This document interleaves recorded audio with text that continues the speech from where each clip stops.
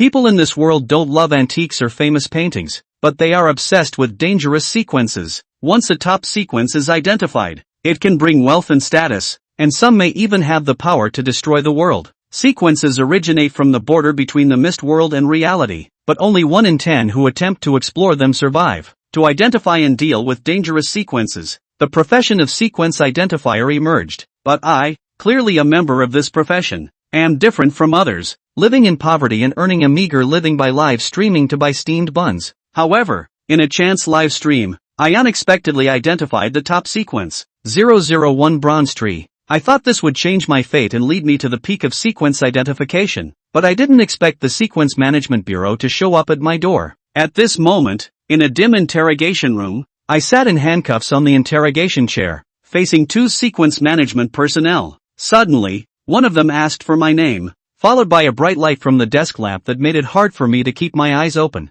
I'm asking you a question. What's your name? Su Yi. Age? Just turned 20. What's your relationship with Nightfall Society? As I said, I don't know them at all. At that moment, the young man beside them handed over a parchment file. Scar. This is his information, detailing Su Yi's background. When Scar opened and flipped through it, he found that it matched exactly what Su Yi had said. If everything went smoothly, they could release him now. But the next moment, a piercing alarm echoed throughout the entire bureau. Alarm! Alarm! Sequence detected in Autumn Rain Street. Preliminary danger rating set at B level. Please proceed for support. Seeing this, the 2 sequence management personnel paled, and even I couldn't help but be slightly surprised, because I had mentioned in the livestream before that besides artifact sequences like the Bronze Tree, there were also dangerous and terrifying monster sequences in the world. The Bureau classifies sequences into A, B, C, and D levels based on their destructive power and threat to humanity. Typically, when a sequence first appears, it is only at the lowest D level, posing little danger that can be handled by fully armed ordinary managers. Even if it grows to C level, a dozen managers equipped with submachine guns and explosives can handle it. However, the danger level of B level rises exponentially, posing a life-threatening risk even to seasoned sequencers. Sequencers are individuals with special abilities to use sequence powers, and only they can combat higher-level sequences. In a sense, my role as a sequence identifier is a branch of sequencers. At that moment, Scar stood up with a serious expression and asked, "Where's the captain?" Because the safest way to deal with a B-level sequence is to send out 2 sequencers of the same level or have a higher-level sequencer suppress it directly. Captain Mokaya from the 9th District of the Bureau is capable of independently killing A-level sequences. The young man beside them hurriedly said, "The higher-ups have issued a strict order for the captain and Shushu to investigate the Bronze Tree, but we can't reach them at the moment." Hearing this, Scar had to request support from headquarters. He paced anxiously back and forth because this was just a small branch of the 9th District, and sequencers were already scarce. Damn the higher-ups for disregarding the city's safety and sending everyone to chase after the Bronze Tree. By the time support arrived, it would be too late. Where could he find a sequencer now? At that moment, both of them looked at the suspect simultaneously. Wait, isn't there one right here? I felt a chill as they stared at me, and a sense of foreboding rose within me. I weakly asked, can I go home now? Scar coughed twice and then unlocked the handcuffs, saying, "We were in the wrong just now. We apologize to you. Now there is only you as a sequencer here. Please help us save the people of District 9. I had already guessed what the 2 of them were up to with their drastic change in attitude. For some reason, I readily agreed, but I had a condition. I must be allowed to live stream the whole process. Also, your attitude just now wasn't great, so you have to meet another request of mine." Bako gritted his teeth and agreed. As long as he could save the people, he was willing to kneel down at this moment. Upon hearing this, I changed my expression again, smiling and saying it's simple. Just add more money. Meanwhile, on the other side of Chiou Street, a drizzle was falling from the sky. A police car was parked by the roadside, its roof flashing with striking red and blue lights. 2 figures emerged from the car, clad in blue raincoats, walking through the dark and narrow alley. As they gazed at the muddy path before them due to the rain, the 2 officials couldn't help but start complaining. This road is so difficult to walk on. What is the management bureau doing? Nevertheless, they still set up a cordon in the rainy night. Behind the cordon was the site where the sequence would descend. This was done to prevent public panic on one hand and to avoid attracting some malicious individuals on the other. Because some sequences could grant people powerful abilities, it led to all sorts of shady characters wanting to get involved. Who goes there? Unexpectedly, at that moment, The taller official caught sight of something out of the corner of his eye and immediately shouted in that direction. Seeing this, the other official also nervously looked in the same direction. However, to their surprise, they saw a hunched figure slowly emerging from the rain, upon closer inspection revealing to be an elderly man leaning on a black umbrella and a cane, shuffling towards them. His ears didn't seem to be working too well, and he stepped a little closer and asked in a hoarse voice, "What did you say?" "So it's an old man." He let his guard down and explained to the old man, "There's a serious case up ahead. It's dangerous. Go somewhere else." "What did you say?" The old man, still hard of hearing, walked slowly toward them. Ping dash. Suddenly, the gun went off. A bullet struck the old man's foot, stopping him in his tracks with fright. "What are you doing?" The tall one looked at his companion with wide eyes. Shooting at residents at random was a suspension for writing a report. The companion paid no attention, but aimed the blackened muzzle of his gun at the old man and snapped. "According to the law of Sky Hub City's Serious Crimes Enforcement, we have the right to shoot any person who approaches the administrator who is enforcing the law without consent. Besides, at night, I don't believe there's any little old man that's going to be wandering around Sequential Advent." The tall man snapped out of it, took half a step back, and drew his gun with a swish. "It's still raining." The three of them just stood in the rain, the black umbrella rim covering the old man's eyes and unable to see his expression. "Gigi." A moment later, he smiled. The voice is so thick it doesn't sound like an old man, much less a person. In amazement, the old man's body began to rise in size, resounding with the clicking sound of bones grinding together, while at the same time, gray hairs grew wildly on his body, and sharp nails grew on his hands and feet. Chapter 4, Sequence? The Night of the Sioux. Monster. The two men were alarmed. Professional literacy training allowed them to pull the trigger the moment the werewolf transformed, the muzzle of the gun spewing out burning tongues of fire as several bullets broke through the rain towards it. Hit! The two men watched in surprise as the bullet passed through his body, but no blood spilled. That was just residual shadow. It doesn't work. If you had shot at the beginning, you might have had some chance, but now, it's too late. The werewolf landed on all fours and approached the two with a single lunge, as nimble as a mudskipper in the rain. Ping ping ping. The administrators fired several shots to no avail, but could only watch as the scarlet eyes came closer and closer. Two miserable screams resounded through the rainy night, and instantly came to an abrupt end, as if some monster had bitten their throats, which was creepy.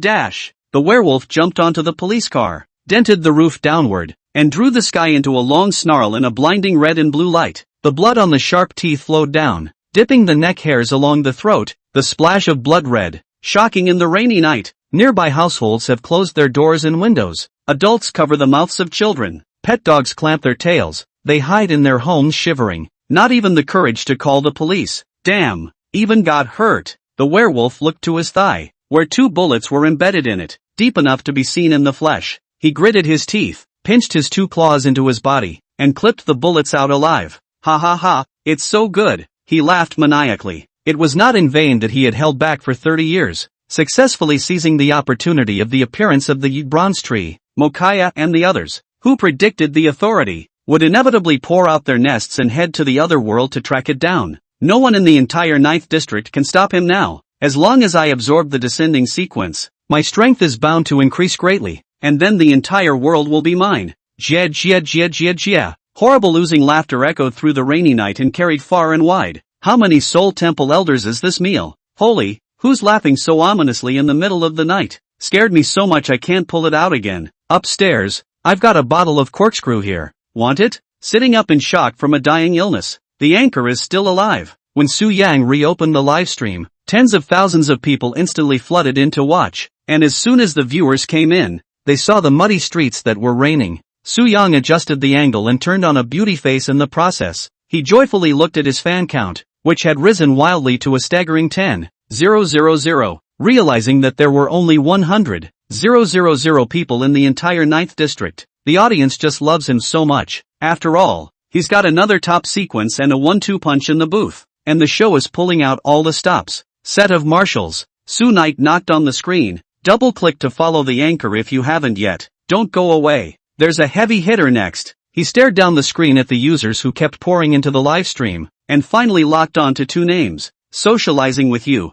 Komo Hayashi joins the broadcast. The one in the front is obviously Skark, and the one in the back is the youngster next to Skark, who actually went online under his real name. It's really strange. And the internet is asking questions. Wasn't the anchor suppressed by the authority? At this point in time, Su Yang should be sleeping on an iron bed and then waking up early the next day to run drills. Ratcast. The most active, Waterfriend, took the floor. Confess. I'm the one who reported you to the authority. I have the evidence here. Compliment me. Likes 99 plus. It turned out to be you, this guy. Su Night face green. Leather smile meet not smile said. Leave the address. He will pay a visit on the day. Okay? No kidding. Su Night adjusted his breathing. Those who haven't paid attention hurry up and pay attention. Next, the anchor will lead you to identify the sequence from the first viewpoint. The live stream was once again a buzz. The handling of sequences has always been done in secrecy by the authority, and this is the first time I've seen it played out this way.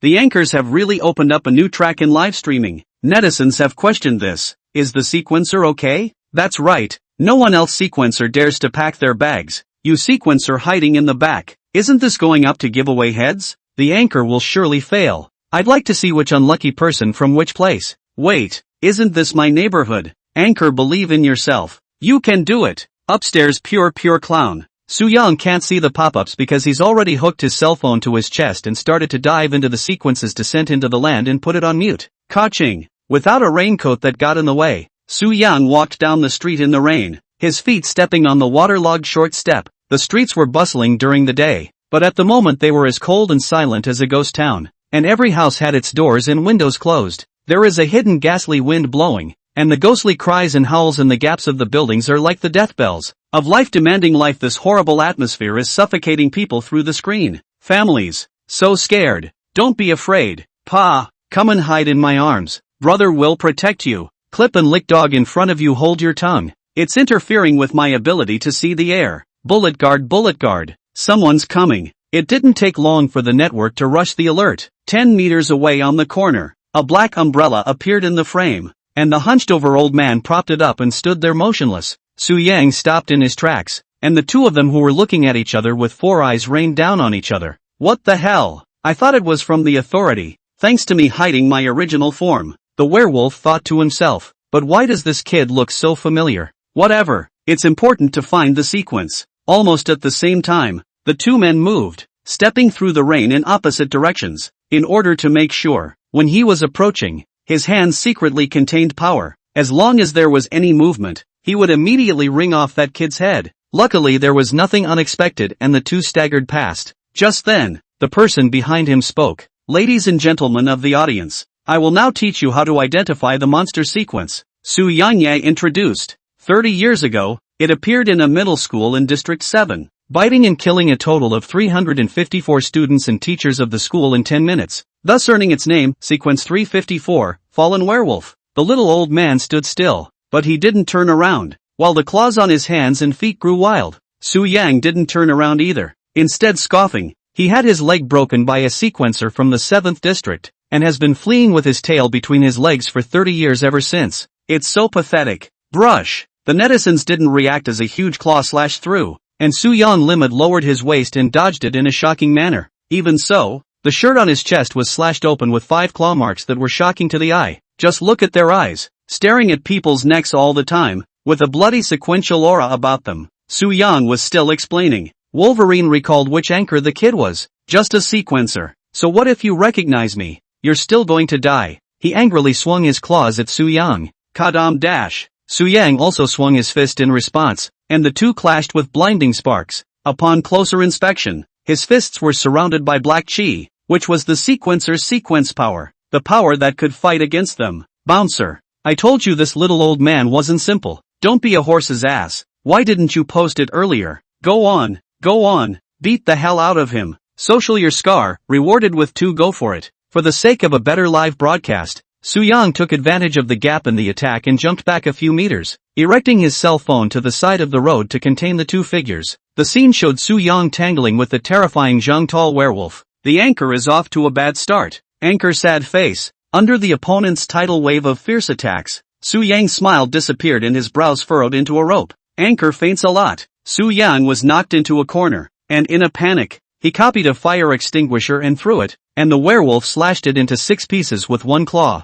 and white dust spewed out. The anchor is dying. Su Night rolled and crawled away, more claw marks already appearing on his body. blood spilling out into the rainy night. The anchor is defeated. It's a little strong, but that's about it. The werewolf wields a claw on Su Yang's head, lifting him up in midair and gradually applying pressure as the man in his hand struggles with his hands and cries out in pain. Boom! He violently threw Su Yang against the wall and smashed into the abandoned factory, then jumped over with both feet powered up, and the two of them completely disappeared into the screen. It's over. It's really mailed. Netizens were emotional, wan and angry. 9th District Sequence Management Squad, Combat Team, charge with me. On not ordered. Society your Scar, roared. That's Scar. This isn't a communication line. It's a live broadcast room. Lin Xiaomao reminded.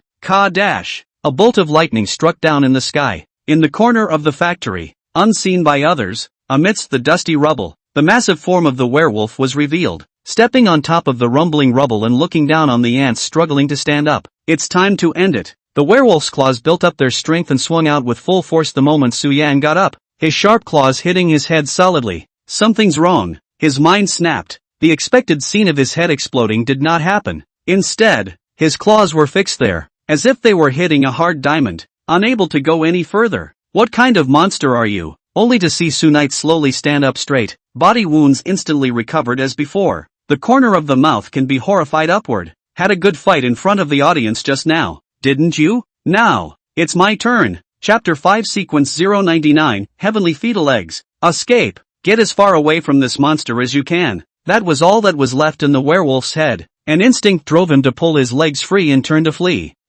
Strange. His expression froze as his feet unexpectedly detached from the ground and his entire body bowed into a shrimp, flying backwards violently. But the man still stood still, with no movement in his hands. I know. So it's so fast that it's not even a stump. Boom boom boom. He crashed through 3 walls in a row before he managed to stop, half of his body sinking into the corner. The werewolf's throat was sweet and he spat out a large mouthful of blood. He tried to move, but there was a click sound from his chest. 26 ribs were broken in half. A big foot then stomped on his chest. Look straight at me, cub. The man laughed maniacally, holding a cell phone in his hand that was in the middle of being turned off. While he was beating him off, he actually took a moment to retrieve it, which means that's not all he's got. A backdrop flashed through the werewolf's mind. In most of his life, there were many sequencers he couldn't defeat, but only one that could bring him a similar level of despair. Lord of Tianshu City. It was a long time ago, and he had seen the city lord strike across a strait,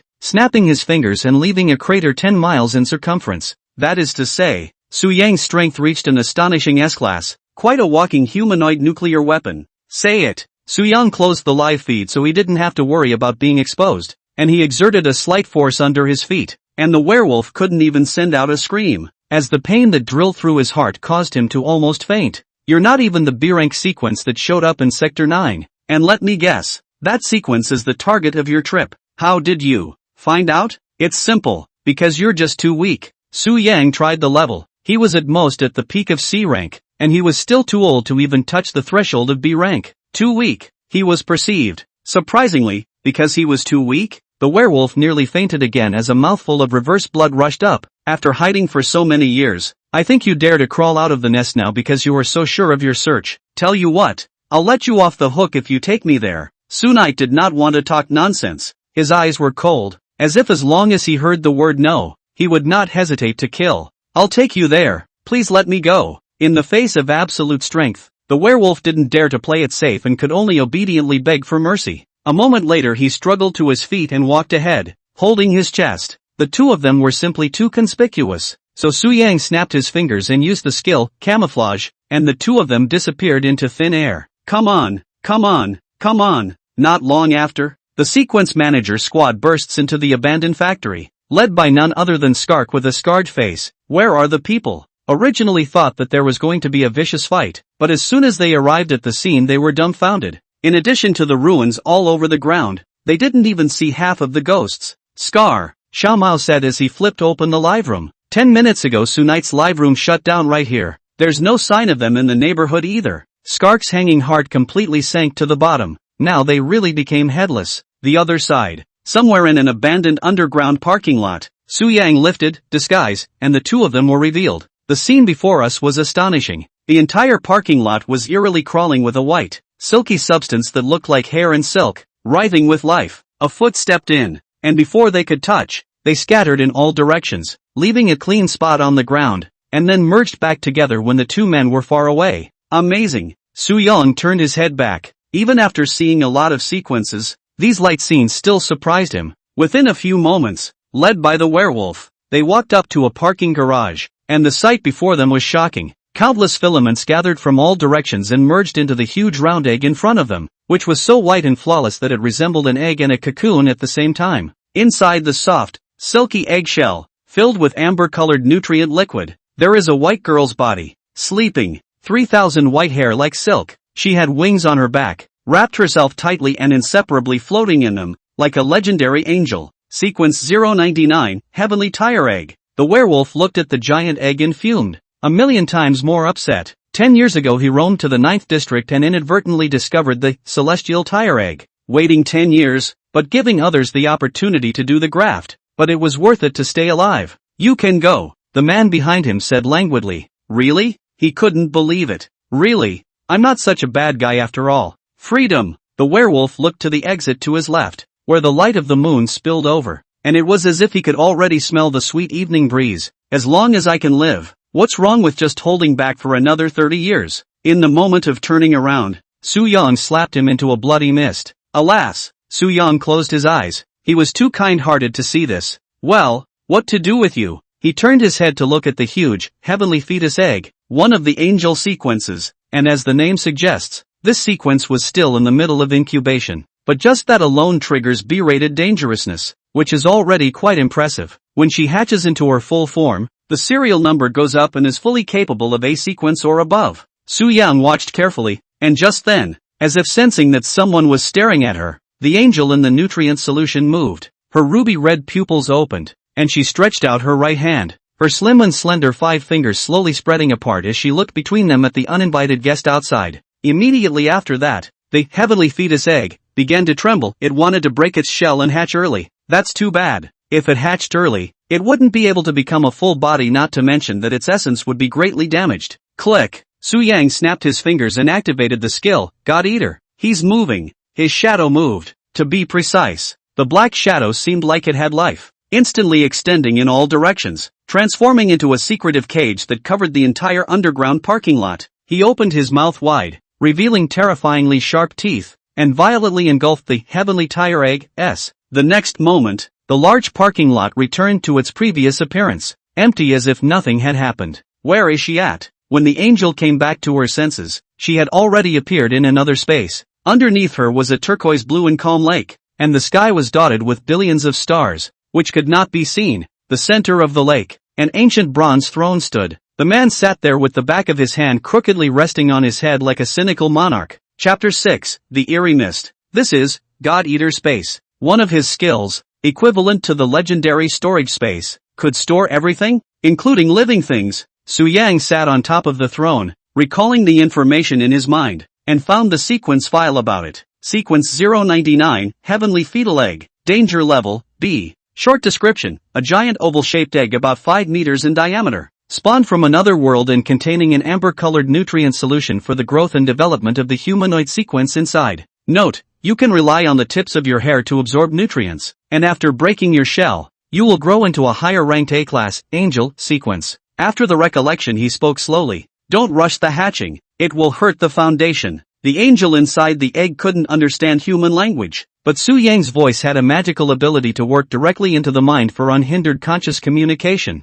You can absorb the power of my sequence at your feet and hatch safely. Of course, you can also choose to die. Hearing this, the heavenly tire egg calmed down. Apparently acquiescing to this condition, Su Yang slowly walked off the throne, walking over to the giant egg. His palm covered the soft and tough shell. The angel also curiously opened his 5 fingers and covered his palm through the eggshell. Su Yang was amused by her gesture, and observing the sequences was one of his great hobbies. Ah yawn. Angel wanted to see more, but within a moment, his eyelids drooped and he yawned uncontrollably. Obviously, the long hours of activity had worn her down, and now she needed a lot of time to slumber. Noticing her weariness, Su Yang waved his hand to dim the space. Sleepiness couldn't hold her back any longer, and she curled up once more, ready to go to sleep while her wings curled up tightly behind her to protect her. Consciousness returns to the parking lot. Su Yang blinked and stretched in place, God-devouring space, was good at everything. The only drawback was that only the consciousness could enter. It was impossible to send one's physical body in. After all, it exists in his body.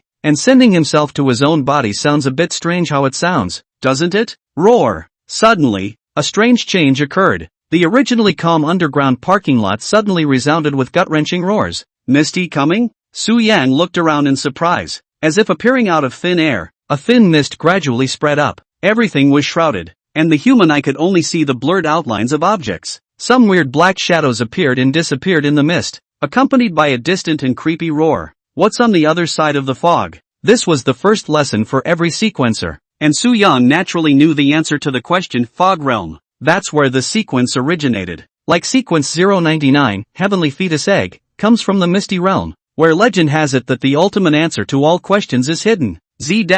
At this time, the current interference sound rang in his pocket. He took out his cell phone and looked at it. The signal dried up directly to 2G. Even the phone cannot be reached. This is the fog world. Whenever it borders the real world, mists appear, electronics malfunction, and sometimes even bring about numerous sequences. But there is no doubt that the Misty Realm is dangerous, and not 1 in 10 presumes to explore it and survive. Tap tap tap. Suddenly footsteps sounded in the mist. Something was coming toward him out of the mist. Chapter 7, Bronze Tree, reappears. Xu Yue settled down to take a look. From a distance, he saw 2 figures, half hidden by the mist, one of which was an old acquaintance, Mokaya. She changed into a slim, flared black combat suit, her eyes alertly looking around, followed by a similarly equipped pink-haired girl. Who should be the other sequencer mentioned before? So it is. It dawned on him. No wonder he couldn't get in touch with the authority before. Did he really enter the mist? Who? At that moment, Mokaya noticed the gaze and jerked her head in Su Yang's direction. But there's nothing there. What's wrong with Kaya-san? Shirshu asked, biting into a lollipop. Nothing. It seems like an illusion. Intuition told her there was someone there watching them, but it was empty. Was she too tired? No, never. Mokaya shook her head firmly in her mind, always trusting her instincts, which had been the key to her growth so far. She narrowed her eyes. So who the hell are you? On the other side. Careless, almost didn't flash. Su Yang narrowly dodged behind the load-bearing pillar. From the fact that she was able to detect him, it proved that she wasn't weak and was very strong. It's about time for me to leave. Otherwise disappearing for too long will arouse suspicion. Thinking of this, he used disguise and slipped out of the parking lot from the other direction. Before walking out of the misty range, he didn't forget to roll on the ground twice before controlling the skin on his body, causing it to crack and take on the appearance of a claw mark. He's a forensic sequencer, confident that the imitation is seamless. After doing all this, Su Yang stepped out of the mist, sat paralyzed in the corner and entered the live broadcast, but did not rush to start the broadcast, but watched the reaction of the live broadcast. People must be worried about him. Woohoo! Open up, open up! There were gongs and drums and firecrackers in the live room. Waterbender led the way by disguising himself as a large landowner, opening a handicap and betting on whether the anchor was now hot or cool, or a piece of it, or a piece of the east or the west. There was a majority of people betting on him to die, but to his surprise, Waterfriend A was on his side. Still counts on you kid having a bit of a conscience. Su Yang was pleased and clicked the on-air button. More netizens flocked to the live stream. Holy, how come the anchor isn't dead yet? Where's fallen werewolf? Where did he run off to again? A string of question marks spread across the screen, the vast majority asking about the whereabouts of sequence 354. Fortunately, our Oscar-winning hero smiles miserably and pulls a couple of wolf claws out of his pocket, which he left behind specifically to serve as proof of the kill. No one dares to fake a wanted sequence unless they want to go against the serial authority. So when this item was taken, the house was abuzz. Anchor, he really did it. Aha! There's something poignantly beautiful about a war-damaged version of a baby on closer inspection. Mommy loves you. Daddy loves you too. Fork out the front. Just got here. What happened? Ka. While Su Knight was bragging with his water friends, an ambulance roared in, followed by a modified black SUV with the authorities people inside. 2 paramedics quickly got out of the car, brought in a stretcher and strapped him on in 3 tries. Su Yang obediently closed the live stream. Hissed gently, he closed his eyes and howled twice in time. Immediately afterward, he was pushed into an ambulance, where the paramedics stood outside, snapped the doors shut, and started the engine for the hospital. This year's movie star is none other than me. Su Yang praised himself for his performance. As soon as I opened my eyes, silly, inside the ambulance sat 2 other women, eyes looking down at him with scrutiny. The very same Mokaya girls they had met not long ago. Did you really kill, fallen werewolf? Mokaya stared into his eyes, her ink-deep eyes shrinking slightly as if she wanted to look someone through. She had watched the replay of Su Yang's live broadcast, and from the video, she could tell that the fallen werewolf wasn't weak, and that it would be difficult to kill him given his previous performance, unless the person hides their strength. Su Yang also knew that this point couldn't be fooled, but he had already thought of something to say. That's for sure, because I am the strongest. Ah ha ha ha ha. Before Mokaya could say anything, the girl on the side teased, her pink twin ponytails twitching and her feet shaking with joy. Still the strongest. Look at how hurt you are, said the man and gave him a slap on the thigh. Ouch, ouch, ouch, ouch, ouch, ouch, ouch, ouch, ouch, ouch, ouch, ouch, ouch. Su Knight wearing a mask of pain, but thanks to the blessing of her interjections, Mokaya did not pursue the question, all as if he bragged. Where's the werewolf's body? I killed him with a killer blow, but by then the mists came and his body disappeared into the fog, and I only retrieved the dropped claw. When he finished, he spread his palm, revealing a yellow claw. Mokaya takes it and double-checks that it is indeed the wolf's paw of the sequence, so it seems she underestimated him. Nah, introductions. Yo. Mokaya lifted her palm and gave her a blow to the head, reminding her to speak clearly. Got it. Slightly, she took out the lollipop and spat it out at the wounded man on the stretcher, her tongue tinted with color from the sticky syrup. Want some? Noticing Su Yang's line of sight, she handed the half-licked lollipop to his mouth with the girl's sticky drool still clinging to it. Fruity. Yo. This mouthful went down. Su Knight swallowed his saliva and endured the pain and refused. Hey, you really don't want it? It's rare that I'm willing to share it with others. Just take a bite. Take away, take away. What a quirky girl, he commented inwardly. 8 minutes. Be sure to get well. Kana. Shushu stood in front of the hospital waving his right hand high in farewell, and the two watched Su Knight disappear around the corner. Where am I? Shouldn't I be lying in the hospital right now? The next day, Su Yang opened his eyes and realized that he was in a strange space, with an ocean under his feet and miles of thin clouds in the sky. He looked up incredulously. A towering golden gate stood grandly in front of him, the gate of sequence. It's exactly the same as the one on the Serial Authority's badge. Who is where? It was too late to be surprised, but suddenly he sensed a line of sight, if any, behind him, looking at him. This feeling had been with him since he was a child, and became more pronounced as he grew up and gained strength. This time Su Yang had a premonition that it was right behind him. Slowly turning around, he finally got a good look at the figure. It's a tree. A huge tree that could not see the crown of the sky stood behind him. Countless luxuriant leaves without wind, making a nice rustle sound. Sequence 001, Bronze Tree, again. Chapter 8, Coming to the Door. It stood there silently, as if unchanging for eternity, and with that golden sequence door, vaguely forming an opposing trend. Strange, isn't the bronze tree in the hands of the Nightshade Society? How could it appear here? And, what is that golden gate again? Shu Yue muttered. He tried to call out twice, but no one responded for a long time. Knock, knock, knock. Just as it was intended that he come closer, suddenly, another familiar knock was heard in his ears. Open the door. Community warming. Crap, authority is hitting up again. Su Yang jolted out of bed and realized that he was lying on a white hospital bed, with the sunlight shining through the cherry tree technology outside the window and into the room. Everything just dreamed? No, it wasn't like a dream. It was too real. Knock, knock, knock. Su Yang came back to his senses and realized that the door to his room had been knocked on lightly, and the sweet voice of a nurse's sister came through. Is it convenient for you now, Mr. Su? She'd break the bones of any normal patient who dared to close the door to the hospital, but since there was a hero living inside, she asked politely. Someone wants to see you. They say they are your friends. Su Knight puzzled, his own weekdays deep and shallow. Where to come to friends? Is it downstairs to call the rent of the Wang Dajie, are given him to chase to the hospital? Squeak! The sound of a doorknob unscrewing sounded and the door was pushed open. Su Yan was so scared that she pulled up the bed covers and lay down in it. I thought to myself that this little old man Wang is not fair. He at least saved the 9 districts. Not to say that the rent is free. At least have to be lenient so a few days it. Tap tap tap. By the sound of it, there seemed to be quite a few people walking in. Within moments, the edge of the bed sank in deeply and bounced back a few times. Someone sat down on their ass beside him and then violently ripped the covers off of him. We came to see you. Su Yang turned his face and looked at the powdered face in surprise as Shushu smiled happily, followed by 3 other people. Why are you here? To torture me? Skark looked questioning. wondering how he could have gotten that idea, and smoothed the nourishment onto the table. They had all changed into their very usual attire, including Mokaya, who was tall and gleaming in her slim black pants. Suddenly, she straightened her already straight back and did something surprising.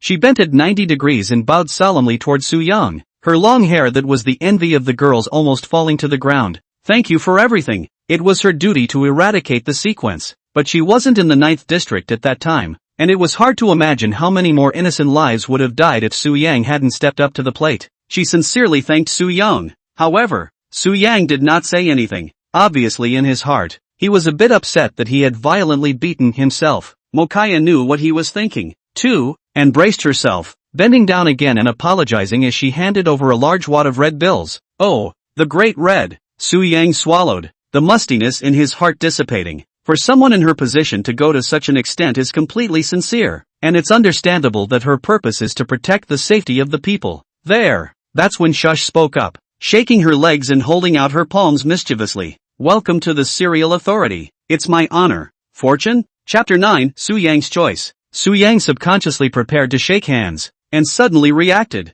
unable to stop himself from spitting. When did I promise you a few G network? Just omit the middle of the process. It turned out that after her and Scarab's strong recommendation, Mokaya had decided to, right now, throw out an olive branch to Su-yang. It's a deal. Shushu directly held his palm. Su-yang froze. The touch of a round hard object came from the palm of his hand. Spreading his hand, he found it was a green wrapped lollipop. Today's mood is green apple flavored. Eat it and you can't back out. This is to eat the rhythm of the imperial food. Su-night thought. Do not have to interview plus verification of the ancestors. Sounds like it is not bad, but is not too hasty. Point? Zip. Think zip. Just as he was hesitating, a frail voice came from his mind. Within the God-devouring space, the angel in the heavenly fetus egg had awakened, staring expectantly at the candy in his hand. It's want to eat. Su-yang corrected. Think Kiri. She babbled eagerly. She had been very curious about the taste of the candies before when she saw others eating them with gusto through Su-yang's perspective, and now she was even more anxious like a child. What can you do with your own angel? Spoil it. Skark added. Annual salary of $5 million. 5 insurance and 1 gold. Managerial privileges. Allowed to live forensic order. Do not block your live room. Other people report you we do not accept. Very tempting offer indeed. But I'm used to being loose and I don't want to be tied down. The bronze tree. Suddenly, Su-yang's mind recalled the dream he had just had, and the two things he had seen in the dream were both related to the Sequence Authority. If you join them, is it possible to get some useful information, and maybe be able to figure out who has been watching you for so many years? After much thought, Su-yang nodded his head in agreement and tore open the package to take the candy into his mouth. Sweet. Consume juice. The angel spun around happily. I want half, I want half, I want half, I want half, I want half, I want half. Inside the hospital room, Shush raised his arms high in celebration. With Su-yang's addition, their team had once again grown, and whatever difficulties they encountered in the future, they would surely be able to overcome them. Hello, please take care. Off to the side, Lin Xiaomao, wearing round-framed glasses, coyly raised his palm in greeting.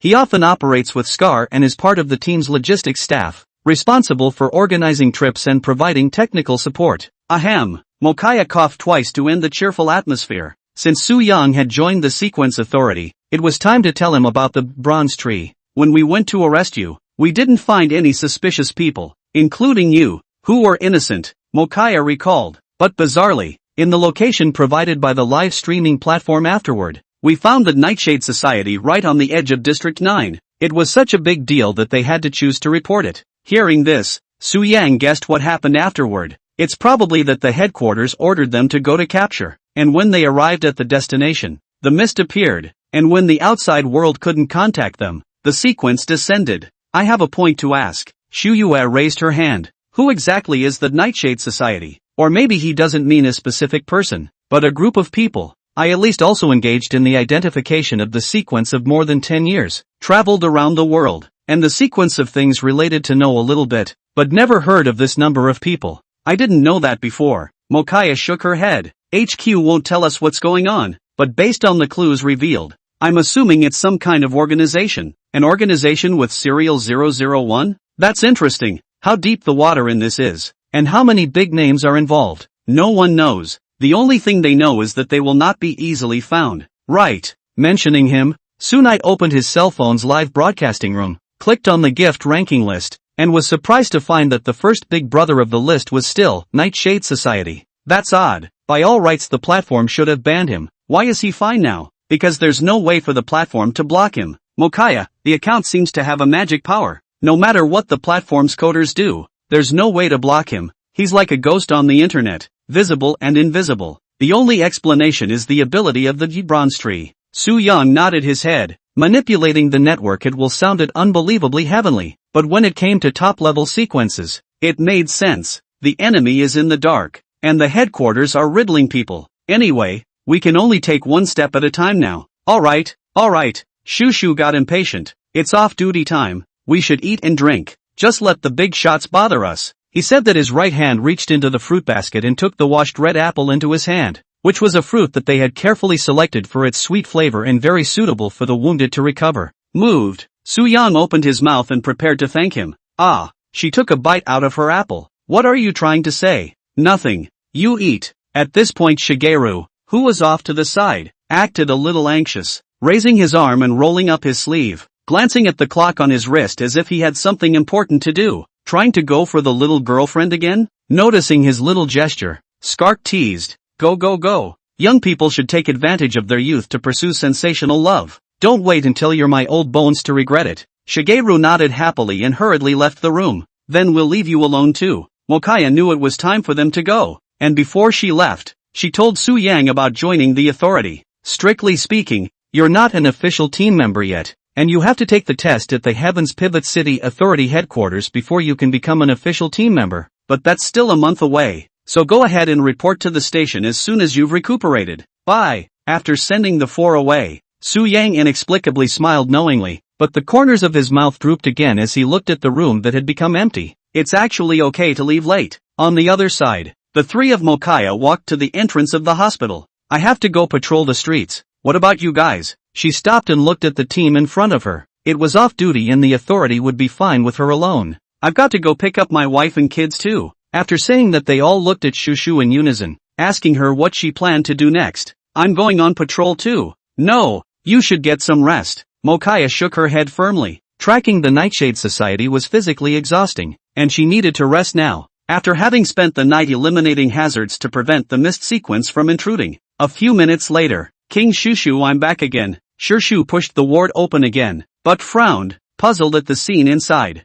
Su Knight is leaning against the corner, one hand upside down doing push-ups, the other hand is still swimming in short videos, from time to time giggling. Where is this the proper state for an injured person to be in? Hey! Suddenly killing back, Su Yang's expression froze. He's in a state of energy conservation, a complete pendulum swing, as the saying goes, and he can't really notice the door open unless someone attacks him. Ahem. Su Yang coughed once or twice, pretending that no one had seen him, and slowly undid his movements, resupporting the wall and resuming his weak appearance. Just now that was my original upside-down treatment method, which activates the blood and passes but, let us not talk about it. Why are you back again? He hurriedly changed the topic. Shush walked half-heartedly into the hospital room, explaining, Sister Kaya's gone on patrol, and she'll be back to pick me up in the evening. Why don't you go home? I don't have a home here. What? You don't have parents? Su Yang was surprised that she was fatherless and motherless, and even sometimes couldn't tell if she was a human being or a sequence. Was she the same? What nonsense! She raged. My mother loves me. She's just not in District 9. You're the one without a mother. Su Yang, you're so smart. I'm guilty of poking people where it hurts. Realizing that he had said the wrong thing, Shushu was momentarily speechless, twisting the corner of his coat and stammering for a long time before apologizing. It's okay. Su Yang shrugged indifferently and changed the subject once again. Are you hungry? I was just about to go to the hospital cafeteria to forage for food. She shook her head, indicating that she had already eaten. That's good. Su Yang nodded. After he left, only Shushu was left alone in the empty room. After what had just happened, she felt a little overwhelmed. She wanted to sit down, but there were no extra chairs in the ward. Eyes fell on the soft and heated hospital bed. She walked over, all but losing the spunk of the girl next door she had before, and instead, she sat upright like a dignified millenarian. The sun shone through the clouds, through the cherry tree's branch buds, and fell on her through the window, warming her. Ah! She stretched comfortably, yawning uncontrollably as she slowly softened. Chapter 10, The Sequential Compass. Half an hour later, Su Yang returned outside the hospital room humming a song, and he froze when he pushed open the door. The young girl lay on his hospital bed, breathing evenly on her side, her small, delicate breasts rising and falling slightly one by one. She fell asleep with her eyes closed, those beautiful eyelashes, casting long shadows in the sunlight. Looks like she's really tired. With a gentle wave of Su Yang's hand, a layer of imperceptible sequence power covered the thin quilt, and then moved silky smooth upwards, automatically covering the small of her back. Early evening. The young girl woke up languidly from her hospital bed, sat up straight, rubbed her eyes, and then stretched her catatonic body comfortably. She hadn't slept that well in a long time. Kaya-san? At some point, Mokaya's tall figure appeared next to the bed, and that's when she realized that she had hijacked the patient's bed and fallen asleep. Where's Nitsu? Shushu blushed in shame and looked around but didn't see him. He went live. Mokaya turned away. Ugh, wait for me. She hurriedly followed out of the room. Then, as if remembering something, folded back into the room and came out after a couple of minutes, hurriedly following. When Su Knight came back, found that they had already gone, and the quilt on the hospital bed was folded neatly. A few days passed. Live in the hospital recuperating days, Su Knight every day to lie in bed live, tired to call the nurse sister legs. The days can be said to be very comfortable. I'd like to keep him for another month. Manhwa authority of the few every day to visit. There is a day does not heal. A day will not stop the momentum.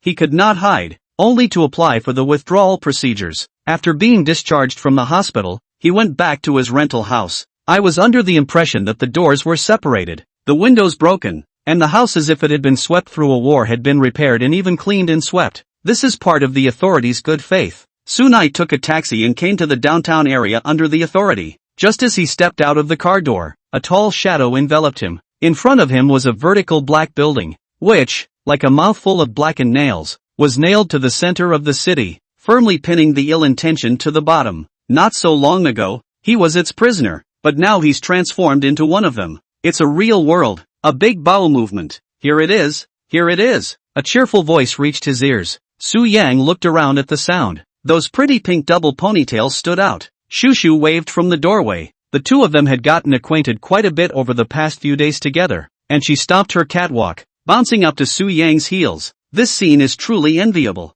Who is he? The passing man inquired of his companion. I heard that the Sequence Management Bureau out of a little beauty. They just pass by every day, wanna pretend to meet by chance. I did not expect to be preempted by someone. The companion took a closer look. It seems to be an anchor. Called Su. What forensic treasure to come. It's the Knight of Su to identify the treasure. I didn't realize that the youth heard it and shouted at the top of his voice. Follow me, bro. Follow the anchor and don't get lost. Shushu pulled him into the authority, but Su Yang was unwilling to give up every opportunity to raise his powder, stretching his neck and shouting as he walked. Sure you don't want it? Follow now and double your fan experience. Ugh, don't go, please. Give the anchor 2 points of attention. Both, nuts. Access to the authority. Shush led him toward one of the rooms, opening the heavy black door. Su Yang was a bit surprised. The space inside was more spacious than expected. Just like a large conference room, there were not many things in this conference room, and the most striking thing that stood out was a huge compass that was placed in the center. It is 2 meters in diameter.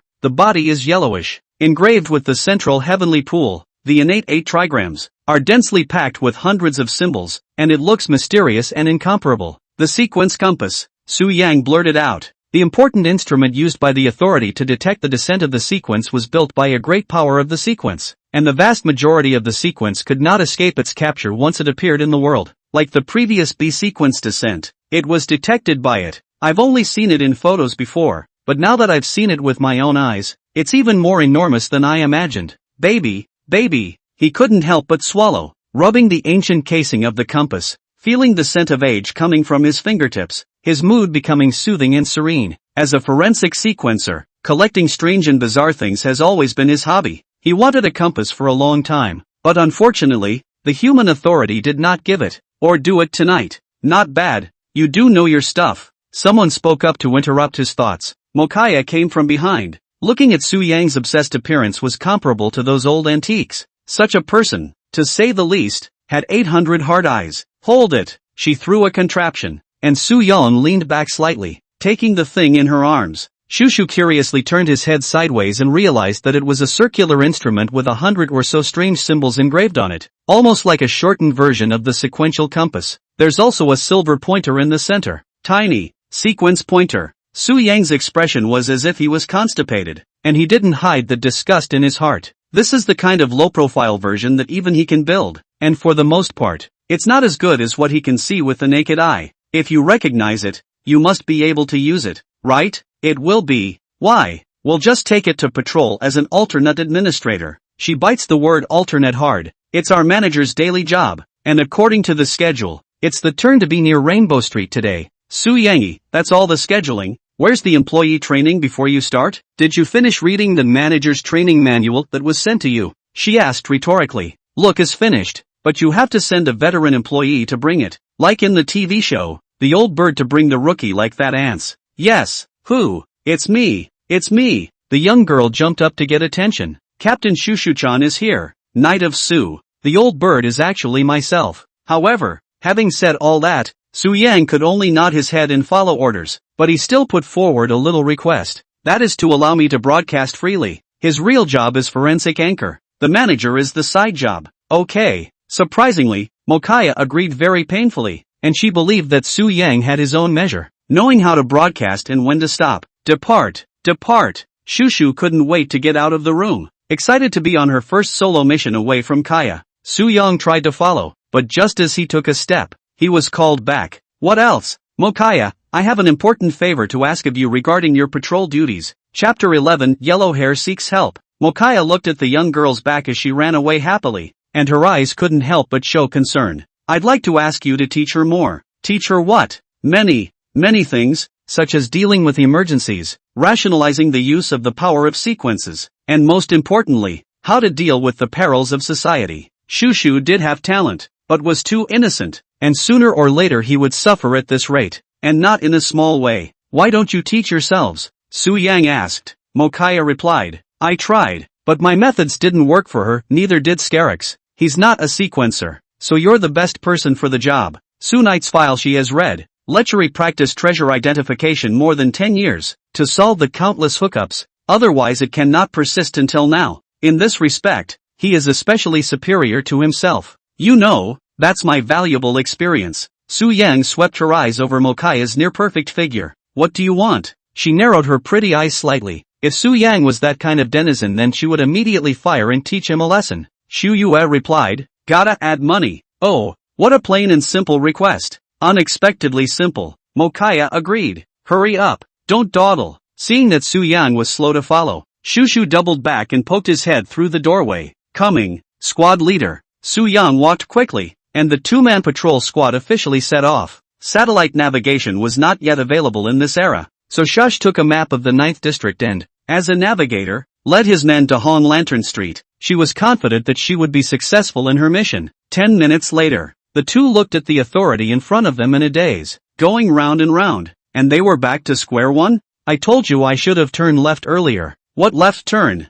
That's not what's on the map. Su Yang looked at the map in her hand, shook his head, and silently turned the map that was held backwards. You wouldn't have never been out of the house before. Su Yang's head was spinning. No wonder she had to wait for Mokaya to come back when she was in the hospital earlier. So she was a roadie. I just haven't been out. She was cornered. Sector 9 was my first trip out of town. That's why I couldn't read the map. That's normal. Before, I learned half a day with Kaya's sister. How can I not learn? Even to the point of doubting myself. After all, after growing up so big, the map cannot read it is a very shameful thing. Shushu glanced at Su Yang, afraid that he would call her stupid. Unexpectedly, Su Yang didn't scold her, but only covered her face helplessly. Hold the map steady and remember, I'll only teach you once. Another hour later, after passing by the hospital twice, the fire station 5 times, and even stepped on the train to other districts in the middle of the, looking at the concrete wall carved with 3 big words Rainbow Street,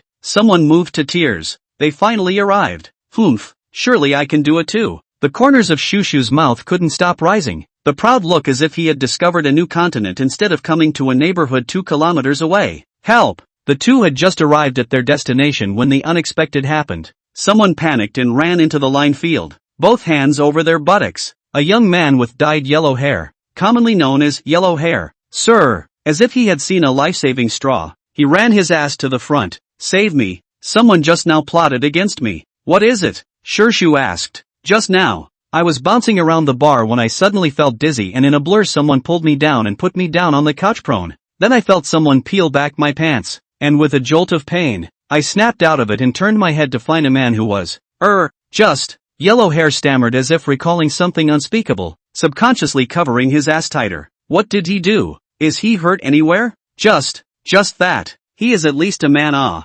facing a beautiful woman. How can he have the nerve to open his mouth to say this kind of thing? Ha ha ha. On the side of the Sunitas, the king of the 8 office to go to school, cannot hold school, cannot help but answer for him. He got popped. What burst chrysanthemum? Rogue. Shushu reacted. Her cheeks flushed, and she cursed in a small voice. In the spirit of professionalism, she replied in a nonchalant manner. This kind of thing is not under the control of our serial authority. I'll put you in touch with the nearest enforcer. Wait. Su Yang stopped her. Don't you notice that he reveals a different aura? Breath? Hearing this, Shushu got serious, carefully observing the yellow hair in front of her who was about the same height as her. In addition to the smell of alcohol all over his body was barely dispersing a trace of psychedelic sequence chi. Obviously the man was affected by the sequence. If Su Yang hadn't reminded her, she really wouldn't have been able to notice the looming aura. Guess I'll have to work late tonight. Su Yang raised his head and looked towards the venue that yellow hair had walked out of, where a sign made of neon was hanging and was flashing big red and green lights. The Love Bar. It was a name he'd heard a little about. A nightclub bar with a very bad reputation.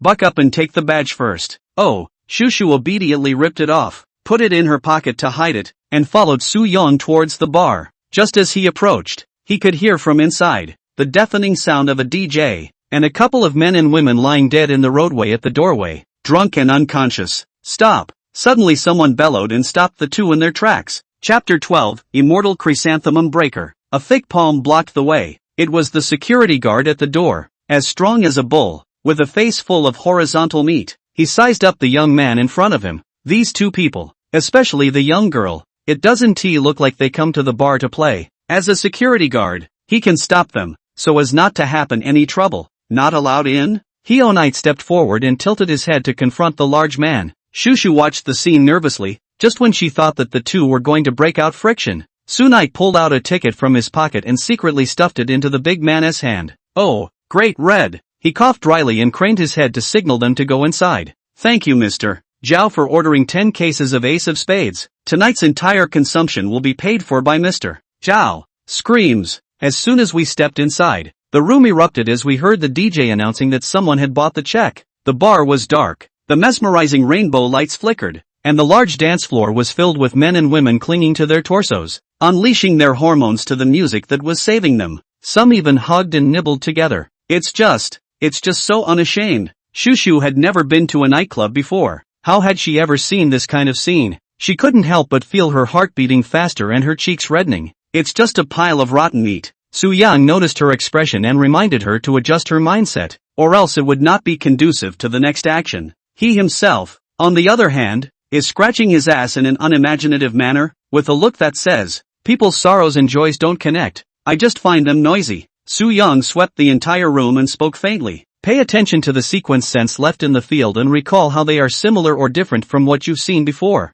Unsavory users will leave the same scents behind when using the sequence. Yes. Shushu hurriedly settled down and used his own unique method of observing through the swaying crowd. Like I said before, everyone possessed the sequence power. It was just a matter of how much it varied, and those jumbled breaths, like mixed-up paint boxes, became the biggest hindrance to observation. I found it. After a while, she pointed happily to the bar, where a man in a purple jacket sat with his back to the same scent that lingered in his pockets. Well, good. It took a total of 24 seconds, so to find it in half a minute is very talented indeed. Shu Yu quipped, smoothly pulling her fingers down so as not to spook her. Just as he was about to make his move, the accident happened again. Two big men in undershirts surrounded the beautiful Shushu, ignoring Su Yang, their throats surging like hungry wolves that had seen a brood of sheep, their eyes glowing. Let's go dance, pretty girl. Yeah, our brother and I know a lot of moves. Ooh, ha ha. The other whistled flirtatiously. Asterisk asterisk asterisk asterisk off. Shushu said coldly. A sequencer against an ordinary person was a complete one-sided massacre, so Su Yan wasn't worried. He rather wanted to see how she would solve this matter. but unfortunately, she totally looked like she was going to use force, which would inevitably attract the target's attention and invite unnecessary trouble. Just as Su Yang was planning to step forward to stop it, Shushu moved. She took her badge out of her pocket, and sequence gates stood out in gold. "Want to go sit at the station?" she said mischievously. This little ninny, after all, is from the Sequential Authority. The two of them were like falling into an ice cellar. The authority's reputation could be said to be known to no one in the entire 9th district. Last year, there was a powerful serialist who messed with the authority as Captain Mokaya. Then there was no then. In short, the grave grass is now 3 meters high. If you mess with them, you have to peel off 2 layers of skin. The two men raised their palms and left unhappily. After resolving her troubles, she looked expectantly at Su Yang, who nodded in affirmation to her. "Now it's my turn to act." Su Yang naturally walked towards the bar and took a seat next to the jacketed man, tapping his finger on the glass to get the bartender's attention. "Guest, what to order? Whiskey or the new Bloody Mary?" Su Yang never made a choice, and faintly said, "Milk." Upon hearing this, the jacketed man beside him turned around, his octogenarian beard finely trimmed so that even in his shirt, he couldn't cover the thick crop of chest hair on his chest. He also has an infamous nickname, the Immortal of Exploding Chrysanthemums, because of his preference for male sexuality. Ugh, the fact that the blonde male row had slipped out of his grasp made him sulk, but luckily, he now had a new prey. "Wow." The bartender poured the milk, and taking the opportunity, the Bakugo Immortal spoke coyly. "Friends come to the bar and order milk? That's very unique." "Hello." The young man turned around. The moment his eyes left the cup, he pulled a jade trinket from his pocket, attached by a thin cord between his fingers, and took advantage of the cover of darkness to gently soak it in the cup of milk and quickly put it away again. The whole movement was a single, unbelievably natural one. After a few moments of small talk, seemingly feeling thirsty, the young man drained his glass of milk as he watched. "Great," the Bakugo Immortal snickered. "As soon as it's time to evaporate, I'll be able to reward myself hard." Sequence 987, Messy Pixie. Unexpectedly at this time, the young man spoke faintly. The sequence's ability is to mesmerize people, but unfortunately, he can't exert much effect in the hands of ordinary people, much less mesmerize sequencers. If it were up to me, I'd be able to cast it from across the room instead of using this tie tactic. "Who are you?" Immortal Bakugo was startled. "Sequence Authority Alternate," Su Yang said. "You are suspected of possessing and illegally using the sequence. Come with us. I'm with your dad." He cursed angrily, and a brightly shining dagger appeared in his hand, directly stabbing towards Su Yang's neck. But Naitsu was faster than him. In the eyes of the Bakugo Immortal, a palm gradually enlarged, holding down his head and smashing it hard on the glass bar. A loud cracking sound rang out and blood splattered everywhere. Bam! The entire bar fell silent as people watched the scene in horror. Assaulting the administrator is an additional offense. Letting go of the man howling in pain, Su Yang wiped her hands and said to the frothing bartender, "This milk is on his head. Where did that wild boy come from? Daring to touch our people?" Someone under the stage table immediately droned. Bakugo Immortal could act in this mixed place. Naturally, he had something to do with the black and evil forces. A few men with unfavorable faces stood up with brushes, copied the bottles on the table and smashed the bottoms of the bottles and rushed towards him. Su Yang yawned, looking at them with boredom, and when he saw the right moment, he instantly lifted his foot and cracked the wrist of the punk in front of him. Immediately after the second, the third, in less than a minute's work, everyone was lying on the ground sideways, wailing continuously. "There's a gun!" Shushu exclaimed in alarm and caution. One of the men who had collapsed on the bar pulled out a pistol from his glass. The blackened muzzle of the gun aimed at the nearby Su Yang, and pulled the trigger without hesitation. Ping dash! In the flash of lightning, Su Knight slightly sidestepped his head, and the bullet narrowly passed between the hair next to his ear. He quickly grabbed the pistol and aimed it at her in Shushua's shocked eyes. Bing dash! The gun went off. Chapter 13, The Sensation in the Live Broadcast Room. Bam! The sound of a folding stool falling to the floor rang out. Shushu turned his head in shock, behind a gangster who wanted to sneak up on her, covering his shot thigh and falling to the ground, rolling in pain. "Don't gawk," Su Yang reminded. "Knock, knock." Several black-clad administrators barged into the bar and passed her, quickly subduing the fallen prisoner. The man at the head with a scarred face, "Save some for us to play with." Looking at the punks lying on the ground curled up in a ball and haunted, Scarrock smiled helplessly and bitterly. When they received the notification from Naitsu, they rushed here in a hurry, thinking that they were going to have a big fight, but they didn't realize that it was still like last time, and that everything had been resolved. "Then I'll leave the rest to you guys." Su Yang snorted. No problem. Skark commanded the prisoners to be escorted to the car and gave him a thumbs up. Gone. Su Yang patted Shu Shu. It was already time to get off work and it was time for dinner. Reeling from the bloody violence, the young girl took 3 steps and followed like a little tail. Oh, right. Su Yang turned around, looked at the dumbfounded audience, and said, "It's okay, keep playing the music and keep dancing." The audience was silent as they looked at the mess. Night falls and the lights come on. Su Yang sat in the dessert store, leaning against the brightly lit window and watching the busy traffic converge like fireflies outside. At the table, Shu Shu scooped up a strawberry milkshake and took a small sip into her mouth, occasionally raising her eyes to peek at the newcomer in front of her, associating him with the violent man she had just seen. It was clear that she should be the one to teach him, but now it was the other way around, which made her a little depressed. Whoa whoa whoa. At that moment Su Yang's cell phone rang. He picked it up and found that it was Mokaya. "Hey, what's up? I heard you guys solved a sequence case.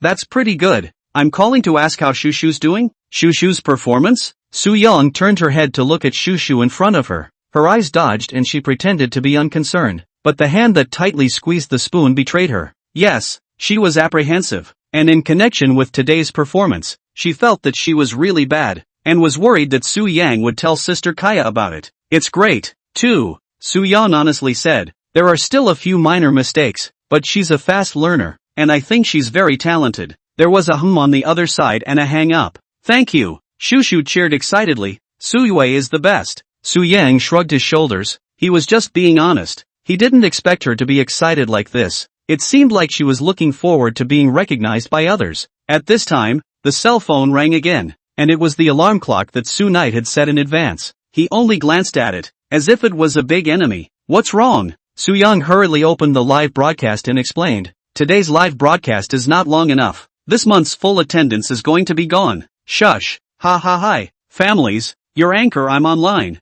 Blossoms, individual trainee with 2.5 years of practice." The crowd flocked to the live stream. As soon as Pooh entered, the netizens launched into a rant. "Anchor whoring to the point of losing contact? Why are you only on the number now? Please anchor, just broadcast for a little while longer. I want to quit your broadcasting addiction too, but I can't. I feel ants crawling all over my body after not watching for a while. Come on, confess where you've been all day." The pop-ups were furious, as if they wanted to eat him alive. Su Knight even apologized. "I'm sorry everyone, now I'm still outside. Wait for me to return home." Must begin to identify the order. "Hey, what are you doing?" Unexpectedly, Shu Shu walked to the side, bent down, and squeezed her pretty face into his live screen, looking at the pop-ups and greeting the netizens mischievously. "Hi, everyone, I'm Shu Shu. Shu Shu as in Shu Shu, not Su as in Sue. Remember?" She smiled perkily, revealing a small, delicate tiger tooth. The screen cleared for a full 30 seconds. It then erupted into an instant $9.99 plus pop-up. The appearance of a beautiful young girl was nothing less than the shock that Bronze Tree brought to the netizens in the first place. "No dude, are you for real?" Both afraid of the anchor having a miserable time and afraid of the anchor driving a Land Rover. Taken off. The pop-ups spewed. Originally thought it was a joke, but in the next second, Su Yang's number of followers immediately miserably jumped downward, and in no time at all, it jumped past the 20,000 mark. Su Knight heart like a knife. Then the screen was covered by the word wife in a clear color. "Ha ha, you guys are so cute." Shu Shu laughed happily, a laugh that completely captured everyone in front of the screen. "She smiled at me. Surely she's interested in me." Upstairs Pusheen male don't fantasize. Clearly smile at me is right. "Good girl. Wife, let's go to the Civil Affairs Bureau today to get a license." What a cute girl. I want to take a bite. I can't take it anymore. "Come to the 3rd District, sister, to harbor you. Marry me. I'll pay a $300,000 dowry. 3 million. I'll give you $30 million.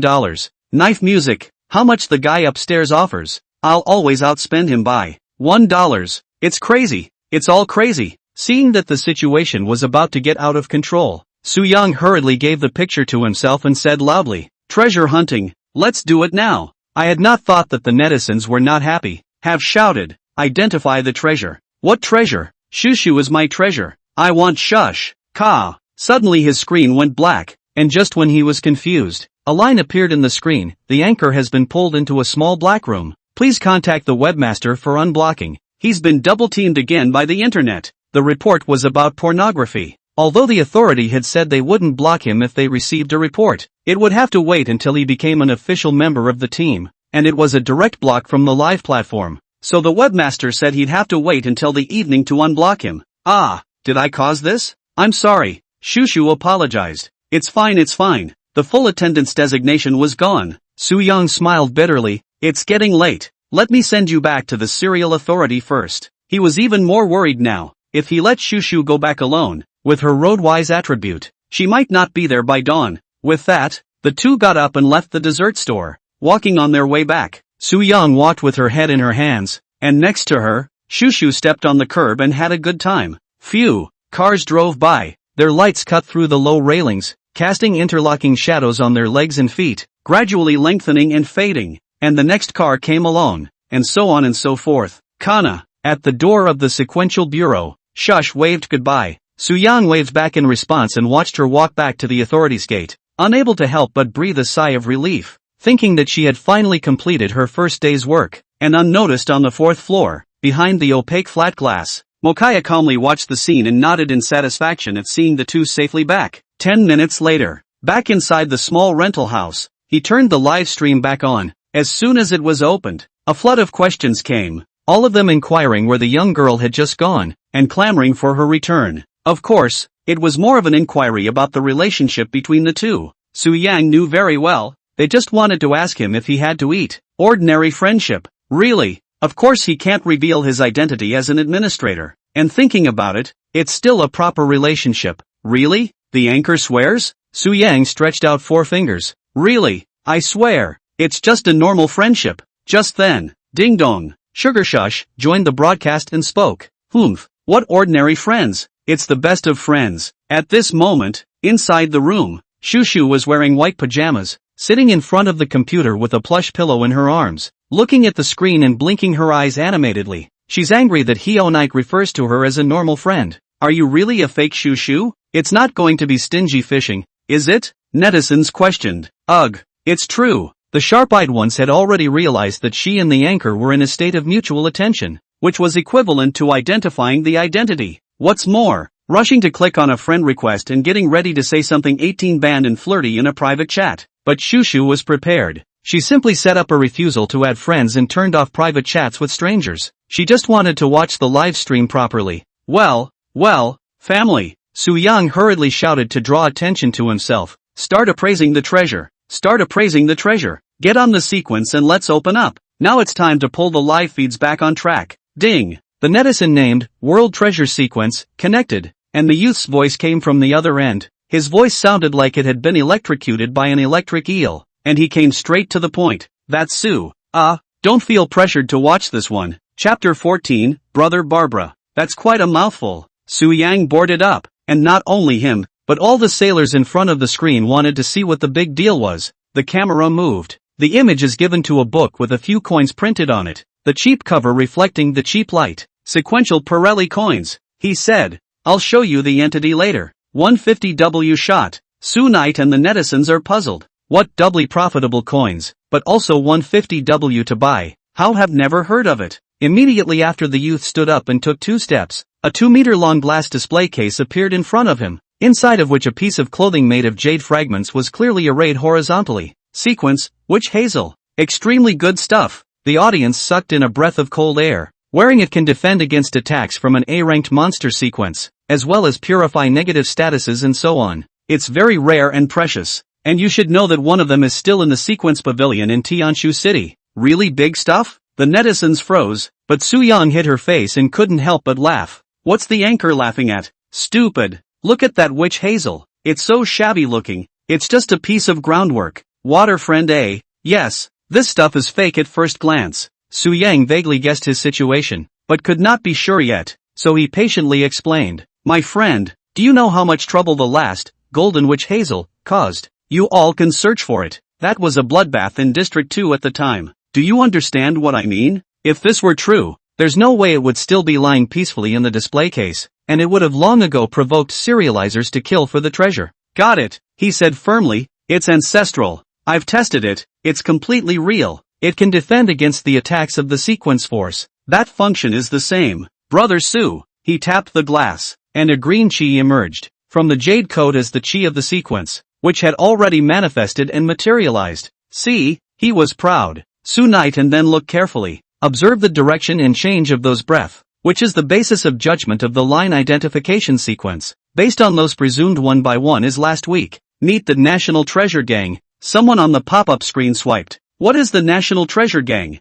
The newcomer who doesn't know anything about forensics inquired. The upstairs scene opens with an explanation. The National Treasure Gang, which refers to private collectors who are obsessive and very confident in their collecting philosophy, hoarded a large number of fakes in their hands. They usually think that they can pick up and receive real national treasures at the stalls, which are ranked in the top 100 sequences. Do you think it's possible? If it were true, they would have become a big shot on one side and leveled the playing field long ago. That's just one. Second, there is still a segment of the National Treasure Gang that specializes in serial forgery. While they possessed exquisite sequence power, the sequences they made that possessed similar effects were called pseudo-sequences, with the purpose of selling them at a high price to the wrongdoers. In order to achieve this purpose, members of the National Treasure Gang will take various means, such as buying appraisers, buying public opinion media, and even the establishment of pseudo-academic organizations, in order to whitewash their own forgeries, to create the illusion that these forgeries are real serials. Then as long as it has efficacy, isn't it? What's the difference between real and fake? The newcomer pursued. After listening to the explanation, the newcomer felt his brain clouded and realized for the first time that the water in the sequence industry is so deep.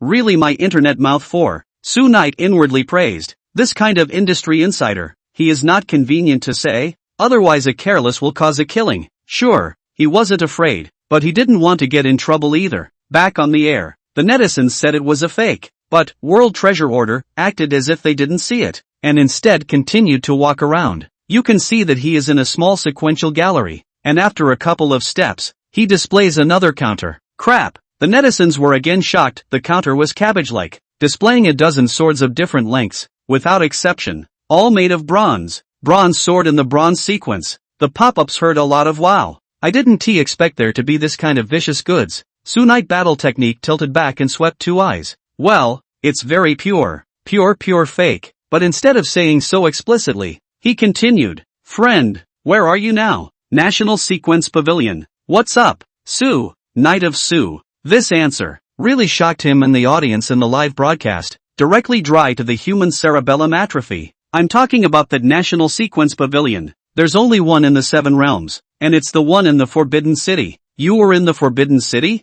No, he rephrased. It's the National Sequence Pavilion, but it's not in the Forbidden City. And place aside, the land here is public, and we only have 24-hour access to it. How is it that he recognizes every word, but together it makes it unintelligible? Dare I ask which piece of land under my feet is not owned by the public? It's not over yet. With an aura of words, he continued to walk around the pavilion, and as far as the eye could see, there were all expensive, even priced sequences, and the ranking of each of them would not fall out of the top 500. Xu Yue was a little confused. At first he thought that the man had been tricked into buying these pseudo-sequences, but after seeing so much, he shifted to doubt. How can anyone be fooled so many times? I have the certificate to prove it. Seems to feel that the anchor does not believe. He took out the so-called proof. A book a few centimeters thick, printed on it, Tianshu City Artwork Exhibition Proof. Artwork? Ha ha ha ha ha ha ha ha ha ha ha ha. The pop-ups were going crazy with laughter. Pseudo-sequences can all be described as works of art, but they have nothing to do with the real thing. Bro, Su Yang couldn't hold back. I didn't want to tell the truth, but I'm eating this one meal and I'm going to say it, in front of so many viewers in the live broadcast room. I'll be honest with you, none of these things work. Who says these things don't work? Slightly irritated, he flipped the proof over, showing the information inside, and thinking it wasn't good enough, he put up the camera again to look ahead. There stood a 3-meter-high statue of Buddha. He questioned, are you saying that this is also fake? This is a serial 099 that I bought for a lot of money. Pudu Tsu Fo. Chapter 15, The Calm Kid Brother. Su Yang was speechless. Actually, sequence 099 is Heavenly Tire Egg. This he knew best. That was within his God-devouring space. The angel was still sleeping in the egg. Really? Netizens chimed in. How can anyone get something wrong that can be found on a casual internet search? It's my mistake. Su. The youth changed his tone, but still carried on unconvincingly. But this sequence of mine is real. It's been on the auction house. Are you saying that it's fake too? Su Yang frowned in his heart. The person seems to be trying desperately to steer himself to say the words, "This thing is fake," but the discerning eye knows better than to speak out, because if you say it is fake, he may use it as evidence to go after the person who sold it to him, and then you become a guarantor indirectly, and those who sell such pseudo-sequences have deep-rooted connections behind them, and the average person who touches them is dead. It's a fool's errand to take a risk when you don't get a share of the money. Su-yang didn't want to talk too much nonsense and was straightforward. "Just tell me, where did you get it from?" "Ancestral. You just said it was a heavy purchase? What a bullseye." Su-yang silently shut her mouth and took a cold approach to the situation. Sure enough, it didn't take long for the opposite side to go offline. A little interlude just ended with a tiger's head. From then on, the world's treasure order was also jokingly called by netizens carrying Essence Brother. Is Brother carrying Goblin in on this? It doesn't look like it. The live audience in the live room disguised as Sherlock Holmes, carefully analyzing its movements, tone, demeanor, intense discussion. "Well, let's have our next treasured friend." Sunite tactics to drink water, moistened his throat. At this moment he just want to connect to a normal point of the network, and then a few communication cannot be. He is going to collapse. Me. Anchor please. Just then, someone on the air began to speak frantically, just as if he were on fire, and you could feel his nervousness through the screen. Su-yang glanced at the ID, Invincible Tyrannosaurus Rex Warrior. The name is interesting. He clicked on the consent link and wanted to see what was in a hurry. A large, small, round face is reflected on the screen. It was a small, fat man who was in a dark space, and the light from the back cover of his cell phone, barely reflecting off his face from the bottom to the top, illuminated him in such a ghastly white way that he looked like he was in a ghost movie. It's really connected. "Anchor, I'm your fan, little friend. Hello. Upon hearing that it was a fan, Su-yang's mood instantly improved. "Any babies you want me to help identify?" Everyone was wondering what kind of baby sequence this little kid could have. It couldn't be a cigarette card that's been treasured for years, could it? Wait. Sunite's smile froze as he noticed that the ceiling above little Fatty's head moved. It moved, wriggling as if it possessed life. A black, sticky, disgusting liquid flowed down to Fatty's face. Fingers over his nose, Fatty impatiently pulled the slime away, and when he did, it got all over his hands. "What the hell are you in for?" "Oh, got so excited I forgot to mention it." Fatty laughed nervously. "I'm not too sure. Seems to be in the belly of the monster sequence." "In the sequence's belly?" Crowd. "Brother, will I call you brother?" Su-yang really collapsed. "Why didn't you say something so dangerous earlier?" "Your grandma." There's still a mood to gossip here. It's true that the eunuch is not in a hurry, but the emperor is. Oh, being yelled at. The kid brother reawakened his sense of crisis and looked around nervously, explaining what had happened. "Just now, I went to the kiosk to buy a packet of chili fries, and on my way home, I passed a field of pods, and my eyes went black and I was here. I can't find the exit for the life of me. I was going to call and report the manager, but I happened to be watching you live, so I thought of idolizing you. Netflix, you're invincible kid." Shocking. A little fat man strangely disappeared. Behind all this is the loss of humanity? Or is it the degradation of morality? Welcome to tonight's program, The Temptation of Spicy Stripes. Someone watching the fun started to scare Fatty. "No, I don't want to die." He was so anxious he was on the verge of crying. "Don't panic. With your brother Sue here, the sky won't fall." Sue Knight hurriedly comforted. "Now listen to me. Turn your cell phone backwards and let me see your surroundings." His words were reassuring like a tonic. Fatty regained his composure, double-tapping the screen with a slime-dipped finger. "Nay, too slippery. Always contact failure." He wiped it on his clothes and tried again, finally completing the flip. Lu Mao, Grand Theft Auto, Society You Scar, have joined. The number of people in the broadcast room began to surge, with nearly 50,000 people holding their breath to get a first-hand view of the sequence. Under the light, the people could see the wall in front of them, which was black and fleshy, with an uneven surface, full of folds, like the intestines wrapped around a person. And look at the feet. The camera pans down to show our chubby little man in a flip-flop, standing on what looks like a flesh membrane of visceral tissue, the unearthly weight of which dents its tread. Seeing this, Su-yang had a bottom in his heart. Sequence 618, 5 visceral reincarnation beasts, coming from the mist realm. It was a nearly transparent sequence that even an average sequencer couldn't see through. Inside their bodies, they form a space of their own, and can trap creatures in it, making it impossible to defend against them. But fortunately they are not conscious, wandering the world all day long. Only occasionally an unlucky person will be swallowed into the belly by mistake. Idle. How do I get out? He's tried. There's no corner that's passable. Stomp your feet in place twice and see. Fatty did as he was told and stomped down on his right foot with all his might. And a miraculous scene happened. The red membrane under his foot emerged with black textures, and one of them was a striking blood red color. That's where the spine of the 5 viscera reincarnation beast is. Quickly follow it. The red line began to dissipate, and what was left of it went all the way under the wall and through it. Keep up and hit the walls hard. If the idol points east, he will naturally not go west. Fatty was very obedient, riveted, and crashed in one breath. It was like passing through a curtain of water, and he rushed to another space. The same environment, but the field of vision became much wider. What's going on? Fatty can walk through walls? Someone asked. Restabilized Fatty also felt unbelievable. He had searched for the exit for half a day. How did the idol find it at a glance?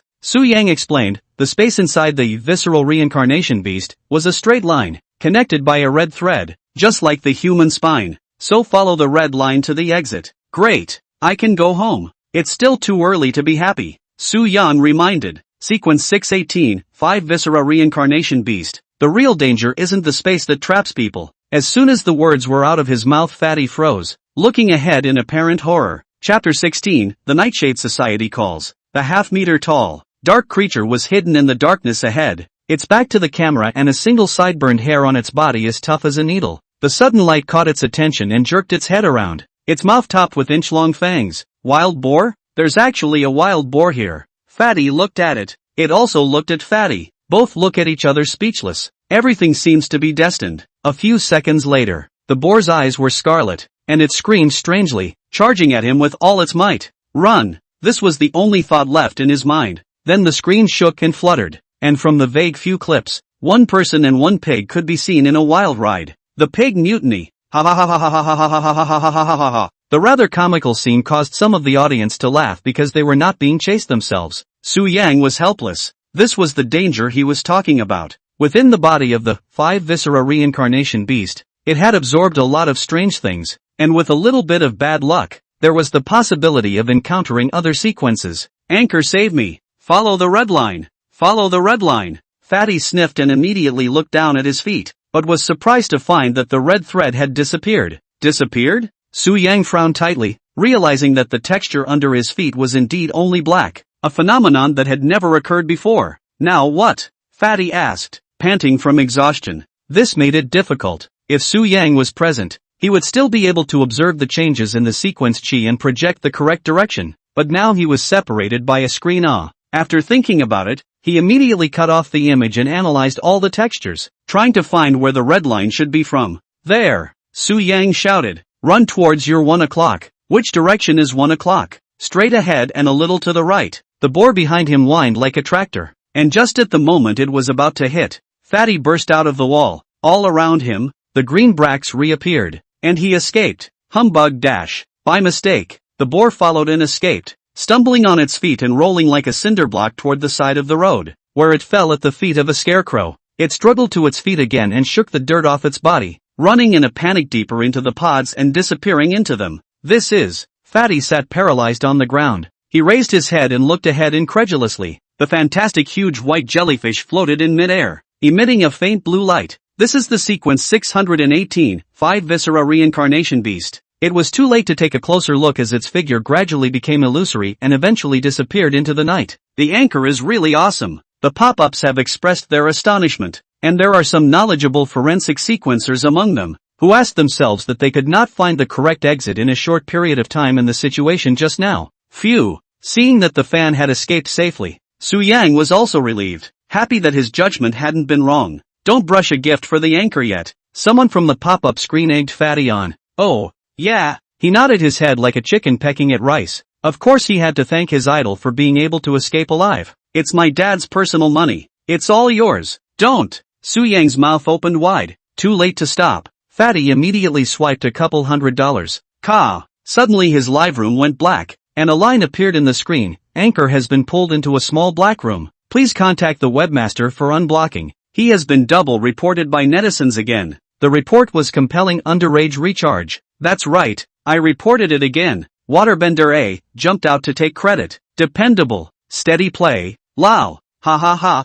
you guys are so bad. It's obvious that the anchor has done something good, and you guys still want to fix him. Ah. The Knight of Sue in front of the screen screamed and vented, hating him. And with that, the broadcast is over for the day. On the other side, on the border trail, Fatty breathed a sigh of relief. He pulled his limp legs to his feet, his body covered in a mixture of sticky black fluid and sweat, and his entire shirt was soaked to the skin in a good way. Oh. Silence returned to his surroundings, and he shivered as a crisp, cold wind hit him. At the same time, the clouds in the sky slowly spread out. The bright white moonlight shines on this bract field, shining on a humanoid thing. He was startled, and only when he looked closely did he realize that it was a scarecrow made of withered rice. It was tied to 2 wooden sticks, like Jesus on a cross, and its lowered face was exposed to the moonlight, unusually white. Has this been here before? Fatty recalled that he passed this road every day, but never remembered to have seen And how does this scarecrow look more and more wrong,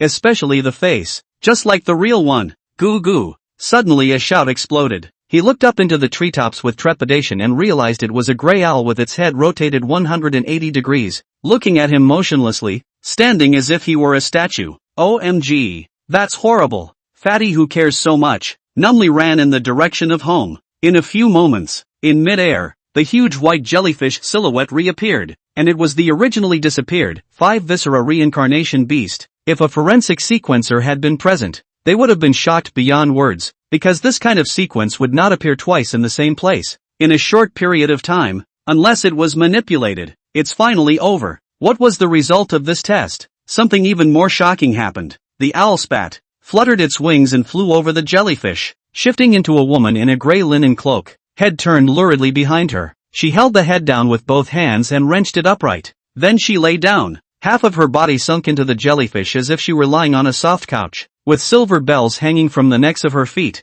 jiggling slightly and ringing crisply in the stillness of the late night. At the words, the scarecrow on the ground moved, dozens of dead straws shook off, and he broke away from the cross and put the felt hat on his head. Ka-dash! Sound came from the scarecrow's throat, a magnetic radio accent interspersed with the clicking of electrical interference. Not bad. Just now I deliberately hid the red thread. He was separated by a screen and still managed to find his way in such a short time. He is indeed very capable. I've observed quite a few forensic sequencers before, but without exception, they were either vain or difficult to use. So, I think he passed, don't you? Purple and gray. The woman known as Purple Gray shrugged, not that she cared. Seriously, for her personality of not being too attached to anything, the scarecrow is sometimes helpless. He paused and looked up at the sky image. The stars of the celestial pivot were beginning to close in the middle, and it would not be long before they would be joined together. Time is short. There's no more time for us to take our time and think about it. Starting tomorrow,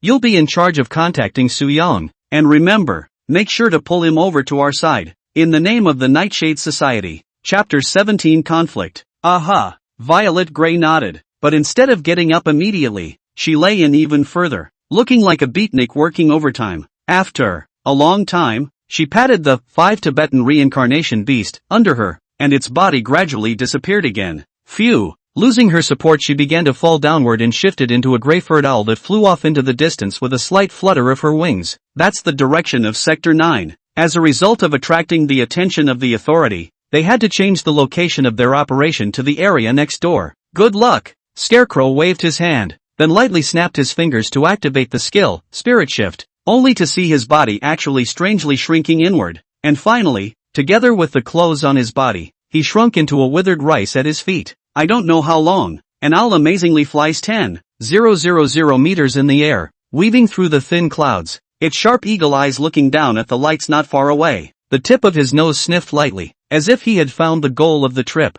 It retracted its wings and swooped downward. A gray feather drifted down and landed on the ground, on the roof of some bar, the Love Bar. A closed sign was hung outside the door, and the minions inside were cleaning up the mess that was all over the floor. He bent down and swept the broken glass from the floor into the dustpan, and the liquor mixed with blood leaked out again, giving off a strange odor that smelled like a grandmother's stinking duty. Stifling the odor, he grumbled inwardly as he dry-heaved a few times. Hiring a cleaning can cost you a few dollars? Net take us little brothers as cattle and horses to use. Deserve to be smashed. At that thought, he peeked at the bald guy not far away, the owner of this bar, who was reprimanding the security guard in front of him. You've grown so big for nothing. Don't you know how to stop them? Ah, how do you look at the gate? Isn't the gate still there? You're trying to piss me off, the bald man spat. Even if I don't tell them to stay dead, and watch them strut away, who's going to pay for my losses? They're from the Serial Authority. We can't afford to mess with them. I'll be damned. What is the District Authority? Now if they dare to come,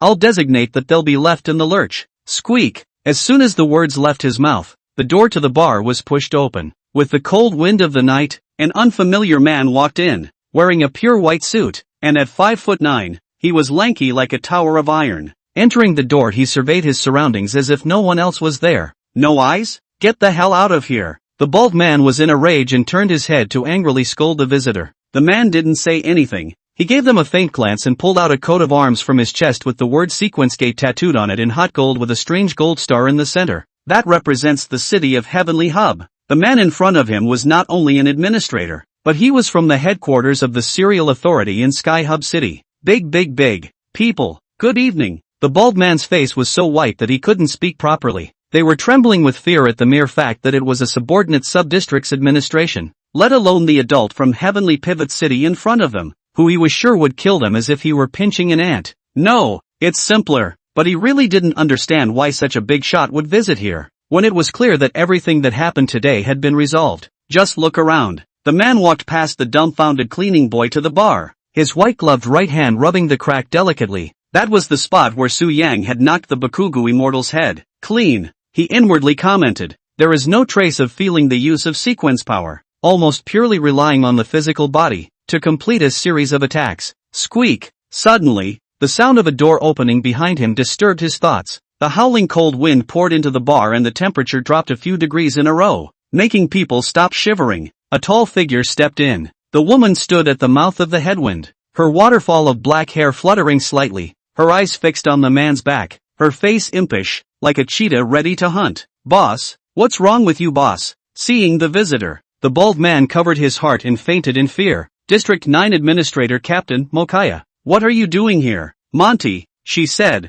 word for word, coldly. The man didn't rush to respond. He dropped his bloodied white glove and took the other from his pocket and put it on, carefully smoothing out every gap. Boom! The moment he turned around, an invisible force directly pounced on him. Monty instantly counterattacked in the same way, the two of them going toe-to-toe, and the rushing pressure went straight through the roof and hovered over the tavern, causing the air to freeze and the clouds and rain to divert their paths. Ka! The bar's bottles shattered instantly. The wine flowed and pooled in small pools on the floor, but was invisibly blocked at a meter from the two, creating a circular vacuum that couldn't get an inch closer. Your temper is still as hot as ever. Monty Wanshe, if you would have collected yourself, you would be in Tianshu City right now, not this country place. Convergence? Mokaya snorted. And then what? Become the hawks and dogs of those big shots, just like you. He didn't say anything, as if by default. This is District 9, my territory, and you are not welcome here. What if I don't go? You can try.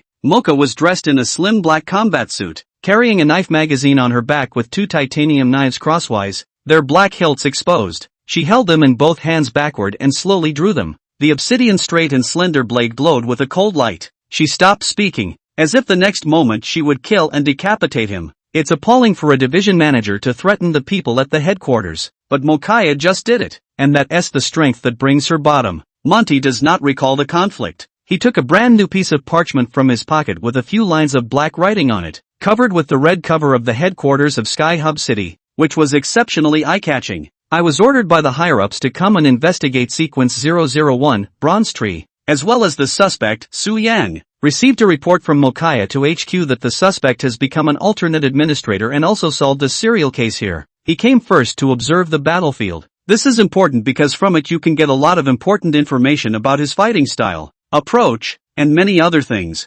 Seeing that it was an order from HQ, Mokaya was not in a good position to apply pressure and let go of her hands, the twin blades sliding back into their cases under the force of gravity. Monty, I'll interrogate him. Maybe. I'm warning you, he's my man. Mokaya interrupts. I don't care what orders you've been given from above or what tactics you want to use. You have to remember one thing. Chapter 18, Getting Lost. Move a hair on my team member's head and you won't leave alive. With that, Mokaya turned and disappeared into the night. Monty was a bit surprised. As far as he knew, the two should have known each other for less than half a month. What kind of charm did this person have to be on her protection list? Now he wanted to meet the sequencer even more. I look forward to seeing you tomorrow, Shu Yue. On the other side, inside the rental house, Su Yang, who was in the center of the vortex, was still unknown and unaware as he ended the live broadcast, took a hot shower, and comfortably laid down on his bed to prepare for sleep. Whoa, the phone rang. Picking up his cell phone, he realized it was Shushu calling. What is it?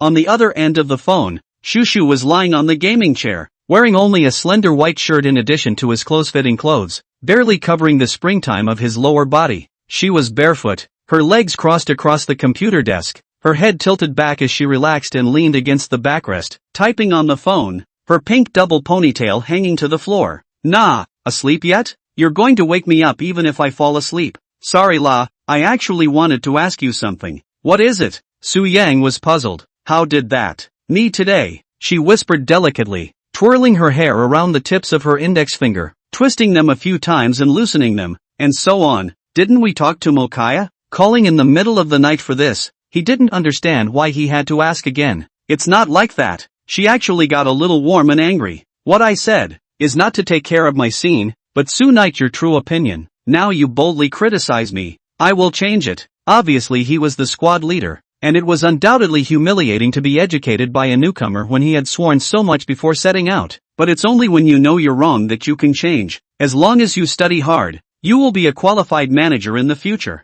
Beautiful words or so, but what if Su Knight said her stupid, do not recognize her how to do? She squeezed the phone tighter at the thought and listened apprehensively. The person on the other end of the phone was silent for more than 10 seconds, and finally said solemnly, it's not a lie. What I said before was sincere. You are indeed very talented. As for some flaws, it's normal. Just go through it a few more times. Really? Don't lie to me. Really? I won half.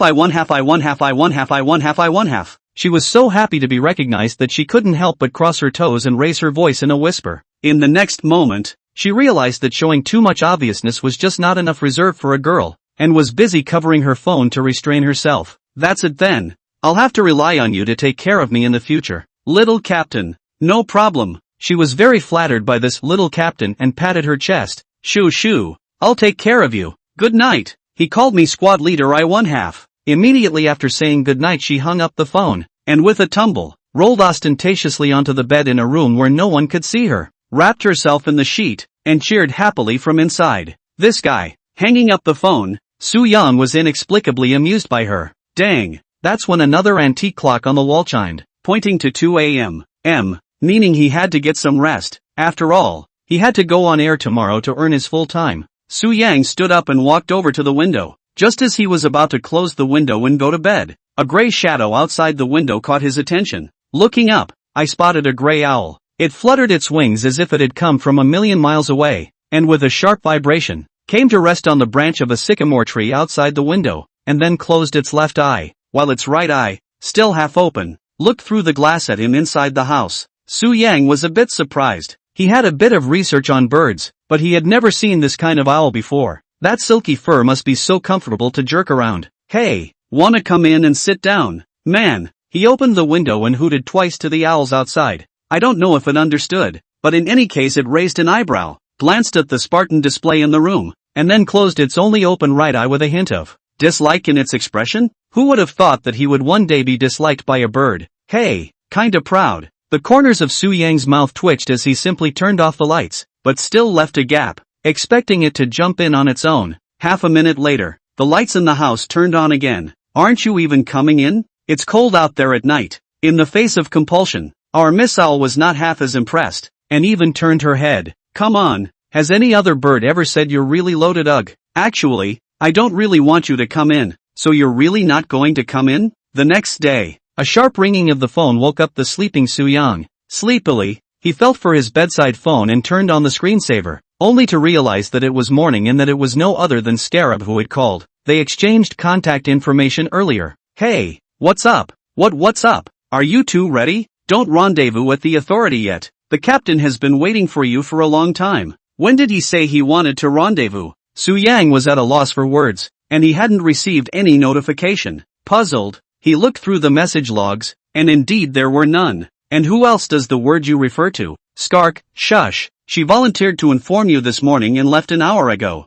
Hasn't she arrived yet? Not lost again. 2. My auntie Su Knight hurriedly hung up the phone, jumped out of bed, and hurriedly put on his clothes. It's been an hour, a train ride all the way to the next district, a plane ride all the way to Sky Hub City, and with her attribute of being a roadie, God knows where she is now. Had to catch up with her before she got too far. Walking over to the window and subconsciously glancing out at the sycamore, he noticed that the owl was missing. Maybe it had flown away, but there was no time to care about it now. After washing up and packing his things, he grabbed the door and ran downstairs while dialing Shush's number. Hey, where are you? I'm near Maple Street. I'll be there in a minute, she replied confidently and briskly. I thought to myself, it's just a walk. It's so simple and easy. I'm still a few minutes away from making it. Shush me fantastic. Really? Su Yangye was half convinced. That could be false, said she, colorfully describing the buildings around her. There's a nice big stone statue here, and well, he's got a nice big scythe and hammer in his hand. A few minutes later,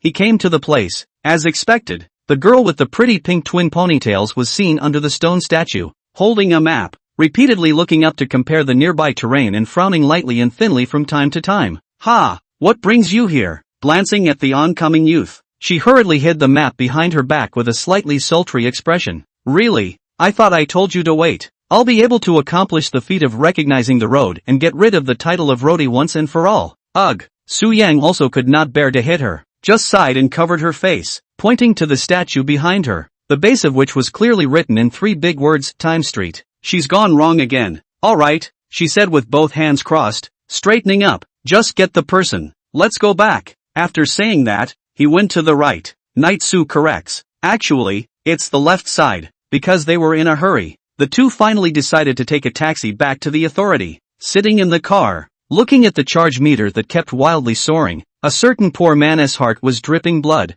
As for the remuneration given by the authority before, all of it has been taken to pay off his debts. After all, dry identification sequence of this line earns a lot and spends a lot. Let's buy an electric car when we get paid this month. Su Yang gritted her teeth. The live broadcast plus the income from the authority would be more than enough, but the rent and utilities will have to be paid again, or in advance on the salary. Forget it. Haven't worked a few days yet. Isn't that too much? No. That's when a red lollipop was handed to his mouth. Shushu closed her eyes and faced forward, and without looking back, she said, I'm in a bad mood today, so it's orange flavored. There's more of that? Su Yang thanked him for accepting it. Within moments, they arrived at their destination. Standing under the nail-like building again gives a different feeling every time. It's a bit odd. Unlike yesterday, when people came and went, it was clearly noticeable that there were fewer personalities working for the authority today, as if something had happened to prompt them all to go elsewhere. Push opened the door to the conference room with confusion. Mokaya was also gone, but Scarrick and Shigeru were still there. Strangely enough, they had both changed into formal black suits and were not smiling. Is this going to anyone's wedding? No, we're going to be there for that. It's a funeral. Chapter 19 Monty the Administrator. Funeral. Whose? What kind of big shot is worth alerting the serial authority? The chief or the city lord? Or someone else? Well, he remembered. It was the 2 administrators who sacrificed. They died under sequence 354, Fallen Werewolf. According to the time, today is the 7th day of the 1st month. It should be held on the day of burial. The captain has gone. Before she left, she gave me instructions to take to you to get a proper suit. This is a mandatory configuration at a funeral, just as a Western meal must be accompanied by a knife and fork. Then, Scarab led the two, in a light-hearted manner, to a nearby suit boutique. The shopkeeper was an old man with white hair, wearing single-rimmed round-framed glasses, and with the fabrics cut in his hands. He didn't entertain them when he saw that they were acquaintances coming over, and let them choose freely. Standing in the middle of the store, the bright and transparent tall windows, neatly arranged in rows of well-trimmed suits, are in a wordless expression of their calm and restrained, as well as the price is not expensive. Individuals, tens, hundreds, thousands, wringing his fingers and repeatedly counting the several zeros underneath. A certain small anchor who hadn't received his paycheck swallowed his saliva. This is really going to be a loan to work, or I'll just rent. No way. Skark interrupted his thoughts. What's with the rental sort of thing? Had to have one customized for you to wear if it wasn't too late. However, he also saw Su Yang's dilemma and gave him a peace of mind. All the clothes here. Go ahead and pick them out. The cost of our first suit in District 9 is reimbursed at the public expense of the authority. Not only District 9, but other local administrations have these kinds of benefits, provided they are used at the administrator's funeral. This is a clear indication of the importance attached to it. Skark added, remember to save it when you're not wearing it. You'll need it again later. Dang, dang, dang, dang, dang, dang, dang, dang, dang, dang, dang, dang, dang, dang, dang, dang. What do you guys think of this one?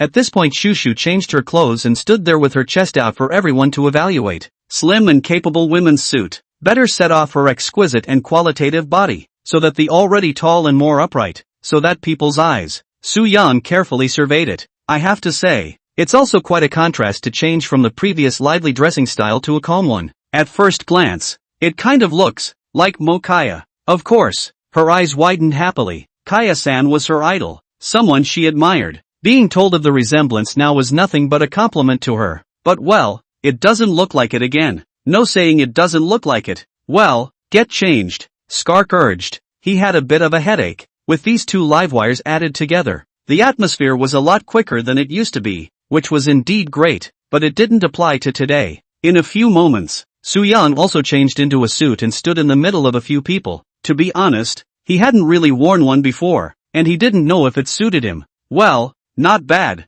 Skark stroked his beard, usually looking hangdog, and formalized it quite appropriately. Let's go. The young girl patted him on the back and led the crowd towards the store in stride. Ugh. At the end, Shigeru looked at the relaxed backs of the trio and couldn't help but sigh. All they had to do was put it on and walk away. And as an accountant, he had even more to worry about. He paid in silence and checked the authorities' bill, including the cost of the funeral afterward. Seems like $1 is missing? Get ready for rain. Inside the pure black SUV, Su Yan looked through the window at the ink-like clouds in the sky, feeling the atmosphere slightly depressing. Traveled some distance further. A cemetery appeared ahead, the best cemetery in District 9, with rows of white tombstones neatly erected on the grass-covered ground in a solemn manner. It was a funeral not known to the outside world, and except for a few relatives and friends of the deceased, the vast majority were members of the authority. 100 or so people, dressed in uniform black and white suits, gathered around the two new monuments, including Mokaya, who had arrived early. Looking at the tombstones of his men, what are his feelings as their captain at this moment? Sad, angry. Su Yang didn't know, but he didn't feel much of anything because he didn't know them, and wasn't even a colleague before joining the authority. It is more of a rabbit dying, fox grieving kind of sentimentality. Getting out of the car, without much conversation, they made their way to the center of the line and everything started going according to the established process. You're Su Yang, aren't you? At this time, someone behind him called out to him, besides Shushu and the others. There's someone else here who calls out to him? Puzzled, he turned his head to find a tall, unfamiliar man, wearing immaculate gloves and a white suit that stood out especially in a sea of black, looking at him with a smile. The others looked at the man consciously or unconsciously, with a faintly imperceptible scorn in their eyes. Most of the people who could come here were from the authority, but he had never seen this person before, so he thought he was from another district. If that's the case, why do people have animosity towards him? From Sky Hub City, be careful. Skarek pretended to turn his head sparsely, quietly explaining from the sidelines. Su Yang's heart lurched. The administrator of the Heavenly Pivot City not only has great power, but he himself is a powerful A-class sequencer, the same level of existence as Mokaya. It's no wonder people are reacting the way they are. He appeared in District 9, naturally not to attend the funeral, but for Sequence 001, Bronze Tree. The prime subject of investigation is undoubtedly himself. About them, Su Knight also have some understanding. It's always been the norm is rather wrongly killed 10,000, refused to let go of 1 inch, even if he is innocent, but also have to peel off a layer of skin cannot be. As Monty approached, more people noticed this and gradually stopped talking, their heads turning in unison toward the visitor. 2 camps were vaguely formed at the scene. One is the 9th District, led by Mokaya, which embraces the hero, Su Yang, and the other is Tianshu City, represented by Monty. The atmosphere was tense. Even Shushu, who had always had a big heart, noticed this, and she took half a step forward, her body blocking in front of Su Yang, crossing her arms and questioning, "What do you want?" She wouldn't allow anyone else to take Su Yang. The man didn't answer, walking to himself as everyone watched, towering over him like a tower of steel. What was surprising was that he didn't do anything but just rubbed Su Yang's shoulder with the back of his hand and praised it. "That's a nice suit. My name is Monty. Nice to meet you," he said and extended his right hand again. "What do you mean?" The Lord from the heavenly pivot city wants to shake hands with a commoner like him. Could it be a trick? Su Yang glanced to Mokaya, who was not far away, to ask for her opinion, but she didn't look this way and just turned her back to the crowd, as if she was certain that Monty wouldn't dare to fool around. It was also true that with her there, Monty knew full well that he couldn't take anyone with him, but he hadn't intended to. If you want to know whether he is related to the Nightshade Society, you just need to find out if he is hiding his strength. Nice to meet you, too. Su Yang withdrew his gaze and extended his hand. He wanted to see what tricks were being played. For a moment of holding each other, everything was normal. It wasn't until he tried to draw back his right hand that he realized that his opponent had a tight grip on him, and kept applying pressure. Chapter 20, Funerals, Rain and Wine. He was testing me. Instantly, the guess popped into his mind. To tighten the force? No, since in the eyes of the outside world, he can kill the B-level sequence, then he must show the corresponding strength to be able to do so. By holding back, others will know that he is hiding something. Su Yang secretly laughed in his heart. In that case,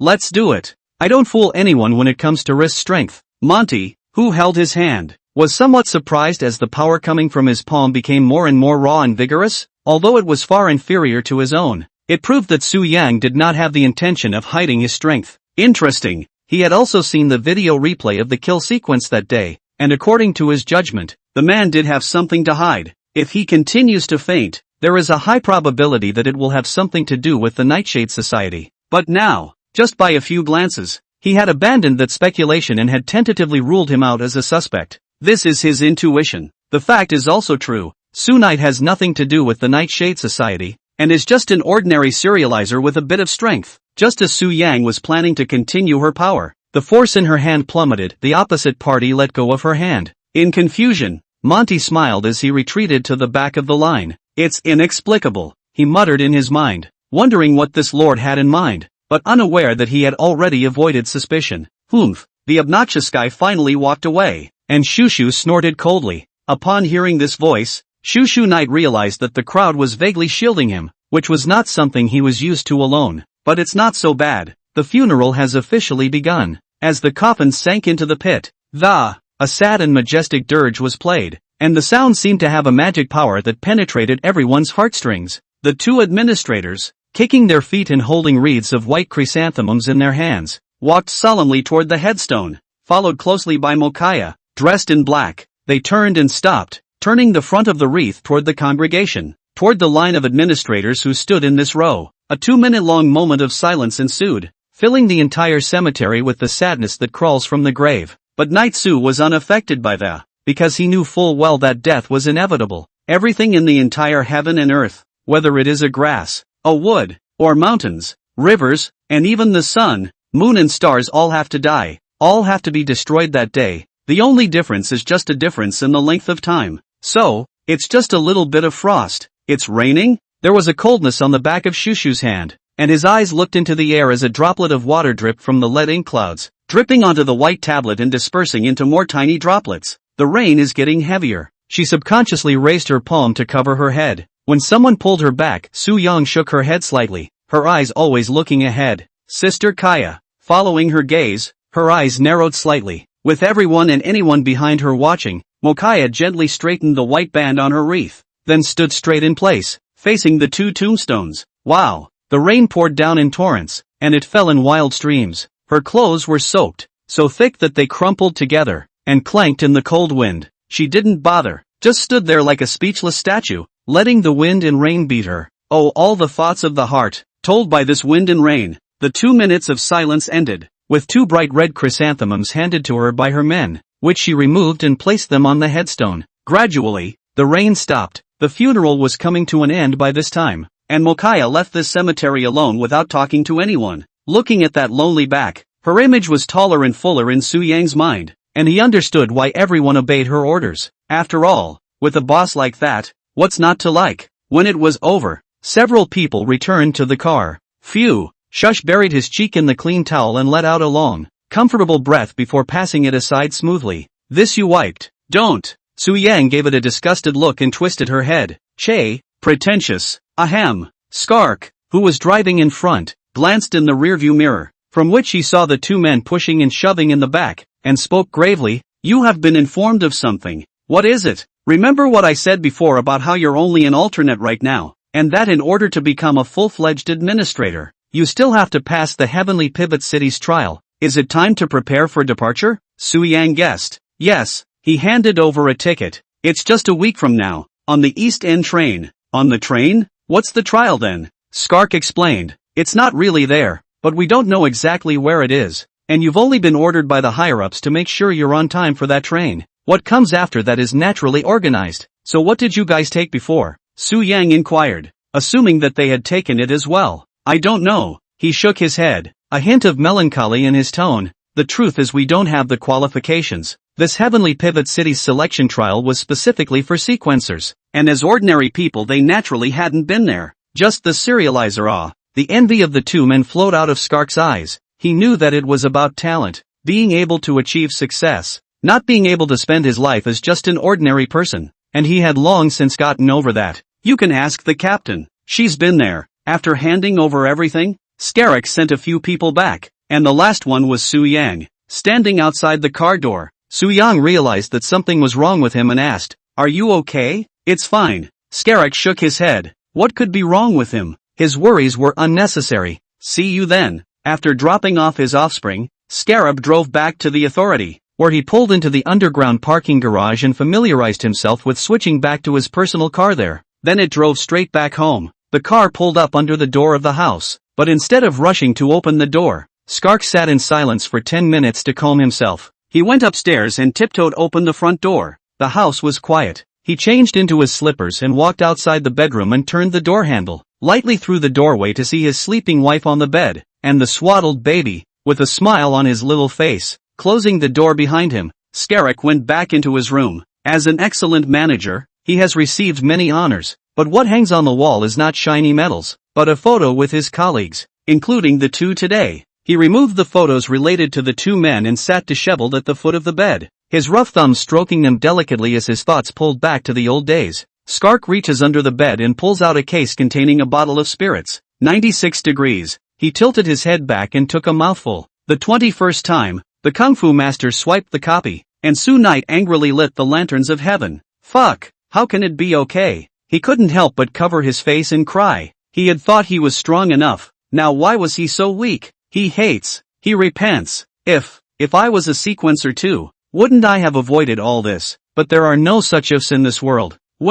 That's when the sound of the stove being lit came from the kitchen. A short while later, the door of the room was gently opened, and the wife brought a plate of fried peanuts. On the other hand, Su Yang returned to the rental house, ready for the afternoon. He thought, it's time to kick off today's broadcast, try to get some more fans while it's still hot, and then step up to earn a retirement.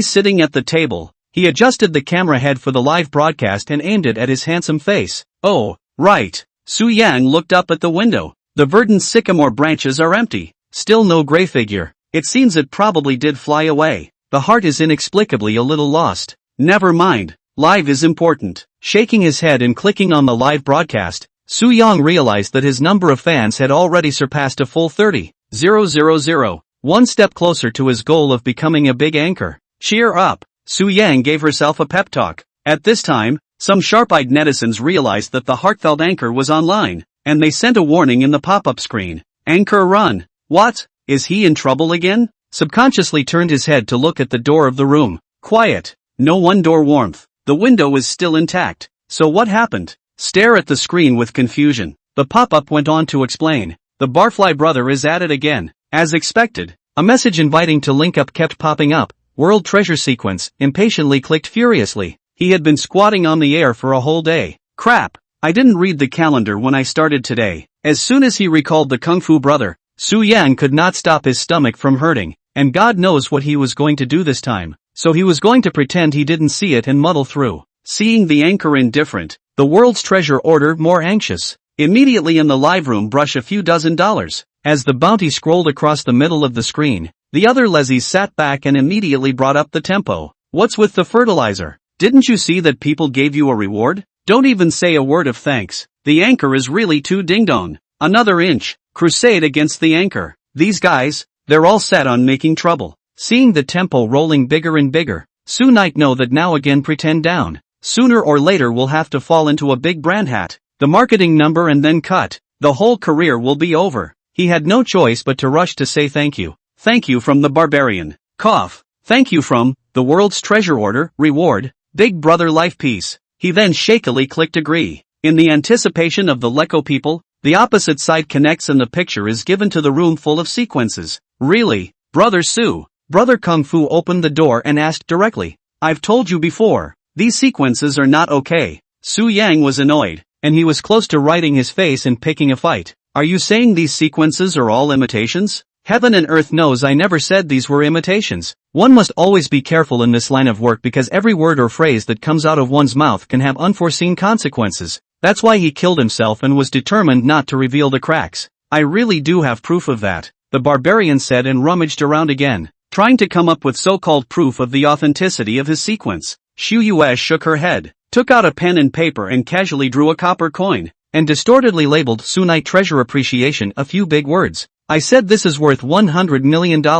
Who believes it? Big Brother? Can we not hold those cheap PS? Come to some official proof? Rao said so clearly, but the opposite side acted as if he hadn't heard. He found a thick book, put it on the table and opened it page by page, in which there were many screenshots of sequences, and at the top right of the screenshots there was a message that the cell phone was running low on battery. When a person shows you proof, beware, because apart from the very few giant auctions, and official certificates at the level of the heavenly pivot city, most of them were all printed by a random print store under a lofty name. There is no warranty to speak of. This is where a lot of newbie hacks fall. As for the long-experienced Su Yang, he naturally wouldn't fall for the trap, and he bluntly shook his head in disapproval. Seeing this, the barbarian brother simply stopped flipping, and with a shake of his little hand, offered up a killer set of photos, the ones hanging on the wall. The photo content shakes hands with the old men, who without exception are known in the industry as master forensic sequencers. Is there a fake even if it's certified by a master, holding the master over him?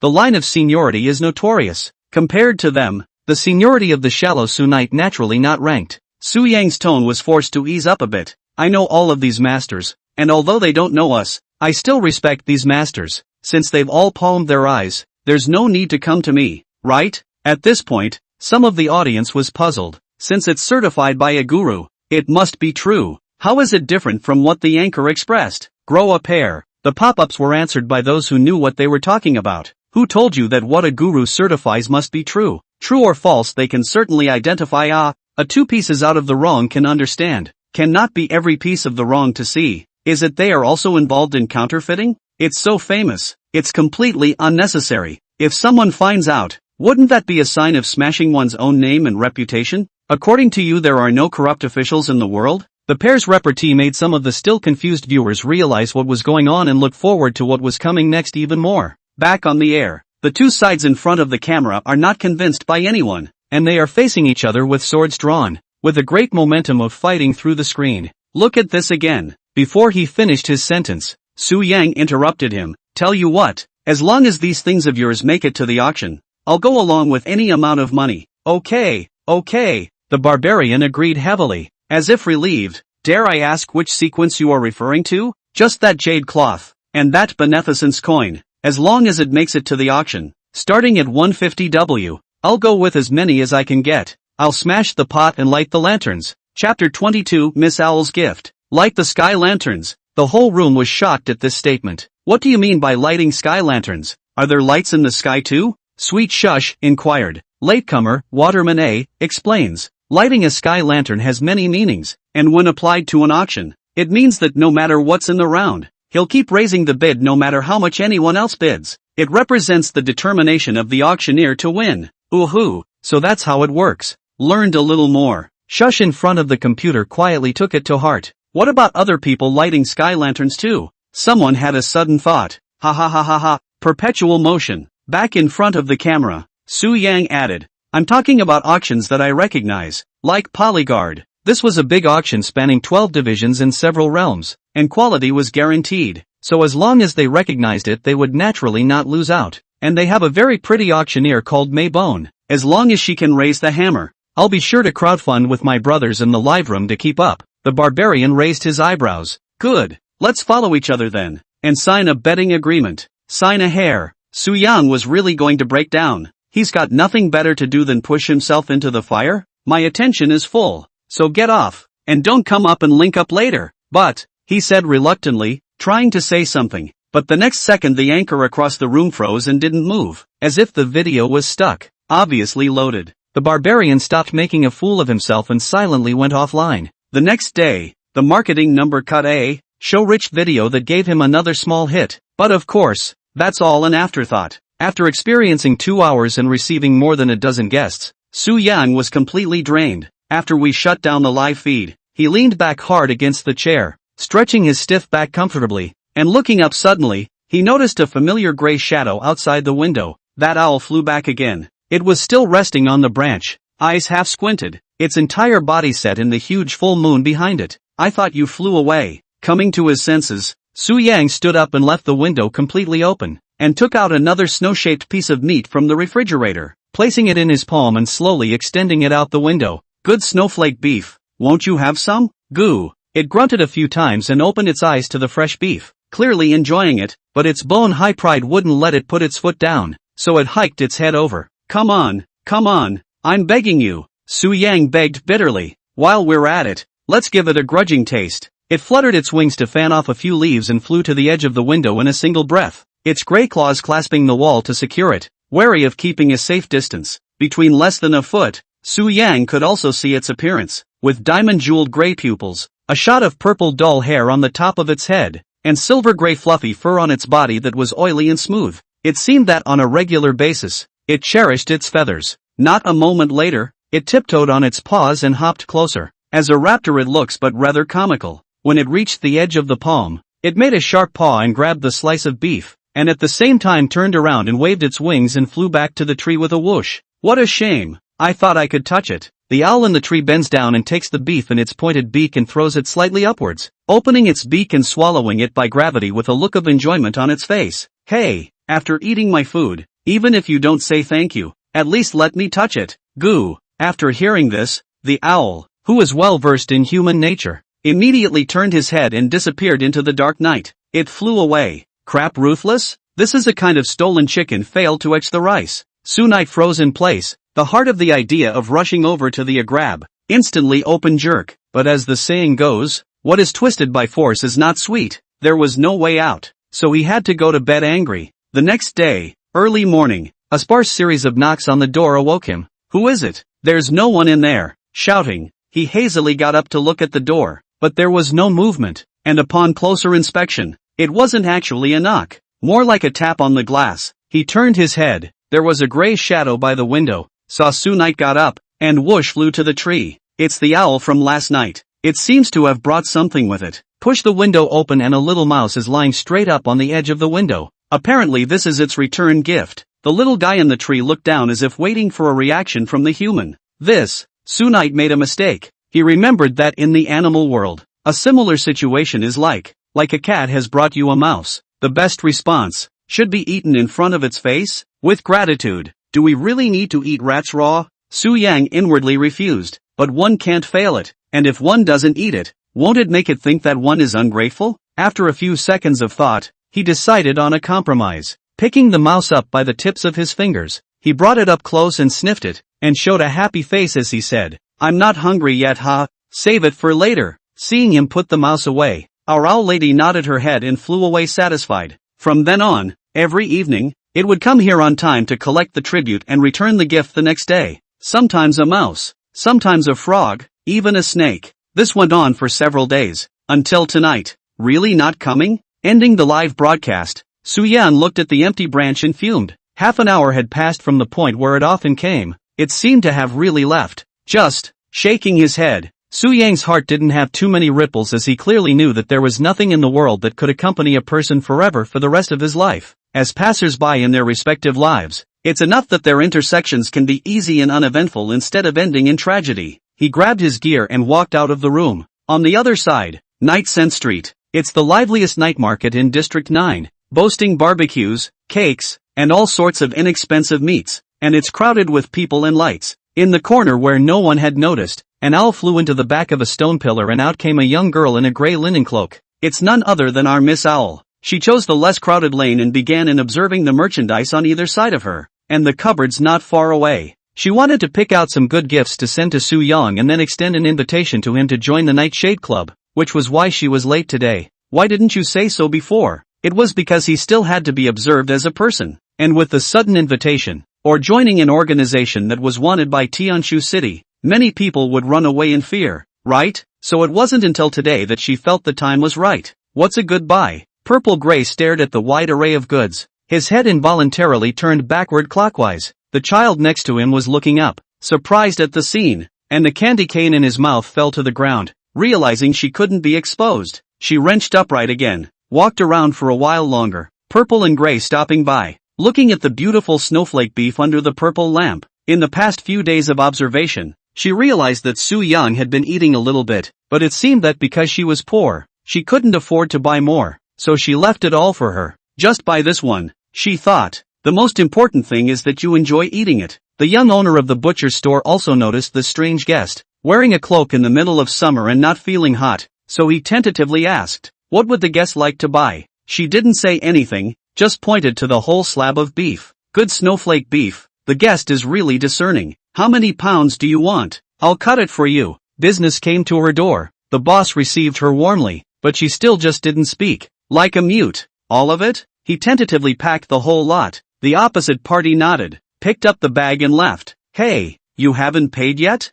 This big night, there are people who dare to eat the king's dinner. The boss is so anxious that he is holding a knife in his left hand and a fork in his right, and he is about to fight for his life. Aha! Violet Gray turned back. She remembered. Weak humans are the ones who need things to make exchanges. It used to be broken shells, now it's scrap paper, and they get angry if they don't give it. What a pain in the ass. She held out her hand and casually dropped a handful of red bills, a dozen or so at least. You take care. The owner smiled apologetically and flipped it back, bringing the heartfelt beef. Purple Ash's mood lightened, but just as she turned around she froze, her pupils shrinking to needles. A tall man walks up to him, wearing gloves, a neat white suit, and exuding an aura of danger. Chapter 23, Monty vs. Purple Gray. Sky Hub City Manager Monty. What's he doing here? Did you find her? Purple Gray brain frantically thinking. So far, it seems that he has not found himself, but just happened to stumble. Can it really be so? Regardless, a crossover must not occur. This was District 9 territory, and once it got tangled up, Mokaya was bound to come out of the woodwork. And with Scarecrow out of the picture, there was no way in hell she could stand up to the two A-ranked administrators. Run away? Neither can I. The administrators are very sharp. They have been right on top. And turning around now is bound to be noticed. Just walk over normally. There are a lot of people here. And even if he was discovered, he wouldn't dare to do anything. Monty walked down the center of the road, one hand in his coat pocket. If one had perspective eyes one could notice that he was holding a thumb-sized bead that was densely engraved with symbols such as the heavenly stems and earthly branches, with a thin needle in the center. This is the small sequence compass at the headquarters of Sky Hub City. Unlike the raggedy thing Su Yang had on hand, it could detect sequences of A rank or below. At the moment, its pointer was churning, and it was clear that a dangerous A sequence was nearby. You know, a B rank less than Fallen Werewolf had made a big mess before, let alone a much higher A rank sequence that was far above it. Any one of them is in existence that can destroy a division. He could deal with ordinary people, but when it came to the Nightshade Society, even he had to be careful. Where the hell are you guys? Monty's eyes raked over everyone around him like a hawk, and he was the first to notice any movement on their part, but they were obviously well hidden and not exposed, until a man with a gray and linen cloak passed him and the compass made a strange noise. Moment! The fist that had long been building up its strength slammed towards her, but the man was ready for it, too, and swiftly dodged it, passing through the crowd with a nimble, light figure, like a gray petrel. The strong wind of the punch lifted the entire street. Many fell to the ground, and the fallen store trolleys came crashing down again, pouring hot oil in their faces, and for a time there was wailing all over the place. This was still the result of Monty's collected strength, because a kill would definitely have Mokaya arriving and swinging at him in the first place. He stared at the figure that, the wind blew off the man's cloak, revealing gray skin, a trademark shoulder-length gray hair, sequence 077, purple and gray, wanted by the Joint A series, affiliated with the dangerous Nightshade Society. She was alone, but could not deduce the location of the Scarecrow. He had to catch before the other sequences arrived, torturing the whereabouts of the bronze tree. It seemed like a long time ago, but it happened in the blink of an eye. Monty made a judgment call and quickly pursued toward her, The two crossed several roads in an instant, tons of cars coming along the way that he casually pushed out of the way. But even so, the two personalities are still gradually pulling away, and already about to lose sight of each other's backs. Monty frowned. Purely in terms of speed, he was indeed no match for Purple Gray, but he had already prepared a backhand. Seal. An object appeared in the palm of his hand, and with a roar of rage, he threw it hard with all his might towards the moving shadow in front of him. Sensing that something was wrong, Purple Ash looked out of the corner of his eye towards midair. It was a square object with a single, blood-red eye on all 6 sides, grotesque to say the least. If Su Yang was present, he would have been surprised to say its name. Sequence 500, 6 gates binding. Brush. Suddenly those 6 eyes stared at her in unison, then exploded violently, forming a 10 feet long and wide circular shield with her as the center. This was the ability of the B rank sequence, 6 gates binding, forming a shield that was enough to trap a sequencer of the same rank. And although it didn't do much against an A rank, as long as it could be entangled for a few seconds, it would be enough for him to catch up. The purple and gray was now like a turtle in a jar. Just as Monty was about to catch up, his tailored suit split at the waist with a click. It was followed by his cheek, which /2 intersecting again cuts as if it had slipped through something sharp, the skin splitting open. Line, eyes shifted desperately to the right. Monty realized that there were 2 thin, imperceptible purple lines along his cheeks. Not just any thin lines, but condensed from sequential chi, blowing out his hair. It turned out that she had already laid traps along the way. Not only that, but the fleeing Purple Ash in front maneuvered the purple threads in both hands and pulled violently, like a sharply turning Tibetan bell sheep flying backward. With 2 more silver bittersweet in his hands, she decided to fight to the death. The purple thread in her hand was like a swimming dragon, and the silver blade turned into a cold aura. In the blink of an eye, the offense and defense were alien. You've got to remember that standing in front of you is Monty, the Heavenly Hub City Administrator. Monty roared, his upper bodysuit instantly bursting open, his majestic pressure shaking away the purple line, and he swung his fist up to blast heavily. The moment the 2 men exchanged blows, the concrete pavement exploded into a large crater. The utility poles cut into dozens of segments, a 10-meter radius, all intact. What's going on? Is there a sequence descending? The road was crowded with unsure spectators who watched the protective shield as it shattered like a piece of glass, revealing the smoke inside. In the rolling smoke, a blood-stained owl rushed out, like a stringed arrow flying into the distance. On the other side, a street of ancient sequences. Boy, come and see. On the ground stall, Sandal's Moncler outlet, sitting on a small bench. Fan. While the youth can praise their own treasure, the youth is no other than our young anchor, Su Yang. He went out just to pick up the pieces. Of course, the cereals here are all pretty generic, and there are even a number of counterfeits, so trying to pick up one with a serial number is basically impossible. But relying on his vision, he could still make a small extra income by dumping some sequences with whitening and height-growing effects. Su Yang casually picked up a string of pendants and swept a couple of eyes, immediately judging that they were created by a former sequencer and could be worn to refresh the mind. How much? He asked. Boy, this is something. Moncler Outlet Online. Seeing the fish on the hook, he was ready to ruthlessly slaughter a sum of money. This is my high price, bought from a downtrodden family. See, you have a destiny, low price to sell you, just 200,000. The Moncler Outlet Store surface smiled, but in his heart, he was disdainful. Nowadays, young people want to save face, and even dare not pay back the price. He casually fooled. Will be stupid to pay? As long as the success, the rest of their lives do not have to worry about. Taking a step back, how much can he cut the price? 200,000. A little expensive it. Moncler Outlet, please, can I slightly cut? I'll say a number, so don't be offended if you hear it. Speak. Moncler Outlet Store. The old god, from the young man's respectful tone, more certain that he is just a fledgling novice. Since he is a novice, let him taste the perils of society today. Su Yang, 1 bite, $20. Chapter 24 S-Class Sequence? My heart. Moncler Outlet Online. After hearing this, he covered his chest and almost died at the age of 70 without taking a breath. From $200, to $20, Where is this cut a cut? It's clearly a cut to his pension. Moncler Outlet Online. Redworm, you're just looking for a fight, aren't you, old Biden? Su Knight coldly grunted. Don't think I don't know what I'm talking about. You're a 2,000 wholesale from the 7th district next door. Opening your mouth is a set of down payment. How presumptuous of you. This kid? At such a young age, you have such a sharp eye, and today you've sort of gnawed on a hard bone. C is a connoisseur. Moncler outlet store happy to smile, which can this is not still able to talk about it. And besides, the old man I will earn a hard money. Let's not play games, let's discuss it seriously. Okay, 2,200, too low, 3,000, 2,400, that's enough. Su Yang said, don't force me to play the turn my head and leave, then you retain that Okay, Moncler outlet store no more words, a very difficult look, that acting, as if cutting the heart, and finally tearful deal. Su Knight took it, twisted his head and hung it up on the air with a price tag of $3,000. A few seconds later, it showed that the fan purchase was successful. This is a bit of traffic is good. Someone's mouth cannot stop the corners of the upturn. A few more hanging, the family's money is all his. Ahem, coughing a few times, Su Knight corrected the settings. He himself is no longer a conscientious anchor, and it is good to earn hard money for the welfare of his family. He continued to wander around for the next,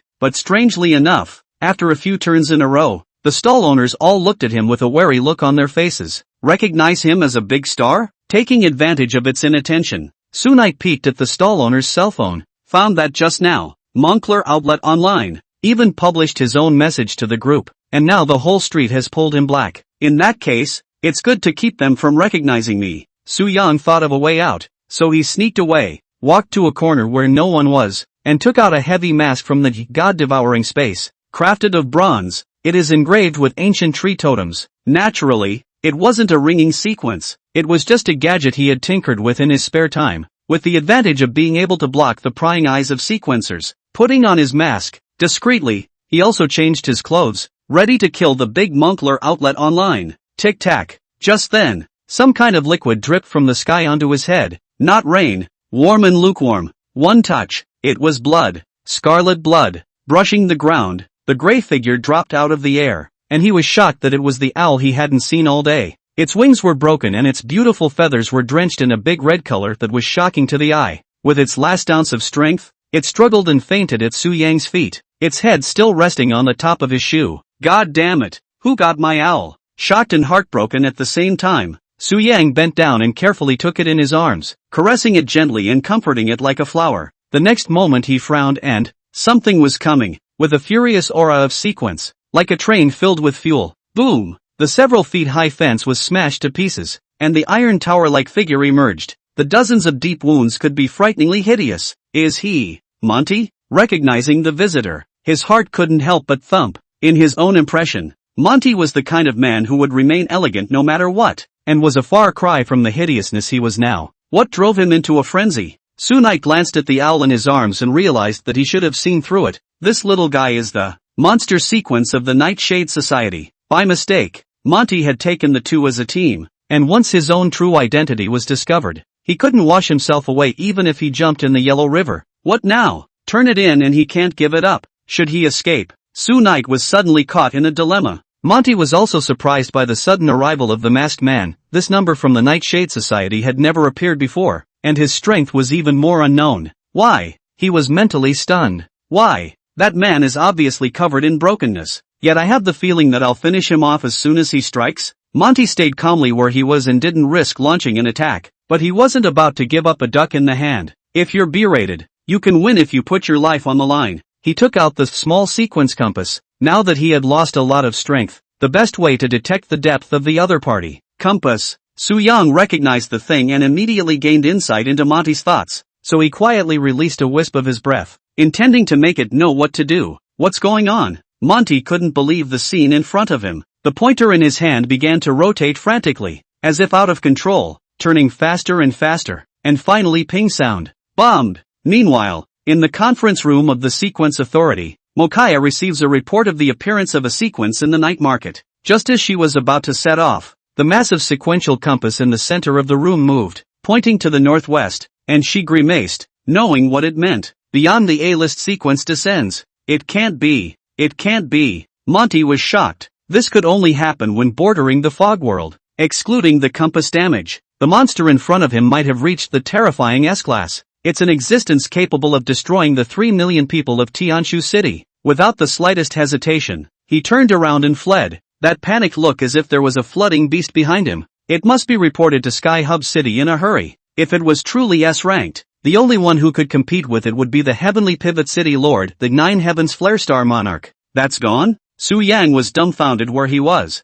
looking at the beads that shattered on the ground, sighing that the things in Tianshu City weren't very good, and that they failed to work after 2 measurements. To his death, he would never have imagined that he could receive such a high rating. Saving my bird is important. Think of the little one in your arms. With a swipe of his right hand, the owl was brought to the God-devouring space within his brain, and his mental projection held it and walked next to the heavenly fetus egg. A constructed stone pillar rises up and tops a clear spring. This is the result of Su Yang's years of research, and it contains a spiritual spring with healing powers, capable of repairing the damage done to the sequence. I hope it works. Cupping his hands, he gently dipped it in, and the blood stains on his body touched the clear spring and magically dissipated into a blood mist. The unconscious purple-gray only felt a warm liquid wrapped around the whole body. The wound was no longer in severe pain, and the tightly locked brow also stretched. Unclasping its hands, it floated in it, gravity-defying, its breathing beginning to steady. The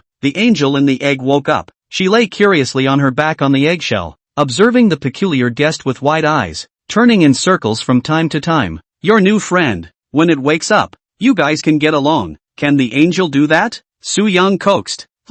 She nodded very seriously. Outside the real world, as the number 1 suspect, Su Knight did not stop. The first time to escape, sneaking back to the rental house. Gulp, a cup of hot water. He sighed with relief, and at the same time got jittery, unable to predict what consequences today's decision would bring to him. Whatever, his heart fluttered. Do it all. What else can you do? If you have the ability to come to the individual to sanction him now, knock, knock, knock. As if in response to his words, a knock sounded at the door shortly afterward. Who is it? Su Yang asked tentatively, his heart instantly in his throat. A familiar female voice came from the door. Open the door. It's Mokaya. Chapter 25, Lord of the Night. As soon as Mokaya outside the door finished speaking, a noise rang out in the room, as if someone had fallen out of a chair. Why? It's okay, it's okay. A few seconds later, Shu Yui opened the door nervously. Unsurprisingly, the captain wore a slim combat suit and carried the mysterious knife box on his back, with the 2 titanium knives inside glowing. With a cold light obviously, he had just come from the scene of the crime. Could there be a sequence descending? Su Yang guessed her purpose and played dumb. Then let's hurry up and set off to uphold justice. It's not necessary, she explained. About 13 minutes ago, on Night Scent Street, there was a fight between Monty and the Nightshade Society. The opponent is A-rank sequence 077, purple-gray. She has been rescued, and according to eyewitnesses, the person who rescued her was a man wearing a bronze mask who appeared near ancient Sequential Street. Mokaya's eyes sharpened as she looked at the somewhat nervous team members in front of her and spoke faintly. After exhaustion, he disappeared in this area. Do you know who he is? Su Knight. Ah, not me. The words popped into his mouth and he swallowed them down. Once exposed, he was bound to be jointly wanted. He didn't have the confidence to single-handedly take on Tianshu City. And most importantly, his anchor dream was about to be shattered. Haven't heard of, though I just got back from poking around a little sequence over there, but didn't touch it. Su Yang gave a partial explanation. As the saying goes, lies should be 7 parts true and 3 parts false. Besides, he is on the Moncler Outlet Store blacklist. The authority will surely be able to find out, so it would be better to confess first to take the initiative. It's good that I didn't run into it. We suspect that he is the mastermind behind the Nightshade Society, and his strength is unfathomable. Not something you can deal with, Mokaya confided. When you meet them in the future, pretend you don't recognize them and take the lead in keeping yourself safe. Understand? Understood. Being concerned, Su Yang's heart warmed. Well, I'm off. With that said, Mokaya turned to leave, not calling on anyone and intending to continue her pursuit alone, something she was used to. Just as half of her body was hidden into the slanted shadows cast by the hallway, Su Yang called out to her from behind and he followed at a quick pace. Mokaya was a little surprised. It seemed that this new member was far braver than she had thought. It could be dead. Against the unknown Lord of the Nightshade, even she was not sure that she would be able to retreat in one piece, much less take care of the others. I'll protect myself,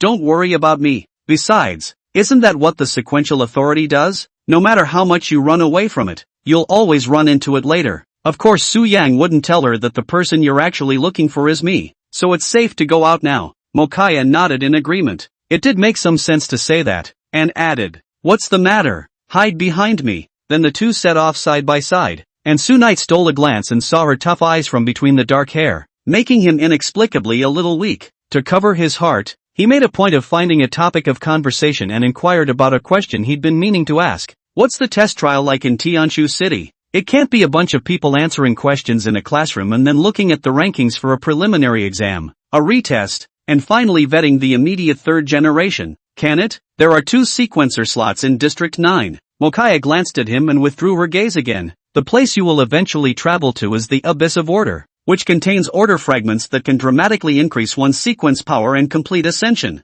The Order Fragment. Su Knight had heard of it, and it was something that could make people go crazy. Other than that, there's really nothing special, and with your strength and insight, you should be able to pass. But still, be careful. People die in the trials every year, for all sorts of reasons, but mostly at the hands of other sequencers. So dangerous? Su Knight budding retreat. Their own quiet lying flat is not fragrant. Why go out to fight to death? Seeing his thoughts, Mokaya said gruffly, not only do you have to go, but from now on, you must seize every minute and every opportunity to improve yourself. Why? He heard something wrong. The words that followed her were shocking, for in the not-too-distant future, the great cataclysm will occur, and all will be caught up in the maelstrom, and none will be spared. Cataclysm? Su Yang didn't know why she said that and said tentatively, is there any basis for that? A lot. She replied, this is not alarmist talk. Not long ago the Bronze Tree, now the Lord of the Night Shade, the increasingly chaotic fog world and the stupidity of the various organizations, and even the Tianshu City, which is hiding something.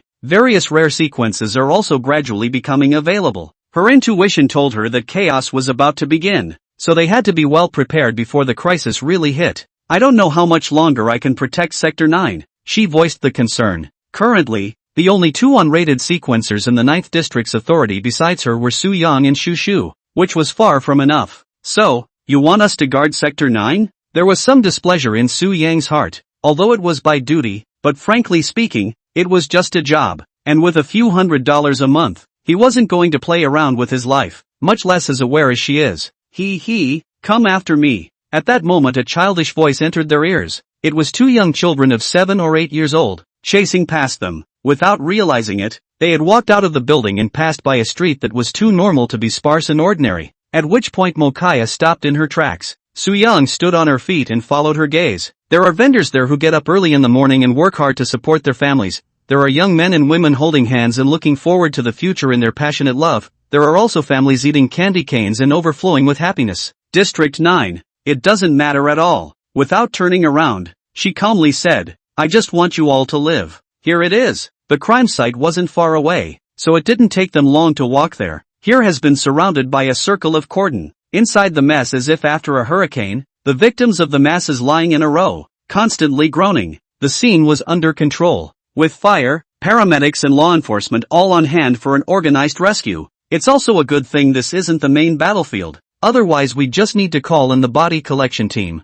Report Captain. Skark hurriedly arrived to salute Mokaya, and he was followed by a student-looking young man with an inch head, dangling in black shorts. This is a passing student. He slipped over the wall from the school to an internet cafe tonight and claimed to have seen the man in the bronze mask near the ancient sequence street. Chapter 26, Invitation to the Wedding. Witnesses? Su Knight panicked. He was in order to blitz Moncler outlet store to simply change into a mask and clothes. Never thought of being a wanted man, not to mention to ensure that no one saw the whole process. In case, he dared not think further. Captain, I'll go interrogate him. Su Yang took the initiative to volunteer. Good boy. Skarek was surprised. Su Yang was worthy of being his favored junior, and this positive energy had the style he had back then. Aha! Captain Mo also nodded his head in agreement. In fact, Skarek and the others had inquired earlier. There was no useful information. It was not bad to give Su Yang practice now. It's too noisy here. Let's go to the tent. Without saying a word,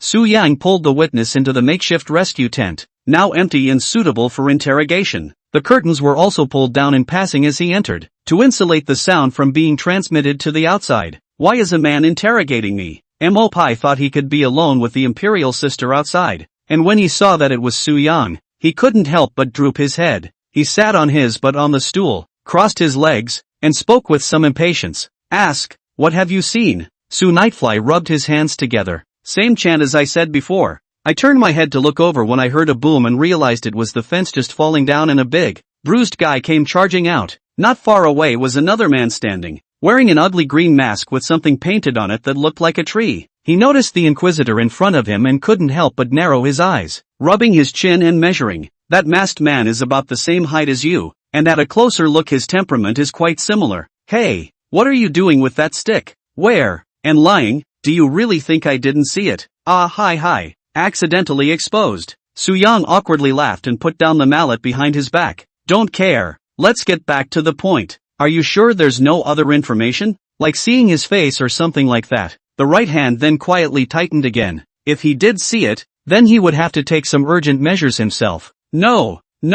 Emopai was so shocked by his strange behavior that his mind became blank and he stood up in fear, shouting, I want to go home. Let me go home now. What's with that sound? Outside the tent, Scarek had an odd expression. They weren't interrogating a prisoner. They didn't need to torture him to make him confess. It would be detrimental to the image of the authority. Just as he was about to go in and admonish them, the two men walked out, and Xu Yue in front of them waved his hand, sending the stunned witnesses home. Any other leads on the masked man? No, Su Yang said offhandedly. Actually, we don't necessarily have to assume his gender. Most sequences don't have a male or female. You know. Makes sense. Skark nodded, secretly sighing that he was worthy of being a forensic sequencer. His experience was rich. Casually mentioning it made the direction of scouting clear. Where's Mokaya? Xu Yue asked. There is no longer a figure of her outside. It won't be another one of her own to track down and go. This is also normal. The battle between the masters. Other people can only be a burden.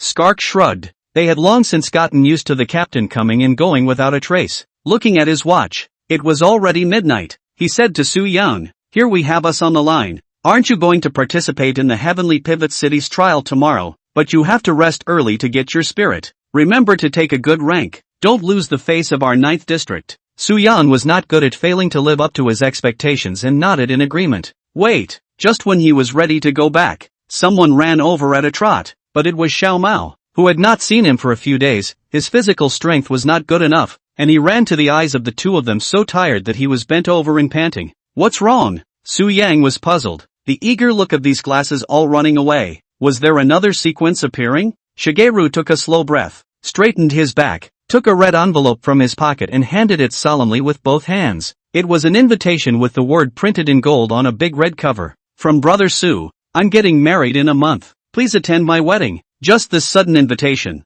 Let's unite some surprise. He remembered that Xiao Mao aged and he is still small. This is married? We think it's time. Shigeru explained somewhat coyly. This invitation was meant to be given to you tomorrow, but in anticipation of having to work overtime again tonight, I was afraid I wouldn't make it in time, so I gave it to you early. Congratulations. Su Knight received. He had seen his girlfriend in the authority, the two men and women, the golden couple, indeed a very good match. Skark, who had long been aware of the situation, patted him heavily on Shigeru's shoulder with his big hand and said as a man who had been there, marriage is a big thing. After having a family, you can understand what is the real responsibility. From a boy completely transformed into a man, a real man. When I think back to those days, when I was penniless, it was a blessing that my wife was willing to marry me. But don't let people down. That's for sure, Shigeru said firmly. After saying that, the eyes of the two people could not help but look to the side of a certain single dog. Su Knight addicted to Jiansu,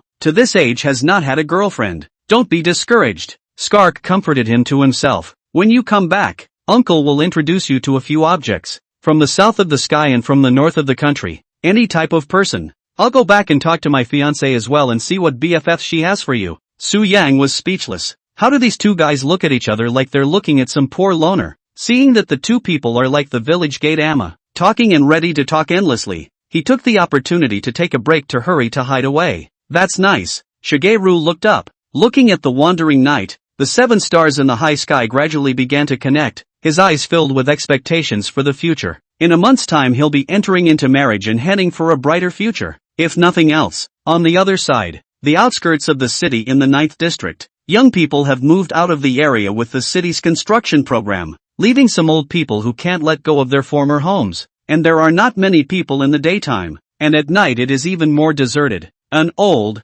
mansion stood in the midst of it. No one knows who owns it, and from the outside it looks like it's in a semi-abandoned state, with a high, white earthen fence covered in creepers. and the weekday clippings rely on passing cows and goats. Boom dash! Suddenly the fence was smashed to pieces and a shirtless man burst in, dozens of wounds striking his eyes. Who is it? Upon hearing the commotion, an ancient old man stepped out on his crutches, trembling 3 steps at a time, as if he would fall on his next foot from old age. What's wrong with you, my lord? To see the person who came to him ate a shock. Immediately shed the old posture, quickly went forward to assist. That action so fast that even the young people are ashamed of themselves. The old man was a D-ranked sequencer, as well as a special agent arranged by the Heavenly Hub City in the 9th District, directly following the orders of the Heavenly Hub City and the administrators assigned to it, and there were some stashes of such people in every district. Hurry! Monty shook him off and said anxiously, get the communication equipment ready. I want to contact the city lord directly. Chapter 27, the examination trial begins. Beyond the A-list monster sequence, this was far more dangerous than the bronze tree, as he could go berserk at any moment, leading to the destruction of the living. Realizing the seriousness of the matter, the old man didn't dare to be slow and dashed into the house. Lifting the old carpet, a wooden ladder appears, leading to an unknown underground space. The old man climbed down quickly, squeezed his way in, and lit the oil lamp on the wall. This is just like a hidden basement, with a 10-foot-high milky crystal in the center. This is sequence 870, Sun and Mother Shadow Crystal, divided into a mother crystal and several daughter crystals, which can transmit information in real time regardless of distance and interference. The one in front of him was a sub-crystal, which could directly contact the heavenly pivot city thousands of miles away. The old man placed his withered palms on the crystal and used a secret method to catalyze the sequence force in his body, pouring it into it, and a faint golden dusty light lit up, signifying that the contact with the other party had been successful. Monty followed, bracing himself stiffly against his injuries and half-kneeling towards Zijing. The great man who was incomparably honored in the eyes of others was as humble as dust at the moment, for he knew exactly who he was about to face. Lord of Tianshu City, the great shining star king of the 9 heavens. Countless golden dust and light appeared to float upward, gradually converging into a vague golden shadow. He had his hands behind his back, and he could not really see or guess. It's like the sun, not to be looked at directly. The city lord didn't speak or even make any other movements, as if he knew everything. Reporting to the city lord, my subordinate is incompetent. Half a second later, Monty reported the situation. Nightshade Society's, Purple Gray, escaped with serious injuries. The person who rescued her was wearing a bronze mask, suspected to be the mastermind behind the scene, with a strength that exceeds A-class, and may even reach S-class. Got it. The Star Lord opened his mouth faintly, his voice as warm as jade. Got it. This is gone? Monty couldn't believe it, knowing that it was an S-rank sequence and involved the dangerous Nightshade Society. Wasn't the city lord going to take some measures, in case he stormed out, or had a plot to execute something? The entire 9th District's entire 100,000 lives would perish. He raised his head reluctantly and tried, but the city lord. I said, got it. The Star Lord slanted his eyes and stared at him calmly, a suffocating pressure instantly enveloping him. Understood. With a thud, Monty immediately kowtowed, his head dead against the floor, and beads of sweat couldn't stop pouring out. He had experienced countless life and death barriers and faced countless dangerous mortal enemies, yet there had never been anyone who could compare to the pressure this lord brought to him. Even if this is just a shadow cast from thousands of miles away. The Star Lord said no more. Then the faint golden dusty light dissipated. Silence returned to the basement, and Monty couldn't hold on any longer, fainting with both eyes. What a baby's sleep. Inside the God-devouring space, the angel kept his eyes wide open as he watched over his new friend, as if this was fulfilling the task that Su Yang had given him, to get along well. It was a dull thing to do. She hadn't broken her shell after all. That exuberant energy came and went, and before long, she was yawning, her eyelids heavy with what seemed like 1,000 pounds, but she still struggled to hold on. What a cute little guy. Su Yang looked at her appearance and said softly, don't worry about sleeping, I'm here. She hummed and fell into a complete baby-like sleep. Naitsu turned his head to look at the purple and gray to the side. His mind had many questions, such as what organization is the Nightshade Society? What is the purpose of approaching him? And where is the mysterious, bronze tree? But that would have to wait until she woke up to ask the question. Su Yang retreated and lay down on his cot for a difficult night's sleep. The next day, he packed up his things and left on time for the first stop of the assessment trial, the train station. Taking that ticket, he pinpointed the behemoth parked on the tracks. It was a dark green steam train, 7 cars in all, with faint white smoke coming from the chimney at the front, and when it ran wildly the smoke would be so much that it would cover the sky. As for why no electric high-speed rail, Sky Hub City did plan for this project, and then abandoned it, either because it was too expensive to afford to build it, or because the steam train was perfectly adequate for people's travel. There were no passengers on the platform, and Skark and the others were too busy to see him off. Leaving him alone, Su Yang stopped where he was, recalling everything that had happened during this period of time with great emotion. Instead of feeling uneasy about the journey ahead of him, there was only excitement. Excitement about the unknown facts that were about to unfold. He closed his eyes and tilted his head back to inhale the sweet air deeply. I feel like a little fish about to jump out of the puddle of existence and swim in the swift little river called life. Even if the thorns and dangers lie ahead, I know what it's like. Crooked. Shu Yue. What are you muttering about? Come up quickly, the train is about to leave. Delusion. Delusion. Didn't sleep well last night? Are hallucinating? Su Yang shook his head to reopen his eyes, only to find the familiar figure on the train. The young girl poked her upper body over the railing and waved vigorously at him.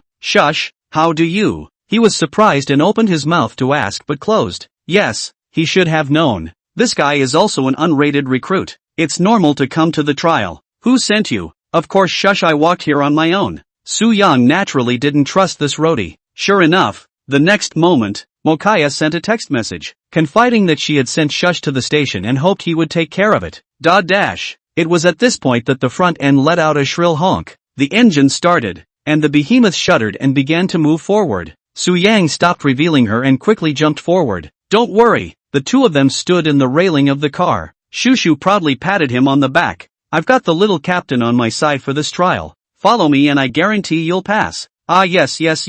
What kind of tone is that? Nothing. Get it straight. The two walked noisily into the moving car, followed the seating chart on their tickets, and crossed the aisle to a window seat in the back row of the sixth car. By now the carriage was sporadically filled with nearly half of the passengers, doing their own thing and not smiling. The two are considered outliers among them. Ah yawn. Su Yang hadn't slept well last night, and now he planned to catch up on a good night's sleep as he pulled out his own blindfold and put it on, adjusting his seat before reclining back. Shushu looked out the window at the 9th district that gradually turned into a dot and then disappeared. Her heart couldn't hide her excitement, and she shook Su Yang, who was about to fall asleep. Awake. Hey, what do you think the sequencers in the other districts are like, and what do they look like? Strangely enough, Su Yang pulled away the blindfold after hearing this and looked at her with an odd expression, one that was a bit like looking at a fool. What's that look on your face? Pa dash. He closed his blindfold and asked rhetorically, didn't you notice? This train, including all the passengers in our compartment, are serializers. Chapter 28, Curly-Haired Dolls.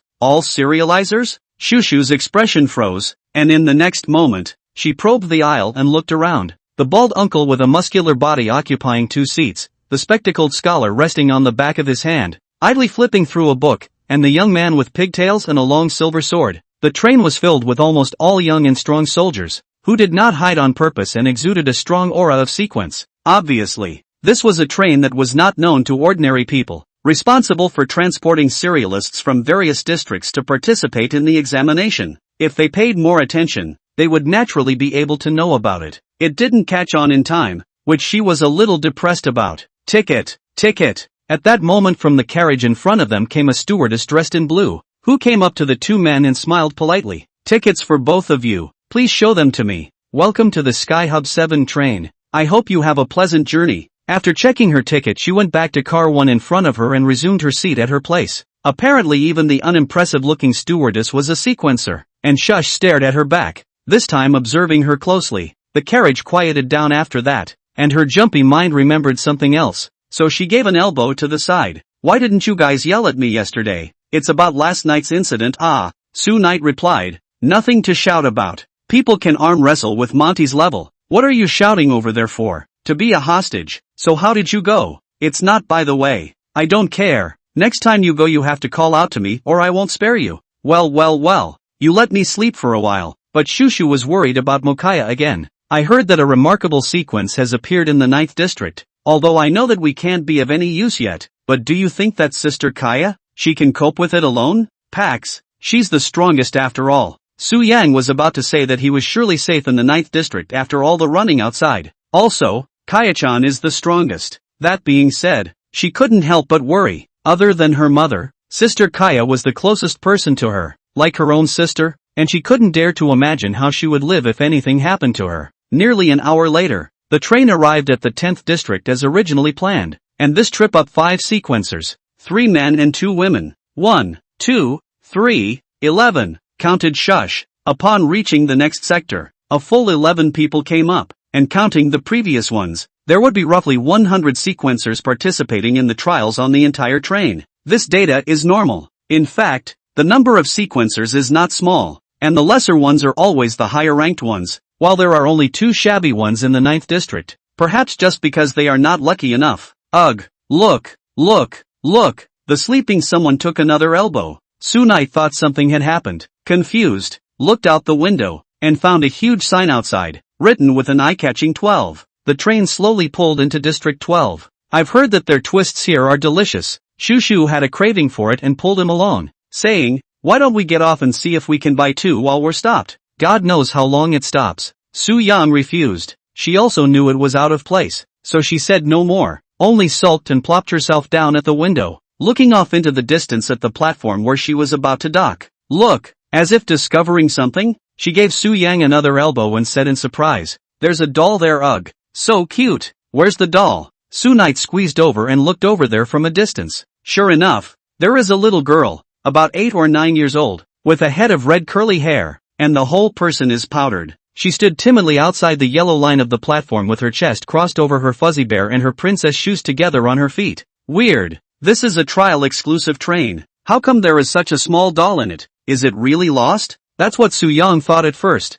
until the train approached and the crowd got a good look at the scene on the platform. Oh my god, what's happening? Someone exclaimed, only to see the ground lying on the ground. What things is constantly writhing, fixed. A clear look is actually a person. There were 8 of them in all, and they were all hung up. Some were missing a row of teeth, some were beaten into a pig's head, and the worst one had his arm twisted into a twist, all moaning breathlessly. Aren't they the sequencers participating in the trial? How could it be beaten like this? Not like a serial invasion, but like there are outlaws. That's even more unlikely. It's still in the 12th district. Who dares to openly provoke the authority? It shouldn't be. Everyone's eyes are focused on that harmless little doll, and the only explanation is that she is also a trialist. To defeat 8 sequencers at such a young age, what kind of monster is she? Is the pressure of employment in the 12th district so great that it rolls people up into something? Su Yang flashed a wry thought, but there's no doubt the man is strong. He blinked and looked ahead at the carriages, especially the front part of the train, wanting to see the attitude of Sky Hub City to this, but they did nothing, pulling the train to a stop and then waiting quietly for the passengers to get on board. Obviously, on the side of Heavenly Pivot City, the attitude towards trialists was completely superior. As long as you were strong enough, you could even take out the competition before the trial started. The doll on the platform looked up and scrutinized the train number on the body, making sure it was correct before getting on the train gingerly. She landed at the rear of the car and passed through the aisle of the 7th car like nobody's business. People stared at her either secretly or squarely, with scorn in their eyes, especially the strongest of the team, who knew that they would eventually run into each other if they wanted to get a good ranking. There is never a shortage of talent on this green field. Looking at the doll that wasn't even as high as the seat, Su Yan lamented in his heart that when he was her age, he was still picking up garbage in another city. Just as he was lamenting, the doll came to the 6th car he was in, and as soon as she stepped in she stopped and sat down close by, just across the aisle from him. Why is she sitting here? Is it just a coincidence? Su Yang brainstormed. In the face of such a dangerous character, it was best not to talk to them easily, or else they would most likely end up with the people outside. Hi! Shushu didn't think about it so much, and directly waved to greet people. Hiya sis, you're so cute. I love your curly hair. I'm Shush. What's your name? Knight of Su. The doll didn't say anything, just looked at her and hugged the bear tighter in her arms. Duh! At that moment the train started, and the stewardess in front of her unbuckled her seatbelt and, as usual, came to the new passenger and politely reached out her hand. Hello, your ticket please. The next words were shocking, only to see the doll speak crisply without even looking. No. Chapter 29, The Rapidly Stopping Train. No? Su Yang sucked in a breath of cool air. All of the authorities' trialists had tickets. How dare she come here to ride since she didn't? And would the stewardess let her remain seated? Is there going to be a fight? He shrank back in a hurry so as not to spill the beans. Others on this carriage looked over, expecting to oust the strong contender. But surprisingly, the stewardess took it in stride, took a parchment file from her bosom, turned to one of the pages, and could vaguely see the doll's picture. She confirmed and drew a checkmark, smiling. MS. Moon of the Farley family, welcome to this train. I hope you have a pleasant journey. When the family heard this word, Sue Knight suddenly realized, as stated before, in addition to the sequence authority, there are numerous families in the world with no less than a handful of sequencers. They ride on the authorities' coattails and simply report in advance, and the ticket becomes optional. But it seems like I've heard of this family somewhere. Su Yang shook his head, unable to recall for a moment. It's time to take a vacation from the live audience. Seeing that the train is about to leave the 12th district and enter the wild mountains without signal, Su Knight opens the live broadcasting room and excuses himself to go to a faraway place to go to further his studies. Although this will lead to the loss of some viewers, he can't have both the fish and the bear's paw, and there's nothing he can do about it. Shortly thereafter, a shrill whistle sounded at the front of the car, a warning to passengers of the impending track change. Immediately afterward, the signal is shielded, and at the stoplight ahead, the original forward track switches direction and the train heads left into the hidden mountains. It's horrible. Meanwhile in District 9, an older man with a briefcase was passing by from work, and he couldn't help but feel the devastation as he stood in front of the charred crater. Did something happen here? Suddenly someone off to the side accosted him. Sequence showed up here last night and the authority fought her. He answered without thinking, then turned his head. It was found to be a strange man, with a mask over his face, long sleeves wrapped tightly around himself, and inexplicably a few dry straws at his feet. What happened? What happened to her? The man sounded a little eager. Was rescued by someone? I heard it was a strange man in a bronze mask. I don't know anything else. Thanks for telling me. The man was visibly relieved to hear this, and after thanking him, he walked away, a few straws falling from his body. Straight up a weirdo. The man looked up into the sky. It was dark and night was falling. There was still quite a bit of time before their destination, and the trialists, at least, would have to spend the night on the bus, which, fortunately, had rooms that offered rest. Su Yang rose and found the room according to the ticket. It was said to be a room, but it was actually a compartment separated by soundproofing panels, a window, and a top and bottom bunk set to the left, just big enough to accommodate an adult sleeping. Guess who's on your top bunk? Shushu took out 2 lollipops. I'll reward you with one if you guess correctly. Not you. Anyway, wrong guess. It's shush me. Despite the wrong answer, she tucked one in. At that moment footsteps sounded outside as other passengers made their way down the aisle, looking for their beds, and one of them stopped and stood in the doorway. The 2 men looked in amazement at it was the doll from District 12, who stood holding her bear good-naturedly, with her head slightly bowed, like a lost child. What's with the follow-through? Su Knight frowned, thinking is she looking at this place and wanting to kick them out? If that's the case, then you've messed with the wrong person. With fists the size of sandbags, he doesn't honor the elderly. Hello? Shushu on the side was happy, walked straight to her and squatted down in front of her, handing over a candy. Her slender jade hand stroked her little head, invitingly. Is there no place? Then sleep with your sister. Afraid that she wouldn't feel at ease, she pointed at Su Yang again. Although he doesn't look good, this guy is indeed a good person. Oh, what do you mean? Not good looking? Su Knight touched his face, this long nose and eyes.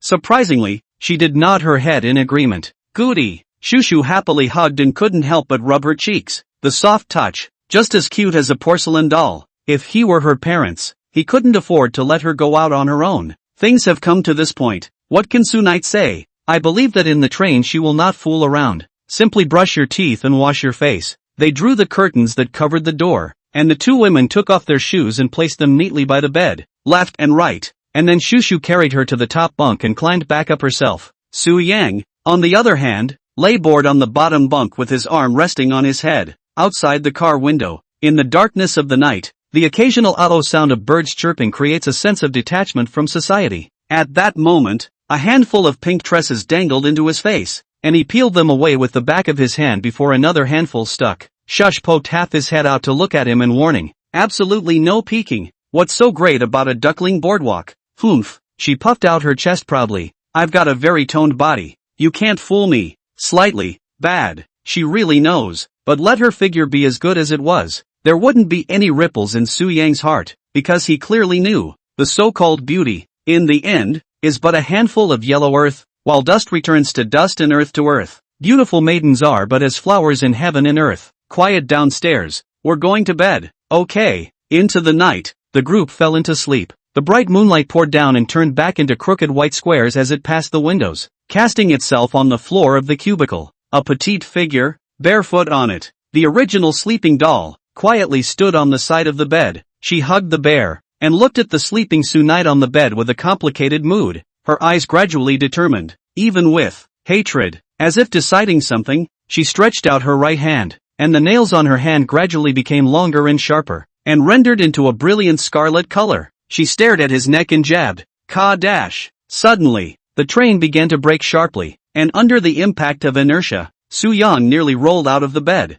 Ouch! My head! What happened? An enemy attack! Chaotic voices rose and fell, and Su-young instantly opened his eyes. The first thing he looked at was the window that could easily be breached, and a glint flashed in his eyes. A few seconds passed, no one broke the window, and it was quiet outside as if it were just an ordinary accident. What's with the parking? A pair of taut little legs interlaced and hanging down. Shushu rubbed her eyes and inquired in a small voice, her heart a little uneasy in the face of this unexpected situation. Not sure. Is the doll awake yet? Still sleeping. Shush looked behind her. She was hugging the bear, curled up against the wall in a protective sleeping position. I'll go out and look. Ugh, I'm going too. She grabbed the bed rail, intending to slide down, and just as she wiggled her feet, she felt her foot step on something round and lodge in the hollow of her foot. Auntie, get your feet off my head. Shu Yue, I'm sorry. The two walked down the aisle one after the other and stepped out of the car door, their vision opening up, and they too were shocked by the scene before them. The green tent.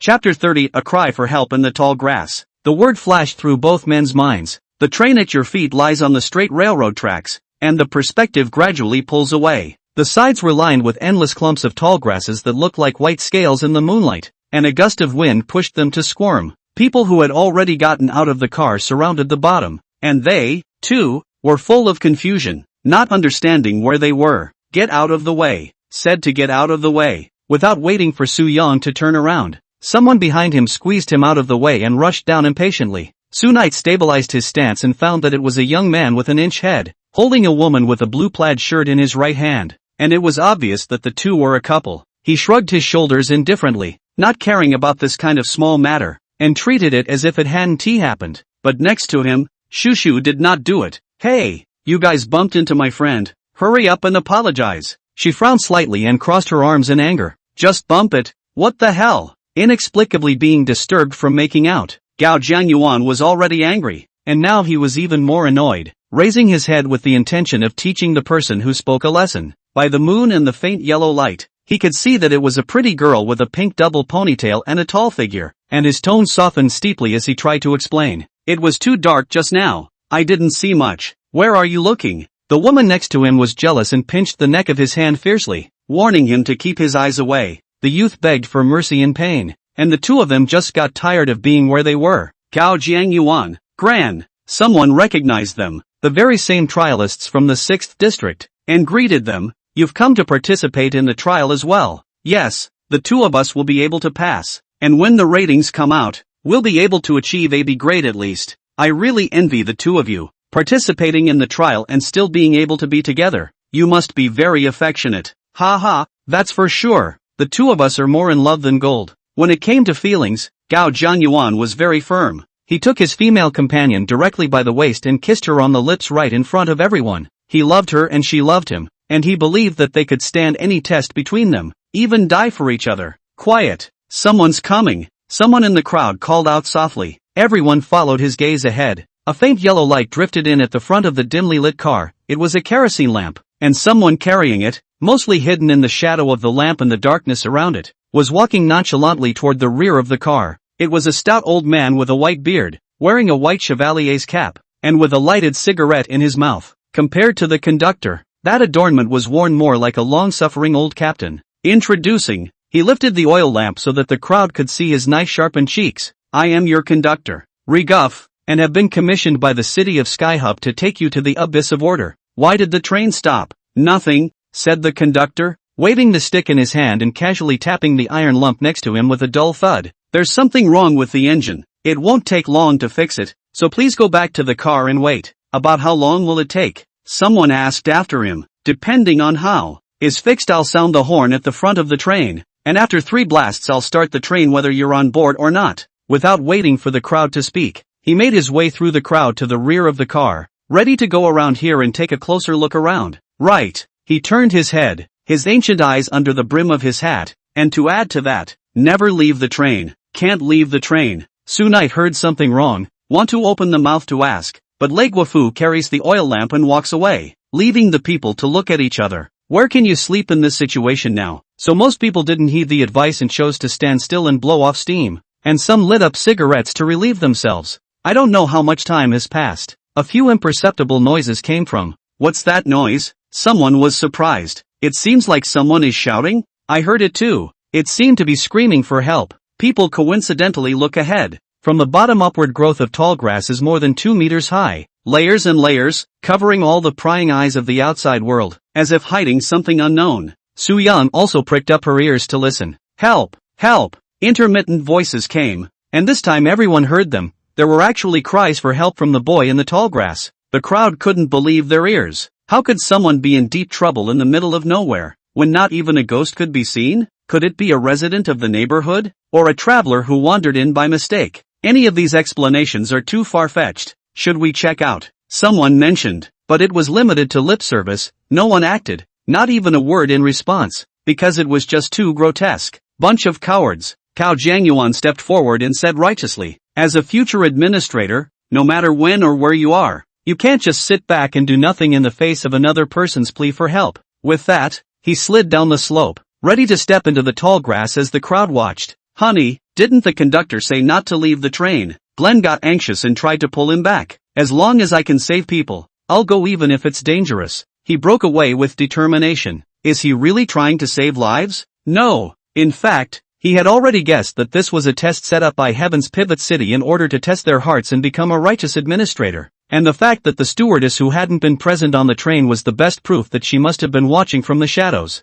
Su Knight, what do you think? Shushu gave him an elbow. She did get up the idea of going in. After all, in the face of a living life, even the most hard-hearted person would choose to give help, right? It was her kindness, nothing else. Su Yang also appreciated her rare point. So instead of rebuking, he patiently asked, what did your sister Kaya teach you? Well, she jabbed her chin in recollection. Kaya-san said to keep herself safe as a precondition, but now she was a bit unsure. The car was full of sequencers and there were people from Tianshu City, so by all rights it should be very safe and not dangerous. In fact, she forgot one thing. Mokaya meant to say that her safety was most important. Believe you, Kaya-san is right. Naitsu, now I'm going to teach you one more thing. In the future, when you encounter this kind of situation, you have to keep an eye on the strongest person in your team, such as, like the doll on your bed. What she's doing, sleep. That's right then. Su Yang didn't believe that an expert like that would be unaware of the situation outside, so following someone and staying in the car was the safest choice. That's really interesting. As early as a moment ago,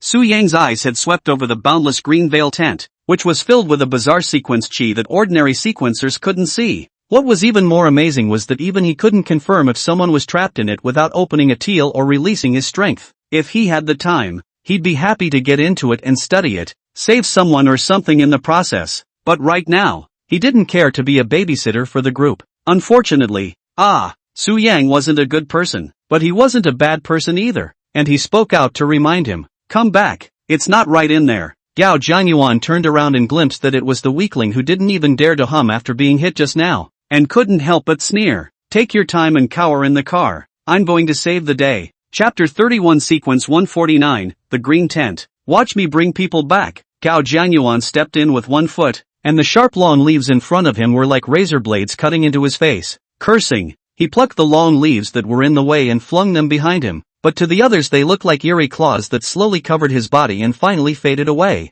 Don't be afraid. I'm coming. Following the sounds ahead, he ventured inside. About 10 meters away, he glanced back uneasily, and although the people were out of sight, the tall roof of the train's compartment was still there, which reassured him. Suddenly, a figure appeared in the afterglow. Cao Jianyuan turned back violently and vaguely saw a child appear not far away, running into the depths in a puff of smoke. Something's not right. If it's just a test of guts and righteousness, the kid stays where he is and waits for him to walk by. There's no need to run into the depths. He backed off in his mind. Dash. At the same time, the train behind him sounded a deafening whistle. He was startled. subconsciously looked in the direction of the train. A turn of the head he froze. Countless leaf tips behind the starless night sky. The vastness remains the same. The only thing that is lost is the trace of the train. How is this possible? I'm still in place and not moving. Gao Jiangyuan's breathing accelerated, no longer bothering with any examination. Stepping on the wet black pine soil,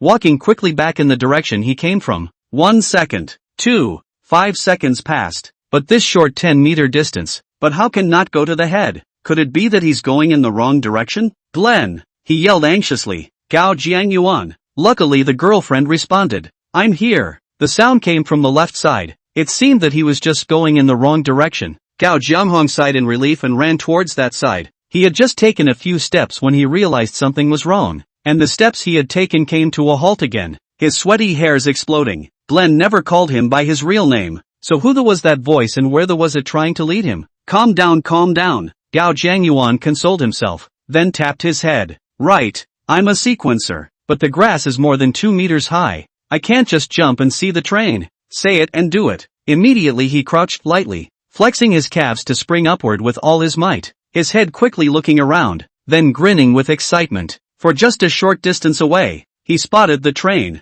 the other trialists, and his girlfriend who had an eager, expectant look on her face as she hurried back. Honey, the train is leaving. The people on the track were puzzled. Since Gao Jiangyuan completely entered the tall grass, they strangely didn't see him ruffle the grass or hear the rustling sound coming from him. The whole person was like a stone sinking into the sea, without a single movement. Now he poked his head out, but it was just so close they should have been able to detect it. Inside, Gao Jiangyuan determined the direction and ran vigorously. This kind of ghost place, he no longer want to stay for a moment more. Dash! Suddenly a second whistle came from the train. His eyes widened and he stayed in place in horror as the honking sound, surprisingly, came from behind him. Impossible. Absolutely impossible. Could it be that he is going the wrong way again? Gao Jiangyuan wanted to deny this idea, but just now, he ran. Not only did he not run to the track, but he had not even seen the train yet, which made him question it. Dance again! Gao Jiangyuan soldiered up and jumped, and instantly his heart went cold. The train and the crowd, surprisingly, were behind him. The distance between them was less than 100 meters. The crowd was shocked. How come Gao Jiangyuan was still running farther and farther away?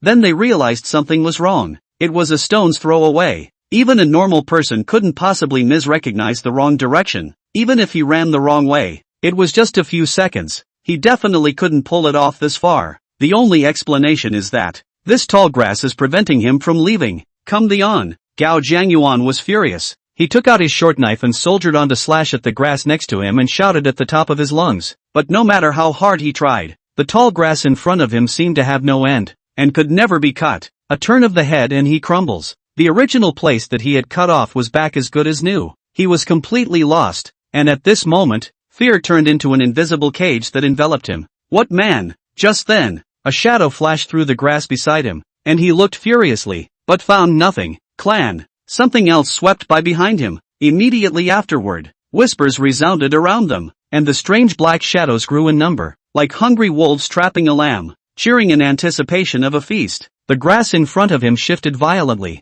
and suddenly a dark shadow lunged at him. Gao Jiangyuan finally knew what the childlike figure from before was. It was a long, skinny, ghostly gray monster with only a mouth full of dripping, sharp teeth on its face. Gao Jiangyuan reacted and slashed its head open with a knife. Next moment, 3 long, skinny ghostly claws grabbed his ankles. Gao Jiangyuan fought to cut them off, and in his panic, he stepped on several round hard objects and fell to the ground. Struggling back up, he then realized that he had stepped on nothing else but a white skull. These are travelers lost in the tall grass. Wait, don't go in there. Gao Jiangyuan's screams reached the track, and her girlfriend, Gulan, was so distraught that she immediately rushed into the tall grass, despite the crowd. Get the conductor. Someone woke up with a start and rushed to the front of the car. No sooner had he taken 2 steps than the edge of the tall grass shook, and someone escaped. It was Gao Jiangyuan, who was covered in blood and foul-smelling mucus, his eyes terrified as if he had seen something terrible. I escaped. Ha ha. I escaped. He had just escaped onto the track,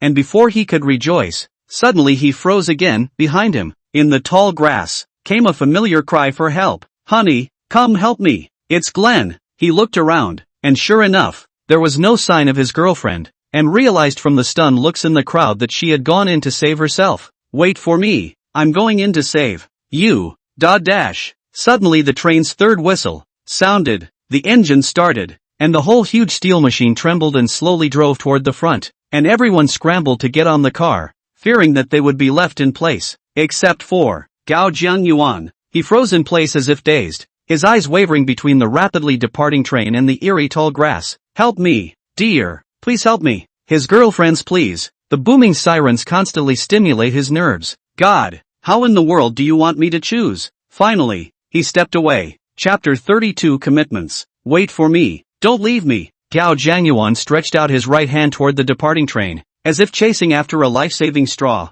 and ran on the railroad tracks in a lumbering manner, stumbling on the way and losing a shoe. With every last ounce of energy I had, I picked my way to the back of the car. Breathing heavily, he turned to look into the fading tall grass, from which came Glenn's heart-rending screams before they came to an abrupt end. I'm sorry.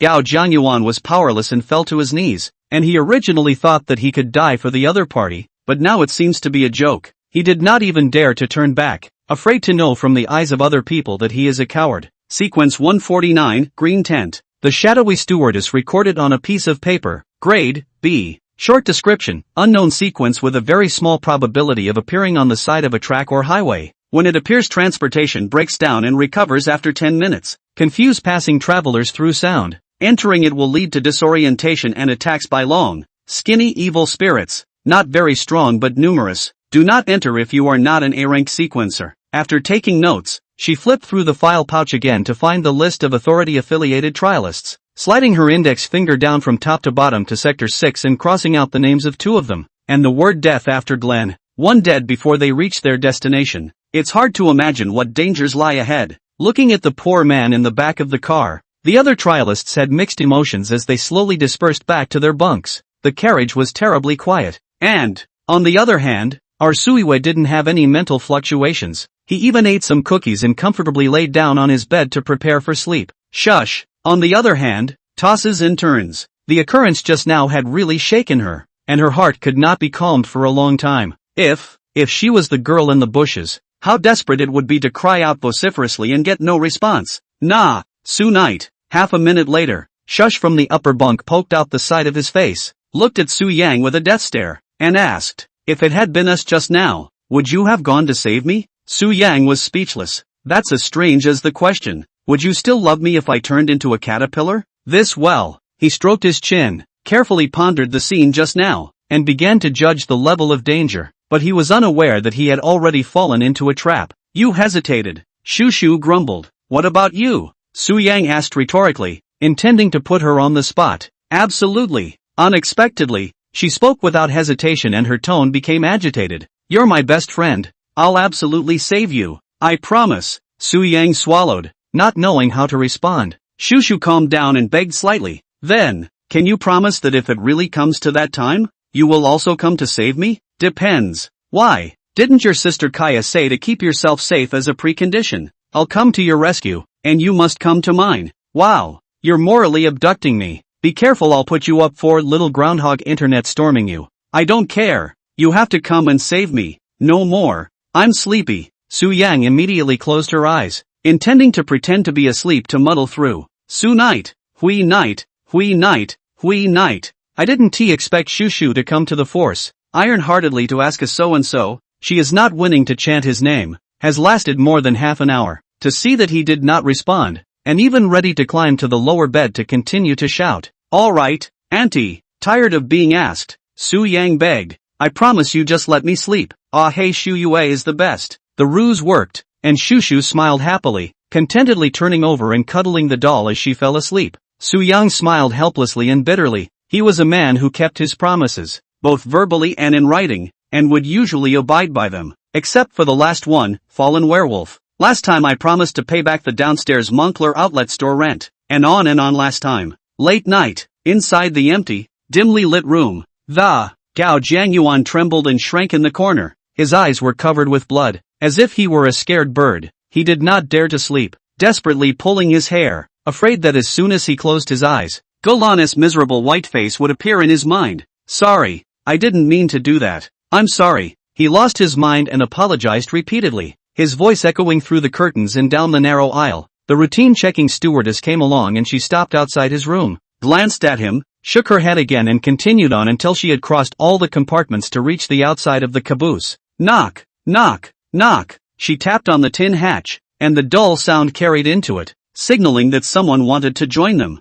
A short while later, the door opened. What came into view was a small tea table covered with a white cloth, with pastries, fruits, and 3 steaming cups of pu'er tea. No one would have guessed that these exquisite morning teas would be on a speeding train. How's the man? Ragov lifted his teacup to sip lightly and asked absently, naturally referring to the collapsed trialists, shrinking into the corner of the bed. Word is, you couldn't have warned them a couple more times, and maybe then they wouldn't have gotten into the green tent. Viz. You know, hidden under the appearance of calm, there are many other perils on this road. We cannot be everything. More still have to rely on their own, to a lesser extent. He just got out of the car where he shouldn't have. Based on past experience, they concluded a strange phenomenon: if everything is told through, then the number of people who die on the road will only increase. What an absurdity. This sighed as she walked over to her chair and sat down, picking up the strong tea that belonged to her and gazing out at the endless tall grasses on either side of her. How would you say this group ended up?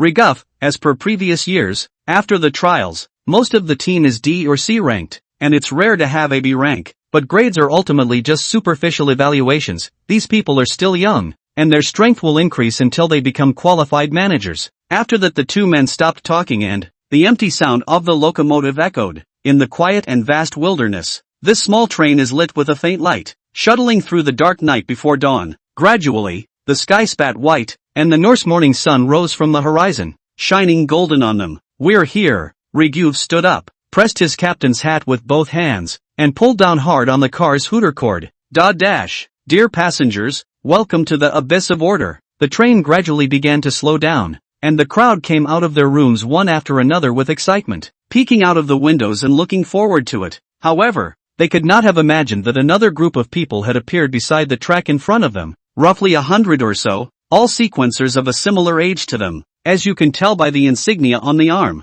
They are trialists from Tianshu City. Chapter 33, The Trialists of Tianshu City. Dawn? Noticing that the train had begun to stop, Shushu in the upper berth sat up, hugging her knees as she looked out the window. The endless green screen disappeared, replaced by a gradually brightening wilderness. Fellow passengers, the muffled voice of the conductor on the radio told them that they had arrived at their destination. The trial to determine if she can become an administrator is about to begin. Su Yang, get up. We're here. Shushu couldn't hide her excitement. She couldn't wait to jump right out of bed. She crossed her legs and dropped them, but then she stepped on something familiar. My head. Shu Yue, I'm sorry. The doll on the side, awakened by their noise, opened her eyes slowly and climbed down the bed ladder self-consciously. So many people? Su Yang followed the crowd off the train and stepped onto the soft grass, and the first thing he saw were the trialists from Tianshu City. Isn't that normal? Shushu moved his bones. The residents of the heavenly pivot city itself are in the millions, almost catching up with the other 12 districts combined, and most of the sequencers among them will choose to join the authority. Like the Jade Balance and Yaoguan realms are the only ones that are led by clans with families. Su Yang was puzzled. He didn't know this much even after traveling all over the world. Why do you look so familiar? Oops, it's all because Sister Kaya told me. Come on, eat candy, eat candy. She handed over lollipops to try to stall. Everyone has a secret, or a past they don't want to talk about, including Su Yang himself, so he didn't dig into the root of the matter, and obediently put the candy into his mouth and chewed it. Run Ping, look at that group of people across the street. Among the trialists from Heavenly Pivot City, someone laughed playfully. Each and every one of them is weak. Look at them. There's still one that hasn't been weaned, just by virtue of them also wanting to snatch the fragments with us. It's really laughable. It's just a chance given by the Heavenly Hub City. The youth named Ren Ping, who stood star-studded in the center of the small gang, with the gold silk satin on his body proving his small status, said lightly, my dad is from the authority headquarters. He said that the trialists of the 12th district should not be underestimated, and told me to pay more attention. I had planned to meet, but now it seems to be nothing more than that. If I had known, I would have asked him to arrange for a direct promotion. He had come over purely for a walk in the park, and as for the shards of order that other people could only dream of, his family had long ago spent a great deal of money on them to give him a good foundation, worthy of being Rin Xiao. Feng Yukai blew his stick. With Rin Xiao's strength, naturally there's no problem. Don't forget about little brother me when you get promoted. Well said. Ha ha ha. Their conversation was not at all disguised, and the jeers spread to the Zone 12 trialists who had just gotten off the train, and their anger was aroused as the two waves stared at each other across a railroad track, vaguely forming two waves of formations. What's all this look-down drama? Su Young listened indifferently. He had heard these types of belittling taunts far too many times, and he knew full well that arguing with these types of people was too stupid. He just wanted to be a quiet, beautiful man. Ha! Just as this sword was drawn, a white-clothed teenager on the opposite side of the street widened his eyes and seemed to have discovered something, directly crossing the railroad tracks and excitedly running towards the 12th District trialists.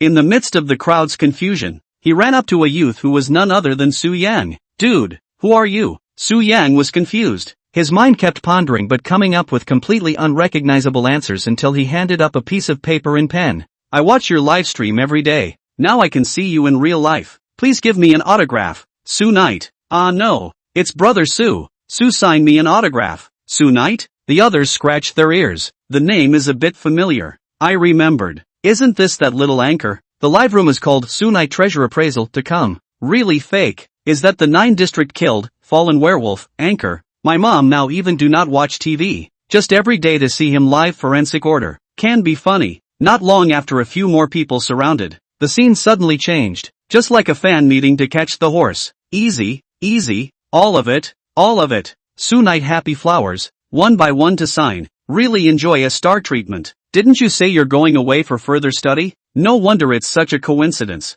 I dare say you're also a trialist. The white boy took the signature and began to show his true colors. I told Water Friend A that you're on public food, and they still don't believe me. I'm going to blow the whistle hard and reveal to everyone that you're setting up a persona, waiting to quit the net. You finished or a black fan? Su Knight compensated for the smile. This is not yet when it is well, and besides, love broadcast I am not now to find material for everyone. Humph. In this cordial atmosphere, a cold snort came out abruptly. Not far away, Ren Ping was annoyed. A small anchor, but also dared to steal his thunder, and after understanding a pass with his men, his tone was even more disdainful. It's just a fluke to defeat an old and weak sequence, and it made such a mess that I almost even lost my life. If I were on it wouldn't take 2 rounds at all. Besides, there's not even a body, so who knows if he escaped with his tail between his legs and ended up cheating a deceiver. Su Yang raised his eyebrows lightly, saying that it was fine for him, but definitely not in front of his fans. What are you barking at? He was about to snap, but he didn't expect Shu Shu on the side to take the lead, taking a step out to block in front of Su Yang and counterattacking. But having been blessed with the shade of an ancestor, you dare to look down on others who have worked hard? Su Knight is both intelligent and honorable, becoming an alternate administrator entirely on his own. He's much better than you guys. You. The words were so disliked that Ren Ping was speechless. Well said. The other trialists couldn't help but applaud, including those from Tianshu City, who had long been tired of seeing Ren Ping's arrogance. Su Yang's heart was ambiguous. Whenever he was humiliated, Shush would always be the first to stand up for him, and he was very glad to have such a friend. Su Yang was about to thank him, but just at this moment, something unexpected to everyone happened. Only to hear a few loud rumbling sounds, the wilderness under his feet unexpectedly began to tremble. An earthquake? The crowd exclaimed. No, it's not right. It felt more like something dangerous that was coming up out of the ground. Immediately afterward, not far away, the earth began to sink inward, laying bare the deeply buried rock around it, and it widened and widened until the great granite collapsed, mingled with the earth and plunged into it,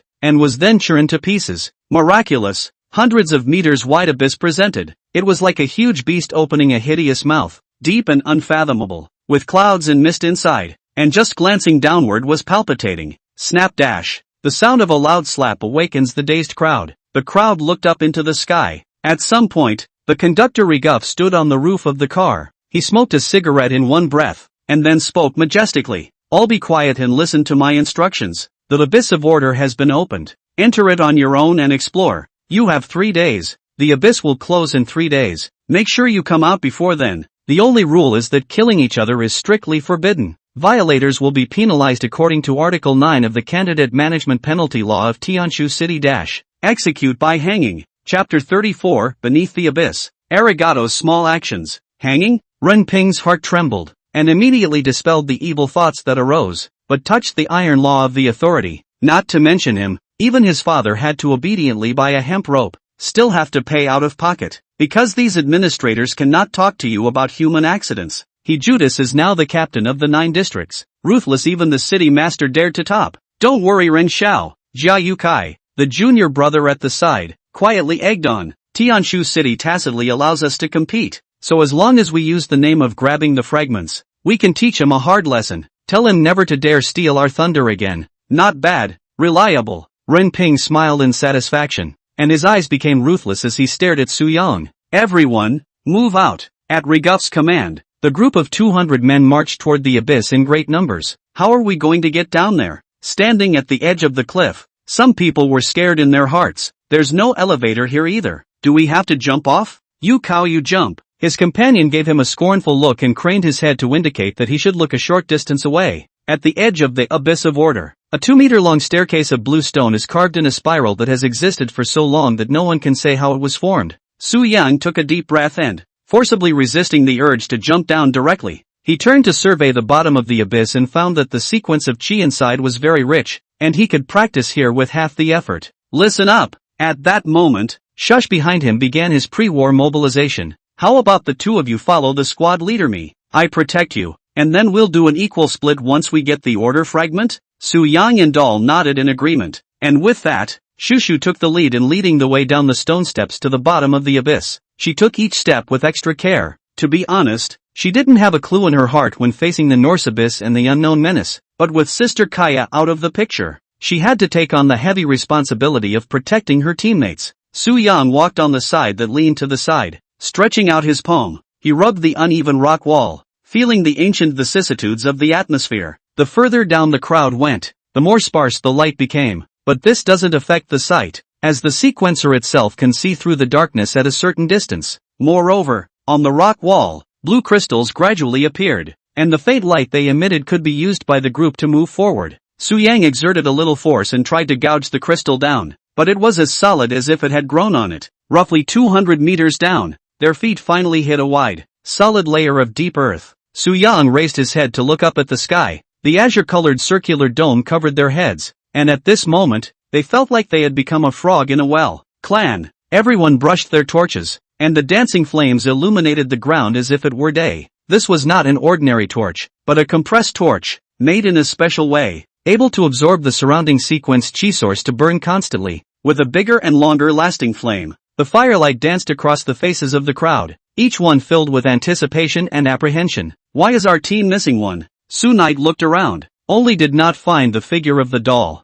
Really have some premeditation? Su Yang had already guessed, but being able to disappear from under his nose meant that not only was this person scheming, but he was also exceptionally powerful. I'm here. At that moment a small hand weakly raised high. One by one she was too short and drowned in the shadows. Knight of Su. The crowd next observed the surrounding area, in awe despite the rumors, only to see that the four corners of the east, south, west, and north all have a square hole. The length of the remaining are as large as 20 meters, and based on past experience, the path behind it is like an ant's nest in all directions. All of them stayed here for a while, and all of them looked at their partners beside them one by one. They had communicated with each other before entering the abyss, and had reached a cooperation, and it had become a default rule among the trials that you had to work together to go down into the abyss. It is also the experience of the blood of previous generations. This one team of acquaintances was extremely elaborate, especially in terms of numbers. For one thing, with more people, it's not easy to move around in this cramped abyss,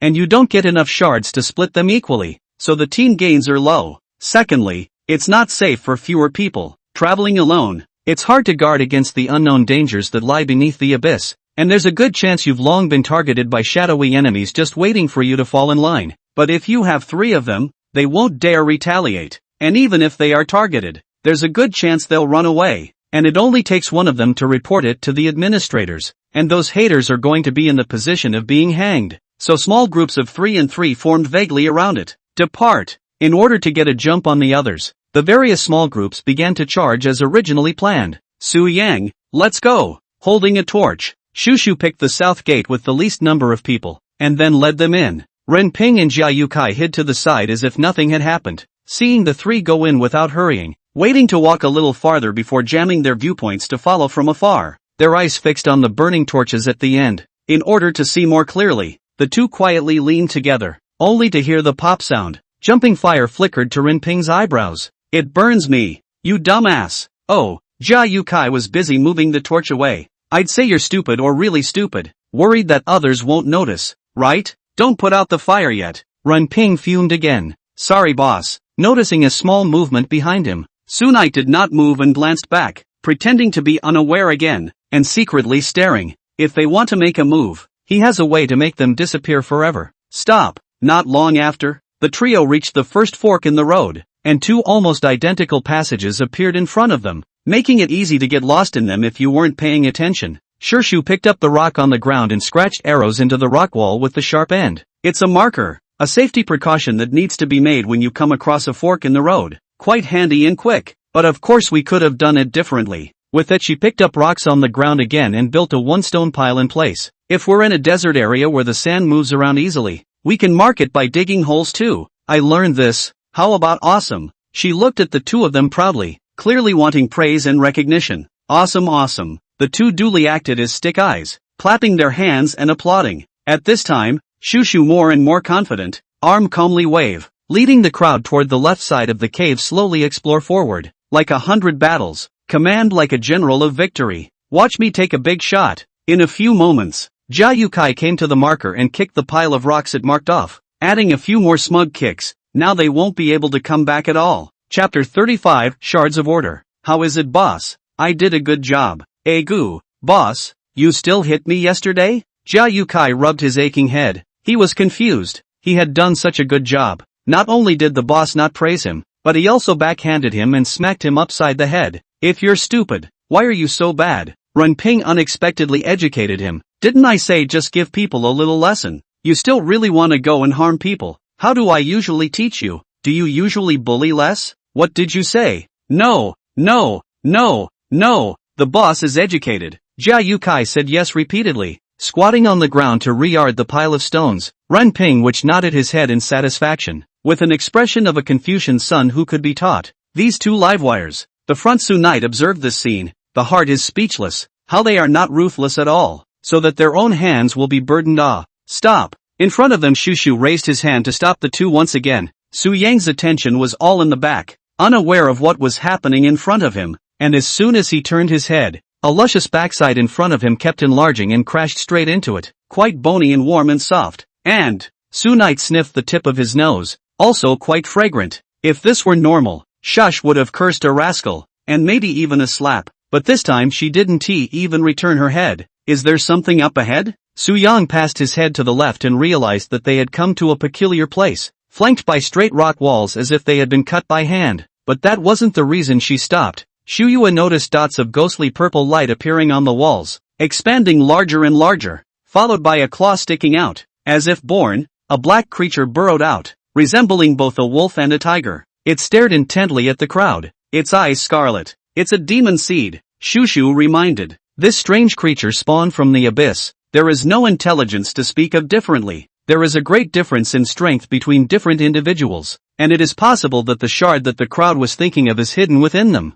Did the wolf split or did the tiger cheat? When Su Yang saw this kind of creature for the first time, he thought to himself, don't call it a demonic species, simply call it a wolf and tiger beast. Roar! Seeming to hear his heart, the demonic species lunged towards the three with a loud and powerful roar. Sins! Sunite's fingers slightly moved with the intention of striking. Just at this time the foremost Shushu acted. Seeing this Sunite gave up this idea, wanting to see how she fought, only to see Shushu's expression tighten, her right hand quickly reaching out to the demonic species, her slender 5 fingers spread out, her palm hand facing the monster that was getting closer and closer. Deja vu. Sunite recalled the day she just saw the angel, and her actions were similar to those when she was inside the heavenly tire egg and was threatened. Chaotic levitation. Shushu gulped softly. The body was enveloped by a pink-colored chi, and the whole person, like a light feather, gradually floated up, with the toes of the feet naturally dropping down until there was only a sliver of empty space from the ground. Su Yang had heard of this kind of skill, which allowed the user to fly freely in the air like a superpower. It was a skill that few could master, if that alone wasn't enough proof of her talent. In the next moment, the same chi surfaced on the charging demonic species, which naturally didn't know the skill. It was Shushu applying the power to its body. Howl! The roar of the demonic species was covered by the screams. Something amazing happened. Its 2-meter-long body actually began to twist and take on a bizarre stance. Shushu fiercely clenched his hands, and almost simultaneously, the twisting process of the demon seed was suddenly completed, and the sea of blood was forced to squeeze out of his body with all his might, spewing out in all directions like no money, making for a very bloody picture. The magic seed fell to the ground with a thud like a wrung-out towel. How about it, Su Knight? Having said that, Shushu, I am very strong. She turned her head to look straight at Su Yang, her face splattered with a splash of blood that carried a different flavor. I'll rely on you to cover me from now on. Su Yang praised and handed over a tissue. Realizing there was dirt on her face, she moved her eyes down to see a bright red, and loving cleanliness, she immediately dispersed the air surrounding her and wiped her cheeks. Dang! Just at this time, the corpse of the demon seed not far away exploded and dissipated into black ash within the abyss, and left something of something in its place. Su Yang walked over and squatted down, his fingers rummaging through the ashes, eventually finding a purple shattered crystal, which was, without a doubt, the order fragment that everyone had been dreaming of. Su Yang scrutinized it carefully. It contained a rich sequence chi, the same as what he had seen in the auction house before, the only difference being that it was newer and more abundant in content. Let's see. Shushu popped in 2 steps, took the order shard from him, looked at it twice and handed it to the doll on the side. Is it so generous? This move was unexpected for the doll, but she shook her head and refused her kind offer. Even though it was an equal share, this one deserved to be taken by her. Why don't you want it? Shushu turned to squeeze the shard into Su Yang's face. Su Yang gives it to you. It's a good thing. It can help you improve your strength to pass the trial. You must take it. After all, you're just too weak. Knight of Su. Pathetic. Who asked us to be a rookie chicken it? Su Knight can't shirk it and tearfully accept it. Just now, Shushu had mentioned the trials at the Heavenly Pivot City, reminding Su Yang of the process this time around. One by one, that abyss of order was for them to improve their strength, and after they came out they still had to travel to the Heavenly Pivot City, and only there would they begin their formal grading. The trio resumed their quest forward, and Su Yang took advantage of their inattention, and with a quiet flip of his right hand, the sequence fragments were sent within the God-devouring space, next to the ancient bronze throne. Su Yang's spiritual projection condensed from emptiness as he crossed down the 9 steps to the heavenly fetus egg. Su Knight came to play with her again. The angel happily spun around a few times, and then instantly beamed with a sullen look. Although she was able to perceive the outside world through Su Knight's perspective, she was not content with that. Angel struggled to speak, one word at a time. I want to go out to play. Alright, it won't be long before we can get out.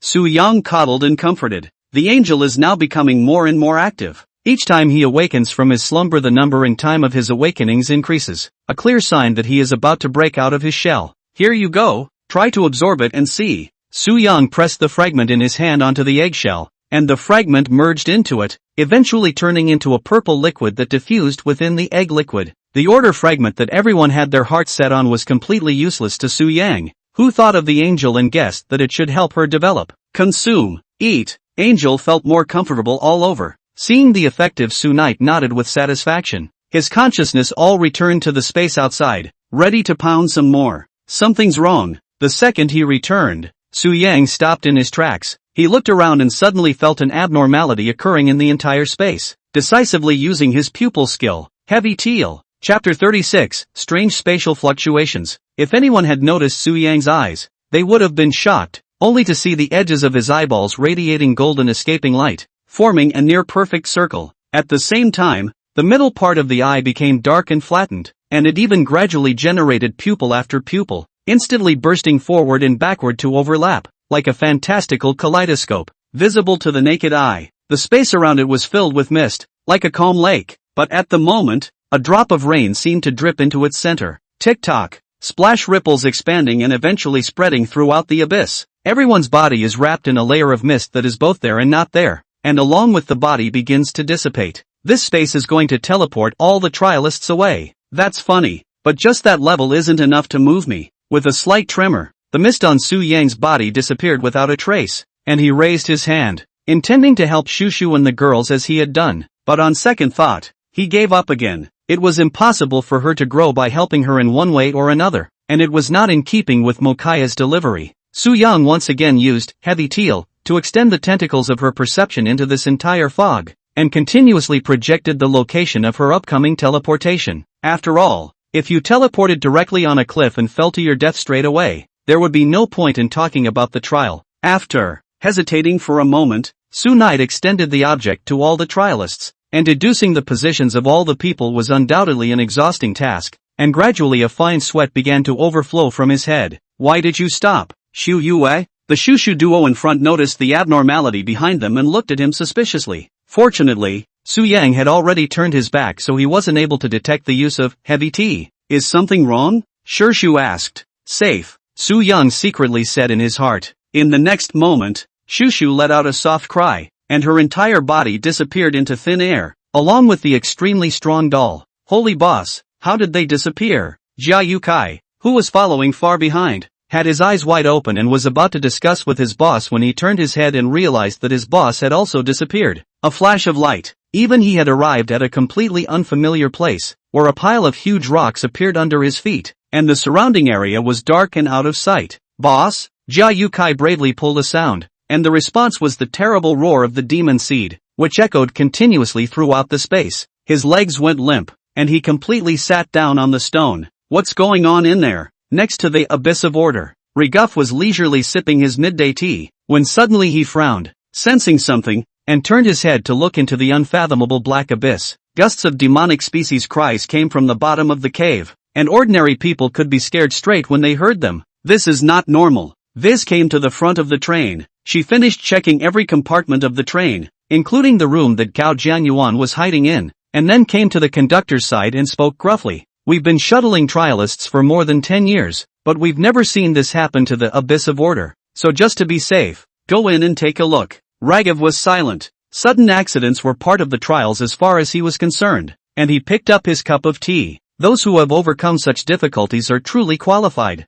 Don't blow your big ideas. If there's an A sequence in there, not 1 in 10 of these 200 people will make it out alive. Not to mention your retirement plan, even I'd have to go to the gallows. Alas, how many more times can I toss and turn with this body? Li Gao sighed. He put down the midday tea that he had just picked up but hadn't had a chance to drink yet, and walked straight to the side of the abyss, looking down at the darkness beneath his feet, which was about 200 meters deep at eye level. Moving his muscles, the sound of bones clacking all over his body sounded like an old train engine. He took a long leap and jumped straight down. The gusty wind whistled in his ears. He arched his legs as a cushion, and his whole body was like a falling meteor. And with a loud bang, he smashed a big pit on the ground. Reguv reared up, his eyes looking around as if he could see through the darkness of it, and then he headed toward the north gate. Sure is strange. It's reasonable that trialists should appear at this distance. Why does it seem like they've evaporated at this moment? After walking for about 10 minutes or so, and seeing some of the markings of the trialists on the way, he began to worry in his heart, and immediately took a step and sprinted with all his might. Help! Suddenly there was a cry for help, accompanied by a guttural roar from the demonic species, and Reguff looked down to his feet. It was coming from beneath the cliffs below. Fix your eyes on this. A man ran woefully over the rocks, with 3 demonic species in hot pursuit behind him, more agile and better adapted to the terrain of this place. Wah! Jia Yukai stumbled as the boulder crevice caught his right foot. Cursing in his heart, he tried hard to pull it out, but it was stuck, and no matter how hard he tried, it didn't help. Nervously, he looked back as the 3 terrifying figures rushed like arrows off the string, just a stone's throw away from him. The leading demon seed opened its bloody mouth and fiercely drew out its claws and grabbed at his chest, and at the time when this was about to be torn into pieces, a robust black shadow descended from the sky, and the mighty pressure brought by the man directly pressed the demon seed to explode. Conductor Reguv, Jia Yukai cried bitterly, you are simply my savior and regenerate father. My admiration for you is like a mighty river,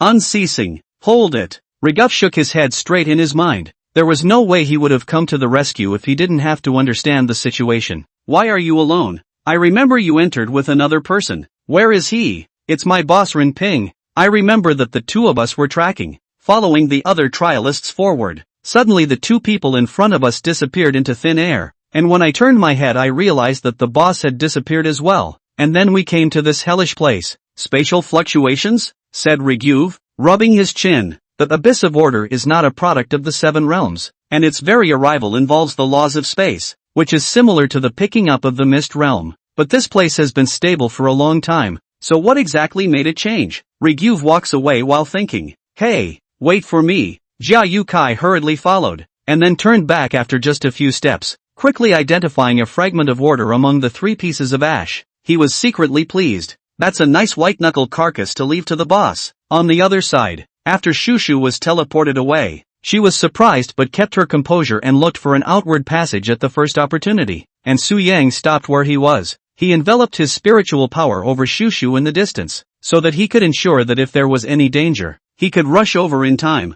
Next it's my turn to find the shards myself. Feeding them more to the angel can help her develop better before she breaks out of her shell. Although there was a sea of his sequences within the God-devouring space, it was still beneficial to absorb some more other essences. He doesn't seem to have much luck though, walking aimlessly for half a day, not to mention the demonic species, not even bumping into any other sequencers, which made him wonder if he wasn't going in the wrong direction. Wow! Just then, he heard the sound of rushing water from not far away. It should be a flowing underground river, which was not surprising, but strangely enough, there was even a faint human voice, and his heart lurched. It didn't look like a trialist, indicating that there was another person within this abyss. Su Yang stopped in his tracks and pricked up his ears to listen carefully. It was a man's voice, and he was chanting a poem in a loud voice. The wandering dragon willingly dives into the 9 ghosts. Fear not the devil's seed, not the dun. When the mountains are in bloom. Freshly clad young man. Chapter 37, The Liver Emperor. There was a large rock in front of him, and Su Yang quietly leaned over as the sound became clearer and clearer. He pressed his back against the stone,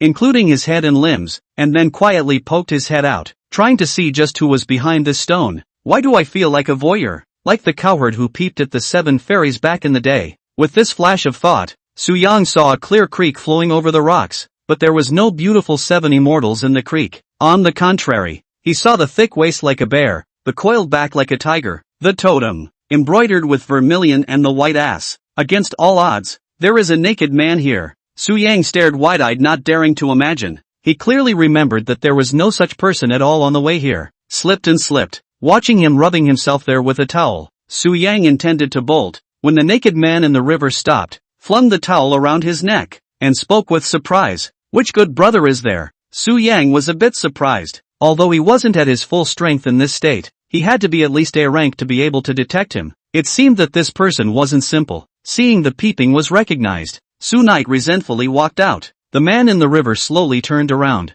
Don't you turn around. Su Knight realized that he was not wearing clothes, hurriedly cut off the connection with the angel, and sold out and shouted. But it was still too late. What should be seen, what should not be seen, he saw all. Ha ha ha. The naked man in the river crossed his waist and laughed brightly. Why do you mind? Brother, run. The so-called sages have said, the gentleman is at peace, the villain is long in the tooth. Where are the perverts coming from? It's so hot. Not caring about being exposed, Su Yang directly took out his biggest set of clothes from within the God-devouring space, plus a brand new towel, and threw it over. He took it and wiped the wetness off his. Su Yang noticed his well-developed to the point of exaggeration muscles, and his chest was painted with red vermilion tattoos of a blooming pishy flower. After that he put on his pants, except for his shirt. Su Yang was helpless. Can't you just cover up your tattoos? How bad is the impact of letting children see them? He trickled down the creek and retorted. Convergence of the real is virtual. Masculinity is revealed in the muscle. The chest is painted with tigers and leopards. Why should we hide our appearance? Knight of Su, why is it that when this big brother reads out a poem, he actually has a feeling of you're right? In order to prevent him from opening his mouth, Su Knight also no longer dissuade. Sit down, bro. The man walked to the shore and sat on a large rock. A dry torch stood in front of him, and when he activated the sequence chi in his body, it ignited into a large flame. Shu Yuas sat across from him. That's when he noticed the torch in front of him, which was surprisingly crafted in the same way as the one held by the trialists who had entered the abyss. Su Knight was puzzled. He was sure that there was indeed no such man among the more than 200 people who had entered the abyss, and looking at the old torch, he had a bold idea. Could you be last year's trialist? That's right. He nodded. These words were truly shocking. That means you entered the abyss of order from last year, and then you got lost and missed the time when the abyss opened, and were forced to stay in this hole for a whole year. Not really. The man shook his head again. I stayed here to practice of my own free will. It is said that 10,000 feet is a lot. When I saw that the sequence chi was thick here, I thought it was a good place to cultivate, so I made up my mind to polish my foundation here, and it wasn't until your arrival that I realized a year had passed. The Liver Emperor. The legendary Liver Emperor. Su Yang was rarely shocked by people, but at this moment, he couldn't help but admire the man in front of him. It was surprising that he could have practiced hard for so long in this dark and depressing place, and that he had to be on the lookout for attacks from the demon seed at all times. Then what do you eat? Xu Yue wondered. Although the sequencer can remain energized by not eating for a long period of time, he or she cannot yet reach the point of abstaining from food. Simple. Zhao Gang took out a bag from under his feet, which contained many purple forelegs and hind legs. He took out 2 of them, skewered them onto 2 other hard torches, and directly roasted them now. That seems to be the claws of a magic seed? Last year I found this species of demon seed in the depths of the abyss. They don't disappear when they die, and their flesh is delicious and edible, so I had the idea to stay. Zhao Gang said as he took out another small knife and drew a few lines of beautiful knife blossoms on the flesh of the demon seed, and high-end ingredients, often using the most simple cooking techniques, without the need to supplement the condiments. In a short time, it is moist and bubbling with oil, diffuse a strange meaty flavor. Come and have some, brother Su Yang. This is a rare delicacy outside. The hospitality is hard to persuade. Su Knight secretly checked it, and then took a big bite. Crunchy, still beef flavor. Ha ha ha, it hurts. Zhao Gang laughed out loud. He loved people who were as brash as he was, and then took a bite of the magic seed meat, tearing off a chunk like a wild animal and chewing vigorously on it. It's a pity there's no wine, or I would have drunk with brother. I'm sure when I get the chance, Su Yang responded. At this time, he remembered about the spatial fluctuation. Since Zhao Gang had stayed here for so long, he should know something, so he inquired and said, "Just now my friends suddenly disappeared. Do you know what happened?" "They were teleported away." Zhao Gang swallowed his mouth full of meat without thinking. This strange phenomenon started about half a year ago, and I was surprised then too. After that, I began to pay attention to the interior of the abyss, and based on my observations over the past year, I surmised that the abyss of order is not normally hidden in the wasteland of heaven's pivot city, but rather exists in the mist realm. And the reason for this fluctuation should be that the connection between the realm and the mist realm is starting to loosen. Loose? Su Yang's face was a bit grave. He had seen the mist realm descend once before, and although it was just some blurry shadows, the sequences within it were doom and gloom for ordinary people. Drink today and be drunk tomorrow. Zhao Gang could see his concern and smiled brightly. These things, which big shots can't possibly not know. Have them worry, we should eat and drink. Just live every day. When he had enough to eat and drink, Zhao Gang got up and walked towards the exit. He had been here for a long time and it was time to go out and meet the sun. That's right, brother Su. He remembered something and spoke. As I was given a dress, it is only right that I return the favor. You keep going. Take the next left is where I usually rest. You and I have met for a while. There are some gifts for you there. Chapter 38 Sneak Attack? Leaving the place where he had lived for a year, from his eyes, Su Yang could not see any reluctance, and there was only the boldness of going forward. With that his figure disappeared around the corner. Su Yang stood up, patted the dust on his body, and headed in the direction he had mentioned, anticipating the gift in his mouth. Not long after, he came around a corner. There stood a 5-meter-high rocky platform that would be the first warning of an attack from a demonic species, and there were plenty of tracks of people who had lived nearby. Su Yang jumped up and found another cavern inside, about half a meter long and wide, blocked with rocks. As soon as it was moved away, purple ethereal light appeared. At first it was piled with purple crystals, divinely similar to the shards of order yet more complete and containing a more prevalent energy. Order crystals. Su Yang swallowed a mouthful of saliva. This was something higher than an order fragment, and had the probability of originating from the body of a B-rank demon seed, so it seemed that the special demon seeds that Zhao Gang had mentioned were them. When encountering these demonic species, an ordinary trialist would not even be able to escape, let alone killing them. But luckily they were scarce in number and would only appear in the depths of the abyss, or else Heaven's Pivot City wouldn't feel comfortable letting the trialists come down. The poor and accustomed Su Yang's eyes were glowing. This is great stuff. I wonder how much money I can make from my family by hanging it up on the air. Good. No. That's when a voice came into her head. It was Angel, who also saw the goodies and shouted in excitement after regaining her shared view. It's delicious. Su Yang shook her head helplessly. As a forensic sequencer, he does have a lot of ways to make money, but along with the money he makes, he spends a lot of it, basically on other sequences, so he's also unabashedly poor. Su Knight waved his hand and sent the crystals to the god-devouring space, took out the majority of them, and brainlessly integrated them into the heavenly fetus egg. After all, no more suffering can be bitter to the child, right? The angel is happy. As she absorbed these crystals,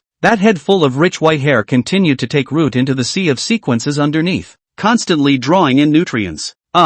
Within moments she was yawning, the back of her thumb gently wiping tears from the corners of her eyes, her eyelids heavy, and gradually falling back to sleep. It's so childlike to eat and sleep, Su Knight lamented, reaching out to darken the canopy of the sky to create a good sleeping environment. He then looked at sequence 077, Purple Gray, who was soaking in the clear spring. Although she was still in a coma, her breathing was steady, and she believed that she would be able to wake up in the near future, and at that time, she herself would be able to know the truth about the Nightshade Society. Hey, I finally got you. Just as Su Yang was thinking, a voice disturbed him. Su Yang walked to the edge of the platform to look down. A young man was disheveled and slightly gasping for breath, obviously having already had a fight with the demonic species, but even then he was putting out harsh words. You, Su Knight a little puzzled. Humph, Renping snorted coldly, seeing that he didn't dare to open his mouth for a long time. He thought that he was afraid and said smugly, there's no one next to you now,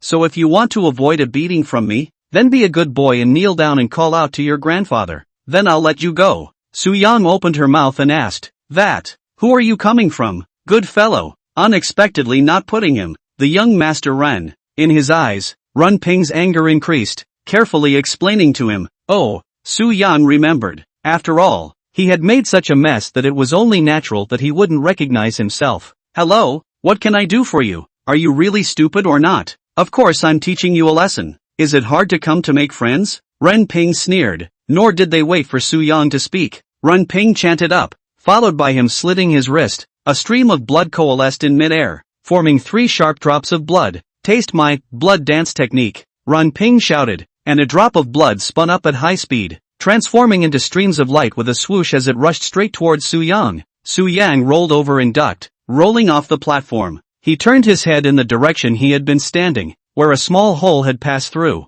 Renping laughed, see how powerful I am. From now on, as long as I'm around, you'll have to behave with your tail between your legs. This was a skill he could only acquire as a B-rank sequencer, and even though it was only at the introductory level, it was enough to scare the weakling in front of him to death. But here's what he didn't expect. Not only did Su Yang not show any fear, he instead spoke carelessly. So, you want to kill me? Su Yang stood up straight on his upper body, squinting his eyes and looking at him coldly, as if he was looking at a cocky and pathetic wild dog, ready to slap him into a bloody mist in an instant. Of course not. Renping was about to open his mouth, but the moment he saw Su Yang's eyes, he stopped hard. A drop of cold sweat trickled down his cheek. Why?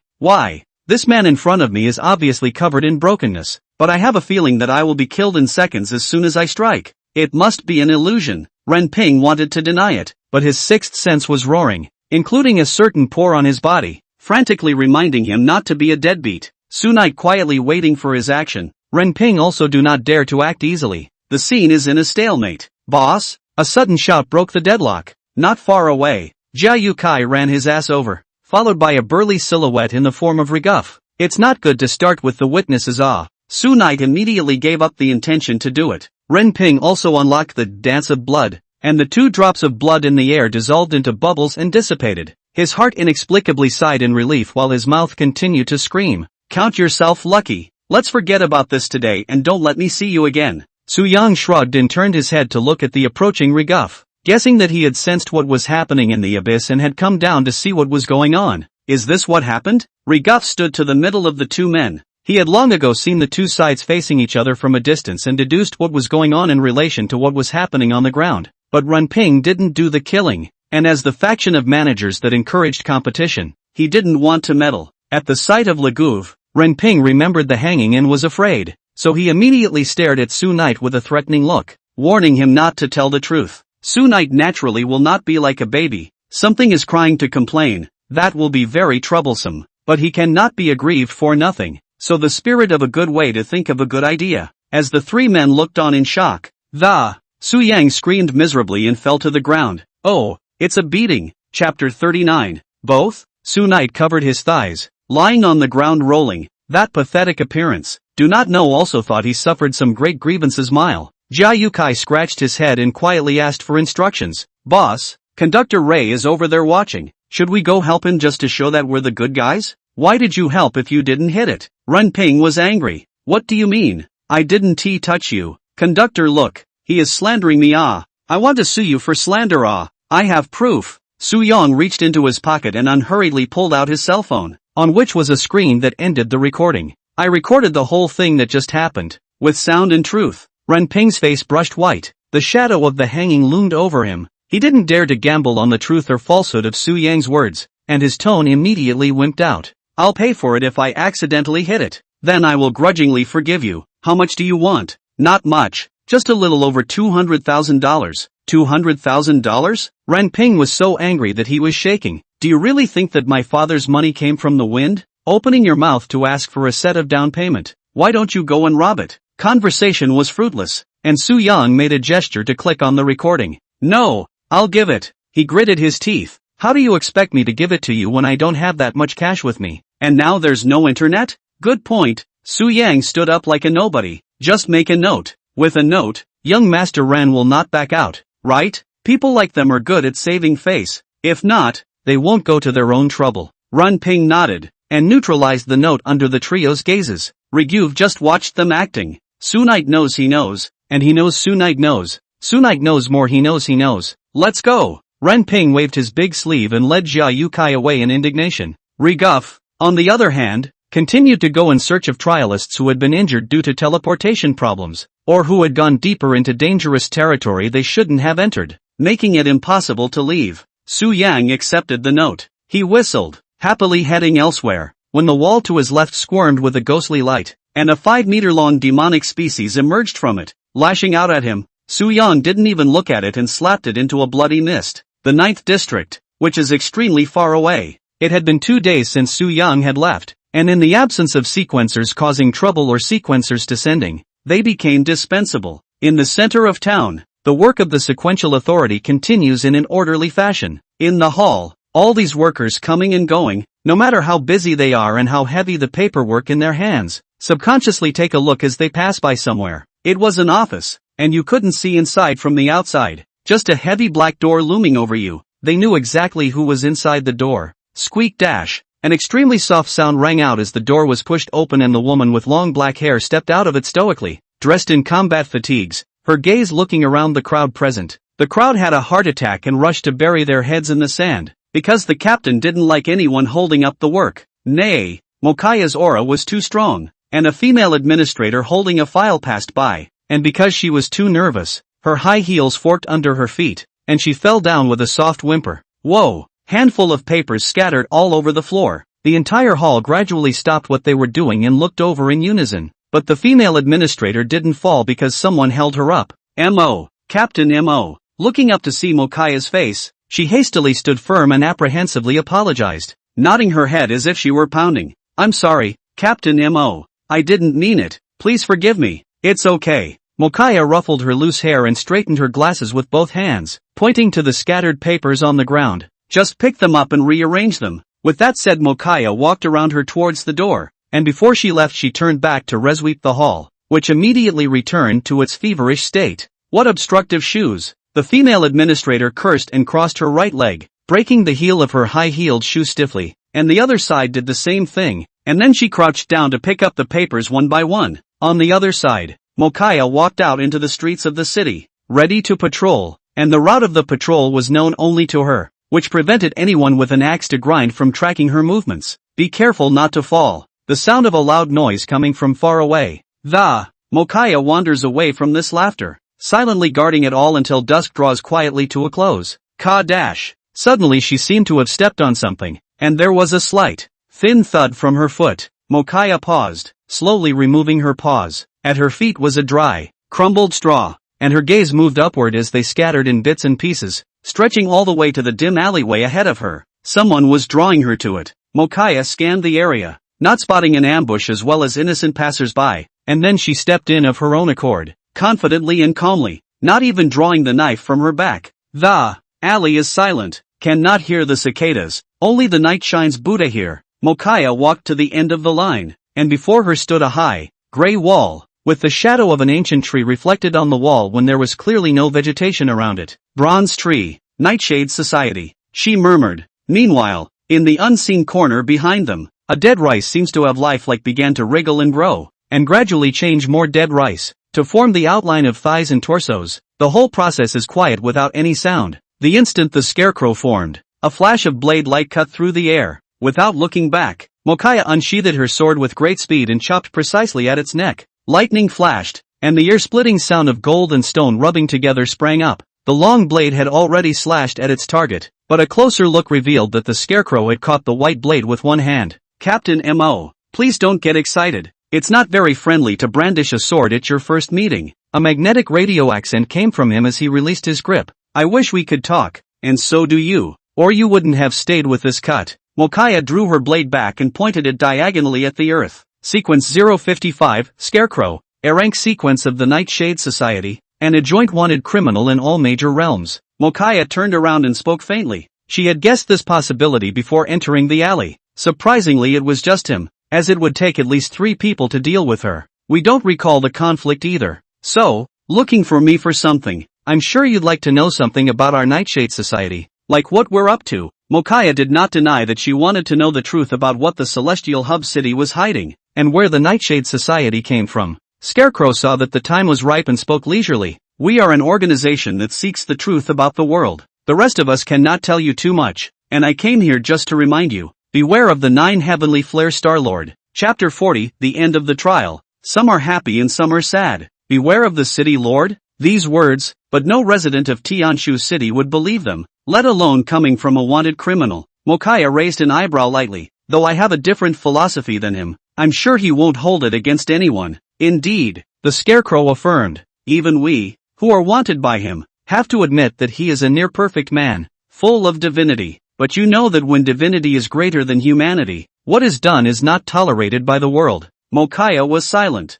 and through the experience of her previous time together she was compelled to think carefully, and half a dozen times she opened her mouth to inquire about another question. The man who saved Purple Ash that day, who exactly is your Nightshade Society? She had a hunch that it was the faceless mystery man who had spied on her in the mists that day. It was the Scarecrow's turn to be silent. According to his judgment, the masked man should be Su Yang, but there was no way he could pick and choose to say it had nothing to do with them. It would be better to go along with the authorities' speculation, both to draw fire and to force Su Yang into the society. A little thought. His body began to shrink, as if rewinding and redigging into the dead rice at his feet, leaving only one sentence to echo in the evening breeze. He exists under the Rue tree, seated on a throne, reigning over the night and the bronze, our eternal co-lord, Lord of the Night.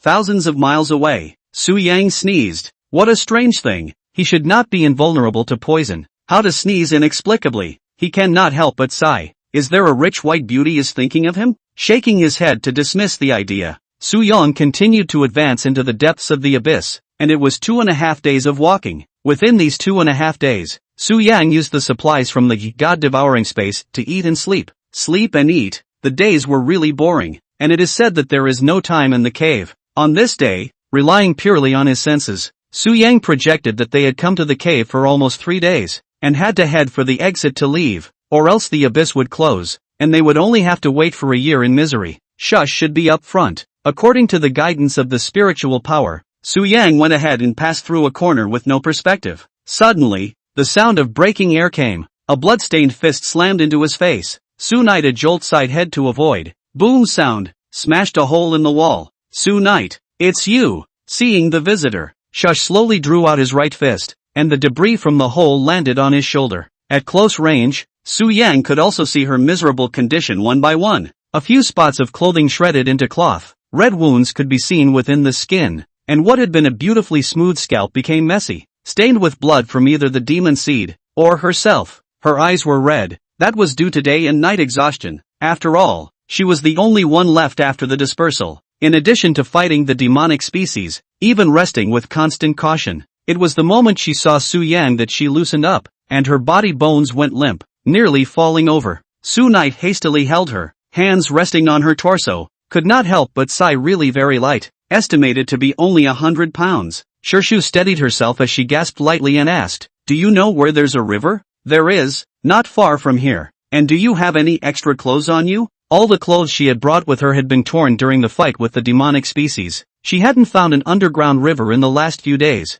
and she couldn't stand it when she couldn't wash her body when it was dirty. You're hurt like this and you're thinking about taking a shower first. Su Yang was helpless. There are clothes, towels, and soap, so we'll go there later. But you have to take care of the wound first. She nodded her head in a Su Yang helped her sit down on the rock, took out the knife and gauze from within his bag, half-kneeled to clean the wound on his calf, and secretly fetched the clear spring from God-devouring space to apply it. Hiss. Shush showed his teeth in pain. Does it hurt? So now what? Su Yang immediately lowered his force. Much better. Aha. A short while later, the surroundings quieted down, and the corners of her mouth couldn't help but lift slightly as she rested on the knee of her right foot, tilting her head to look at the person at her feet who was attentively tending to his wounds. What are you laughing at? He. It's nothing. Anyway, Su Knight is the best law. That's true. Always being praised. Su Yang's heart was also very comfortable, and he worked even harder. After treating her wounds, Su Yang helped her to the river's edge and found a position against the cliff on all sides, while the only line of sight was guarded by him. Absolutely no peeking. Shushu solemnly ordered. Fine. Su Yang rolled her eyes. You remember to wash faster, or else when the abyss closes, you'll have to live here with me for a year. No la. She stretched her voice. Not long afterward, the sparse sound of undressing came from behind Su Yang, followed by the sound of stream water cutting across the young girl's skin before dripping into the creek. In this situation right now, a normal man would be floored, but Su Yang wouldn't be, because he knew it clearly. So-called beauty. I'm washed up. Before he could finish a few paragraphs in his mind, Shushu came from behind him and tapped him hard on the shoulder. That fast? Su Yang turned around. The young girl had cleaned her body, her hair had been retied, and she was currently wearing his clothes, which were apparently so big that she wore them like a nightgown. Let's go! Shushu pushed him. She couldn't wait to get out of this hellish place. The two followed the shortest route back to the bottom of the abyss. Most of the trialists have also returned, and most of them are gray and are walking up the green stone steps. There is a person waiting there early. Doll! Shushu hugged and stroked her head happily. Su Yang looked at the doll that had been in the cave for 3 days while being spotless, and secretly said in his heart that it was so powerful. So what exactly is the purpose of someone so powerful approaching them? Su Knight originally thought that she would reveal her cloven foot on this trip. Nay, there was a little hiccup in the middle, causing all of them to separate. But to put it another way, could it be that he was paranoid? The trio returned to the surface in pairs. It was early in the morning outside, and the long-lost moonlight sprinkled on his face, actually giving him a warm feeling. Boom rumble. However, in half an hour, the ground under the feet of the crowd trembled, the abyss of water began to close, and gradually the wide hole screwed together, as if it had never appeared, and no one knew where it had gone now. Great! The trial is finally over. Mom, I'm alive. Someone kneeled down and cried bitterly. Do you know how much I suffered in there? Damn teleportation. It directly transmitted me to the bottom of the cliff in the cave. I climbed for 3 whole days. I'm worse. I got lost in there. Crowds of people talking. Hate to pour all the bitter water of the 3 rivers. The scene suddenly noisy as the food market. Can't stand these young people. Shaking his head, Regu filled the old iron kettle in his hand and set it smoothly on the red-hot power stove, removing 2 tails of Mao tip and meticulously preparing the morning tea for later. Knock. The knock came again. Without waiting for him to open the door, Viz stepped around the shapeless hatch and stepped into it from the side, wearing a mask and holding a chicken feather duster in her hand, having apparently cleaned the seat. It's time to head back to Tianshu City. The general administration can't wait to welcome this group of new students. Okay, that's going back. Riguv set up the 3 cups, walked outside the train, jumped to the roof in 2 light hops, and out of habit lit a cigarette, taking a puff past his lungs. Fellow multipliers. Everyone was attracted by the loud voice and looked in unison as the conductor stood there majestically, his lapel fluttering. All aboard. Our next stop is the Serial Authority headquarters in Sky Hub City, where you will be graded on your levels. Most importantly, you will be received by the Lord of the City. Chapter 41 Entering Tianshu City. To be able to meet the Lord of the City? Really? If I could just shake his hand, I would never wash my hands again in my life. So excited. My grandmother was saved by the city lord back in the day. She compiled a book about their encounter and I even heard her talk about it when I was a kid. The crowd was in a more excited mood as if they had been given a drug,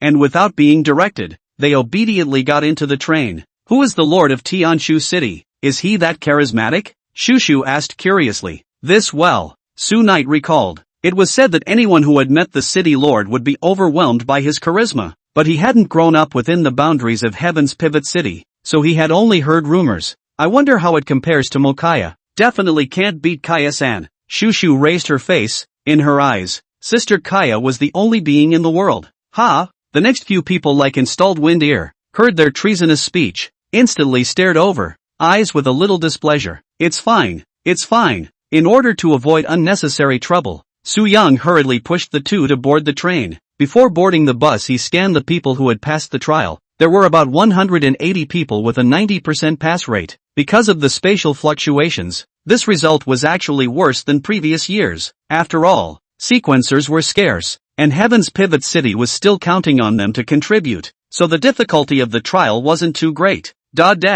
As he was thinking about it, the body began to shudder. A dusty shrill whistle exploded, and thick black smoke belched from the smokestacks, covering the slowly departing train like a dark cloud. All aboard the train. We're getting changed. After getting into the car, Shushu and the two of them hijacked the room, pulled the curtains that covered the door, prepared to change into spare clothes, and arranged for Su Yang to stand guard at the door. Su Yang shrugged and leaned against the wall to swipe up his cell phone, acting as a gatekeeper. That's awesome. Did you really spend a year in there? A few exclamations reached his ears. Su Yang turned his head and noticed that the carriage in front of him was surrounded by many people inside and outside, and a large, shirtless man was laughing bashfully. It was Zhao Gang who had gifted him the crystals. He was talking about what it was like to live in the abyss for a year, and the bystanders listened with fascination, their eyes showing admiration from time to time. It seems to be quite good. Su Knight was also curious about his experience, and was about to go and make a scene, but I didn't expect him to open his mouth again, punching the Southgate demon seed and kicking. Su Yang shook his head and hurriedly dismissed the idea of going over to listen to the poem. You can come in, Shu shouted from the room. Su Yang pulled open the curtain and entered. The two of them had already changed their clothes and were sitting on the bed, when Shushu mysteriously took out a package containing something she had obtained from within the abyss. Slowly opening it, inside were 4 order crystals. Although the strength of the special magic seeds was far inferior to their counterparts, they were still B-ranked anyways, and with 4 whole ones, it was hard to imagine what kind of vicious battles she had gone through. For you! She threw herself directly into Su Yang's arms and said in a tone that brooked no refusal. No refusal, or else you're disowning me as your little captain. Regardless of whether it was a shard or a crystal, there was an upper limit to the amount that each person could absorb, with 1 or 2 topping out for a normal person, and Shushu had already absorbed 5 of them in the abyss. Otherwise they wouldn't have lasted this long, and in her eyes, Su Yang was so weak that she definitely couldn't get these goodies, so she slaughtered a few more. Su Knight wanted to say that he actually had a bunch more. In his own, god-devouring space, however, he didn't have any pretense and thanked him and took it, not to mention the dolls on the side, which she could have just gotten herself. Hollow.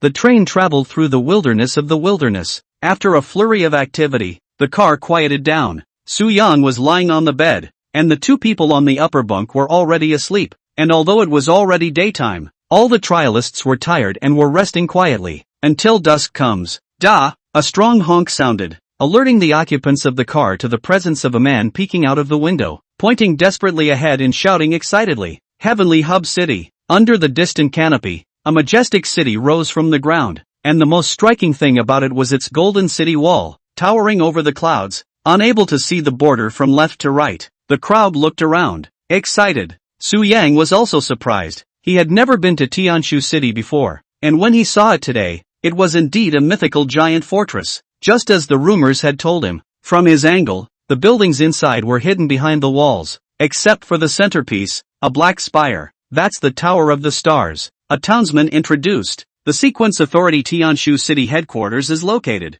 To the city you will be shocked by its tallness, and the spire of the tower that we are now seeing, but also the residence of the city's master, who is like the dazzling sun sheltering us. The more he spoke, the more excited he became, as if basking in the sunshine of the lord of the city. What a fanatical cult! Su Yang couldn't help but feel a sense of emotion, and in his heart, he looked forward to the inauguration ceremony that was to follow, wanting to meet this legendary figure. A few minutes later, the train whistled through the gates. The shadow of the gates shrouded the carriage, and when it opened up, the crowd was able to get a glimpse of the corner of Tianshu City, towering glass buildings, streams of cars, ubiquitous tantalizing neon. This is the megalopolis that houses 1 million people, and it's far more bustling than anyone could have imagined. High officials and dignitaries, merchants and rich tycoons and even rare serializers, the big shots that are usually hard to see, can be knocked down with a single slate here. Clack clack clack. The train pulled into the hidden authority-only platform and slowed to a stop.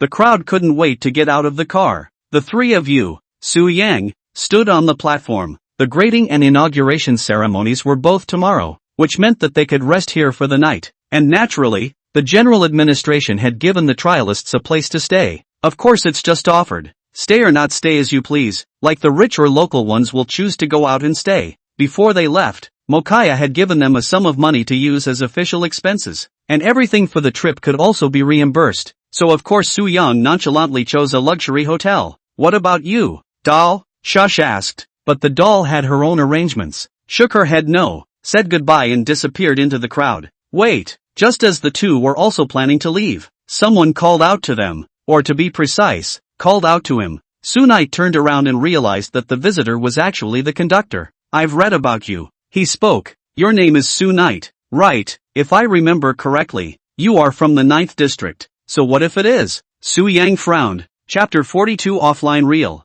Ha ha ha. Unexpectedly, he laughed twice. 9th district is good. Beautiful scenery. When you go back in trouble to give your Captain Mo a message, just tell her, old man, I'm still physically tough. I'll retire next year. So it's someone Captain Mo knows. Su Yang loosened her frown and assured, definitely. Looking at the old conductor who turned around and headed back to the front of the car, Shu Shu on the side wondered, I'm from District 9 too. Why did he just ask you to carry the message but not me? Don't I look like a squad leader? He has eyes to see. That's more like it. Let's go. The two of them left the platform and officially stepped onto the streets of Tianshu City. This place was indeed more prosperous than the 9 districts, but the two of them had also seen the world, so they were not shocked. It didn't take them long to find a hotel. Hello guys. The front desk lady looked at this pair of young men and women. Her eyes contained a smile and snickered. May I ask what kind of room you need? We have all kinds of waterbeds and round beds of excellent quality. What are those weird beds for? Shush asked.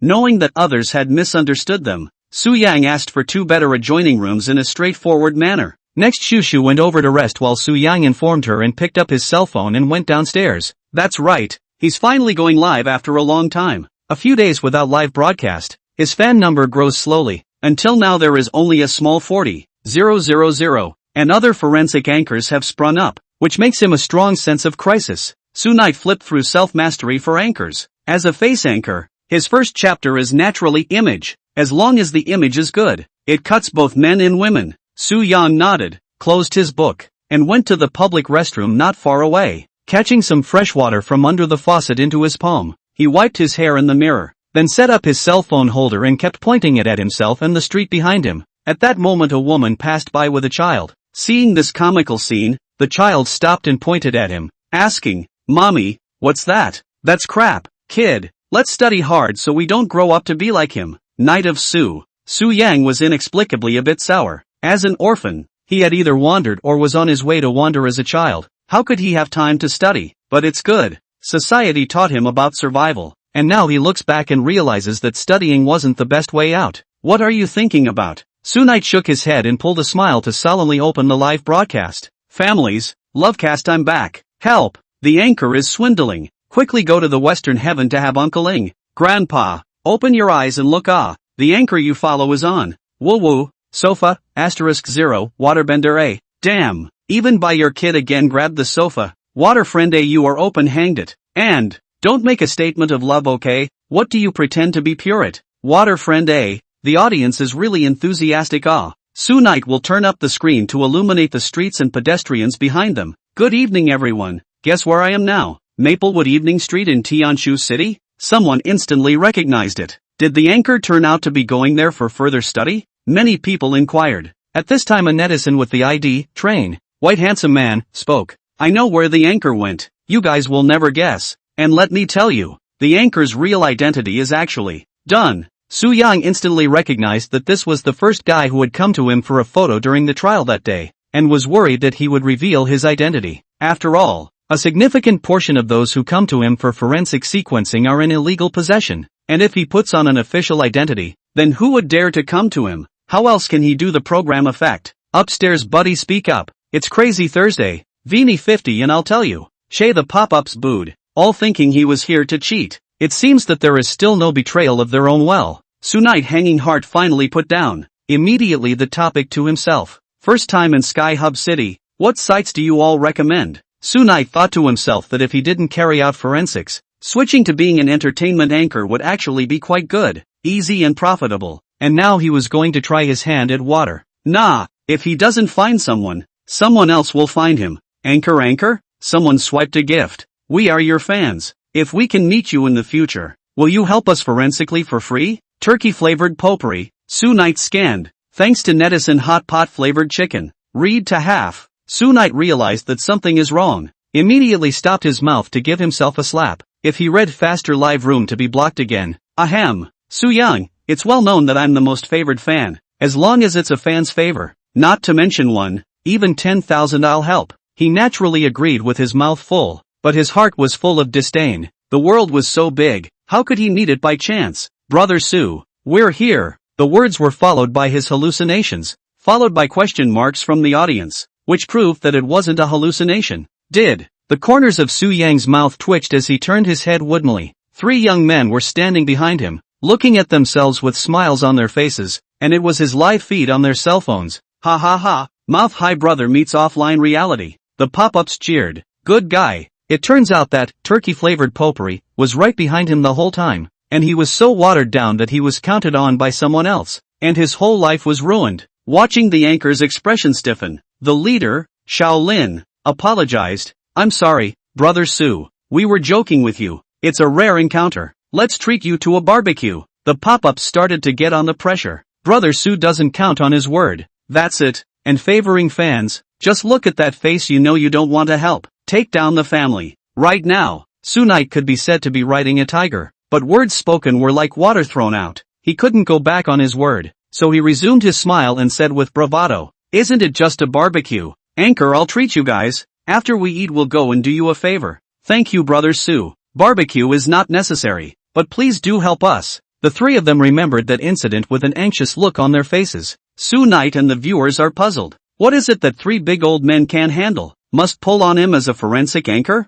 Here's the thing, Shaolin narrated. The 3 of us are fresh graduates who want to come to Tianshu City to fight for our luck, but we don't have any money in our pockets. So we discussed putting together a sum of money to solve the problem of living in the city. Then we found a cheap house through an agent, signed a contract, and we started cleaning the house, and things were fine up to that point, until we found some spooky objects in the room. Chapter 43 Sequence 987, Humanoid Cow. A hint of fear appeared on the faces of the 3 as they recalled. It was under the bedroom closet, the old mahogany closet. We found a mahogany sword in the compartment. A mahogany sword? The pop-ups held their breath as they heard the highlights. If it was just that, we played dumb and passed it, but there were a lot of things we couldn't name in the other rooms too. Too evil. We didn't even dare to stay and ran out, and we were just about to get something to eat when we ran into you. Something's weird. Soo Young stroked his chin, and in an instant, he thought of many kinds of guesses, but with only words, he hadn't been able to get a feel for them.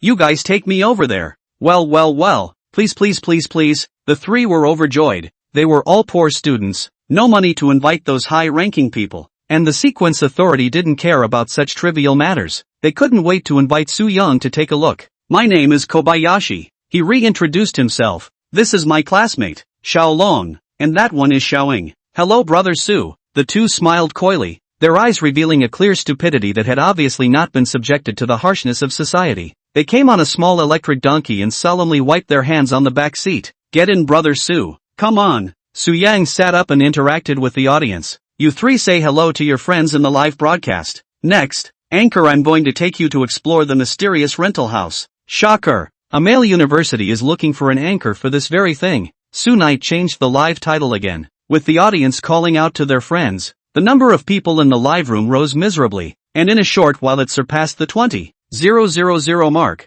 With that said, the 4 of them drove away from the busy area and gradually drilled towards the town and country-like area. The concrete road is lined with streetlights, but it's sparsely populated, with the occasional feral cat or 2 crossing the center of the road, after which it's quiet all around again. The anchor might as well run. Someone at the pop-up was worried. This place is so dark, don't get pulled into gagaing your loins. Don't worry about the front. These 3 are so simple at first glance, only to be Ga's share, which can ga others ha ha. Kobayashi 3 people explained. Sorry a little far away, but it is because of the distance. The price of housing is low. We'll soon be here. Drop. Not a moment later, the car stopped. Soo Knight got out of the car, looked up and found that it was an ordinary residential building. It should be the kind of self-use and rental house. From the outside to see not a so, but the neighborhood is quite cold. The three of them took Shu Yue up the stairs and the hallway was dim, and for some reason the incandescent lights the landlord had installed were not very bright.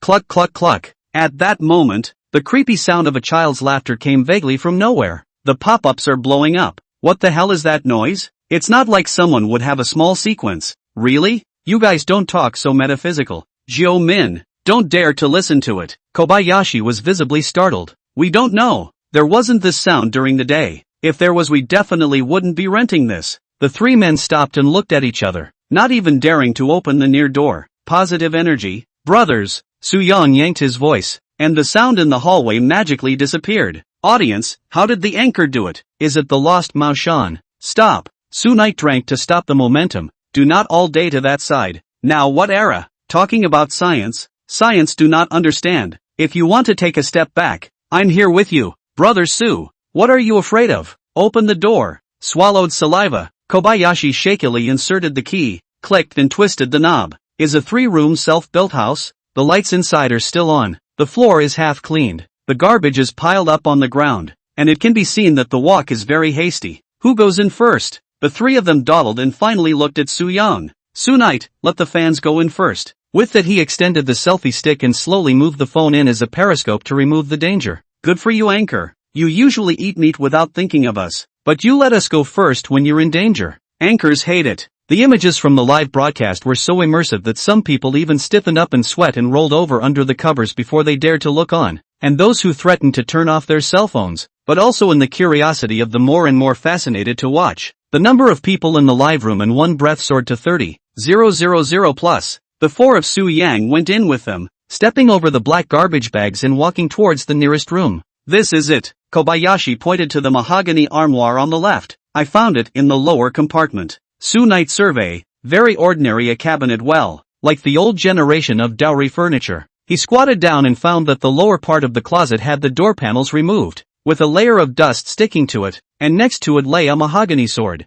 sealed with layers of tape, with the 8 trigrams tattooed on the scabbard vaguely visible. Here's more. Kobayashi took out another mahogany branch, and a shovel that looked like iron. Not iron, not copper. Both were found in this room. It's a bit evil. Su Yang smacked his lips. What's going on, Su? Are we moving out? The three were in a hurry. They had already signed a contract and paid a deposit. If they moved out now, they would lose a lot of money. Are you married? No, they're all recent graduates. There are things I can't tell you guys. The live audience is watching. Positive energy. Su Knight mysteriously said. So far he saw is the sequence of chi call placement, but nothing harmful, more psychological effect. There's writing here. Kobayashi pointed to the bottom of the cabinet door, where the word fall and winter was written in chalk askew. Autumn and winter. Spring, summer, autumn and winter. Then there should be the words spring and summer on the opposite side. Su Yang looked over and Hao Ran realized that there was nothing on the other side. Quirky.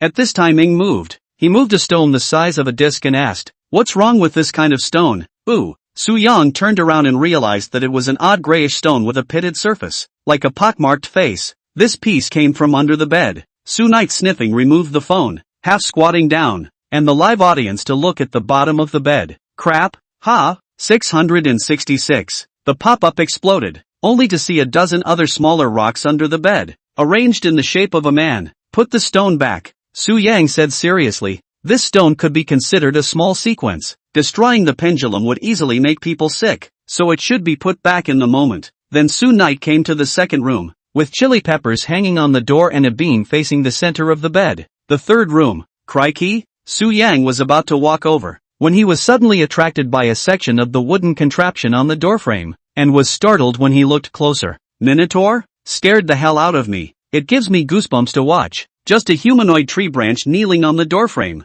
its limbs twisted incongruously, its head carved into a cow's head, and eerily looking back at the crowd. Sequence 987, humanoid cow. Su Yang recognized this sequence. It was used to suppress the chi of the sequence of evil souls. How was it used for a tiny house? And he has seen. There is no special sequence of chi. Can only say that the landlord's way of thinking is different from ordinary people. Back off. Knight Su spoke. I won't tell you more. Trust Brother Su's. Return your things to their original places. Go out and sleep tonight, and come back tomorrow at noon to check out. The three of them nodded their heads like chickens pecking at rice. Even if there wasn't any danger here, they didn't want to live here any longer. Who knew what the landlord who had made all this stuff would do? Click click click dash. They were about to leave when, suddenly, the sound of a key being inserted into the latch sounded at the door and the doorknob actuated. Oh, the landlord's back. Chapter 44, The Angel Breaks His Shell. The landlord's here? Su Yang frowned, so he shielded the crowd in front of him.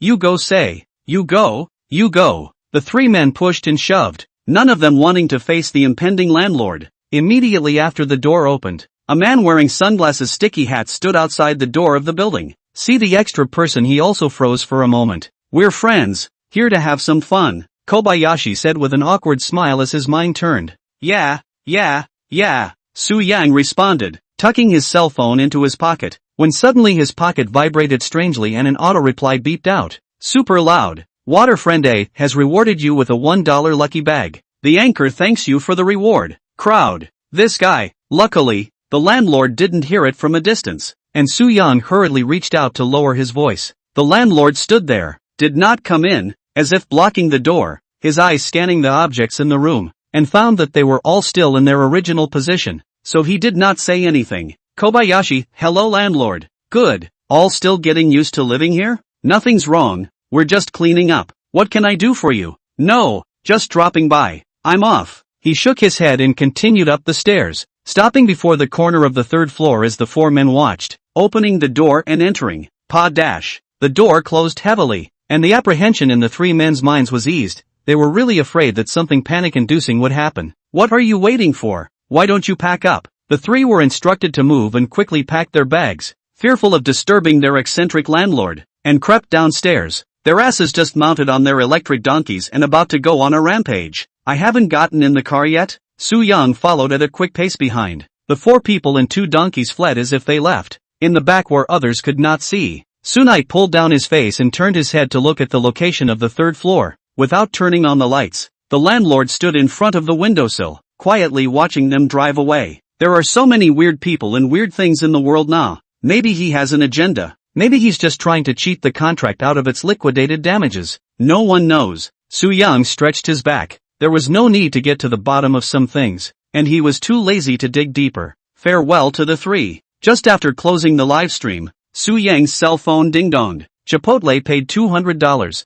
000. Young Master Ren was quite fast. Su Yu was happy in his heart, and it just so happened that he had something he wanted to buy. 10 minutes later, Su Knight stood in front of the digital store with this money. His heart was full of pride. He was so rich, wouldn't he just buy whatever he wanted? Once inside he shriveled up. The palm-sized camera dared to ask him for tens of thousands of dollars, but also refused to bargain, which made him a bargaining skill has no place to show. The camera was purchased because the angel was about to break its shell tonight, and specialized equipment was needed to document this rare process. Nay, underdeveloped industry made the machines expensive. Hello sir. The mustachioed clerk saw that he really wanted to buy it and hurried up to entertain him. We use all kinds of picture quality here. May I ask which kind you want to buy? Su Yang, I want the best. A big patron. The clerk took out a black handheld camera. After trying it out, Su Yang was very satisfied. How much? Not much. Just a little over $200,000 with a full set of accessories. Su Knight, $200,000. Open your mouth as a set of down payment. You think my money is a gale. Why does that sound so familiar? In the end, in order to record the rare images, after a little thought, Su Yang still endured the pain and bought the full set. In this way, the $200,000 he had just earned was spent again. In the evening, returned to the hotel. After taking a bath, Su Yang stood on the balcony and blew the evening breeze. The large bright moon hung high in the night sky, resting right on the spire of the towering tower in the center of the city, allowing him to see the cratered mountains above. It's actually not a bad little life, Su Knight thought. The morning to the authority to touch the fish, straight live in the afternoon, occasionally like this trip, lived quite a taste. Hey, Xiu Yu A sudden voice interrupted his thoughts. Su Knight to the next balcony to look at a young girl has just bathed out, sheep-fat white jade legs without the slightest flab, wearing safety pants, under the loose white shirt, hidden ketone body full of youthful vitality. Ha ha,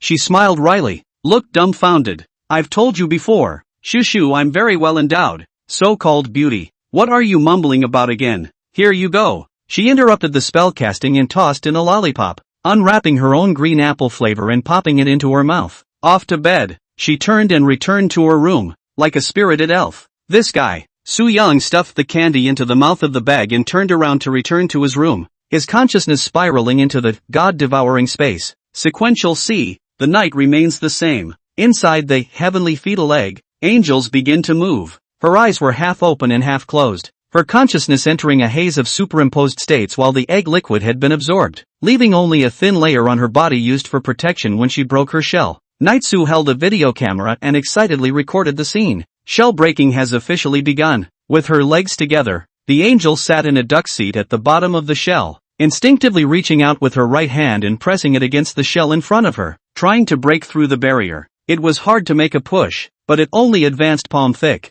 Soo-young looked disturbed and wanted to step forward to help, but he knew that this was an important step in her growth, and that he could only have an innate advantage by breaking the shell himself. The time passed. Soo-night nervously held her breath, afraid that any slight movement would disturb her. Moved. The angel moved again. She reached out her left hand this time, her palm against the shell. Nay, still the same result, repeatedly failing. The angel was obviously angry. She simply pressed her head up as well. Does she want to top off? No, it wasn't. Only the angel opened his mouth wide and bit down hard. Ta-ta-ta-ta-2 teeth clashing sounds rang out one by one. The inside of the eggshell was too slippery and there was no point of disembowelment which caused her to bite the air. Well, the angel beamed, a muffled cry escaping his lips as both his palms and his head fired at the same time. There was a crunch and a crack in the eggshell. Head out first. The angel burrowed out half of her head, and just when Soo-young thought it was going to come out that way, she surprised him by taking a sharp bite into the hard eggshell around her mouth. Click,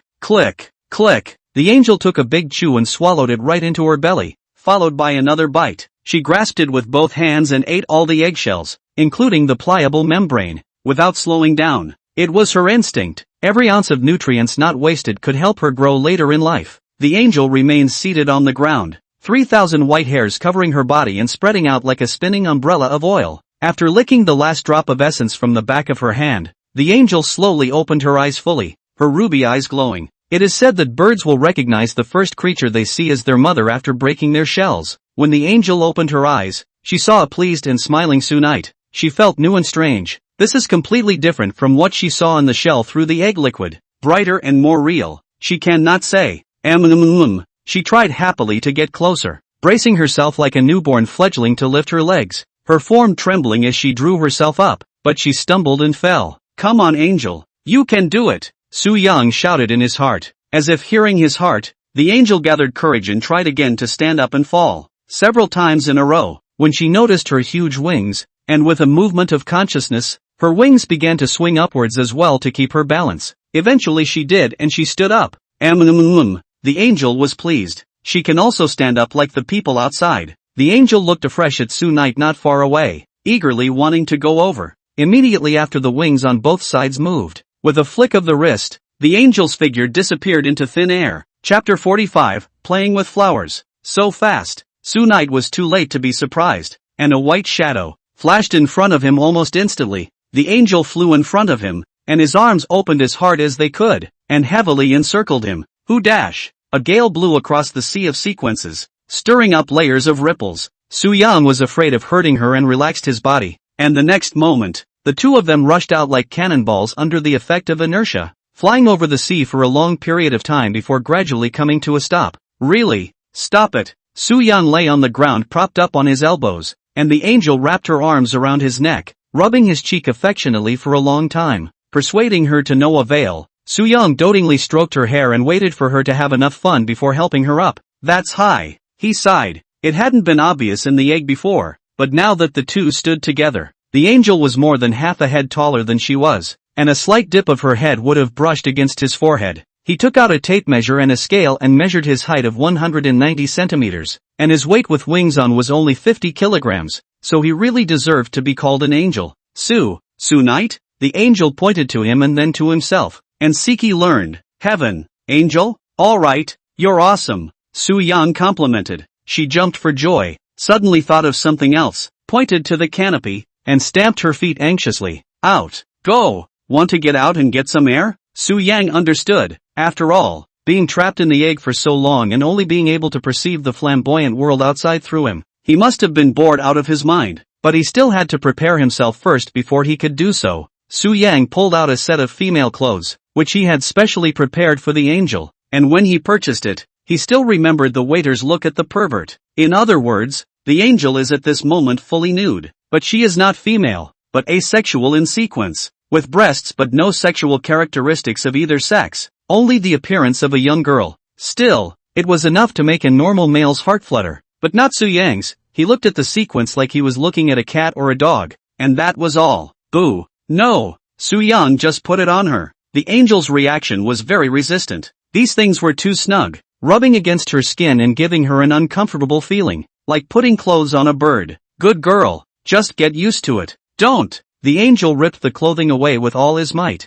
breaking free of his bonds and crawling away on his hands and knees, then with a flutter of both wings, escaped. Behave, get dressed and let's go out. The angel shook his head and traveled on a disc high in the air above his head, unwilling to put on any more restraints, and refusing to come down when he said that she didn't understand how people willingly wore these things when they were so uncomfortable. The whole world should be naked. Look at all the people out there with their clothes on. They won't be friends with you if you don't. Do you want to be friends with them? Su Yang coaxed like a deer mom on the ground. Yo! Hearing this, the angel reluctantly flew down, hands grasping at her chest and twiddling her thumbs, standing there obediently and allowing Su Yang to put a useless encumbrance on her. Okay. Su Yang put it on her with difficulty and added 2 layers of camouflage to her so that even in Tianshu City, she wouldn't raise the alarm of strong people. A swipe of his right hand brought him to his hotel room. Instructed, you must not run about. Brush. Before the words fell, the premeditated angel aimed at the opposite room,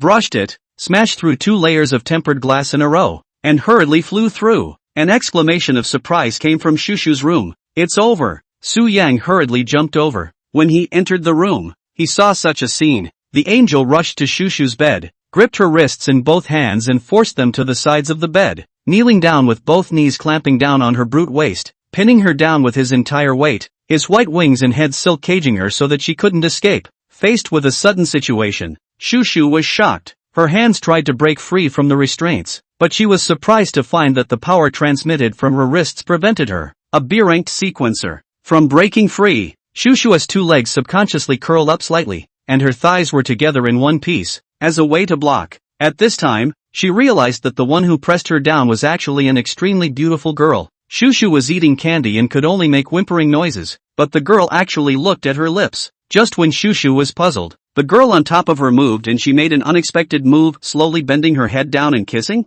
The soft touch came. Shushu's face brushed red to the root of the ear, body tingling, almost fainted. Immediately afterward, a little goldfish pried open her shell teeth and nimbly snatched the candy from her mouth. Is she actually aiming for candy? Angel! Shu Yue erupted in a pig-killing sound. You can't rob other people's food, especially like this. Hurry up and get down here. Yo! The angel obediently slid down, but still licked Shushu's lips unfaithfully, wanting to taste a little more of the candy from it. What's going on with Su Knight? Who is she? Seeing the opposite sex intruding into his room, Shushu hastily pulled the covers up over his body and leaned over the bed, questioning angrily. I'm sorry. Su Yang kept apologizing. Meanwhile, the angel came over, sensing that Shushu was angry, and instantly hid behind him like a little girl who had made a mistake. She's an uninspired little sequence. Su Yang's brain turned. That day I saw that she was homeless, so I took her in. Her IQ is only 3 years old, her heart isn't bad. She's just a bit of a glutton. I gave her some of your candy and she loved it. Hearing that someone liked her candy, Shushu was happy and her anger slowly subsided. Looking at the angel, who was clearly very tall, but timidly bent over and hid behind her, she found the contrast quite adorable. Harario, you guys. Shush took 2 candies out of the drawer. Angel, is it? These are for you too. Well, the delicious candy was right in front of her, and the angel craved it, but when she thought of Su Yang's words, she was afraid that she would be angry, and she didn't dare to step forward again. It's okay, Sister Shushu isn't a stranger. She's giving it to you. Just feel free to eat it boldly, with permission. The angel jumped over cheerfully and hugged Shush again through the bed covers, rubbing her cheek affectionately. Don't, it's itchy. Ah, that's a bag. Can't eat it, quickly spit it out. Angel swallowed the lollipop with the stick and wrapper, startling her so much that she pried her mouth open and pulled out the sticky, drool-covered wrapper. Rat. Yummy. Wash and cheer you. Angel happily burrowed under the covers and kept rubbing into her arms like a clingy kitten.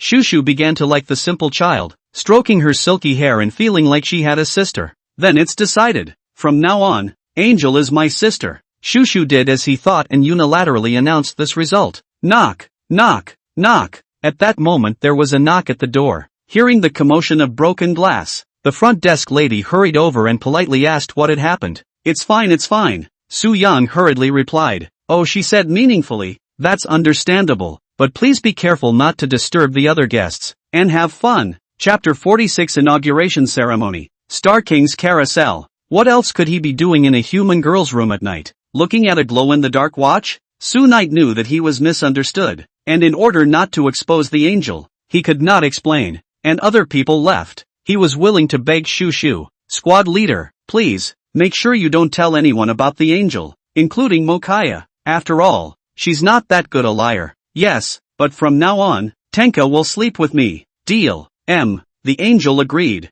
bending her knees and laying on her side to hold shush, one wing becoming soft and passing under both bodies, the other spreading out like a natural fleece quilt to cover them from above. It's so warm and soft. Shushu marveled at the touch of the wings, enveloped by them but not crowded, like lying in a light cloud. The next day, the grading ceremony at Sky Hub City has officially begun. All those who come to the headquarters for the first time are struck by its grandeur, especially the black spire that seems to tower over the sun. Where are the angels? Shushu asked and woke up the next day and it was gone. Su Yang, she can change and is hiding in me. No more talk, it's about to start. After a few moments of small talk, the trialists were pulled into the test-specific round-covered testing ground, which contained a wide variety of test items, as well as professional rating administrators. I'm a B-level serial manager. Shushu came out happily holding the proof that with her strength, this rank was indeed very much in line. What about you? Grade C. Su Yang shrugged. It was almost enough for him to casually display some strength along with his skills. Don't be discouraged. Learn more from me, you can catch up too, she reassured. Have you heard? Someone beside him was surprised. This trial, an A-ranked sequencer has even appeared? Really? Sniffing in shock. It would be good to have 2 or 3 B ranks per trial, knowing that most of the A-ranked administrators among the authority are only secondary, or even sub-secondary, at the time of the trial, and will have to reach them through acquired effort. Who is this son? His future is unlimited? I don't know. I heard it was a girl doll, and she wasn't even from Sky Hub City, but from the 12th district below. Dolls? The Su Knight duo guessed who it was. Su Yang wasn't actually too surprised by this result, and based on his observations, this rating was to be expected. Wearing the uniform issued by the authority, under the command, all the trialists came to the central plaza and stood in a line, and the next process was not much different from a security guard's induction. The opening speech, the host welcomed the guests present, presented them with their fulfillment badges, and various leadership speeches, not knowing thought it was some kind of security company, until the man came along. It's Lord City Lord, the City Lord of the Heavenly Pivot City, the legend above all sequencers one by one, the 9 heavens shining star monarch. Following the crowd's exclamations of surprise, Su Knight looked up at the square tower. The balcony was covered with a brand new red carpet. A man slowly walked out of there. He carried his hands, wearing a wide shirt with straight seams, waist tied with soap silk tapestries, foot worn gold and purple patterned cloud boots, silver hair combed brightly after the bright hall, walking steadily in the red waves. Yi ran like a god. That's young. Su Yang was surprised. By virtue of his looks alone, he is not outstanding, looking like an ordinary civilized youth, but that temperament on his body is the only one he has ever seen in his life. The Star-Lord of Flare Eyes looked at the crowd below and waved his hand with a smile that was like a spring breeze. Su Yang was even more surprised that he couldn't see through the Star Sovereign's cultivation. He just stood there, just like a blade of grass and a tree in nature, all natural. This alone was enough to prove that this person was so strong that he was terrifying, and his strength might be above him. This was the first time Su Yang had ever judged someone in such a way. Suddenly, he froze. The shushu around him, the cheering crowd, and everything in the world seems to have lost its color, leaving only black, gray, and white, except for him and the presence of the one on the high platform. The Flare Star-Lord looked at him and nodded with a smile. Danger! The Star-Lord sensed his presence. Su Knight frowned, just as he was ready to liberate his whole body. That scene disappeared. Everything seemed to be just an illusion. The Star Ruler was still waving to the crowd, and from the beginning to the end, he never paid attention to him. Su Knight, what happened to you? Su Knight. Someone called his name and he looked back. realizing that his face was covered in a thin layer of sweat, a mixture of confusion, horror, and more than a little excitement at the prospect of chess. In Shushu's eyes, Su Yang inexplicably froze, his eyes staring straight at the city lord, thinking that it was because he was afraid. It's okay, just follow the squad leader, I'll protect you. She patted her chest in assurance. At that moment, the Star King lowered his hand, and as if possessing magic power, the entire meeting place quieted down. It's an honor to meet you all, and I hope that we will be able to abide by our duties as administrators in the future and do more for the residents as well. Goodbye, gentlemen. It was a very simple sentence, with a tone so flat that it had no ripples, but it carried an unquestionable power. With that said, the Star-Lord waved his hand and retraced his steps into the depths of the tower. The inauguration ceremony was officially closed. How interesting. No, Su Yang muttered. What a person who can't be described in words. On the other side, where no one could see him, the Star-Lord of the Nine Shining Heavens stepped away from the sunlight and stepped into the crooked shadows of the tall tower. He didn't stop, but walked to the center of the tower, and a section of green stone steps appeared in front of him, spiraling upward to the tip of the Tower of the Stars. With his hands behind his back, the Star King stepped up, section by section, and the steps behind him magically disappeared. Finally, he reached the top of the tower. It was a completely closed chamber, a self-contained space, presenting a perfect semicircle, reflecting the stars and rivers of the heavens, with the 7 stars of the Big Dipper as the main. This is a territory that belongs solely to the city lord, and no one in the authority knows about it, nor does he have the right to know about it. With his arrival, the star of the heavenly pivot lit up, and the remaining 6 stars of Tianqian, Tenji, and Yaoguang also lit up. They streamed down different colors of escaping light, eventually transforming into 6 blurry figures that formed a circle with the Star-Lord, each of them silent. Begin. The Star Ruler opened his mouth unhurriedly, and the people also seemed to have predicted that this was a meeting whose ending had long been predetermined. In the eyes of the crowd, a round of turntables appeared in the center, evenly divided into 12 areas, and the Star-Lord took the lead in reaching out, with the remaining 6 following suit, injecting their sequential chi into it. The carousel moved. The time was as long as if they had traveled centuries, for they knew exactly what they were doing, and it was a decision of immense weight. Ta-da-da-da-da. The dial slowly came to a halt, and everyone stared intently at the needle, which eventually settled on one area. If Su Yang was there, he would have been shocked beyond words, because the top of the hack was written in 3 big words one by one. District 9. Gentlemen, start moving. Chapter 47, The City Lord's Mission. Hello, my name is Rin Ping. A dude. No one has high hopes for me. I know I have no talent, no ability, even unwilling to work hard, steal the chicken but not eat the rice. I thought I would be so confused for the rest of my life. Until today, I got a quest from the city's owner. It is? After the inauguration ceremony, Rin Ping returned home. Opening the room, he could hardly believe his eyes. A wooden box appeared on the table out of nowhere, without any patterns or carvings, but he knew that it was the City Lord's summoning box. From his deadbeat old man, he had heard about this box, which could only be opened by those associated with the mission. Is it for the old thing? No, it's not. Showing up in my room. It's obviously for me. Rin Ping's excited heart and trembling hands. The moment he touched the wooden box, the box opened, and inside was a letter with the contents of the mission. The 3 words at the beginning read District 9. Envelope disappears after 10 seconds. After memorizing its contents, Rin Ping was startled, his heart beating with apprehension. This is the task of the Lord of the City. Deadbeat old man said that the Lord of the City has his own reasons for doing what he did, and I should not doubt it. Rin Ping took a deep breath and immediately packed up his things, opening the door to his room and preparing to leave. Just then, the door to the mansion opened and a man stumbled in, wearing the uniform of a manager and smelling of alcohol. Where to, old thing? It has nothing to do with you, Rin Ping said, walking straight to the outside. Wait, what's that in your hand? Noticing the wooden box in his hand, Rin Yen drank him in. It was something he was more than familiar with. It was the City Lord's transmission box, he said in a serious tone. You received a quest from the City Lord? Yes, old thing. You wait, I will beautifully complete the City Master gave me. Dang! Before the words were out of his mouth, Pops suddenly stormed up, grabbed him violently by the collar with both hands, slammed him hard against the table, and disliked him along the way immediately afterward. Countless ornaments shattered on the ground. Rin Ping's face was horrified. Painful memories of his childhood flooded his mind. He grabbed his hand, his voice trembling. Father, What are you doing? Kill me. Ren Yan's face was hideous, like a madman who was playing drunk after getting drunk. Kill you? You're crazy. Not satisfied with that answer, Ren Yan flung his own son to the ground, picked up the back of his collar with one hand, and dragged him step by step toward the kitchen. Crazy. He's really crazy. No matter how he struggled, no matter how he begged for mercy, this madman turned a deaf ear. He felt a pain in his back, followed by his head, and his body slammed heavily into the kitchen. Brand new cutlery fell to the floor with a crash. Ren Ping collapsed inside and sat up again with a grimace, and suddenly, something ran down his forehead, blurring his eyes. A quick touch to his head and his hand was covered in a sticky liquid. He was bleeding.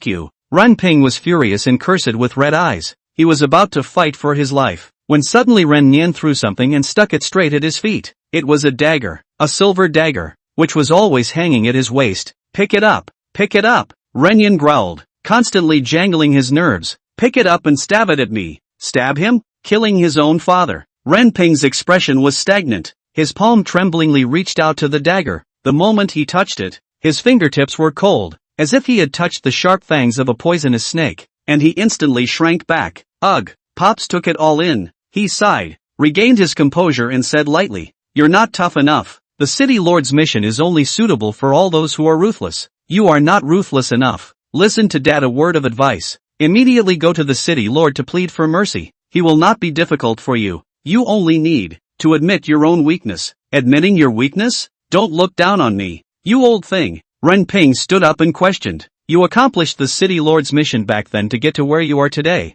If you can, why can't I? Ever since I was a kid I've been questioning me. This time I'll prove it to you. Isn't it just about being ruthless? No matter who it is, I'll kill you. Ren Ping crossed over to him and snatched the door. The gate slammed heavily on. The man's head down. His thoughts went back to the old days, and he sighed, as if he had aged 10 years. On the other side, the inauguration ceremony is over. The two of them went back to the hotel to pack up their things at night. The date on the invitation was actually less than a month away, and it took a lot of time along the way, so Shigeru's wedding was close at hand, and the way back was not transported by Sky Hub City. They chose an ordinary train. By the time they came to the 12th district, the station was down to the last train. Let's stay this night, but tomorrow is Shigeru's wedding. We'll just take the train early tomorrow. We'll make it in time, Shushu pleaded. Suyang knew that she wanted to eat the 12 districts of the 12 twists, counted the time. Indeed, it is not too late, but do not need to rush back, so nodded his head to agree.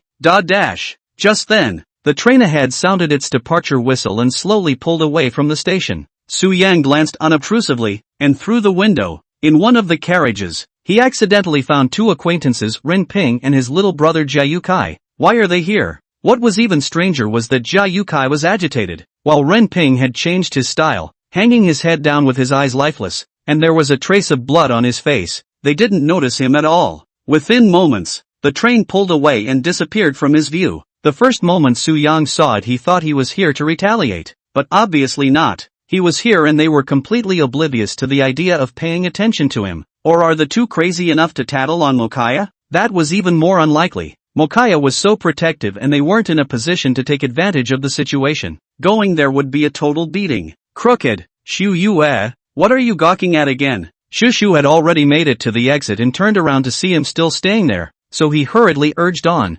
Coming.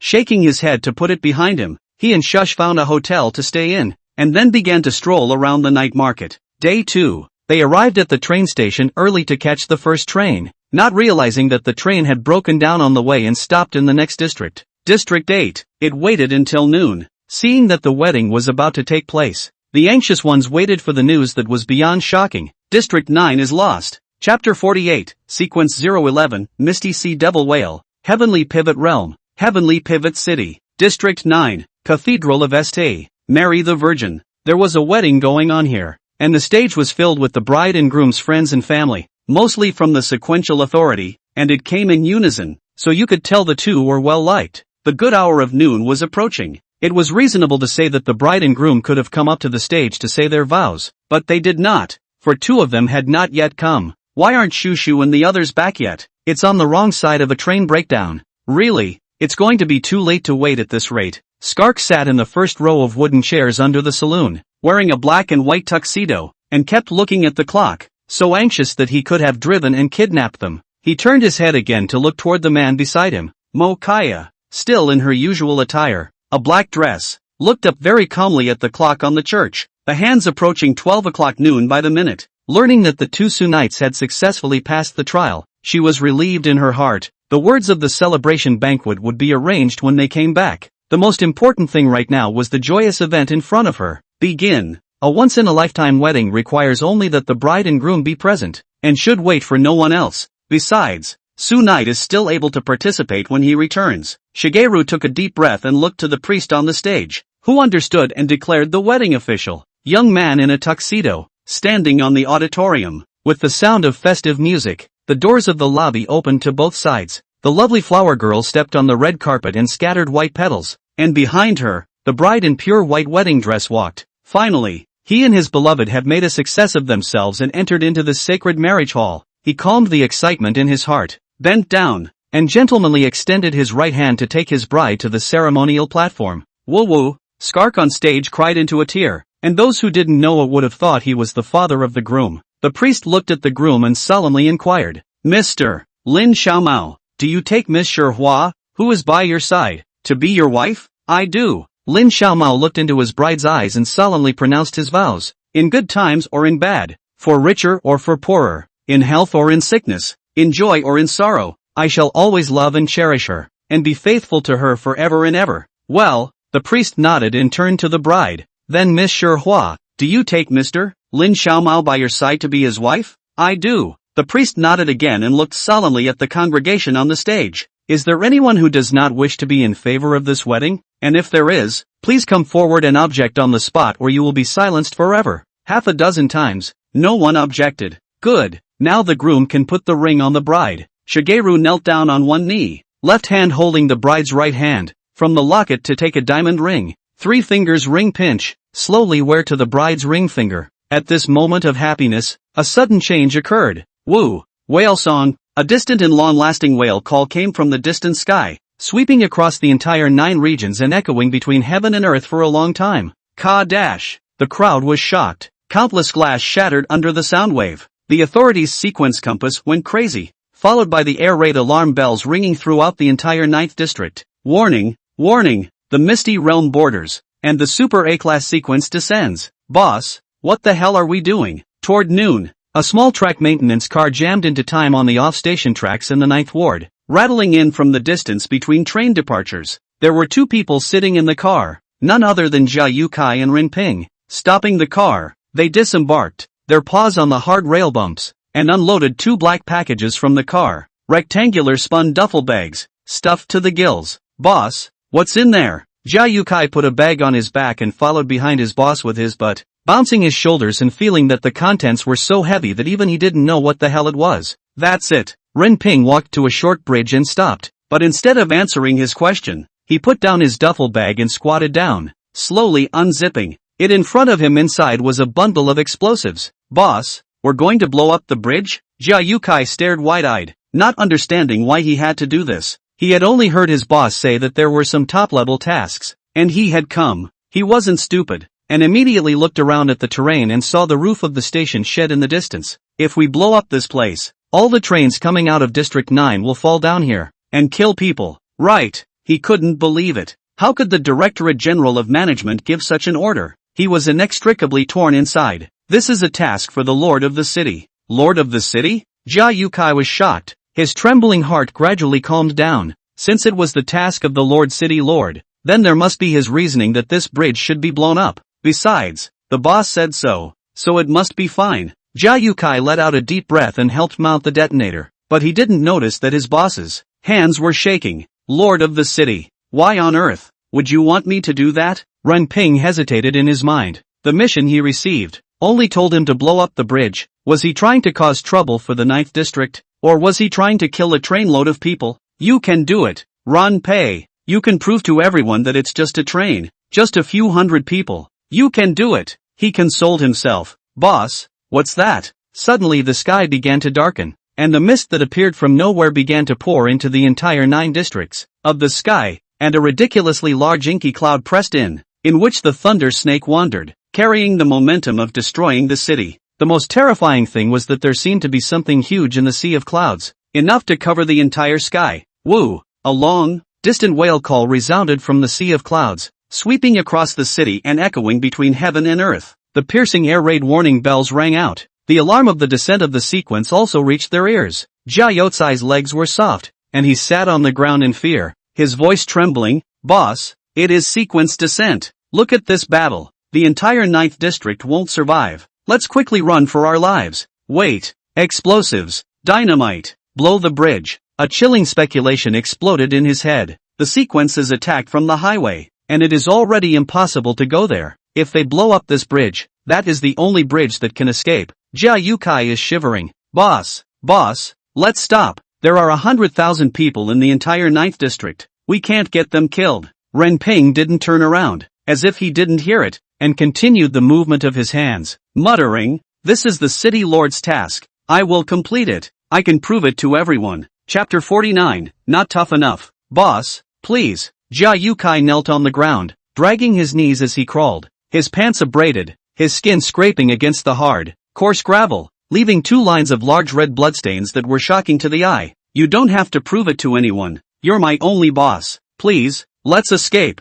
Jia Yukai hugged his thighs and begged bitterly, please stop. Something must have gone wrong in the middle. The whole 100,000 people. Lord City Lord will not harm them. Get out. Ren Ping, already demonized, shook him off with a slap. Jia Yukai fell to the ground, elbows propped up on the ground, looking at the obsessive boss. His chest rose and fell violently. So many fresh lives about to be buried in their hands. He must not let the boss continue to be wrong. There's only one way to stop the boss now. Jia Yukai roared in anger and lunged up to tackle Ren Ping down, riding him with his entire body and swinging his fist to give him a punch on the left side of his face. This sudden attack caught Ren Ping by surprise, and he took a solid punch to the face. With a sweetness in his mouth, he shattered a mouthful of blood and counterattacked with red eyes as the two wrestled on the tracks. A few minutes later, bing dash, gun went off. The movement that both men stopped. Jia Yukai staggered to his feet and slowly backed up, looking down at his chest incredulously, where there was a bloody hole.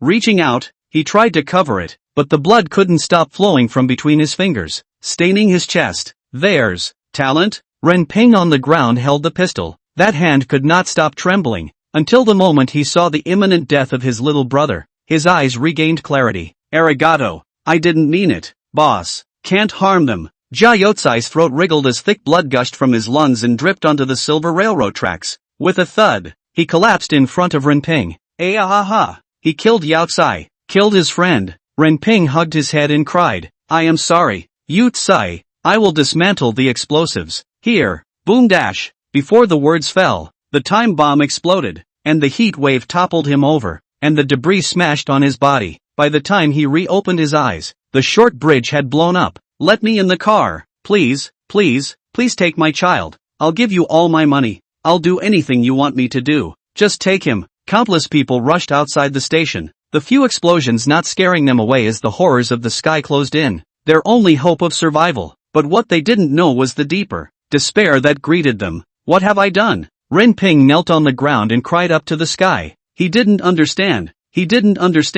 Why did things turn out like this? Lord of the city, great Star Lord of the 9 heavenly flares, please tell me why you are doing this. I know that you must have your bitterness, but I don't understand. What kind of bitterness can make you sacrifice a whole 100,000 people? A whole 100,000 people. Ren Ping looked down at his palm, which was sticky with dust and the blood of Arigato and everyone in District 9. I'm the executioner. I killed 100,000 people. You all saw it. I'm the most ruthless. He laughed maniacally, which eventually morphed into an agonized sobbing laugh. And just then, out of the corner of his eye, he swept a handful of black objects. That's the pistol that killed Talented. Ren Ping reached out, gripping the pistol that had fallen beside him, and pointed the blackened muzzle at himself. His upper body bent extremely hard, his mouth reached the muzzle of the gun, and his teeth bit down on the hard body of the gun, swallowing it inch by inch down his throat. Blood and tears dripped down his hands. You're not tough enough. Go to the Lord of the city and plead to recognize your weakness. Recalling the scene before he set out, he understood the true meaning in those words. Sorry, father, child, after all, not ruthless enough. Ping dash. The city is about to be destroyed by black clouds, and the armor light opens to the sun with golden scales. A sea of thick ink clouds blocked out the sun, and no edges could be seen to the left or right, leaving only a distant smudge of a dim white horizon. The roads and railroads destroyed by invisible pressures, and the earth rumbled, leaving behind a black fissure.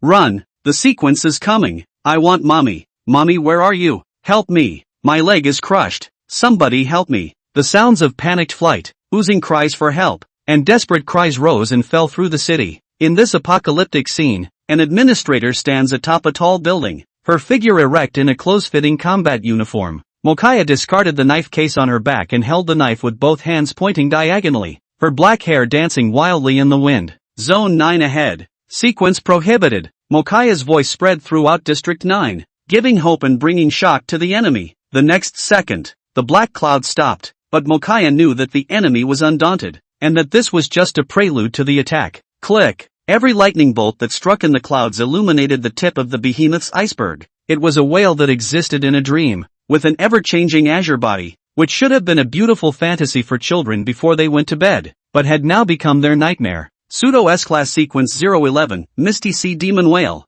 Mokaya look unprecedentedly suspicious and heavy, facing a sequence that exceeds her level. She does not have the certainty of victory, and can even be said to have a slim survival, but she couldn't back away, because behind her was District 9. For District 9, Mokaya stood calmly on the roof of the building, not taking the lead. The fallout from their battle would destroy the entire city, and had to buy the people time to escape. Are those its eyes? At that moment, two huge circles appeared in the clouds. From the ground, they looked like two round moons, hanging high above the city, the ancient vicissitudes of life. It scrutinized the creature that stood in its way as if it were looking at a tiny ant. For a moment, it slowly closed its eyes, and its entire body retreated slightly to hide in the clouds. Whale calls ring out. The clouds at the front end poured wildly to the sides. Immediately afterward, a mountain quickly appeared. A magic whale slammed straight at her, crushing everything in its path into dust with the force of a mountain. Mokaya gripped her twin blades tightly and swung at it. Chapter 50, Lone City's Panic. The chaotic streets of a car weaves quickly as the man nervously avoids fleeing passers-by and obstacles along the way, sprinting toward the nearest exit in an attempt to fight his way out before a sea of clouds arrives in the sky. Don't be afraid. Daddy will get you out, he reassured his terrified wife and son in the back seat. At the next right-angle intersection, he swerved violently, and suddenly his eyes widened, as a dozen small cars crashed together in front of him, blocking the way across the road. Reverse! The man braked sharply on his feet and managed to stop the car. He turned to the rearview mirror and had just put it in reverse gear when suddenly a car behind them ducked and slammed into them. A heavenly man in a trance unbuckled his seatbelt and got out of the car to pull his wife and children out of the back seat. Looking back, he despaired. Many cars blocked the back and could not back up at all. Leave District 9 on foot? That's even more impossible. Surrounded by mountains and forests, there's no way to run out of the sequence's attack range. Train station. Hubby, let's go to the train station. His wife's reminder enlightened him, and at that moment, without further delay, he ran to his last hope, holding his crying son and leading his wife by the hand. Where's the authority? I don't know. Maybe they all ran away. I just saw a few people running in the direction of the train station. If we don't go, there will be no place. Panic spread like the plague. Above the old, small building, the white-haired old woman looked down at the panicked crowd below and didn't look back. Old man, aren't you going to run? Run for what? Behind the recliner, a lean old man smoking a dry cigarette. He smacked his lips. His eyes looked out the window at the increasingly thick clouds. Faintly back. The sequence authority will solve it. I've lived here for decades. I know very well. Besides, we are all old bones. It's hard to go down a staircase. How can we still run? Let the dolls escape. They are young and have hope. Told you not to smoke in the house. The old lady lectured. Dead to the end, but also care so much, the old man said, but still beat out the cigarette. Right, our baby. The old clamored to go outside to break into the world. He is now in the heavenly pivot city to buy a house yet? Said it was getting enough money together. Working for so long, and he doesn't want our pension money. He's really looking for a crime. The two of them just chatted about their families as if it wasn't the end of the world out there, but a day that couldn't be more sparse and normal. The sequential authority. HQ. Can HQ hear me? This is Sector 9. There is a super-ray sequence descending. Repeat, there is a super-ray sequence descending. Captain Mokaya is in a bitter battle. Requesting reinforcements. Requesting reinforcements. Inside the summoning room, Shigeru, dressed in a groom's suit, carried a special wire and called for help at the top of his lungs. The only thing that responded to him was the electromagnetic sound of interference. After the fog world bordered the border, the electronic instruments failed, the magnetic field was disorganized, and the whole 9 districts just became an isolated city. What about the telegram? Does it work? The female administrator next to her tapped desperately in an attempt to pass on the situation in Sector 9 for outside support. No, she shook her head, and the message sank like a stone. With no one responding, Shigeru sat disheveled in his chair, his hands clasped around his bowed head. Scar has gone to the station to take command, and now what should he do next? Or what is there for him to do? Squeak dash. Just then the door to the comm room opened and a woman walked in, her white wedding dress torn and covered in much dust. Sure Hua, why are you here? Didn't I tell you to take refuge? I should be with my husband, she replied firmly. Lin Xiaomao, you are lucky to marry such a woman, but you can't let her die in vain, he thought. Rumble. While they were talking, the tall building next to them cut off with a loud bang and hit the ground hard, resounding with several screeching screams. Cloudless dust broke through the windows and poured in, blowing the electric light overhead shaking and flickering. The power system in District 9 is starting to go down. Follow me. Shigeru took her hand and ran to the authorities' underground garage, lifting the blackout cloth to reveal the motorcycle wrapped inside. He tightened the throttle and took his beloved bride through the ruins of the city that was gradually collapsing. The female administrator in the comm room took a deep breath and didn't choose to leave because she knew her mission. Immediately afterward, she attempted to communicate again. This is Sector 9. Please have anyone who receives it notify management headquarters. On the wildly racing motorcycle, the bride pressed herself against her lover's back, white shirts flying behind her. For the moment she was content. A few minutes later, instead of heading for the station entrance, Shigeru stopped at a slightly farther spot, got off, and the motorcycle, which hadn't even stopped yet, fell to the ground. He knows the state of the city throughout Sector 9, including the holes in those buildings. Scanning the area, Lin Xiaomao determined the direction and led her through a barbed wire fence that hadn't been repaired yet. The entrance to the station on the other side was crowded. A dozen administrators, armed with guns, topped the entrance, led by none other than Scarrick. There are 2 steam trains in the station, and the crew is urgently removing seats to expand capacity, but even then, they can only carry a maximum of 4,000 people, a drop in the bucket for a population of 100,000 people. They had to strictly control the number of people entering the station. Let Sumigo get on the bus first. Scar shouted from his trumpet that, according to the Emergency Evacuation Act of Sky Hub City, when there were not enough escape positions, the young and strong men had to be allowed to stay behind to break the back and decisively abandon the elderly. Why shouldn't I get in the car? Blocked. There were men protesting in the crowd, and gradually the scene was about to get out of hand as more and more people poured in from behind. Charge! I don't know who yelled and everyone swarmed through the barrier, and there was an immediate stampede in the crowd, with children separated from their parents being trampled to death on the spot. Pang dash! Suddenly, the gun went off. Without hesitation, Scarrick fired, killing one of the men who had rushed to the front as an example to others. The man's body fell to the ground with a loud thud, and the scene was instantly silent. The faces of the crowd shocked. Managers shoot to kill. If this were normal, it would certainly be criticized by all walks of life, and then suspended from duty to stand trial, but now no one spoke out to stop it. On the contrary, after this shot, the crowd gradually stopped agitating. According to the Emergency Evacuation Act of Tianshu City, women and children get on the bus first. Anyone else who dares to break through the barrier will be killed on sight. Click dash. A dozen or so administrators had loaded their guns, deterring the greedy and fearful in the crowd. The scene became a little more orderly, and passengers who met the requirements entered the station, and more than 4,000 people soon filled the train, which was filled with the cries of children and the choking of women. 2 dash. The train whistle blows. Just as the conductor was about to start the train, a figure ran back in a panic on the fog-shrouded track ahead, a member of the station's staff sent to inspect it. He looked horrified. No good. The short bridge ahead has been blown up. Chapter 51 Mortal Body. It's over. Can't get out. This must be God's punishment. He wants to smite us and have the sequence executed on our behalf. Otherwise it wouldn't be so coincidental. We're bound to die here. Those who heard this news swished their faces white with fear. Some even fainted in place, and an atmosphere of panic and despair spread to everyone's heart. Scarrick cursed angrily and grabbed him by the collar. What do you guys usually do for a living? Sorry, it was fine. And when the explosion happened, we were so busy starting the train and keeping order that we didn't have time to check it out until just now. After all, no one would have thought that someone would be so evil-minded as to do something that would destroy the track. He found 2 bodies there, one homicidal and one that looked like a suicide. But there was no time to delve deeper into their identities. The priority now was to get the short bridge repaired and the railroad tracks resurfaced. How about the fastest way to fix it? Skark knew he just couldn't be blamed. Letting go and calming down. There's not enough time for the excavator to get through. Lu Ming loosened his collar. The fastest way is to bring tools, move the new rails and sleepers over, and repair them on site. Skark nodded and called for a few of the strongest managers to follow. Along with the rest of the station's staff, a group of a dozen or so heading urgently to the warehouse. Time passes by. Skark guarded the forefront, his expression fierce, but looking at the crowd fleeing in front of him,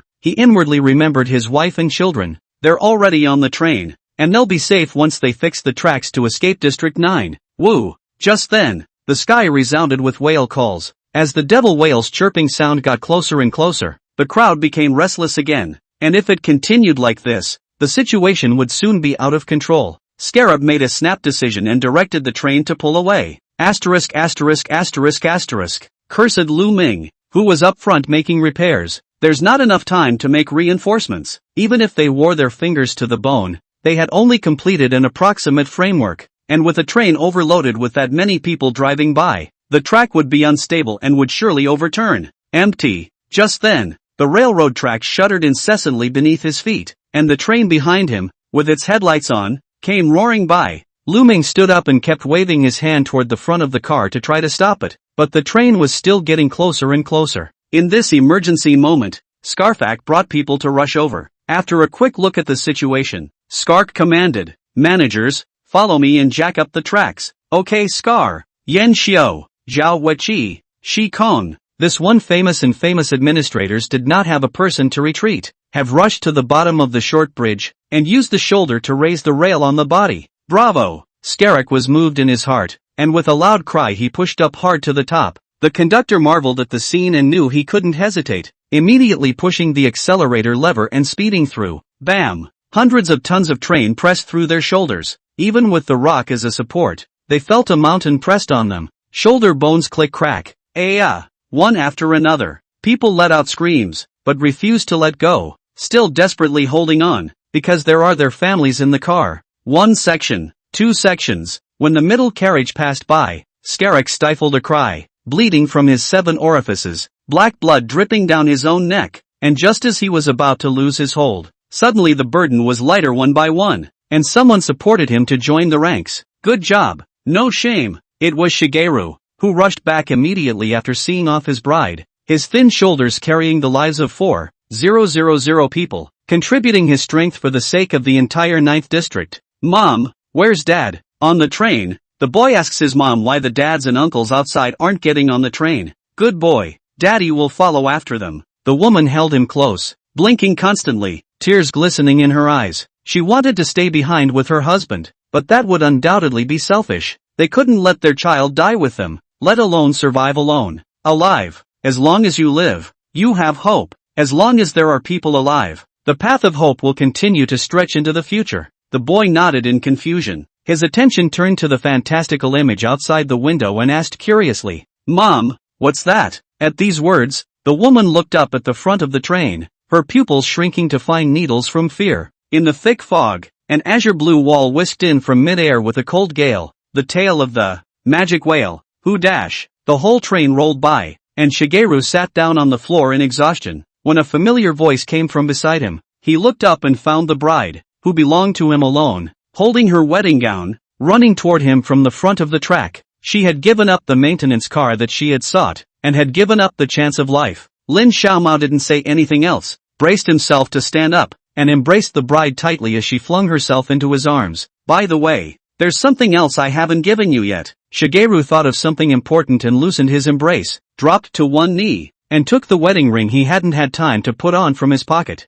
"Will you marry me?" "I do." The ring symbolizing eternity is placed on the finger of the beloved, and in the midst of the end, they make the most passionate kiss. Everything seems to have become silent. The next moment, the massive whale tail submerged them. Ahem! In the ruins of the station, a few pieces of debris streaked down from a rock pile. A bloody hand poked out and Scarek pushed through the crushing debris and burrowed out, his face a bloody mess as his throat went dry and he coughed violently to spit out the dust in his stomach. He looked around and there was silence. Mist, dark clouds, and dust, all three shrouded the place, and only the outlines of objects around them could be vaguely seen, but not any moving silhouettes. Shigeru. He tugged at his throat, but no one responded. When the dust cleared a little, Scark froze in place. The ground was filled with the bodies of the populace, women, children, his crew, and the embracing marriage couple, their blood pools into small pools. Gone, are gone. A deep sense of powerlessness hit him. I hate it. Scark questioned the heavens.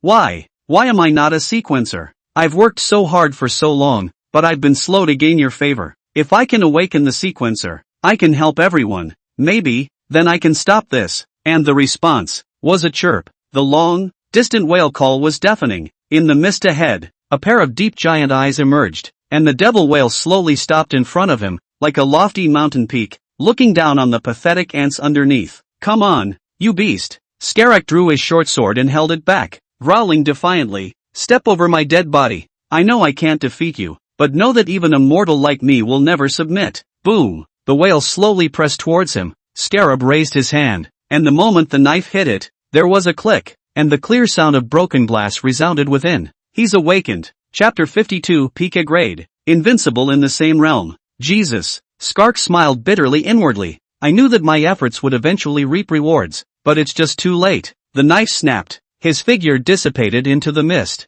Just then, a red full moon appeared in the air, and upon closer inspection, he realized that it wasn't the moon, but a long sword rotating at high speed, its body emitting scarlet escaping light. It turned into streams of light, brushing down from the air as if it was alive, and flew to chop into the mists. Immediately afterward, miserable whale calls resounded. A black shadow flew to the ruins. Mokaya held a knife in one hand. The other hand covered the chest that dripped blood. Those who know her will be surprised. Never seen anyone who can force her into such a situation, which is also enough to see the horror of the misty sea demon whale. After all, is still a step too late. Looking at the corpses all over the ground, Mokaya was beyond blaming herself. The truth was that she couldn't be blamed for this. The demon whales seemed to have had a purpose and didn't engage in battle, specifically picking on the more numerous populace to slaughter. Behind the pseudo-S-class sequence, the blown-up railroad tracks and the unreachable outside world, there is a big hand hidden behind all this. Woo! Without giving her a chance to think, the demon whale's tail broke through the fog and slapped heavily at her. Mokaya's figure was a flower, dodging this attack, but the countless debris rolled up was like bullets, fiercely shooting at her. Her athletic figure weaved through the rubble, and the whole person was like a seagull in the storm. At the same time, the red round moon flew back towards her, and without turning around, she reached out slightly and backhanded it in her hand with precision, dodging attacks that impeded her movement. Her eyes rotated hundreds of times in an instant as she turned her head, scanning the entire battlefield with precision. There, without looking back, Mokaya ran toward the tall building, her feet shattering the edge of the concrete window and using her strength to leap higher into the air even faster. The devil whale behind him was in hot pursuit. One person and one sequence gradually climbed. Mokaya jumped to a high altitude with no place to borrow strength. Her body twisted violently, and her eyes were fixed on the bottom. The unfathomable black abyss appeared. It was the open, bloody mouth of the demon whale, its tail wagging as it charged into the air with all its might, its beak slamming shut and swallowing Mokaya in one gulp.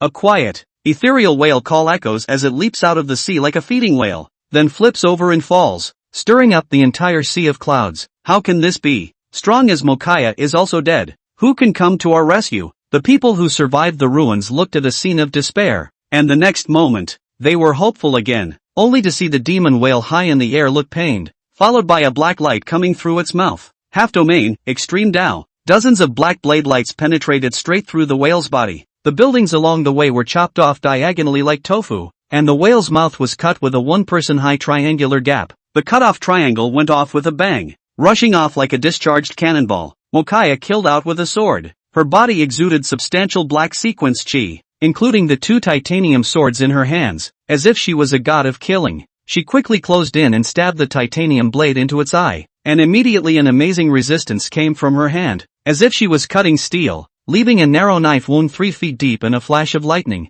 Makaea roared with fury as the spirals circled from above, slashing its tough carapace apart, countless bubbles flowing out. Yes, one is not mistaken. There was no muscle or blood spilling out of that misty sea demon whale's wound, and instead, there were colorful bubbles that fluttered high above the city. The devil whale is in pain. It tries to crash into the building, trying to crush it into chunks of meat, but Mokaya wouldn't let it, taking advantage of her nimble size to reach the fish's tail in a single stroke, her blades against the base of his tail fins, her hands gripping her twin blades sinewy. She snarled. The chi of the two knives merged into one. The wide and domineering black blade sliced into the sky, and the thick ink clouds were hardened and separated into two halves. The azure sky leaked out. This was what only an S rank could comprehend. A domain technique that was uniquely hers, extreme Dao. There were no fancy skills. There were just chopping strikes that were pushed to the extreme. Even if it was still only a half-finished product, it was enough to instantly kill an ordinary A-class.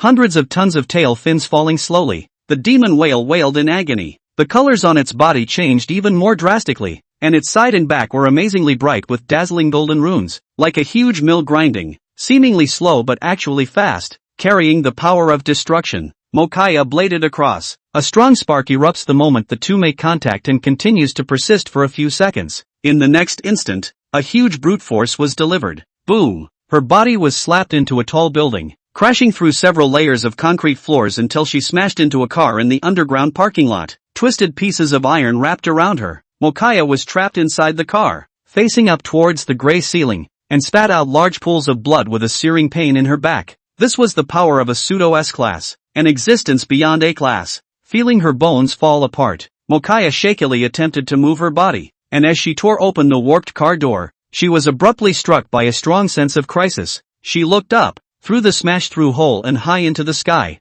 A majestic energy convergence was complete. Immediately afterward, she couldn't even hear anything, and it was as if the whole world had become a silent pantomime. The underground parking lot in which they were in gradually shook and kept splitting into smaller and smaller pieces, eventually dissipating into thin black shadows in a burst of intense white light. Boom dash! The earth plowed out 10 kilometers of hideous gullies, and the clouds poured into the head of the magic whale to store up the horrible sound wave. Only one shot, and the small half of the area was destroyed in a perilous situation. It's over. The devil whale looks down at the ground. It let out a slight mournful cry, as if to honor the dead life, then turned slightly to prepare to slaughter the remaining survivors. Hey, I'm not dead yet. Suddenly it paused. Someone came through the fog. Mokaya's figure manifested, one step at a time, slowly walking towards the behemoth in the air. Her left arm's cloth ripped and dripping with large red bloodstains. The range of the sound wave attack was too wide, and even though she had predicted it, she was still hit by it. Her fractured left arm hanging down weakly, her palm struggling to keep her grip on the sword. Phew! The titanium blade sliced through the air, and Mokaya swung the blade with her right hand and pointed it straight at the demon whale. Just like a general who fought to the end on the sandfield, the demon whale charged at her with an angry cry. Bah! Tarzan crumbled before Mokaya crushed a bloody spit. She raised her left arm and lowered her head, her teeth biting down on the broken strip of cloth, wrapping it around a few times and pulling it hard to secure it. Then she bit down hard on the left blade's hilt and met it with determination. Tianshu City. At the tip of the Tower of the Stars, a red brick fireplace was burning, its embers snapping. Two files were burning in the middle of the campfire, one of the registered population of the 9th district, and the other of the file of the administrators who belonged to it. At the top of the file was the captain of one of them. Archives of the Pivot City Sequential Authority. Mokaya. Height, 185 centimeters. Weight, 77 kilograms. The description of its rank and strength is only a short sentence.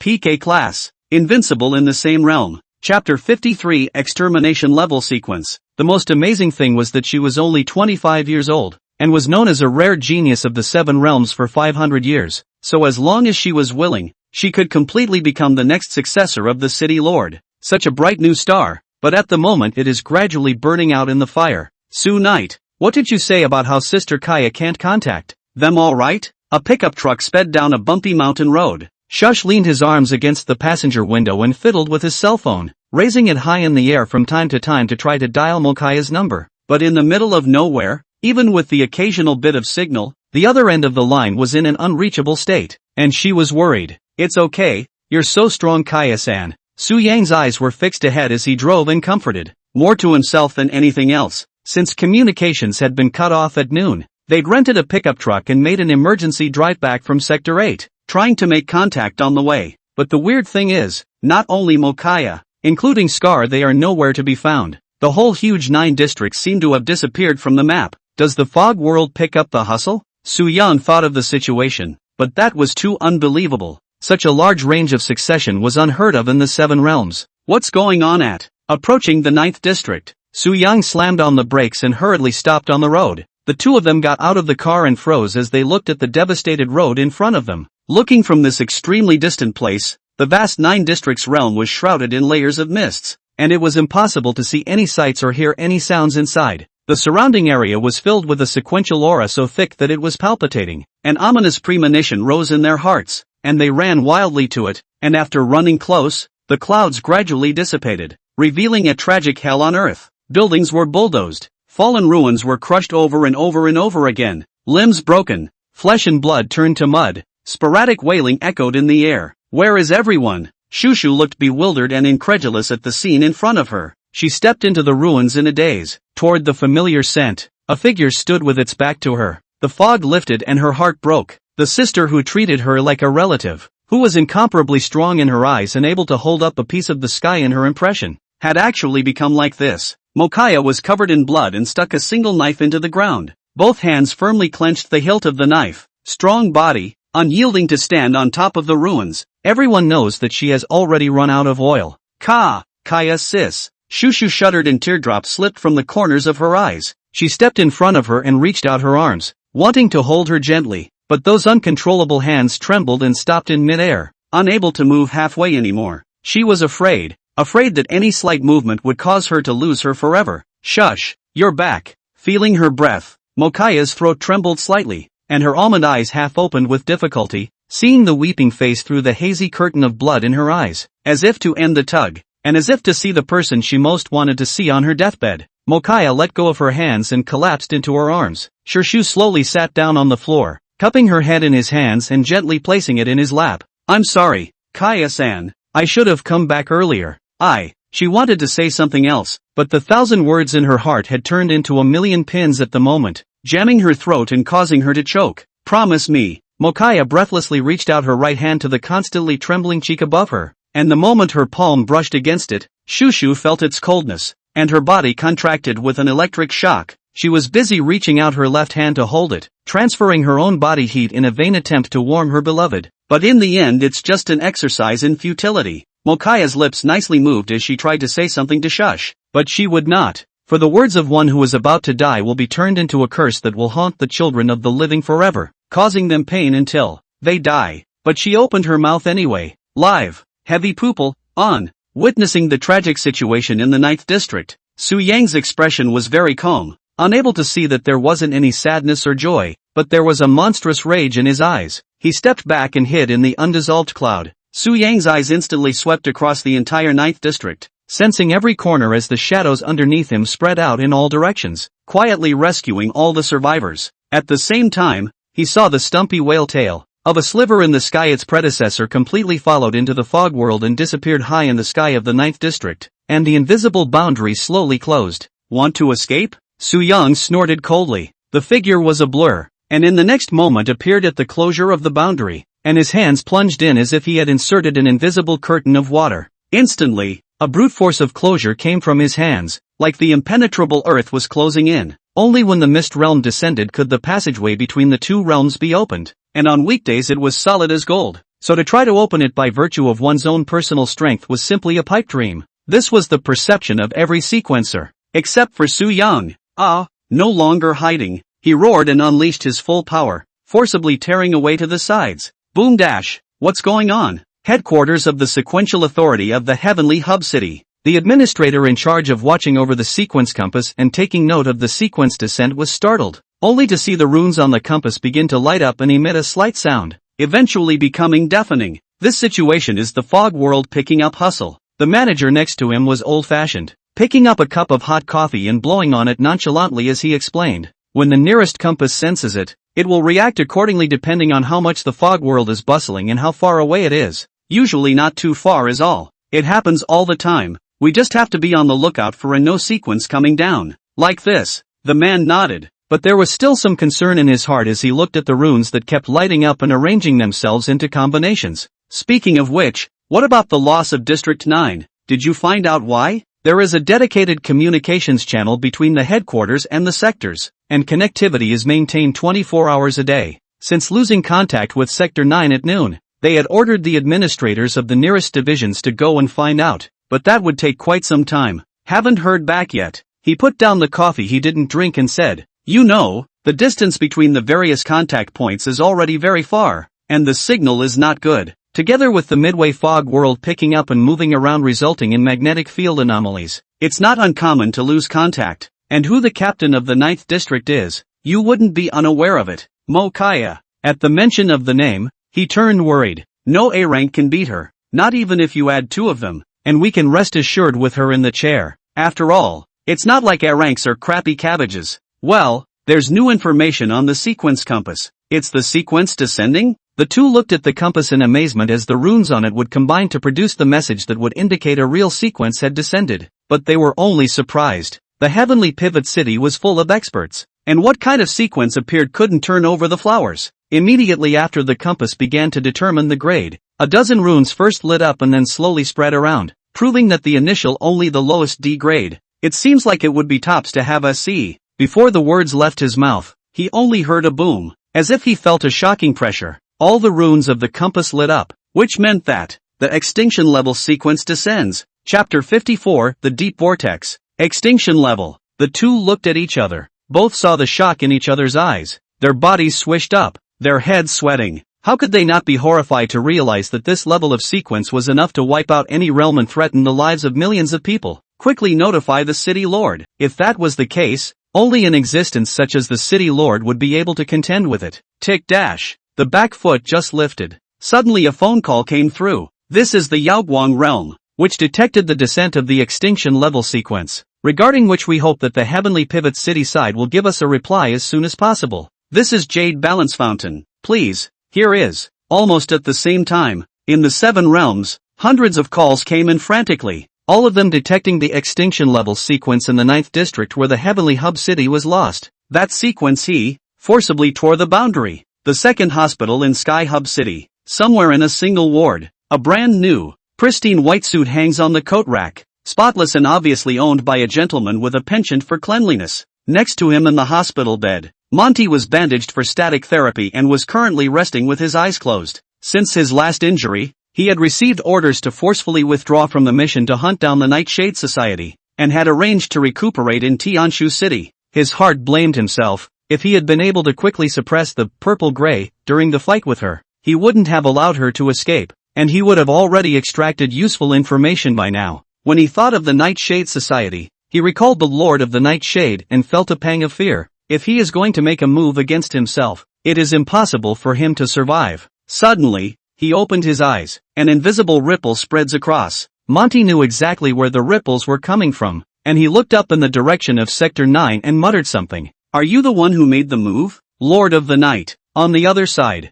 Su Yang ripped open the boundary with her bare hands. With one foot, he stepped into the void and officially entered the legendary Mist Realm. In an instant, the ridiculously dense aura of sequence came crashing down. Being 10,000 feet in the air, he looked down below, and under his feet was the devastated earth. The ruins piled up in mountains, and the 100-foot-tall buildings snapped at the waist, telling of their former prosperity. I wonder what caused the Misty Realm to become a soil for sequential survival, and where did all the original humans go? It's too late to go into detail. Su Yang's eyes pulled straight ahead through the layers of mist, stretching to the coastline not far away. That vast and boundless sea, the origin of life, full of vitality, the azure land, at this moment has strangely become dark. No wind, no waves, not even a ripple, full of dead silence. Dozens of kilometers away in the distant sea, a tattered whale's tail disappeared into it, sending up a splash. Quack dash. Su Yang was about to give chase when suddenly the sky darkened and a pair of huge feathered wings projected, shadows enveloping his body. 100-meter-long sequential rock screamed strangely,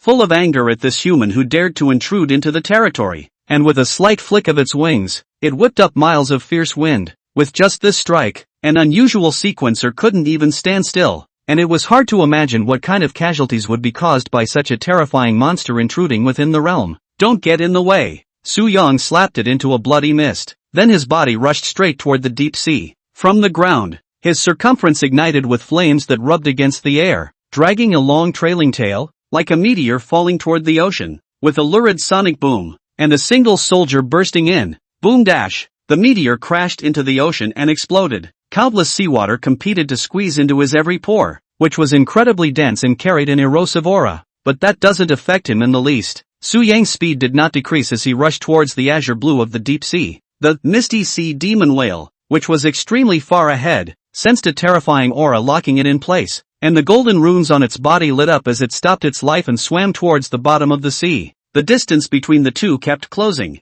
Gradually, the surroundings became out of reach, and in this endless darkness, a pair of red eyes lit up. Countless deep-sea sequences began to go wild. They stared intently, the lone human shining like a torch in the darkness. An A-class, Great King Squid, was the first to hold back, its aircraft carrier-like body straddling the front as dozens of tentacles crossed and attacked Su Yang. The other strong sequences were not willing to lag behind, and they all cheered and killed, wanting to snatch this delicacy. The end is obvious. Su Yang pierced through the squid hard and slightly raised his hand, slapping them into a bloody mist. This is... Suddenly, Su Yang realized that something was wrong. In the 10,000 feet deep sea, there is even a strong suction force that is trying to pull him. The bottom of the seabed in front of him, a shocking vortex of several kilometers bizarrely appeared, crazily devouring the surrounding seawater. The demon whale chirped and dashed towards the center of the vortex without looking back. There was a black rift there, and although it was not clear where it led, it was clear that it wanted to escape from it. Close, close, Su Yang silently chanted. As long as he got a little bit closer, he was sure that he would be able to capture it alive. Thud! Suddenly the Taiku Mang bell-like chime rang out. Golden ancient runes emerged in front of him, and no one knew the meaning of them, and immediately afterward, it instantly spread from a single point to the entire scope of the vortex, forming an arcane grand formation. This was not created by heaven and earth. It was obviously done by someone on purpose. Who was he? What was the purpose of doing this? And what was the connection with the devil whale? All of this, Su Yang didn't know. The only thing he knew was, it was denying him access. Su Yang frowned, and his flesh body slammed up hard. The entire rune grand formation suffered a strong impact, and the golden light on the body's surface dimmed, then recovered as before. It's so hard. Shaking his aching head, he felt like he was a rock slamming into another, slightly softer rock that would break through, but it would take time. Seeing that the demon whale ran far away and was about to disappear into the center of the vortex, Su Yang softly said, "Then use that trick." He immediately took a step back. The middle and index fingers of his left hand were together, and he fawned with one hand, at the same time taking out an iron sword within the space, holding it tightly in his right hand and raising it high above his head. A heavy swing from the top to the bottom. Sword opening Heaven's Gate. Chapter 55, The Sword Comes. Pounds of energy erupted and erupted within the ocean. Looking down from the sky, a white vertical line made up of waves appeared on the surface of the sea, miles long, and then amazingly parted in both directions. The thick ocean was actually hardened into two, forming a 100-meter wide and miles-long rift valley in the sea, with Su Yang floating in the center, with the grayish seabed underneath. Ka-dash! The runic array shattered in response. The aftermath of the sword chi slashed straight towards the demon whale. An agonizing wail call came from the demon whale's body, leaving a lurid sword scar that almost crossed the entire body, and countless colored bubbles surged out crazily. He hit it. Immediately afterward, the huge body disappeared into the crack. As if swallowed by the darkness, the breath disappeared without a trace. One step too slow after all. Su Yang sighed in his heart as he understood. After the blockage of the large formation, the power of his sword chi skill had been greatly reduced, and it was completely insufficient to exterminate the demon whale. Hard work, he murmured softly. The iron sword in his hand couldn't withstand the force, and the sword body turned into dust and dissipated, leaving behind only a section of wooden hilt. Wow! The water walls on both sides began to collapse, and hundreds of millions of tons of seawater poured in. The vortex in front of them gradually stopped spinning and slowly disappeared, including the rune grand formation that dissolved into golden light and dissipated as if it had never existed. He slowly flew down to the seabed and stood at the edge of the huge crack, looking down and scrutinizing the pitch-black abyss below. There was no sign of the demon whale at all. He was helpless and regretful in his heart. Once he missed this time, wanting to find the demon whale to take revenge again was almost impossible. Coincidence? Recalling the large formation that had just shattered, in the eyes of ordinary people, it was just some ghostly symbols on it, but in the eyes of their connoisseur it was arcane and incomparable. Modern sequencers only have a simplified version at their disposal, which is far less powerful and effective. Such pure runes had been lost many years ago, and even he hadn't been able to master them, only having seen remnants of them on some unearthed antiquities. Was it left behind by previous generations, or is it? Suddenly, Su Yang stopped thinking. The entire ocean began to tremble, and as if sensing something, all surviving monster sequences scrambled to flee the place. He turned his head to look at the even deeper ocean, and under the ink-like darkness, a terrifying aura was rapidly approaching and tightly locked him in place. Obviously, his outburst had disturbed some existences. The extinction level sequence? Wow, that's scary. Ah, ha ha ha ha, crazy. In the face of the great terror that caused countless people to tremble, Su Yang nevertheless laughed out loud 3 times as if in a manic frenzy, his right hand covering his eyes as he actually laughed out tears. Really, one by one, are not finished. Recalling the tragic situation of the 9 districts, the fleeing demon whale, Su Night's palm wiped down, his eyes cold and piercing. He opened his mouth, and his voice shook his ears like thunder rolling. He said, "Sword come." Bam! In an instant, amidst the ruins of the misty realm, 18 long swords flew to and hovered around him, and although they were rusted and decayed, the 3-foot green blades still glowed with a lurid cold light. The sword opens the sky. Ka! Just then, a crunching sound came from high up in the sky, and the passageway connecting the 2 realms began to close. The reason why he was able to tear it open was still taking advantage of the fact that the boundary had not yet healed and was not yet fully stabilized. If it were to be completely closed, he himself would not be sure of returning to the 9th district in time. Ugh, a deep sigh, turning away from a world of danger and unknowns. District 9. Su Yang's figure reappeared, and he looked down at the 2 people in pain on the ground. From the fluctuations just now, Mokaya vaguely knew Su Yang's true strength, and understood that the person who spied on her in the fog that day was him. Mokaya didn't want to die, but she didn't hate Su Night. Didn't come back in time. That didn't work. Instead it was more at ease. She looked at Su Yang, her eyes pleading for a wordless mandate. Su Yang understood what she meant and nodded. At this point, Mokaya is also assured that he will entrust Shushu to him. The right hand that stroked Shushu's cheek was feebly loosened, and finally left this world. Sister Kaya, feel the dying of the life in your arms. Shushu's nose was running, and she turned around and grabbed the corner of Su Yang's pants as hard as she could, as if she were grasping for the last straw. Please, Shu Yue, I know you must have a way to save Kaya-san. Please save her. I'll do anything you want me to do as long as you can save her. Please. She tilted her head and looked at Su Yang, crying like a pear. How she wished he could just nod his head and tell her with a relieved face that it was just a small thing and they could go back to their old happy lives. But reality is cruel. Su Yang shook his head regretfully, not daring to look her in the eye. Faced with a dying man who had run out of gas, and could even be said to be hanging on by a breath until now, even he was powerless. Shushu completely despaired. She could not accept this fact, tightly embraced his Kaya sister, long unwilling to let go. Attack on the 9th district of Tianshu City. The Misty Realm receives the bustle, and the pseudo-S rank sequence descends. Over 100,000 people, less than 1,000 survived. The administrators of Sector 9 have suffered all casualties. Captain Mokaya fought to the last moment to protect the people, and died of exhaustion, with no bones left. This piece of news spread like wings, spreading throughout the 7 great realms at an extremely fast speed, like a heavy bomb, causing countless people to fall into a state of shock and grief. Did you hear? Sector 9 was attacked by the sequence. Just heard. What's going on? Supposedly that started when District 9 was lost, and at the time everyone thought it was nothing more than a normal situation until the bad news came. Alas, our hospital and the 2 nearest districts urgently mobilized their manpower to rush there, and from what they said, it was like hell on earth. Let's hope all will be well. The second popular hospital of Tianshu City. The nurses walked down the corridor,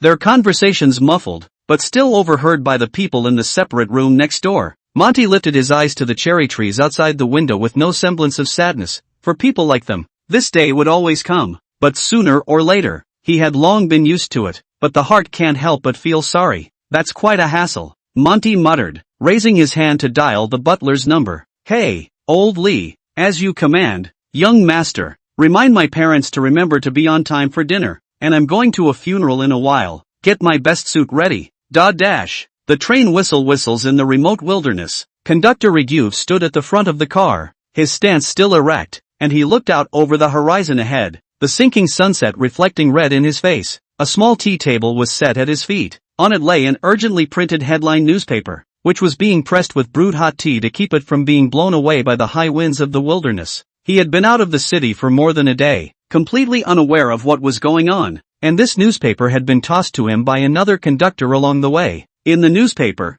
an entire page is devoted to a detailed report on the latest situation in the 9th district, revealing tension and uneasiness between the lines. Right in the middle is a photo of the ruins. Even though the reporter picked a less bloody corner, it is still shocking. Knock knock. At that moment, a knock sounded behind him. Chapter 56 Sequence 050, Scarecrow. Ka. The door opened from the outside, and the stewardess, Viz, came forward, with a bottle of spirits in her arms, which she carried with her to quench her thirst for the journey. You know, I've been sober for years. Raygoof didn't look back. It's work time, and if the higher-ups find out, my retirement plans are going to go down the drain. Okay, Viz interrupted him, it wasn't meant for you. You big boys, you say you're fine, but in reality you all like to pick a corner where no one's around. Drink a few bottles by yourselves, and then feel sorry for yourselves, don't you? Raygoof didn't say anything, a sort of acquiescence. With that she uncapped the bottle with her thumb and walked over to the door next to her,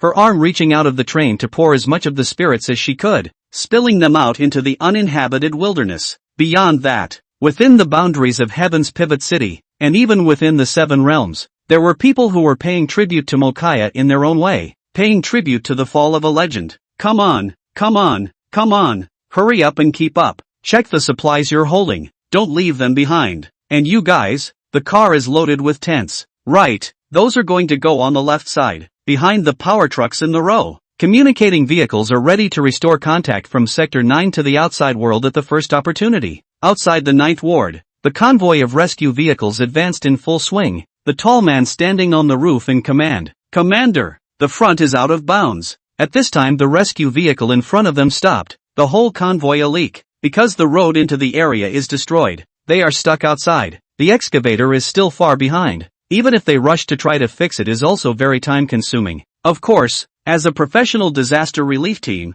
they naturally have a solution. Where are the sequencers? Get them on me, the conductor yelled. He was just an ordinary mortal, but at this moment, his eyes were wide open in anger. And that appearance, not to mention the sequencer, even if the city lord was there, as long as it was conducive to the relief of the disaster he dared to command one or two, because he is exercising the power given to him by the City of Hub City Disaster Relief Ordinance. Here we go. Receiving the order, the sequencers in the car got out. Possessing supernatural powers, they could be very helpful, and most of them, mostly newcomers who had only just passed the trials, could not hide their nervousness on their faces. 1, 2, 3, up, red, blue and green, all kinds of dazzling skills lit up. The crowd was able to transport all the vehicles in one go. Humans are funny. Extremely far away in the mountains, in this unnoticed place, the figure of Sequence 050, Scarecrow, appeared. He was hiding behind a tree, and the half of his face that poked out took in this scene of cooperation, and sighed in his heart. Such a thing is almost non-existent in their sequence. After all, those with spiritual intelligence are already rare, and on top of that, most of them are murderous monsters that meet either to die or to die, not to mention cooperation. Suddenly, as if sensing something, his expression changed slightly, so he looked down at his chest and inserted his palm into his body, pulling out something from the heart location and holding it in his palm. He spread it out, and it was a thumb-length pale leaf, made of bronze, that was glowing with a greenish shimmer. After laying the groundwork for so long, it's time to make a move, so let's open the next big curtain. Soonite, the Scarecrow lowered his straw hat and prepared to step towards the ruins, when suddenly he stopped again and looked up into midair. A figure floated in, dressed in the uniform of the administrator of the Heavenly Pivot City, and was carefully scanning the woods below, about to seek out this place. That's some shady. He shook his head. The 9th district now became a key place of concern, filled with administrators, and he didn't have the ability to transform freely like Purple Gray, so even if he sneaked in, he would be easily detected. Fortunately, Purple Ash was about to awaken, and he only needed to wait that many more days, at which time he would be able to invite Su Young to join him.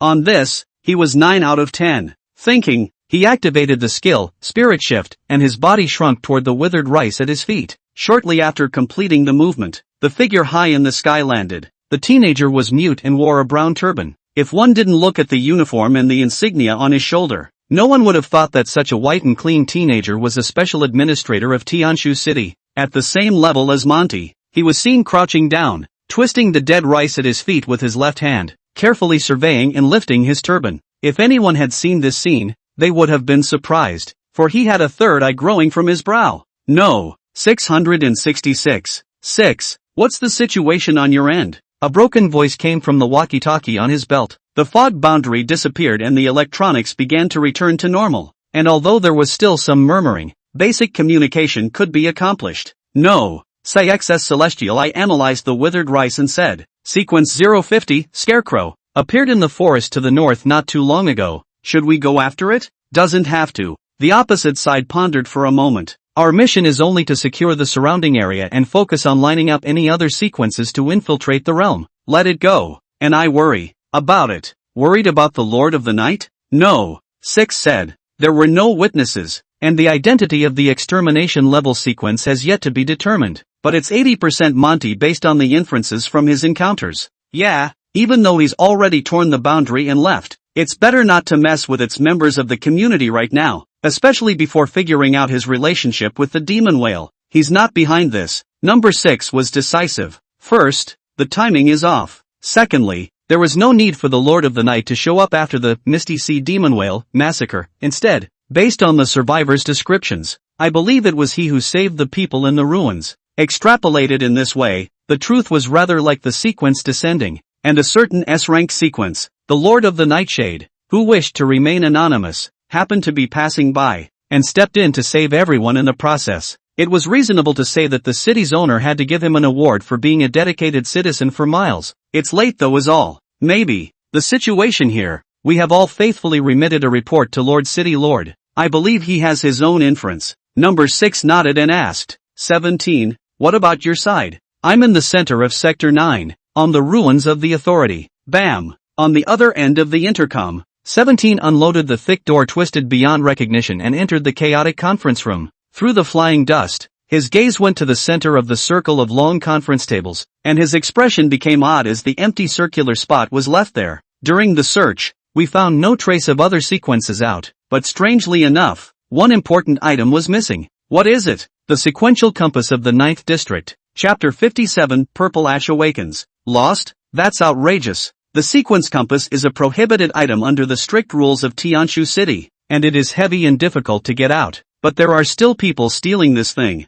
Are other organizations mixing it up? One really has to admire their courage then, daring to operate in the land of the descent of the 2 terror sequences. Take someone to check it out. 17 instructed the administrators around him. This thing was fundamental to the creation of a subdivision, and it would be too much trouble to build another one. The man nodded and took it, and began to analyze it. Thereafter, the theft of the compass became a strange unsolved case, and the administrator in charge of the case made every effort to solve it, but still could not find a solution, and finally succeeded in losing all his hair within a month. After the delivery, 17 exerted all his means and searched the entire 9th District without stopping. Live and let live. In addition to removing the danger, he had another important task, which was to find Mokaya's body. According to what the survivors said, Mokaya and the magic whale fought to the last moment and died of exhaustion. But the weird thing is that the remains were like evaporation, leaving nothing behind.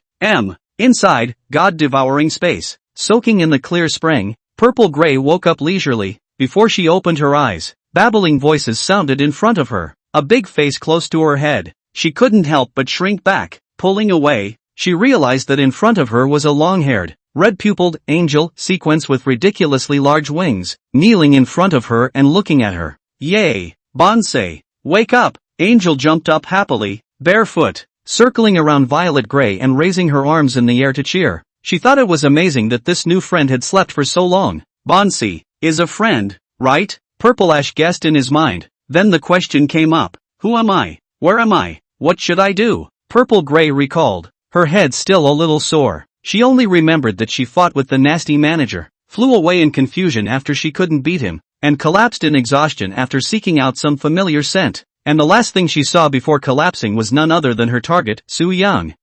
Where's my beef? Taking her eyes off the bouncing angel, she looked around and found herself in a quiet space, the sky dotted with billions of stars. Beneath his feet was a pale blue lake, or perhaps it would be more correct to say an ocean, but that wouldn't be appropriate, as never had I seen an ocean in such a beautiful color. Is this the sequence C? Purple Ash reacted. His face could not hide his shock. Such a dense sequence chi. Had it reached the point of turning into substance? It's not an amount that an ordinary person can have, in other words, the person who has it must not be human. Looking again, she didn't find her beef, but was surprised to see someone who shouldn't be there. A corpse to be exact? It's a woman. She lay quietly in the coffin congealed by the clear spring, wearing a slim black combat suit lining, the shocking wounds on her body constantly repairing under the nourishment of the clear spring. Unfortunately, even if it is cured, what is left is just a shell without a soul. She is already dead. Mokaya? The shock in Violet Gray's mind was no less than just going out the door and having a shooting star crash down in front of you.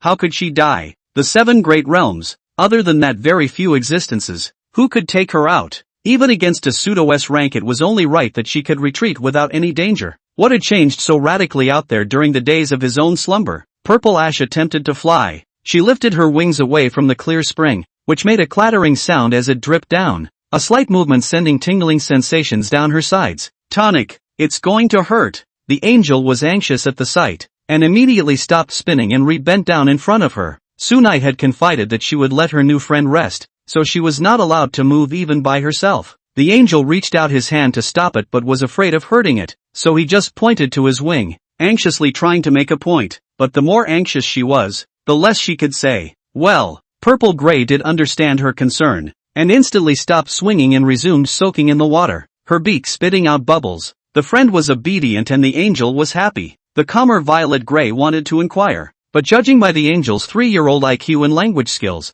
it would probably be hard to ask a question. Just then, something moved not far away. A shadow transformed from virtual to real, eventually forming the likeness of a youth with a nose and eyes. It was Tsunite? You're awake? Su Yang re-arrived at the god-devouring space. He was sleeping outside and hadn't paid much attention to what was going on in the space, and now looked at the awakened Purple Gray in surprise. In normal times, he would have disliked her like a demented man, but right now he was in a bit of a low mood, so he just threw her a nonchalant smile. But not the angel's. The angel stood up, the joy in his heart rising so many stories higher, and in 3 quick steps, he ran towards Su Yang, making a leap of faith to pounce on him. Alright, get down. Su Yang was amused and in a better mood. No, she pointed to the awakened bird, wanting to be complimented by Shu Yue for accomplishing her task and taking care of it properly. Good job. Su Yang stroked her head. Well, it's time to talk about business. Putting down the angel, Su Yang put away her smile and took a step in front of the owl,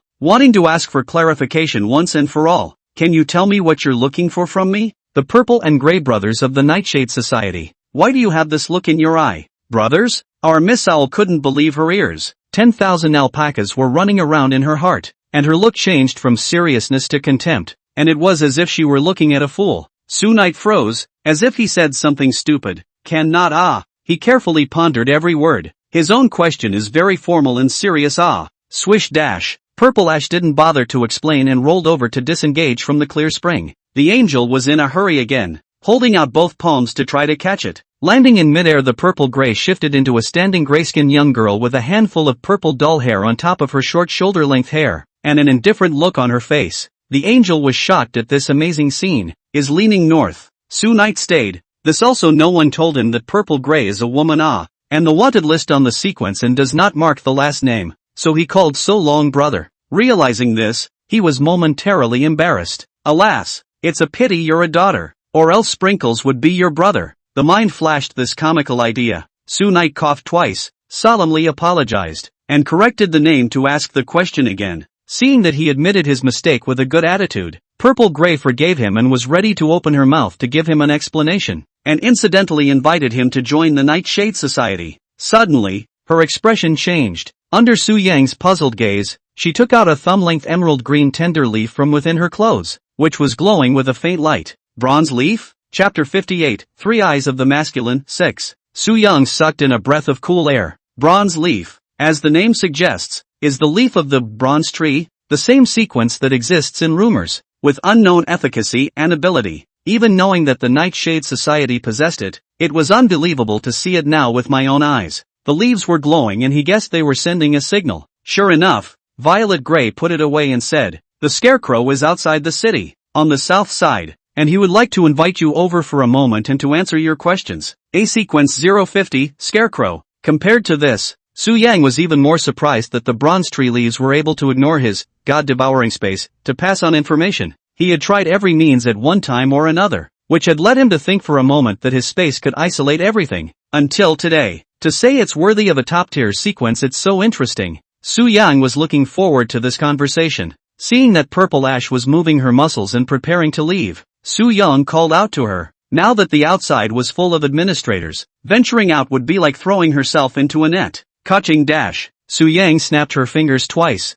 applying 2 layers of disguise to her. Curious to feel it, Violet Gray felt too invisible. Untouchable membranes fall over her, very soft and light, not hindering movement. Shaking herself, she transformed back into an owl. I want to get out too. The angel sensed that they were leaving and stamped her foot impatiently. It was hard to leave her alone every time, and she wanted to go out with everyone. Be good. We'll be back later, and we'll definitely bring you next time. Su Yang coaxed. Well, the angel puffed up her cheeks and muttered inaudible words in her mouth. Su Knight knew that she was considered to have reluctantly agreed in this way. With a flick of his right hand, the two disappeared into thin air. Inside the room, Su Yang opened his eyes and there was an additional owl flapping its wings in front of him. Purple Ash was surprised that Su Yang possessed such heaven-defying abilities, and his eyes couldn't help but feel more than a hint of scorn. It seemed that this sequencing master was far more unfathomable than they had expected, but it was good for their actions afterward. Otherwise they wouldn't have been able to save her from Monty. Shush, I'll go out for a lie down. He knocked on the wood-paneled room next door, the temporary relief room where Shu was staying. Nearly a week had passed since the invasion of the demon whale, and the rescue effort was going very well. 1. The relief team was professional. 2. There weren't many living people left. Half the time, the silence in the darkened room remained. Over the past few days, the Sky Hub City administrators had made several inquiries about them, especially about Mokaya's whereabouts. The two expected it in advance, and Shushu was naturally reluctant to hand it over to the authority, as was Su Yang. So after assuring herself that she had the means to save it, she reluctantly entrusted it to him. Su Knight put it into the God-devouring space, and under the soaking of the clear spring, Mokaya can repair the wound and preserve its body temperature until the end of time. A good confession was concealed from the authority. After this, she locked herself in her room and refused to even allow the angel to go over and stay with her. I'll be back in a bit. It's a dark night outside. Walking out of the boarding house and witnessing the misery of the 9th district, the purple gray leading the way ahead was deeply shaken,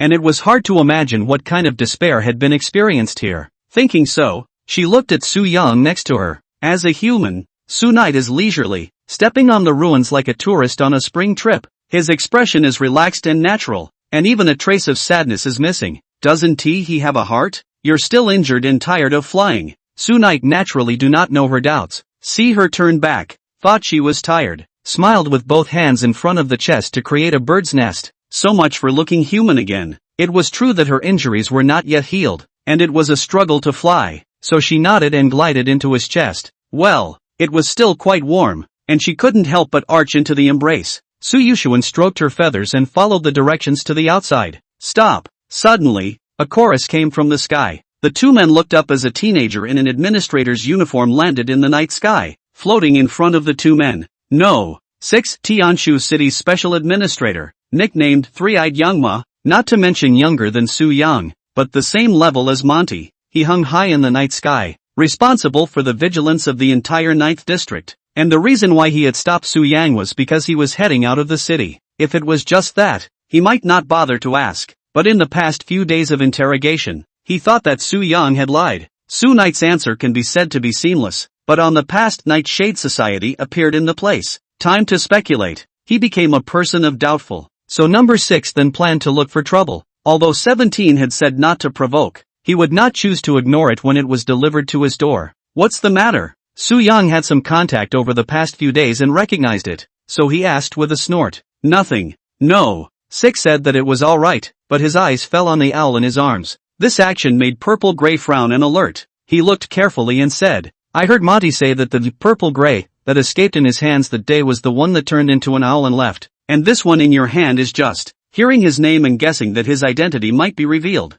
Violet Gray secretly built up his strength, intending to strike and slit his neck with his bitu. In the nick of time, a large hand held her head down. My pet, who disappeared after the disaster and is only now being retrieved, is well behaved. Su Yang pressed down on the purple ash and sneered in his heart. He was very confident in his camouflage, and an unusual A rank would not be able to see through it at all, let alone the fact that he had stacked 2 layers. You don't mind letting me see it, then? Indeed, in the eyes of No. 6, Sue Knight's arms are just an unknown gray wild bird, not half as much as an owl, but he is more confident in his eyes. Number 6 pulls down the brown bandana on his forehead and a narrow vertical eye appears on his brow. Not waiting for Su Yang to be surprised, he began to chant, God, in order to break through all the evils in the world, the third eye is open on my brow. May you be with me and help me to break through all the dharmas. As the mantra was chanted, the secret of third eye opened, and he violently performed his famous technique. Pupil technique, 3 eyes Yangma. Pupil technique, retell. Almost at the same time, the two of them unanimously cast their skills, and the 2 major pupil arts began to compete against each other. Chapter 59, The Purpose of the Nightshade Society. Violet Gray's delicate body trembled. It felt as if his body was being looked at as if it was naked. Every meridian and blood vessel in his body was exposed to the view of others. Number 6 incites all appearances. In terms of pure strength, No. 6 was naturally weaker than Su Yang, but he was born with 3 eyes and didn't need to hide himself. Su Yang was a different story. He had to carefully hide himself, not letting him, who was close by, perceive that he had also opened his pupil technique. Gu the purple and gray was hard to bear. The murderous intent in her heart increased, and just as she was about to hold back, the pressure on her body plummeted. Su Knight struck out, intercepting the other party's line of sight with unerring precision, like water refracting light from the sun, moving other false sights in front of him. It was difficult, tantamount to walking a tightrope over a 10,000 foot cliff. Gradually a fine layer of sweat broke out on his back. Well, let's go. After it went on like that for almost 20 seconds, No. 6 closed the third eye on his brow, and with that, cancelled the 3 eyes of the masculine, and twisted his head to signal them to leave. Phew! Purple Ash and Su Yang both breathed a sigh of relief. What a hero! Seeing his skills, Su Yang inwardly marveled. If he brought up his own self from back then, he would definitely fall short in terms of teal arts alone. But for now, you'd better go back and eat 2 more bowls of rice. Su Knight was inwardly smug and went around the side, taking a few steps outside. Suddenly he realized something and stood still again, looking back at No. 6, deadpan. Aren't you going to ask where I'm going? It's not about me. The teenager hugged his bladder and closed his eyes, with a look of you can go wherever you like. It's none of my business if you die on the side of the road, and once again flew high into the air. Click dash the intercom on his belt went off as he resumed his post. 17, I noticed you were gone for a while. Did something happen? Was there some suspicious person? Suspicious persons? Number 6 squinted behind him, watching out of the corner of his eye as the man and the bird walked away and disappeared around the corner of the ruins, and he yawned, laying back in the air with his head in his hands, and said dryly, No. On the other side, Su Yang arrived at the designated location, the dilapidated sending goddess of mercy temple. He stepped into the temple, and all he could see were old cobwebs, even whiter in the moonlight coming from the broken roof. He could guarantee that there was no one monitoring the place or following him, but he found no sign of the scarecrow, except for a knot of dead rice on the tribute table in the center of the temple. So broken, Purple Ash took on human form and stood fanning his nose and complaining, How's the wound healing? Then a voice came from the gondola, a man's magnetic radio accent, interspersed with the clicking of current interference. Su Yang's first glance was towards the withered rice, and it moved. Gradually more straw was drilled out, forming the likeness of a man with a cowboy hat on his head, standing on a gondola, smiling at them. Sequence 050, Scarecrow.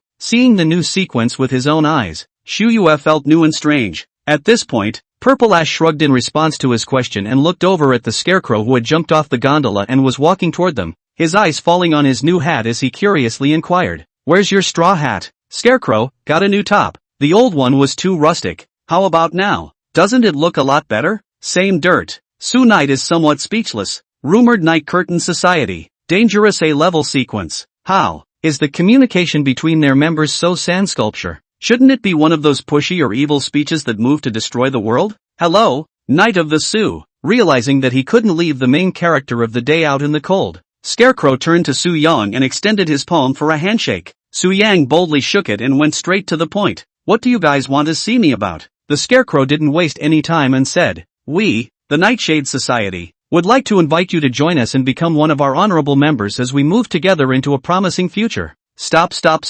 Su Yang couldn't help but interrupt him. unable to believe what she heard in her ears. Not to mention the sales-like opening. Isn't their invitation to him, the administrator, the equivalent of inviting the soldiers on the opposite side of the battlefield to fall on their swords when they are fighting a war? But harboring purple ash doesn't seem to qualify him to say that. It seems you've misunderstood us quite a bit. Scarecrow followed the advice. May I ask if we, the Nightshade Society, have ever done anything to harm the world? No. As a sequence, we not only abide by the rules, but we follow human morals and are solidly good citizens. Good citizenship. Why is that so twisted coming from a wanted criminal? Fearing that he would not believe him, the Scarecrow gave him another account of the nature of the society. Our goal at the Nightshade Society is simple, to stabilize the boundaries and prevent the biggest and most evil event in history, such as the descent of the demon whale a week ago. Su Yang was startled at his words. You mean, you guys know about the demon whale? The Misty Realm picks up the hustle due to the instability of the two realms, but I've never heard of anyone having any way of being able to reinforce it.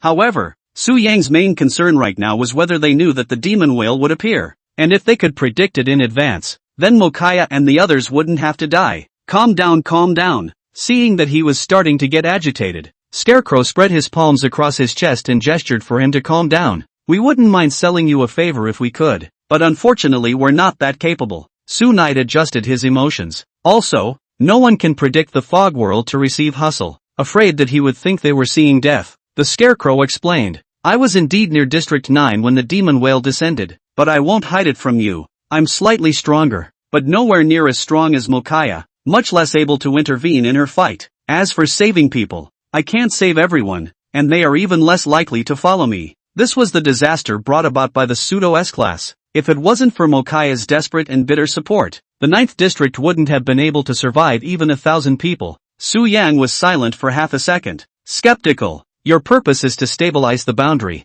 That is, if it is such a heavenly good thing, there is no reason for the Star Lord not to cooperate with you. But on the contrary, why did he choose to want you? The reasons for this have to be scrutinized. He doesn't know. The Scarecrow took a fairy step around him. Our method of stabilizing the boundary is very specific. One might even say unusually risky, and the Star Lord would never approve of it. So in the eyes of the world, we're the dangerous organization that's taking the bronze tree and plotting against us. Whether to take a chance or repeat the mistakes of the 9th district, Su Yang already had an answer in his heart. Chapter 60 Invitation from the Sequencers Union. I'm in. It's so cool to save the world and all that. Su Yang skinned himself for a moment, but what was actually on his mind was the complete destruction of the boundary, resulting in the destruction of living beings. So who else was he going to live broadcast to, and how was he going to be an anchor? Snap. Beside him, Purple Ash clapped his hands at the right time, welcoming him in with a grimace. Scarecrow was relieved in his heart that, after going around in circles, they had finally succeeded in their invitation. Why did you choose me? Su Yang asked again. Thinking back to the previous live broadcast, as a sequencer, he guessed that he should use his sequencing ability. But that's the problem. At that time, he was just a small person with little fame, but also unprofessional to do live broadcasts. Why not choose another reputable specialist? We've tested quite a few people before, but none of them were up to our standards until that day. And to be precise, it wasn't us, but Bronze who chose you. Bronze tree? Su Yang swallowed. How did it choose? Does it mean that the bronze tree has self-awareness? Something like that. They couldn't say exactly. After all, it was the top sequence of sequence number 001, 2 arcane and raw. Where's the tree? It's at the Luo Shui Jun. Who was Luo Shu Jun again? Receiving a large amount of information at once, Su Yang actually didn't know where to start asking. When Luo Shui Jun was mentioned, even Violet Gray, who didn't care about anything, gave a slight side eye. So it was obvious that this was another big shot that was not to be trifled with. Our president, Scarecrow, you'll meet afterward. Now I have to give you this. Saying that, he took out a golden invitation from within his chest, which was very high class at first glance, with a few big words written on it in a dragon's hand. Forensic Sequencer Alliance. Su Yang's pupils were slightly dilated. The Confessors Union, a super-organization formed by the 7 major realms of confessors. This invitation meant that the once-in-a-decade treasure confessing conference was about to open. At that time, all the big powers, all the famous sequencers will flock to the city, just to compete for the one and only. We want you to. Ahem. Let's set a small goal. Let's say, earn him a title first. Opening their mouths for the title first. But how does that relate to their goal of saving the world? The Scarecrow continued to explain. To stabilize the boundary, The bronze tree is essential. However, it is incomplete at this time, and a portion of its roots fell into the hands of the Confessors Union and was given to the champion as one of the prizes. The location is in the Yaoguang realm. Pack up and we'll leave tomorrow evening.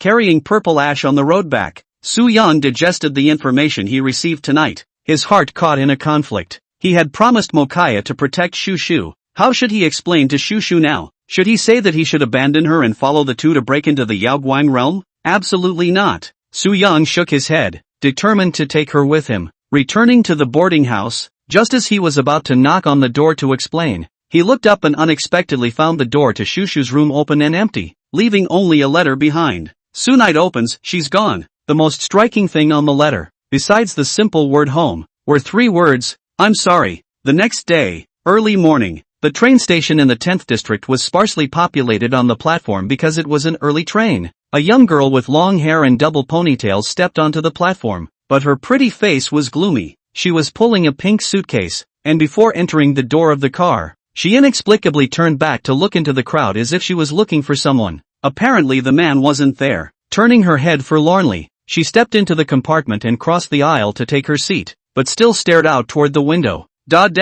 She didn't come to her senses until the train blew its whistle 3 times and watched as it slowly pulled away from the platform and, in no time at all, sped off into the vast wilderness. Shushu propped her chin up to look out at the scenery, the scarlet morning sun shining on her lifeless eyes. Yes, how she hoped that Su Knight would appear in the car, accompanying her to leave this sad place, at least come to the station to send off her capricious self. But she knew that the person who left without saying goodbye was not qualified to wish for it. Will they see each other again? Maybe it would, maybe it wouldn't, she didn't know. Hello, is this Ms. Shushu? At this time the female stewardess walked up to her and politely inquired, yes, what can I do for you? Receiving an affirmative reply, she handed over a pink gift box. A young man who calls himself Handsome Bomb Street has asked me to bring you a gift. He says he appreciates your care and that you'll be his squad leader for the rest of his life. Wishing you a have a nice trip. After the stewardess left, Shushu trembled and opened the box, and at the top was a blue flower.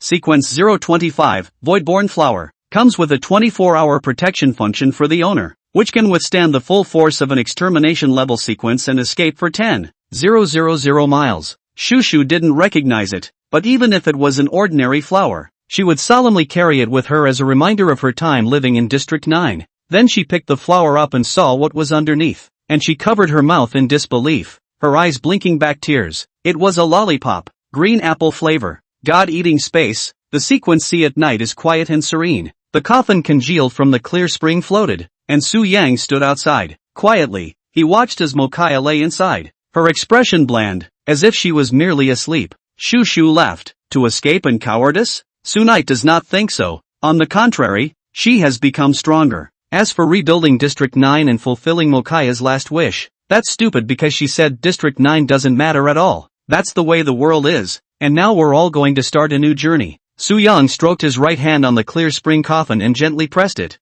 Mokaya slowly sank down. He stood on the surface of the sea and watched as she disappeared into the depths of the sea of sequences. Good night, Mokaya. Took a leave of absence from the authority, because there was a legitimate reason to participate in the treasure appraisal competition, and because of the attack on District 9, the authority approved it painfully.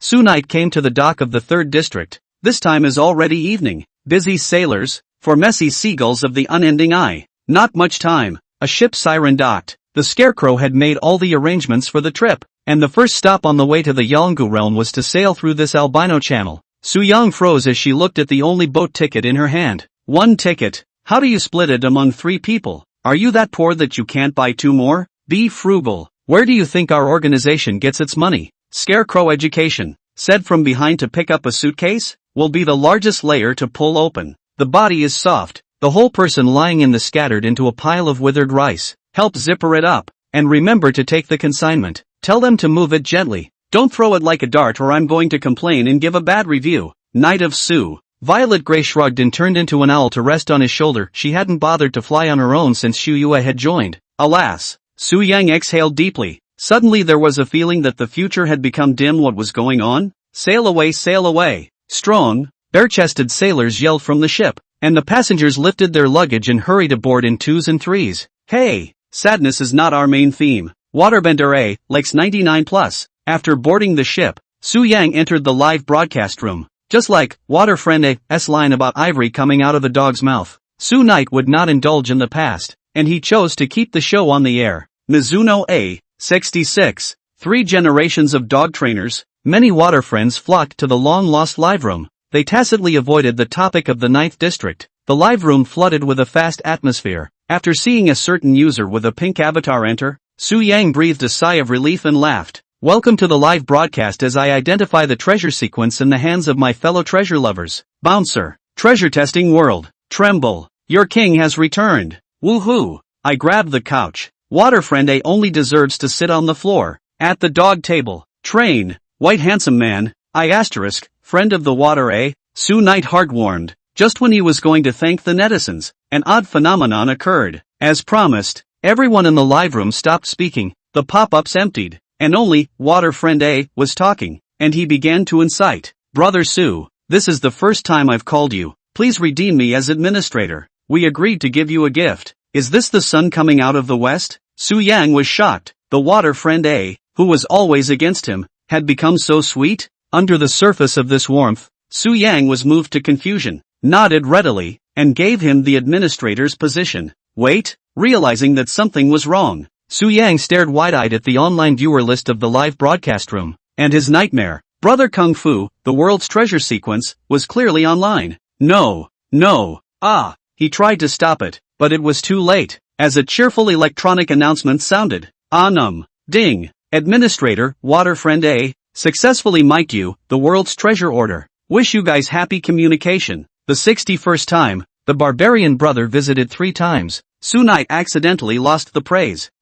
Brother Su. Bow sequence. The moment the screen connects, the people on both ends of the phone fall into awkwardness, as if broken-up lovers have unexpectedly met again and their toes are snapping through the floor. Now it's neither time for him to draw on it, nor time for him to give it a kicking. Su Knight had no choice but to silently revoke the administrator status of Water Friend A, by which time the pop-up screen had already laughed and jerked over. Last word. As soon as the electric eel noise of the kangaroo brother opened his mouth, the cell phone in his hand seemed to be instantly charged, and he immediately went into an exuberant state of battle. Brother Su, where are the fakes? Do you mean that one? Or all of them? Snapped. That was quick. A copy of the art exhibition certificate is thrown in front of the screen again, and the Kongju flips it over with vigor, as if it would give him more confidence. Oops, I'm really going to crash. My cell phone. Su Yang was standing by the railing of the deck, his hands shaking with anger as his cell phone bounced a few times, almost returning to the arms of the ocean. He shrank back and exclaimed,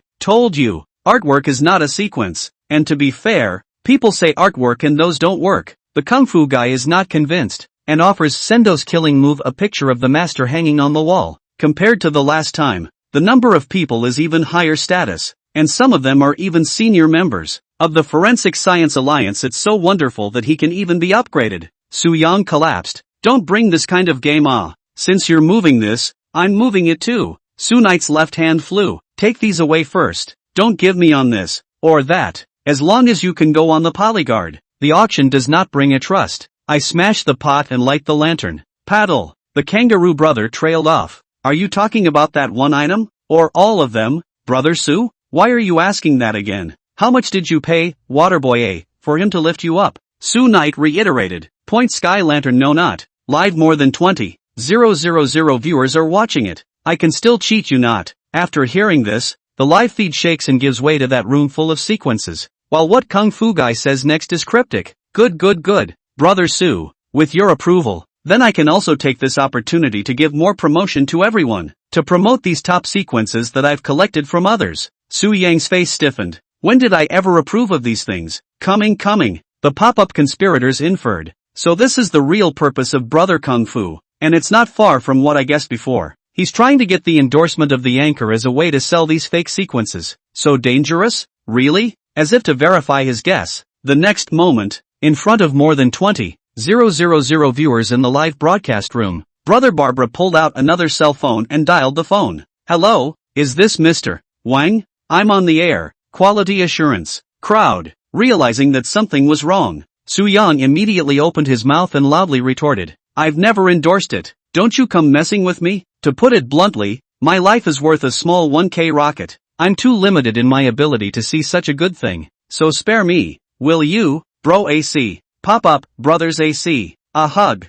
Aha. The opposite side of the barbarian brother is too noisy. Hung up the phone, and walked away again. Came to the big Buddha statue. Not dead. Said, is this on the auction? Is not it? Whatever. As long as I can get on camera I'll light a Sky Lantern X3. The stuff is pretty good alright. Let's go down and sink our teeth into it first. And don't come back up again. Sunai drove the barbarian down. He exhaled a deep breath, glad he'd survived the difficult streak, and couldn't rejoice when, in the next instant, a message popped up in his background. Pro, World Treasure Sequence, gives you positive feedback. Please continue to work hard to improve the quality of the live stream. Adult breakdowns are often a split second away. I was wrong. Sunai to sell misery. I just did not look at the people of the small anchor. What service is not thoughtful? Anchor I must change. Trouble to see today's set of handsome set of beauty. Move the small hand of the rich. Give the anchor point a free positive feedback. Catalyze the broadcast. Kneel for the lords. Are all humans this childish? The purple gray on his shoulder flew up and hovered in midair, looking down at the new members yelling on the air, filled with speechlessness. Dash. Just then the siren sounded again. Come on, come on, come on. The boarding planks were pulled away, and the sailors under the pier, seeing their chance, gathered up several arms lengths of mooring cable and waved their hands with their faces toward the captain's cabin. The unshackled ship drifted away from the waves as the ship's engines started and slowly broke through the foamy white waves toward the endless expanse of the distant sea. Where is the anchor going? Someone noticed the background behind Su Yang and boldly speculated in a bad direction. Could it be that the anchor is going to the high seas to do illegal deeds? The movies are all ants like this. I'm a positive anchor. Su Yang pulled out the invitation from his arms. This one is not the one given by the scarecrow, but the one he licked his face and asked for. From the Forensics Union, how to say that he is also a little famous and qualified to participate in the competition. So people are also very painful. The League of Sequencers? Someone recognized the invitation and explained it to the uninitiated. The pop-ups heard a lot of wow. Don't worry families, the anchor will take everyone to see the world. Nothing else? First take him a championship to play. Follow, like, and hype the podcast away. Sunite bragging is not drafted. Hurry to take advantage of this opportunity to ask for a wave of attention. The number of fans also rose to 50,000 people. A million Netroots taskbar completed 5%. Waterfriend A? Su Yan was about to settle the score with him when suddenly the live broadcast screen got stuck. The signal was gradually lost. He came back to his senses and looked up to find that they had moved away from the shore, and the original dock was a small, unremarkable black spot illuminated by the lights. With a sinking of his shoulders, Violet Gray fluttered his wings and repositioned himself on his shoulder, thinking it was finally over. Knowing that he had to take a break, Su Yang shut down the brief live stream and pulled out his ship's ticket, intending to find his cabin based on the information on it. Where are we going to go first after ours gets off the ship? Su Yang asked. The opening of the Treasure Appreciation Conference was still quite a few days away, and they had plenty of time to prepare. Violet Gray replied, Yao Guang City, Luo Shui Jun wants to see you. Luo Shui Jun, the boss behind the Nightshade Club, wanted to see him, but it was unexpected and reasonable. After all, new employees always have to meet the boss. To be able to make an A-class sequence so obedient, Su Yang felt that this person wasn't simple, and was at least in existence on the same level as the Nine Heavens Flare Star-Lord. What does he look like? You'll see when we get there. As they talked, the two made their way to the second floor of the cabin. The ship they were traveling on wasn't very big, so they quickly found room 202. When I opened the door, my eyes were greeted by one of those cramped single cabins with a shower, a floor-to-ceiling bed, and a closed ship's window above it that looked out over the ship to the dark ocean. Take a bath. Purple Ash spat lightly, shifted into a young girl, sat down on the bed and began to undress. Chapter 62 The Lost Ghost Ship. Don't be so trivial, okay? Violet Gray was different from a mere angel. Her intelligence was completely at the level of an adult, and there was really no way for Su Yang to see her as a cat or a dog. Can't you just wash in owl form? Inconvenient, she said. Human showers are built entirely for humans, which is inconvenient if you turn into an owl. It was so reasonable that Su Yang couldn't even refute it.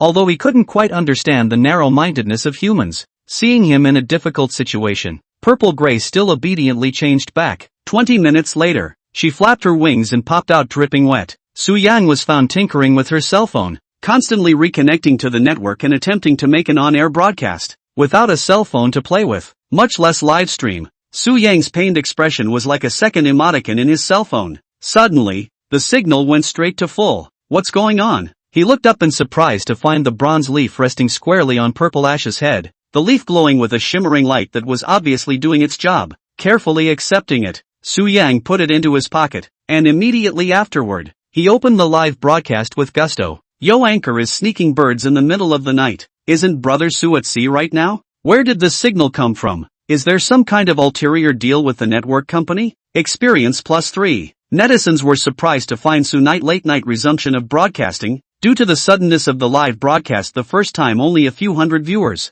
Su Yang naturally wouldn't tell them that he had been so outrageously precious that he had used the national treasure sequence as Wi-Fi. Ahem. Introductions. Coughing twice, he turned the crowd's attention to the purple gray beside him, having put camouflage on her before boarding the ship, so there was no need to worry about exposure. My budgie, Ash. Purple gray recoiled at the word pet, jumping onto his lap and giving him 2 swipes from his golden beak. Hiss. Is not a pet. It's my friend. Su Yang corrected. Do. Su Yang wanted to say something else. Suddenly, the ship they were traveling on frantically sounded its siren. A huge crash exploded, and the entire ship shook and came to a hard stop on the surface of the sea. What happened? Holy, didn't we hit an iceberg? I'm familiar with the next plot. Get the lifeboats and let the child women go first. And, couples beware. Choose a larger door panel or you're going to be a widow. 66. Jack. Shredded meat. 3 generations of dog trainers. Under the call for friends,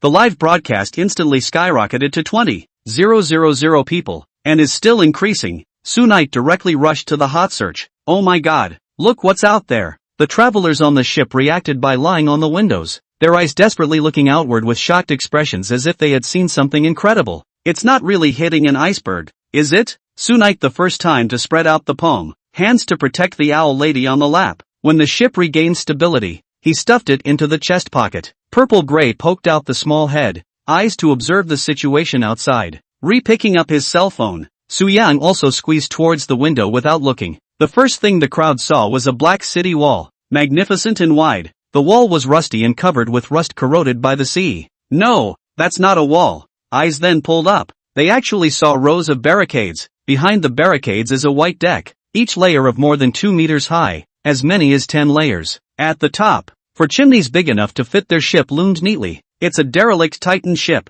The black wall they had just seen was actually a black ship side, on which were inscribed a few large, indistinct letters, presumably the name of the ship, which were vaguely recognizable as Titanic? How is that possible? The pop-up shenanigans enthusiast nearly fainted with excitement. This ship was built 50 years ago by the famous Albino Ocean Company. The company united all the major shipbuilders and spent huge amounts of money and manpower to finally achieve the largest ship in the world at the time, with a grand maiden voyage, the giant ship called Never Lost. And then it disappeared on its maiden voyage. Pop up. Su Yang had also heard about this giant ship, and he didn't expect to see it with his own eyes today. Grabbing his selfie stick, Su Night smells another opportunity for fame. As he live-streamed, he made his way out of the cabin and across the aisle, following the other uneasy travelers to the deck. Standing at the bow, the ship's searchlight struck away, illuminating a corner of this behemoth. It was only then that the crowd actually felt its immensity, and it was hard to imagine how the people of that time had built it. People die wherever Kobe goes. The anchor is spooky wherever he goes. That's where my grandmother disappeared from back in the day. And me, when I bought my ticket for the maiden voyage, and before I was ready to sail, I lost a rotten bet to a wandering youth, and now I look back on it. I can really wake up laughing in my dreams. Wow, the grandpa upstairs must be 80 years old, so old and still high-intensity surfing. Beware of sudden death. Someone in the audience showed up and successfully piqued everyone's curiosity, and even Su Yang listened with interest. It's over. It's the cursed ship. In contrast to the joy of the live broadcast, an atmosphere of panic pervaded the scene, with some people holding up crosses and praying to God that they would make it back safely. Hey, why isn't the boat moving? Suddenly, a roar caught everyone's attention and a short-haired man whipped his head around, angrily questioning the old sailor. I did not expect that the sailor did not take care of him, and his eyes stared straight at the giant wheel, as if he was looking at something eerie and horrible, and took out the cigarettes from his arms, and tremblingly lighted them. How come you leaned over? He muttered, biting into his cigarette. As a veteran sailor with decades of experience, he has heard and even seen all the mysteries of the sea, including the rumored lost Titanic, also known as Ghosts of the Sea. It's my turn to narrate. The netizens in this session were doing everything but getting rich in their jobs, and immediately a netizen with the ID, Sea and Sky, spoke up, reaping 99 plus likes. Clicking on the homepage revealed a sailor who had recently retired. He quipped, "The Titanic. I saw it every day when I was working. I miss it. Cowhide." 666. My baby, the pop-up questioned. Blow it off, and you see it every day. How are you still alive after seeing it so many times? He wasn't annoyed and explained. Seeing it doesn't mean dying. It's not just me. Sometimes even the tourists on the ship can see it. Strangely enough, the strangely missing trick boat would sometimes appear at night, sneaking up behind passing ships, but not getting any closer. Whenever the two ships look at each other at this time of year, one sees a bizarre sight on board. Some saw departed loved ones beckoning, others saw a singing and dancing party, and even more claimed to have seen ghosts. There have been daring captains who have turned around and tried to find out what was going on, but the more they chased, the more distant the giant ship became until it disappeared over the horizon. Since it only followed from a distance without doing any harm, the sailors were not afraid. But tonight, it crashed of its own accord. Chapter 63, Powerful Sea Great Sequencer. Rumor has it that it's actually searching for its enemy, and once it finds it, it'll crash through, causing a whole shipload of people to follow. Mom, don't scare me. Much like listening to a spooky story, the pop-ups had people freaking out and couldn't help but brainstorm the horrific scenarios that followed. What about the original ones on the ship? I don't know. The passengers plus crew totaled 224 people. None of them survived. Actually can't say that. Anyway, they all disappeared. Couldn't get on the giant ship to look for it, and with binoculars to look in. It was more like there wasn't even a ghost. Back here in Su Yang's place, there were naturally people on the ship who had heard of these rumors, and as they spread the word, the eyes of the crowd looking up at the giant ship became fearful and began to stir. Hold your horses, everyone. At this time, someone ahead of them lightly shouted a few times. The crowd looked to the source of the voice and realized that it was a man with a bushy beard and the logo of the shipping company, Albino Oceans, emblazoned on his coveralls, who had obviously been ordered to come and calm everyone down. He had a megaphone at his waist, but he didn't use it, as if he was afraid that it would be too loud and disturb the ghosts of the sea that were so close at hand. Tink! The man tapped the triangle to attract attention, and the crowd automatically made a pathway to either side as everyone looked at him, hoping to get some good news out of him. But unfortunately, he brings bad news. I'm sorry to say that we had to stop here after an impact on the left side of our bow that broke a small hole in the hull and started leaking. Is the ship sinking? Someone exclaimed. In this vast ocean, if a shipwreck occurs, how should they escape? Will they die here? The pessimists in the crowd are in a panic. Mom, I love you. Some people on the scene tried to make a phone call to give their last words, while others were already taking steps to remove the lifeboat for a preemptive strike. Let's get a move on too. Anchor. The pop-up screen began to advise Sunai to look for lifeboats, lifebuoys and the like, and if you really can't grab them, then disguise yourself as a woman, and maybe you can wrestle for a survival position. Stupid. Someone on the spot made the suggestion. So many people, standing in the leaky cabin. One person a scoop to scoop the water out of the sea is not enough. What's all this eye-popping idea? Su Yan listened quietly from the sidelines as he looked to his feet and pawed at them, realizing that the ship was indeed tilting slightly towards the head due to the draft, but the magnitude wasn't great and it was far from reaching the point of sinking the ship. It will never sink. Don't worry everyone. The man raised his voice, once again curbing the momentum of panic. We've contacted the surface through the transmitting crystal, and even more fortunately, we're not too far from the coast, and the company has sent an empty ship to continue shuttling everyone around. It will take about an hour or so please be patient. Hearing his words, the crowd gradually calmed down. However, some people are still uneasy, eyes if not glancing at the lifeboat. After a while did not see signs of sinking, and then rest assured. Transmission crystal, sequence 870, Zimmer shadow crystal, Su Yang noticed the sequence he mentioned. It was superior means of communication, except for the fact that it was not resistant to mist interference. After thinking about it, he turned his head to survey the Titanic ship in front of him. The waiting time was long, and the people did not dare to go back to their cabins to sleep for fear of being drowned by the sea in the middle of their sleep, or dying of the sudden attack of the sea ghosts for no apparent reason. Anchor, go in and explore. 66. You're really a dog. So dangerous, also called people anchor in case a ghost collapse out. Anchor shall not be scared incontinence. 3 generations of dog trainers. What do you know?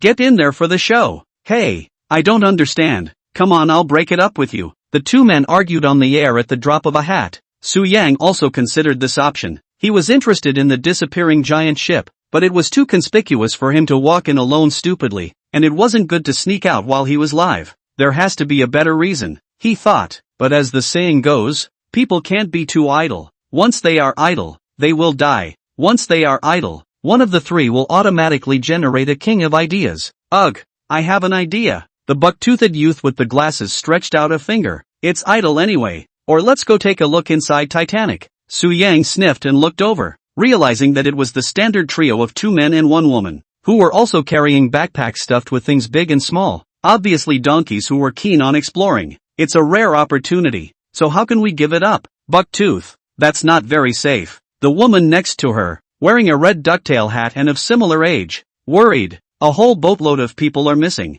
and there's only 3 of us. It's not too dangerous to go up there, is it? The remaining 1 male also expressed concern. Little Bucktooth was so proud. Why don't you go? A reporter once asked a great man why he climbed the highest mountain in the world, and his answer was, because it's there. Yeah, the two were like a blessing in disguise. They had joined the tour to explore a perilous territory that no one had ever explored before, and now that there was an opportunity in front of them, what reason did they have to back out? Burn, my youth. The 3 became excited and leapt to their feet. Che, come on. Next to someone splashed a pot of cold water. Did not have the good taste to say, the Imperial Mountain 18 donkeys forget. Put people rescue team death also do not feel ashamed. If you are trapped inside, do not expect us to go to save people. Those around him nodded in agreement. No need for you to save it. The corners of little Bucktooth's mouth curled up. We're not like them. We were born for adventure, like the first man to travel around the world. And even if we die on the road, we still die well.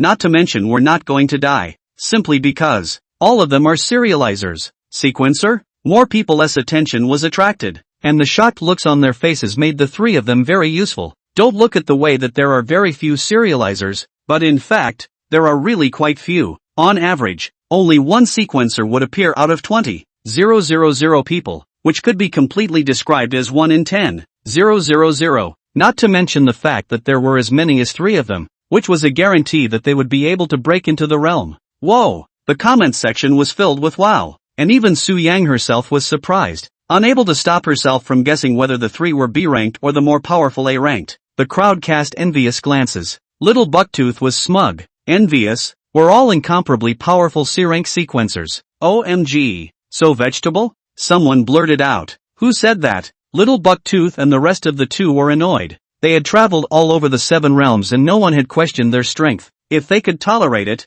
they couldn't tolerate it. Dare to stand up and compete. As soon as the words fell, a path automatically gave way in the crowd, and the crowd turned their heads to look at the end of the road, where Su Yang was in a daze. Chapter 64, Taunting. The one with the cell phone on his face. Stop filming. Yes, that's you. The average-looking one. Phew, almost thought I was going to get in trouble again. Su Yang breathed a sigh of relief and took the initiative to stand to the side, no longer worrying in his heart because he was definitely not talking about himself. After all, he was so handsome, but the eyes of the crowd told him that the other man was talking about him. Oops. It was only then that Su Yang realized that he had just blurted out his words, but it couldn't be blamed on him. Who did he run into on weekdays? Mo Kaya, Monty, Scarecrow, or else a gifted girl like Shushu who was growing up so fast. What are they, and what are you 3 donkeys? There's no comparison. You know, high-end games played more, so that Sunites subconsciously think not enough B-level, even call themselves a serializer qualification. So when Bucktooth said he was a powerful C-rank, he accidentally spoke from his heart. Anchor, don't froze. People are coming over. Fight. I want to see blood flowing. Friend A. Stop it. Stop it. Stop it. Please stop it. Through the screen of the live broadcast can be seen, 3 people came over aggressively, vaguely surrounded Sunite. The crowd has guessed that the next to be staged 3-ing battle Sunite drama. Goo. The purple gray in front of his pocket swept the trio and shook his head, ready to fly away for shelter. Just standing up. Suddenly a cold sea breeze blew over. She shook her body and retracted again, covering her ears with her wings. Is it really going to be a fight? Su Yang's expression was odd. He had encountered this kind of cliched plot so many times that it had long since run out of novelty. Of course, one didn't care to do it again. I've never seen a sequencer fight before. The crowd of onlookers made way for a clearing, leaving only the 4 in the arena in anticipation of what would develop next. But unexpectedly the 3 did not have the intention to make a move. After all, Now is the rule of law society. They cannot kill? Bucktooth. He's an anchor ugh. The woman noticed at a glance that Su Yang's cell phone was broadcasting live, wondering why his signal was still so good, and greeted the people in the broadcast room, saying her name was Dana. The pop-ups began to arch fire. Pretty girls, please you must bully the anchor. Let's all three of you go together. The anchor can fight 10. Just came in. How come it's a female? In the wrong live room? The three of them had seen many live broadcasts, but they had never seen any live room like this, making a lot of noise, but they were all impatient to see the anchor suffer. Su Yang nuzzled helplessly, wondering what had gone wrong with his live broadcast that had caused the black fans to pile up. Su Knight, right? Little Bucktooth knew Su Yang's name through the pop-up screen, and mocked in a conspiratorial manner. Big anchor, since you're looking down on us, you must be very brave. Do you dare to enter the Titanic with us? Why should I go in? Su Yang faintly revealed him. You actually want to make use of me to record the entirety of your adventure live, don't you? Crap. With these words, the crowd snapped out of their senses, secretly sighing that the masters are full of routines. Quite smart. Well, was revealed the purpose. The small Bucktooth is not embarrassed. He wasn't as stupid as he appeared to be, or else he wouldn't have been able to travel so many places, and he did want to use Su Yang's traffic to properly publicize them. After all, the first team to explore the sea ghosts is best known through the live broadcast, and then everyone will know their name. I'll wimp out. I won't go. Su Yang danced ill at ease on the spot, similarly grimacing with the intention of pissing them off properly. It seems that the agitation method does not work on him just at this time. The small Bucktooth had a bright idea and shifted the target. He looked at the camera and spat lightly at the live audience. It's really a soldier who's a wimp, and a general who's a wimp. The screen was covered in question marks, followed by a complete explosion. What are you screaming about, Bucktooth? Can't take it anymore. It's okay for you to insult the anchor, but you definitely can't insult us. Someone bring me my 50-meter machete and let this little Bucktooth run 49 meters first. Shocked, anchor returned to resume broadcasting, found that he was actually insulted by the villain. A command. The live broadcast of 100,000 generals have. The audience was enraged and instantly formed a unified front, verbally attacking the person who insulted them. Not only that, the screen was lit up with various colors of bounty special effects. In 10 seconds, the reward broke 10,000. Families rise. Su Knight can no longer be indifferent. You can insult the anchor, but never insult the anchor family people. Reward broken 100,000. On the full popularity vote, we open the hole. The atmosphere pulled in, and Bucktooth cocked his head and pointed toward the eerily dark giant wheel. The crowd tilted their heads, looking at the blackened windows and doors that combined to resemble a nest of bees' nests. Let's go then. Connecting bridge. The other young man among the three donkeys, with medium-length hair and glasses, had the air of an artist,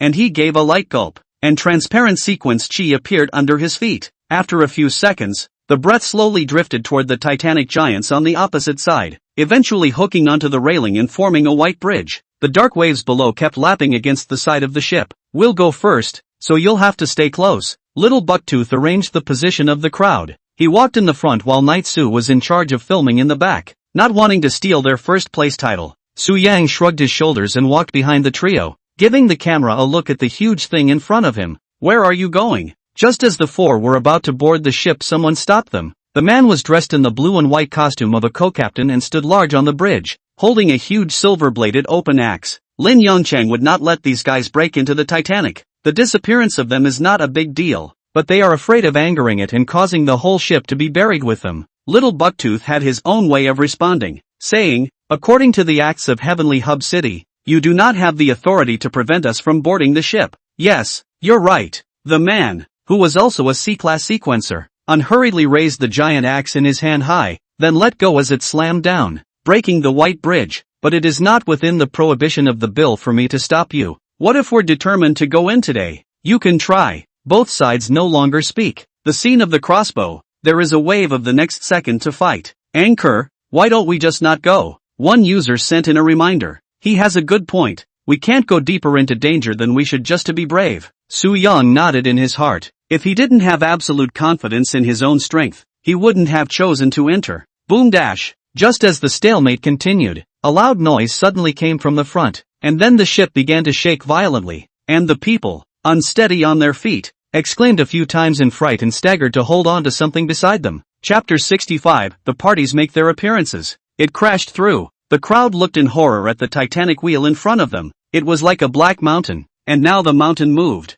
slowly crushing down on them. Ka! Again subjected to ramming. The already damaged sides of the ship wailed and the watertight compartments inside ruptured in response. Right rudder, get away from it, the captain barked, directing the ship to steer clear, but it doesn't help. The 10,000-ton ship seemed determined to eat them, and followed closely, both inexplicably outpacing them in terms of power and speed. This is not going to be good. Sue Knight stood smoothly on the deck, guessing why it would suddenly seize, and extended his palm, secretly preparing to strike. Titanic is furious. How can this be? I know. It must be hungry. It wanted to find someone to swallow into its stomach, and that anchor and the other three were just enough for it to eat. That's why it got angry when Vice Captain Lin Yangqing stopped them. An old man, holding his grandson in his arms, gasped and pointed at the four Sue Knights, voicing the speculation in his heart. On second thought, that does seem to be the case. The crowd woke up and stared intently at them, their gazes ruthless, and the idea of tying them up and sacrificing them to the giant wheel rose in their minds as the shadow of death loomed over them. Old Biden. The pop-up saw a scene and went straight to cursing. The Ching is dead, and you're still doing this. You didn't offer your grandparents and grandchildren yesterday. Anchor, don't be a wimp. You are at least a sequencer. Plus those 3 donkeys, randomly killed. At that time you just say it's self-defense. Easy 99/0/0. The ship Sue Knight expression odd. Suddenly have a kind of dream back to the Fire Witch era feeling. But the crowd was just talking. None of them dared to make a move, because even for the lowest ranked sequencer, as long as you were serious, you wouldn't be of much use holding a pistol. Not to mention the fact that they were unarmed people, and once they were up against each other it was a completely one-sided slaughter. The small buck-toothed 3 people shrugged their shoulders and looked at them indifferently, and the vice captain of Lin Yangqing did not say anything. The scene fell into a delicate situation. Ha ha ha! Suddenly someone burst out laughing. The crowd looked over in disbelief. It was the anchor. Who was on camera? He was laughing. That is, trying to eat people and being sneaky. I know there's courage in my laugh. Su Yang stared into their eyes so sharp that they seemed to be able to reach the deep darkness of the human heart, and wherever his gaze went, no one dared to meet it. Bucktooth spoke up at the right time. Mate, you saw the situation, and you're not letting go, whatever the reason. Now that Titanic had seized up, allowing the 4 of them to board the ship could be perfectly in line with everyone's wishes. Sighing heavily, Lin Yangqing stepped aside. It calmed down. I don't know whether it was for this reason, but Titanic was strangely calm, just close to the ship they were sailing away from, as if waiting for the 4 men to come. I told you to sacrifice, the old man muttered in a small voice, and before he could finish his sentence, he was scared into swallowing back alive by a look from Su Yang. What fun! Su Yang turned his head to look at the giant wheel. The inside of the wheel was pitch black. Not even the moonlight could shine through. Since you want us, then we'll go along with it. I'd like to see what purpose you have, please. Artman used, connecting bridge, again, and the white bridge reconnected the 2 ships, spanning the sea steadily. Live stream. The anchor tonic went over. It's so dangerous. Open.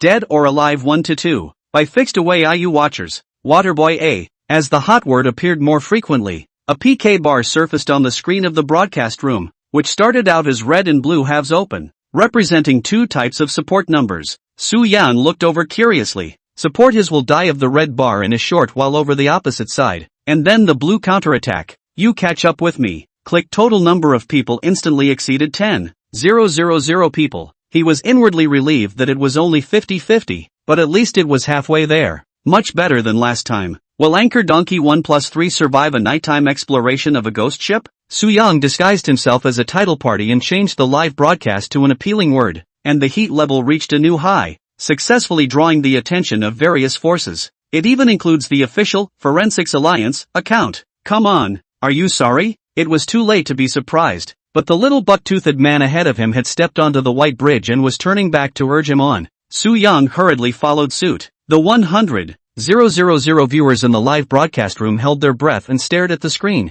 immersed in the experience of the adventure, and even their breathing couldn't help but catch up. Halfway there, the live broadcast was adjusted from the donkeys in front to the shocking waves below. This height, it is difficult to imagine what kind of fall we'll fall into. Wait, a viewer sensed something was wrong. Why do I feel like I'm getting closer to the ocean? Suddenly, there was a strange wow sound, and a few snowflakes flashed across the screen before falling straight down. Crap! The audience was so startled that they thought they had fallen in. In the next moment, Soo-young held his cell phone steady and laughed cheaply. The net is stuck. By the way, I joked with everyone. Don't mind, bouncer. Quinn, what's wrong with you? Anchor, you scared the heart out of my family pigeon. Waiting to receive a lawyer's letter, you deadbeat anchor. Yuck, I sent that last name don't upstairs a man? Ha ha. Soo-young laughed out loud and followed little Bucktooth as he stepped onto the deck. On the other side, extremely far out to sea, a speedboat loaded with fuel breaks through the waves like a swordfish swimming at high speed, and rushes towards Titanic with all its might. On the speedboat sat 6 men, all dressed in black night clothes and unsmiling. The man at the head wears a black single eye patch and has a fierce aura. If someone who knows someone sees this scene, he will be able to recognize the man and his iconic one eye. It is the famous pirate in the nearby sea, One-Eyed Tai. There were only a handful of shipments worthy of him and his entire team, but today, they were about to do something big. Boss Tai, the henchman next to him, spoke up. There's about half an hour to go before we reach the waters where the Titanic appeared. Do you think that thing is really on board? Naturally, One-Eyed Tai knew what he was trying to ask.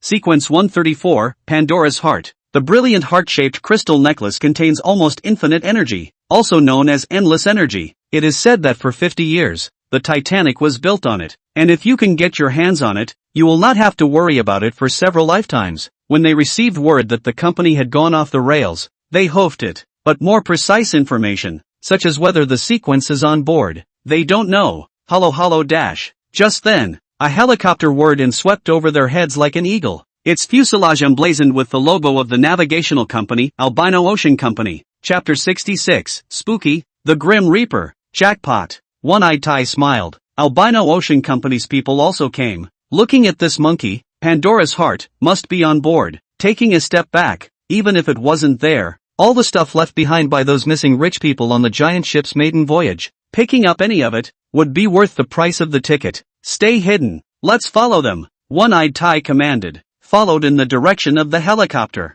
As for the so-called sea ghosts, in the face of 1,000,000% of the benefits, it is a superstition of papier-mâché. Audition. Can you hear me? Stepping onto the deck of Titanic, the smell of rust hit his nose, and Xu Yue tapped the screen, letting the purple and gray in his pocket turn down the signal, causing the network to lag. After all, too good of a signal can easily arouse suspicion. 1 man, 3 donkeys, officially exploring this half-century-long, unvisited ghost of the sea. Look at this, look at this. At the railings on the side of the ship, little Bucktooth, hooked up with his companion in the first hour, asked Soo-night to turn the camera to them, and joyfully posed scissor hands, reading aloud the real names of the 3 of them. Shun Buck, Dana, Guyu Zheng. They're excited. They cheered, because, at this moment, they have become the first. Group photo. The atmosphere came to life as the live audience hit the pop-ups, and the atmosphere gradually became joyful. Who's the lead? Is this still my live room? Soo-night, inwardly speechless, suddenly felt that he was reduced to a passerby in the background, responsible for recording happy times. Come and shoot together. The woman in the red cap, whom Soo-young called Little Red Riding Hood, enthusiastically took out her cell phone and invited Soo-young to take a picture of her. Come on, we're on an adventure, okay? It's dangerous. That professionalism you guys had before you got on the boat. Hey! Suddenly, Soo-young froze, for he saw the expression on the faces of the 3 men, their leathery flesh gradually loosening, their eyes wide and frightening, and their sights looking over his head, mouth wide open as if trying to say, "Run!" Boom dash! A huge rumble exploded. The multi-ton chimney atop the ship dislodged and slammed into Soo-young's position, smashing a horrifyingly large crater in its place. The crowd looked over in fear and trembling, and in the sky of dust, the youth's figure had disappeared. He, Soo-night, is dead. Panic flowed from the 3 men's eyes. There was no enemy in sight, and no sign that the dislodged chimney was an accident caused by age. Or was death coming? Sure enough, Titanic just wants them dead. On the ship, the old man who saw this scene made another demon. It's all because those young boys disrespected it in their hearts. That's why it rushed over with the purpose of punishing them. Old man. Suddenly, a voice came from the flying dust. If you dare to demonize the public again, don't think that I won't dare to clean you up in front of the audience. The little Bucktooth was surprised. Soo-night, you're still alive? Everyone looked there in surprise as Xu Yue waved her hand, waving away the flying dust from the tip of her nose and coughing twice. That was close. Soo-young himself was startled. Fortunately, he had just sensed the danger and took a step back without slowing down, or else he would have to topple someone's concrete chimney. It's so damn exciting. The viewers of the live broadcast only felt a blur before their eyes, and then a loud bang popped out of their cell phones, which is much more thrilling than a ghost movie that suddenly scares you. The pop-up kid brother voice speaks. Invincible Tyrannosaurus Rex said, I almost saw Tahoe waving at me. Goo. Stepping out of the range of the rising dust, Su Yang patted his chest pocket, in which our owl lady was staring with wide eyes, expressing her strong displeasure at the result of dust falling on her head. Sorry huh? Shuyua shook the dust off its head and looked forward again. The three of them, little Bucktooth, looked at him in shock. If this strike hit, even if they were powerful C-rank sequencers, it would be difficult for them to resist it. Thanks to my resourcefulness. Why do you guys have this look on your faces? Are you shocked? Humph, said little Bucktooth, who could not have been defeated, and said faintly, keep going down. It's not even in yet. Su Yang followed behind, entering from the first floor proper, and before he left he glared at the old man in the distance, glaring him down so much that he didn't dare to speak out of turn. Was it really just an accident? The smile on Su Yang's face disappeared as he walked into the dilapidated interior of the giant wheel. He carefully recalled the process that had just happened, and repeatedly pushed. There was no sign of the use of the chi of sequence, and even he had to admit that it was just an accident. But is it really that simple? Until now, all that had happened seemed to indicate that something was coming at him. Heavy pupil, open. Su Yang from the rear quietly cast his heavy pupils, and after observing for a few minutes, he was startled, because he didn't find anything. If there's something here that can evade his heavy pupils without releasing its power, it should be at least one of the top 50 in the sequence. Purple Ash, what do you think? Su Knight using voice transmission. The pocket purple gray shook its head. It cannot see what to. Suddenly, its expression changed. Under Su Yang's puzzled gaze, it reached its wings into the fluffy feathers on its chest and took out the leaf. The emerald green, bronze leaf, strangely glowing. Is it a scarecrow passing swiftly? No. Violet Gray shook her head again. At that moment, she remembered what their real behind-the-scenes booze, Luo Shui Jun, had said. This situation means that the roots of the bronze tree exist nearby. Su Yang was shocked by what he heard. Wasn't the rhizome there in the confidential sequencer union? And now what about this one? Could it be that there were many more copies? It is true that there is more than one copy of the rootstock of the bronze tree, and all we have is most of the main trunk. Purple Ash was about to say more, when the three people in front of him stopped and spoke softly. Listen, what's that sound? Su Yang stopped his pace at his words, his ears listening carefully. The air, in addition to the sea breeze blowing into the ship, forming a hollow ghostly whirring sound, actually vaguely came. The melodious sound of the piano? The viewers of the live stream were creeped out. Can't stand it. Goosebumps. Where is the piano sound coming from in this hole? Is it really creepy? See pianist? 1900, is that you? Demons leave. Demons leave. Demons leave. Demons leave. Demons leave. The four men looked at each other and swallowed before slowly making their way to the source of the sound. The farther in the crowd went, the weirder it got, because their feet gradually became messy. The table and dishes fell all over the place, as if some terrible disaster had suddenly happened here. Chapter 67, The Cursed Night of Su.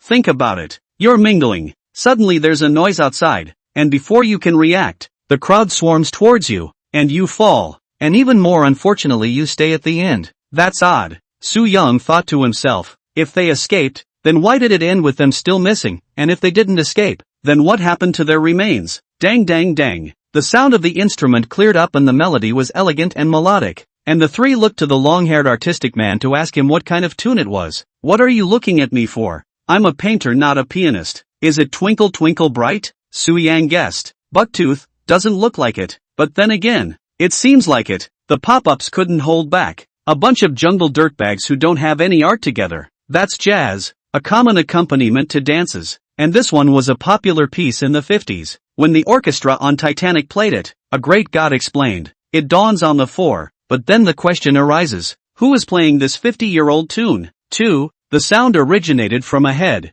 and the first thing they saw was the gilded fan door, half hidden, though it had lost its color. From the outside, you can peek inside and get a glimpse of what's inside. It was a large, circular hall, 5 basketball courts wide, with red leather chairs starring around a raised platform with a Steinway piano. That's where the sound came from. The four of them squeezed through the scalloped door and past the wall, and the camera slowly illuminated the front of the piano. The sound from the rusty piano is raspy and shrill, at odds with the joyful tune, and the combination is even more bizarre and odd. But the most bizarre thing was that the keys moved on their own when it was clear that no one was playing. It was too late to be surprised as the piece came to a close. Catching dash. Suddenly, there were a couple of tiny noises overhead. Su Yang had just raised his head when a thick steel bar appeared in his perspective, falling straight down, its sharp end poking him straight in the head. He violently raised his left palm and gripped it hard with his 5 fingers. At this time, the steel butt was only a millimeter away from his eyes, almost about to stab him through. Humph, playing God. Su Yang coldly grunted, placing the meter-long steel butte flat, pointing the end straight at the high platform, and threw it with force as if it were a dart. The black shadow flew away. Boom sound. The piano was smashed through the instant explosion. Black and white keys flying in the air. Beautiful like a painting. Cool. Crap. The Ratcast is so powerful? I saw it just now. Such a thick steel butter poking at me without even blinking. It's so cool. The anchor really poked my upper. Hard bar with this set of moves. The 3 of them, Little Bucktooth, also secretly marveled at Su Yang's strength. 80% of them were just like them. They were all powerful C-class sequencers. After smashing through the piano, Su Yang's 4 men quickly walked up to the high platform and kicked it open, wanting to see what was inside that resembled automated machinery. But the strange thing was that there was nothing in it, and it was playing on its own as if it were alive. My locker moved. I'm not playing. The pop-up sucked in a breath of cold air. Stack in armor first. I'm a staunch materialist. Still, I'm guessing that Su is cursed, and if you think about it, every accident is targeting him. You so seem to be really. Curse? Su Knight swept the pop-up screen. This world has transcendent power, so the existence of a curse is actually nothing strange. The weird thing is, where did he get in trouble with that thing? The only thing I associate with it now is the bronze tree rhizome that is nowhere to be found, and I'm guessing it has something to do with that. Did you tell the scarecrow what happened here? Su Yang transmitted a message to the purple gray in his pocket, and with the scarecrow joining them, they were in a better position to do so. Said he was at the rear of the giant ship. How did it get there? He said the cargo hold was hit and drifted out to sea when he woke up from a nap, and now he's cut a hole in the stern to come in. That is really unfortunate. Su Knight some sympathy, although for the sequence is certainly alright, but he is made of straw, more or less will be uncomfortable. After all, surrounded by seawater. Let's go down there. Bucktooth got up from his crouch, jumped off the high platform, and began to look for a passageway to the bottom. Based on the 3 of them's years of exploring, if there was anything odd on the ship, it had to be underneath where it was more hidden, not above where they could see the top at a glance. If only there was a drawing. It's like a maze. It'll take them ages to find it. Su Yang nodded, and at that moment, he thought of a way to initiate an off-camera call for help, asking for help from the audience of the live broadcast. Almighty netizens, is there any internal drawing of the giant ship? Wait online. Urgent. Ding. You received 99 plus responses. His private messages instantly filled up, and apart from the very few that sent in unrelated emoticons, it really did allow him to find a high-resolution diagram of the internal structure. Comparison with the online one also confirms it. In fact, in the 50 years since the mysterious disappearance of the giant ship, under the painstaking research of countless people, it has long been explored. Yes, it's kinda useful. Little Bucktooth complimented the live viewers. Who wants you to brag? Anchor Adventure's performance score is much higher than your 3 donkeys, so we unilaterally declare that you have lost. ++1, ++10,086. During the time they were communicating, Su Knight had cut the background to look at the drawings and found the passageway to the lower level. Is that a wall of doors? It's not a door. It's an elevator. Su Yang put on a flashlight and looked more closely, confirming that it was one of those old antique elevators, with a rusty retractable barred door on the outside. Seeing this, he couldn't help but sigh that rich people were extraordinary, being able to install an elevator in their ship. Sure enough, it doesn't work anymore, said the trio, shaking their heads as they examined it. Luckily there are stairs right next to it. At that moment, Su Yang thought of a way to increase the effect of the festival, but also to verify whether he was cursed. Audience. Su Yang pulled open the raw iron door with force, and a harsh metallic rubbing sound rang out. Then he gave the camera to the interior of the elevator, which was covered in dust. Guess, everyone, if Anchor I step in, will the elevator suddenly lose control and plummet to the bottom? Guess correctly and I'll send out a lucky draw. Cut. The pop-ups are disdainfully contemptuous. Anchor is really shameless. How much does a lucky bag cost? If you want to draw a new Apple 18. I guess it will. Then I guess not. Although people were saying that the Anchor was being petty, they were still making honest guesses on the inside and were looking forward to what was going to happen next. Night Su didn't say anything. Walked inside in front of everyone. Chapter 68, The Cannibalistic Ship. Unsurprisingly, the moment he stepped into the elevator with his heel, the steel cable at the top of the ladder suddenly snapped, and a sense of weightlessness spread throughout his body before the elevator plummeted downward. "You're okay," the three of the little bucktooths hollered toward the stairwell. A short while later, the warped elevator doors peeled open from the inside, and Xu Yue burrowed out, waving her hand upwards to signal that she was safe and sound. The three men breathed a sigh of relief. Suddenly they saw a strange scene, only to see Su Yang's expression frozen, frowning tightly, his eyes staring straight ahead. "What's wrong?" Sensing something was wrong and looking at each other, they jumped down the walls of the elevator shaft one level at a time. Coming to the bottom and following Su Yang's gaze, they all stayed in place. The live feed pop-ups emptied, and everyone was incredulous. Ahead is a straight passageway that leads to the end of the darkness. When the light of the flashlight probes, the walls on both sides, the floor, and even the ceiling are covered with fishy red bloody handprints. A horrific scene surfaced in the minds of the crowd.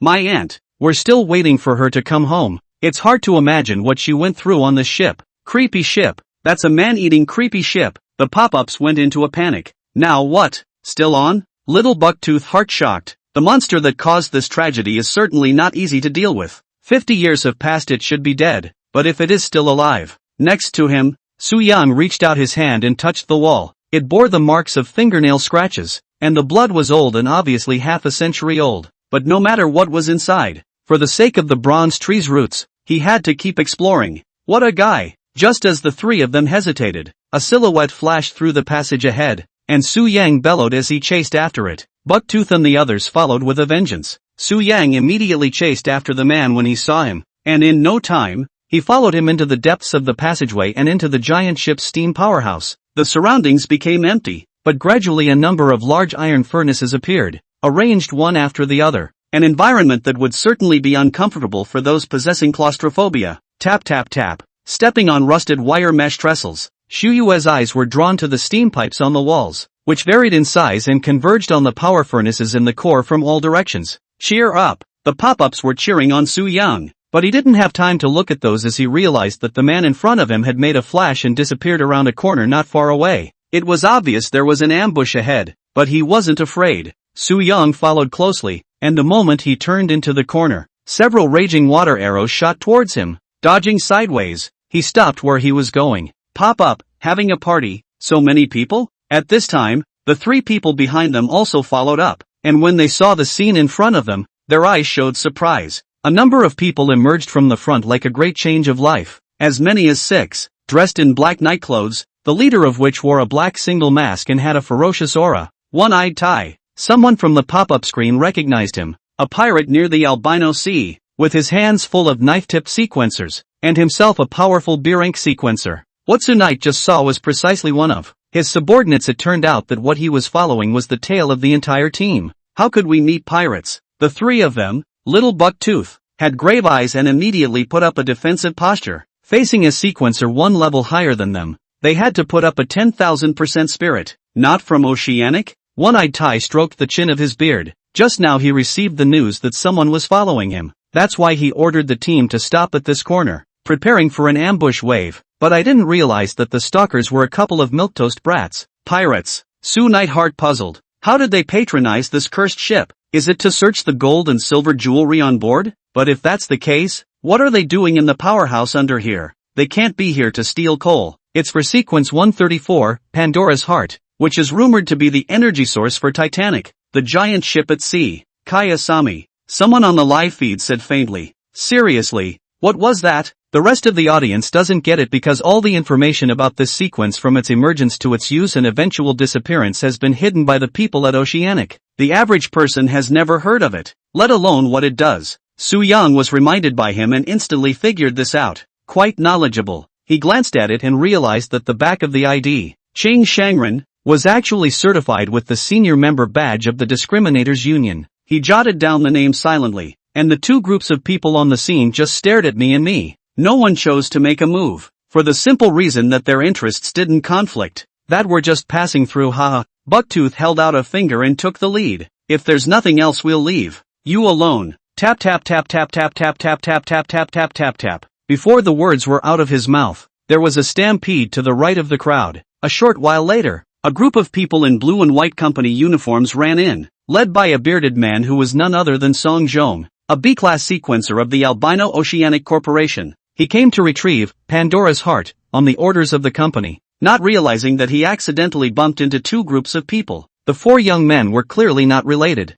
Not so with the other group. The pirates and their crew could be considered enemies. In the face of this stalemate, the first to break the calm was not One-Eye Tai, nor Song Jong, nor Su Knight. Instead, it's the viewers of the livestream. It's chaos and confusion. The whole of Titanic is in chaos. Brother Su's whole Three Kingdoms story. Back inside the steam powerhouse, only Song Jong snorted coldly and looked ahead at the pirates with sharp eyes. What are you doing here? Without hiding anything, One-Eyed Tai banged out two sequenced daggers from his waist, sticking out his tongue and licking the tips. You know exactly what we're here for, so if you know what's good for you, get the hell out of here. Good ah. Song Jong was furious, and his palms floated a light blue gas, intending to take this opportunity to settle new and old scores together. The two groups are ready to strike. Su Yang naturally didn't want to get involved, and was about to retreat to the back when suddenly a voice came from Violet Gray, reminding, it's appeared. Watch your step. Ka. Unlucky Su Knight feet another accident. The screws on the iron mesh trestle loosened,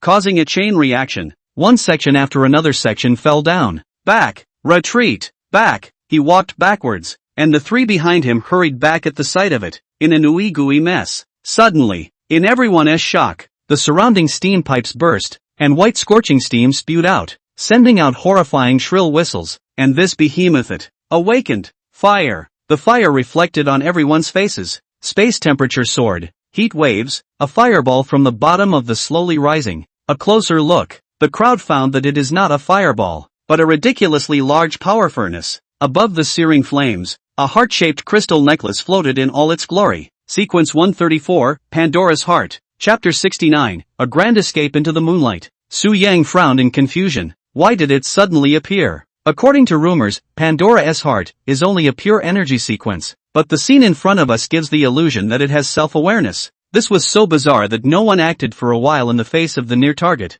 Go get it. I'll stall Song Jong and the others. One-Eyed Tai was the first to speak. He crossed his sword to stop the Oceanic Company's men, shouting and ordering his men to go forward and grab them. The henchman immediately nodded his head and quickly leaned over to the iron railing, poking out his upper body and stretching out his right hand to cast the skill, Hand of Water. A large hand made up of clear water quickly formed and reached towards the necklace in midair. Seeing this, the people from Ocean Company also knew that they had to act, and immediately surged up with the intention of stopping him, and the two groups of people fought in one piece, with all sorts of dazzling skills lighting up. Closer, looking at the heart of Pandora that is about to arrive. The men are overjoyed, and a beautiful woman and an inexhaustible amount of money are within reach of a life of glory and wealth. Suddenly, he froze, wide eyes filled with wonder. The crystal necklace reflected in his pupils, getting closer and closer to clarity, but it moved, like a heart that began to beat, and then something strange burrowed out, looking like the end of a tree root.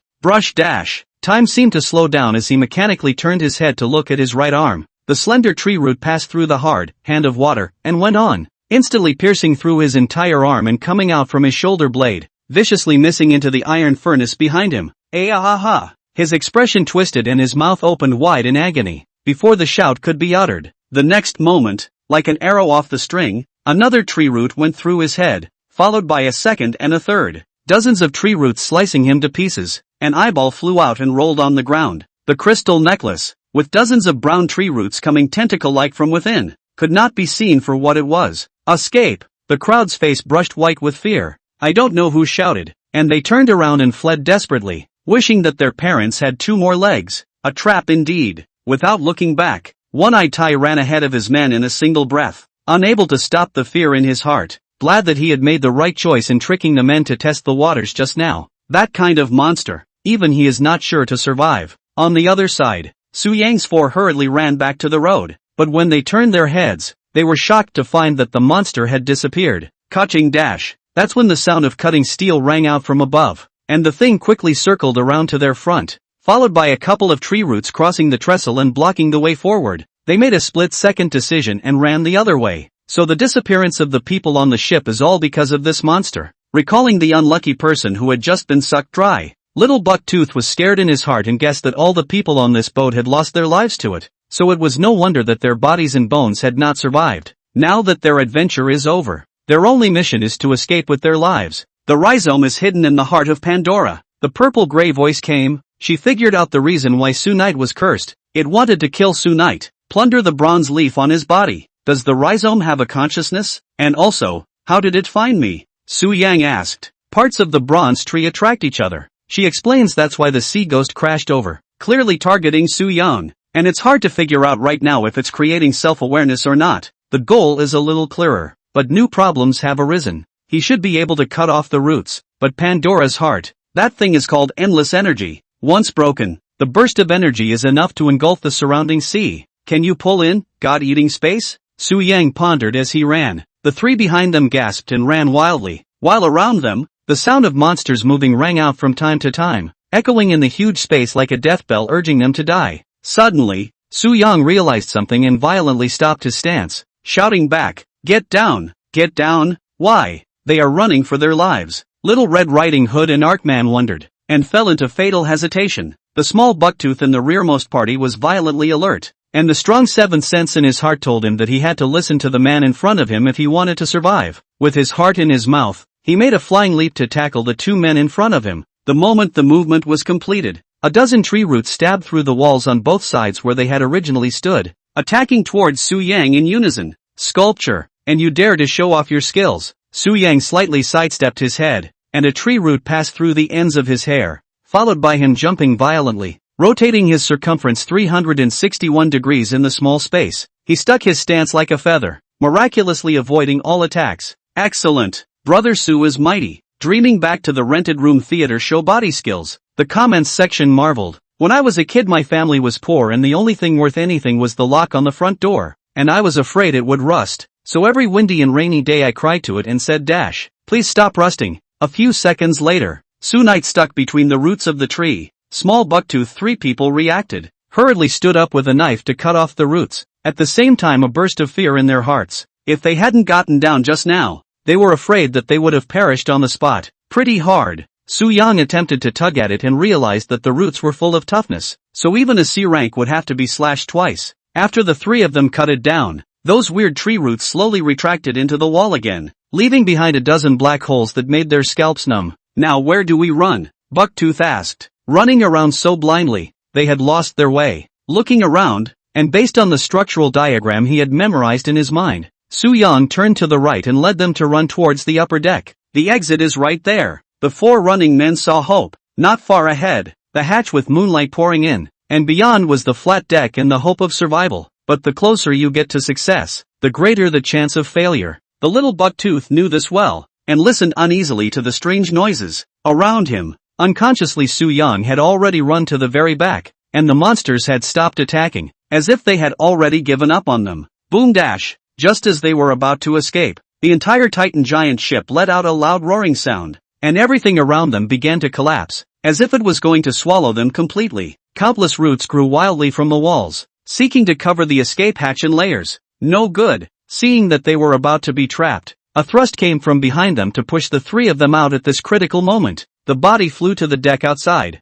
and the little bucktooth twisted in surprise to find Su Knight's palms open to maintain a pushing motion, while his body was trapped by the root. It was Su Yang, who sacrificed his life to save them. No! Get out of there! The three young bucktooths fell to the deck and reacted, yelling and tearing at the thick roots. But even though they used all their strength, they were unable to shake the slightest bit more, and could only watch as Su Yang's body gradually disappeared. Take my cell phone away. Fistful of openings, Su Knight handed out the cell phone in the live broadcast. Tell the viewers on the air that I love them. Even if I'm gone, I wish you all the best, but be happy. One more thing. What is it? You say. Don't forget to give the anchor some attention. As soon as the words fell, his figure was swallowed by the roots of the trees. Su Knight was sacrificed to save them. Chapter 70, Su Yang versus Endless Energy. Just for the sake of the strangers who met in passing water, willing to sacrifice themselves to save the lives of others, there is such a person in the world, is really too great. The 200,000 viewers in the live broadcast room could hardly believe the scene in front of them, and even more had already cried behind the screen with a pack of paper. This bumpy ride is worthy of such a sloppy ending. The little bucktooth choked with emotion, and unwilling to give up, they hacked desperately at the roots of the tree, but only managed to tear a few small, futile gouges. Boom! The three looked up and were shocked by the scene in front of them. Countless crazy growing roots drilled out, crisscrossing and crisscrossing, gradually wrapping the titanic giant wheel. The concrete chimney at the top began to fall off under the crush, hitting the deck hard before flipping over and crashing into the ocean with a rushing splash. We can't fail Su Yang's last wish. The three wiped their tears and fled to the ship with determination, vowing to carry on the spirit of Shu Yue's self-sacrifice. Sucks to be sent away. On the other side, the rhizome closes in. Su Knight behind the hatch breathed a sigh of relief and couldn't help but wipe the non-existent sweat on his forehead. It's too hard to load all the way. Well, he took a deep breath. Now let's start a new round. In this airtight darkness, Su Yang cast heavy teal and turned his head to look. Many roots of varying thicknesses pierced through the steel hull and continued to grow, making it impossible to distinguish the exact spatial orientation and creating the illusion of rotating and interlocking.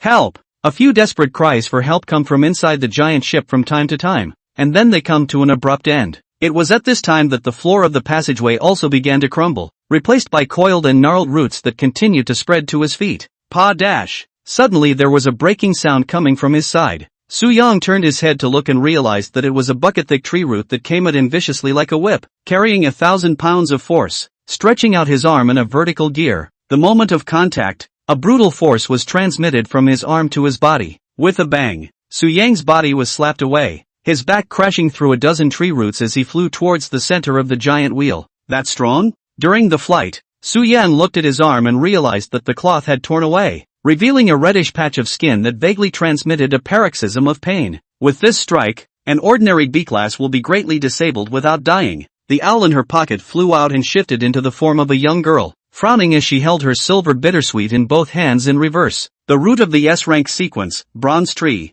together with the Pandora's Heart, which was claimed to be an endless source of energy. It was hard to imagine what kind of power the combination of the two would possess. Swish! There were thick roots again, as many as 3 in all, and they flung themselves from different directions, blocking their retreat with precision. From a distance, the tree roots were wrapped the two people inside, and then for a next moment, dozens of silver awns crossed the perfect semicircle, and the tree roots were cleanly sliced. Silver dragons flew in Purple Gray's hands, and that one, thread of destiny, strung in finger dust was sharp and deadly. Hide! She shielded Su Yang behind her. Even after seeing those heaven-defying abilities, Purple Ash subconsciously didn't think he was stronger than himself. Previously in the space slumber, she did not know the strength of Su Knight. Of course, the biggest reason, or because he is always in the live broadcast to pretend to be a turtle. I'll do it. Unexpectedly at this moment, a hand behind her pressed on her shoulder. Su Yang gave a thumbs up, casting a "don't worry about it, leave it to me" look. Mirage. Without waiting for her to open her mouth, a hollow sound resounded around her, and when she listened more carefully, the sound actually turned into the melodious sound of the zither again. The solid feel of the floor comes from the palms of your feet, brightening up around her. She looked around in amazement as the interior of what had been a horrible giant ship became opulent, with men and women in full regalia pushing their way across the dance floor. Mirage. Mirage? On the side, Su Yang was old and calm, watching the crowd at the ball. His heart was so big that he casually took a glass of red wine from the tray of a passing waiter, shook it, and sipped it into his mouth to savor it. It's no wonder that some people see proms and ghosts. That's why. How that stem got into Pandora's heart. Don't pretend. Violet Gray looked at him and reached out in front of a man, but he didn't react, as if the two were ghosts that didn't exist. Unfortunately, this skill hasn't reached the point of reaching the peak. Su Yang commented. The scenes are simply reflections, unable to target the softer parts of the human heart,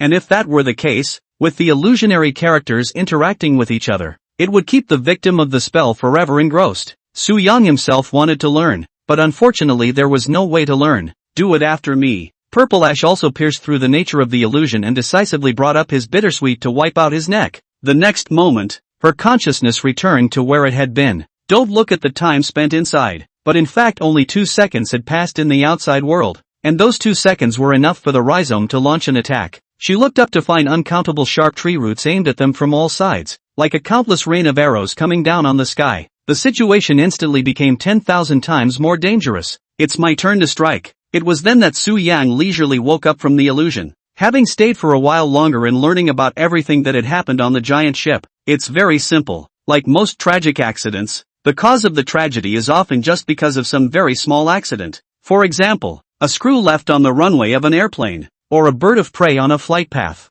On the day of Titanic's maiden voyage, a coaler took a bronze root as a souvenir and brought it near the power furnace. Accidents happen. The roots of the bronze tree reacted to the energy, burrowed into Pandora's heart, and the ever-growing roots went on a rampage, slaughtering the entire ship's population of 224. After that it's asleep inside, gradually developing self-awareness as it draws nourishment. It begins to tail the ships that come and go, only to search for the rest of the bronze tree. What a sorry truth. Back on Su Yang's side, he stopped Violet Gray, who was preparing to open up, and blocked in front of her, a semi-transparent protective shield surfacing around his body. The foremost spikes came. Su Yang didn't duck. Only the moment the spikes touched his eye membranes, they were like touching an impenetrable diamond, twisting and crumbling, unable to go any further. Swish! Immediately after that, thousands of tree roots stabbed at them, but they were all cut off by an invisible sword chi. And this sword chi continued to expand its range, closing in on the entire space. I'd like to see if your endless energy replenishes faster or I chop faster. Chapter 71, Chopping a Ship with One Hand.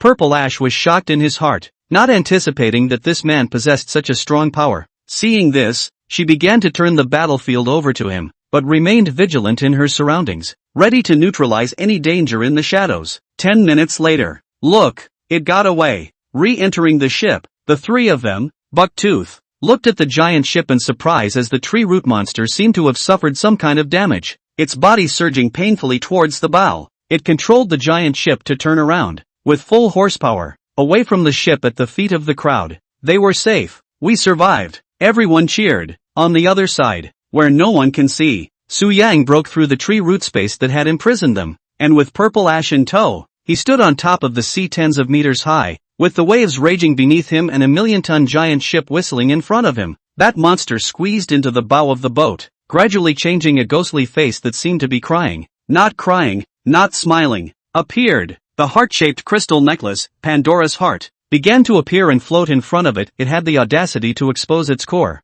gambling that Su Yang wouldn't dare to attack it. Did you really think I wouldn't dare? Su Yang faintly inquired his side. If I kill it, will the root disappear? No way. Violet Gray replied affirmatively. The bronze tree is unique and immortal, and if it is destroyed, it will only completely obliterate the resulting spirit and re-enter the cycle of reincarnation for a brand new root. That's good, Su Yang said reassuringly, their conversation bow undisguised, into the ears of Ghostface in front. If he had ears, I declare, you already have a way to die. Su Yang smiled smugly, looking down at it with teasing eyes while stretching out his right hand. His 5 fingers spread out to tightly lock the Pandora's heart between his fingers. He really dared to do it? Ghostface panicked as it tried to escape, but was shocked to find that the necklace it was hiding in was locked down and it couldn't move a single bit. 10 meters, 5 meters, 2 meters. Ready or not, it's coming. The two sides confronted each other, and just as the Ghostface was about to touch the palm,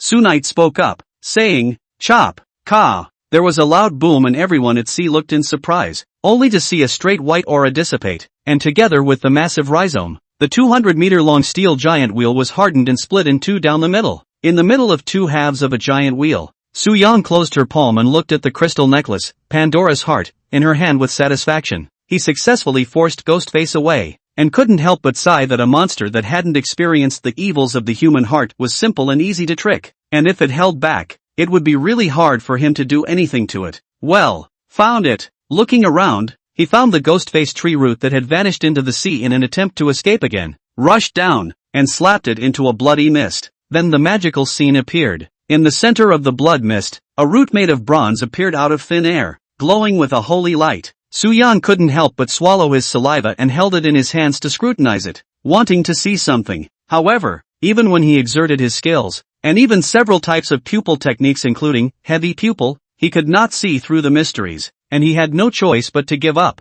Coo coo coo. At this point Purple Gray transformed into an owl and flew to his shoulder, took the proffered root and decisively recycled it, tucking it into the feathers in front of his chest. Su Yang didn't trigger the sequence compass this time as he was learning how to better control his power and only brought himself up to the pseudo-S rank level. You're too weak. Looking at the place where the Ghostface tree root disappeared, Su Yang shook his head and said, 50 years behind closed doors, even the pseudo-S level can't be reached. Compared to one of my deceased family members, you're nothing but a frog in the bottom of a well. Ooh-hoo, Oba's dead. I won't live, and if I don't live everyone else won't live either. Woohoo! Eat seat. Water friend A, I'll fry. 66. For one-stop funeral services, call 1-917-822-XXXX. Do you guys still have a conscience? The anchor is discussing the aftermath before the corpse is cold. So, I'm sitting at the adult table. The live room was a mess. Crying, laughing, and advertising everything. The small buck-toothed three people looked powerlessly at the gradually sinking giant ship. Their hearts were filled with grief and anger. Just when they were ready to cry, a voice came into their ears. Save me up there. Goodness gracious. Am I hallucinating? Why am I hearing Su Yang's voice? It's not a hallucination. He's down there. The camera was given to the bottom of the ship. A young man was floating on the surface of the sea, waving to them for help. Who else could it be if not Su Yang? You're not dead? The three were overjoyed and hurriedly threw in a life preserver and tried to pull him aboard. Guh, do you have to act weak? Purple Gray turned into an owl and flew in, resting on Su Knight's head. Couldn't help but ask him, obviously possessing such a strong strength. A little show of money, status and beef will be at hand. Su Knight, this is not afraid to be used as a sequence. Besides, this is grounded. The audience love to see. What if it's revealed later? Then I'll give them a 90-degree bow, apologize very sincerely and say I'm really sorry, and they'll forgive me. Purple Gray, how did you survive getting on the ship? Bucktooth asked the audience. In that situation just now, even a B-class sequencer would have trouble escaping with his life. He just couldn't figure it out. Soon I changed into a heat preservation clothing, just find a hole to drill into the sea. Not to mention, the audience of the live broadcast friends. Love broadcasting, I'm back. Just now you must be very sad. Pop up. That's right, just now they all thought you were dead. Only I, unwaveringly, stood by the anchor. Water friend A, Wallflower, you were the one who screamed the loudest just now. That's it. Anchors scroll up the record. After this live broadcast, Su Yang's number of followers doubled in one breath, rising to a full 120,000, more than the population of a district in Tianshu City. Million fans progress bar, 12/100%. It's horrible. On the other side, on the huge ship that has not yet sunk, the man wearing a one-sided eye patch came out of the rubble. It was One-Eyed Tai, who had survived because the attack wasn't aimed at him. Seeing Su Yang split the giant wheel, he couldn't help but feel a pang of fear. He couldn't imagine that inconspicuous fellow was so strong. Who? It was too late to contemplate his next move when suddenly he saw a man in a cowboy hat in front of him, looking for something behind his back. The man turned around and his face was actually a straw face. It was Scarecrow, who had been slicing the roots of the Ghostface tree when it had seized up, while hurrying in the direction of Shu Yuez. But things were done before he could get there. He was a little depressed at not having a chance to play. Good evening, sir. The Scarecrow looked to the frozen man and smiled as he inquired. This location, you saw Su Knight do it, as well as that section of the Bronze Rhizome, right? Chapter 72 Strange Dwelling Place. If it was in normal times, no matter what kind of cow or snake dared to talk to him like this, One-Eyed Tai would have to go up and cut out his tongue to make wine. But now, after the horrible shenanigans, all he wanted was to get off this damn broken ship as fast as he could. I don't know what you're talking about. Squinting with what was left of his left eye, the One-Eyed Tai turned in the other direction, intent on finding the speedboat anchored to the side of the ship. Tap tap tap. He stepped into the sloping passageway and the straw-faced man disappeared behind him, which reassured him a little. Suddenly, a voice came. He looked warily, and there at the ceiling, the man's radio accent entrained with electromagnetic interference rang out as if he were talking to someone, asking, "It's a man wearing a single eye patch, turns out to be a pirate. Indeed does not look like a good person. That's good. How to say that we are also a model enterprise? Just do it randomly. Su Knight will be resentful. Also does not conform to our rules and regulations. What the hell are talking about?" One-Eyed Tai couldn't help but get up nervously as he listened, cursing twice in his mind and quickening his pace. But no matter how fast he walked, or even ran, that odd voice would always sound ahead and then disappear behind him, week after week. "Sir, you, ping ping ping ping." No sooner had the voice sounded than One-Eyed Tai lifted the corner of his coat, pulled out his submachine gun and shot there, knocking the ceiling into a hornet's nest. The sound fades. He didn't even look at it, and jumped toward the right window without looking back, because below him was his speedboat that hadn't been turned off, and at this distance, if he could just sit on it, the gods couldn't catch him.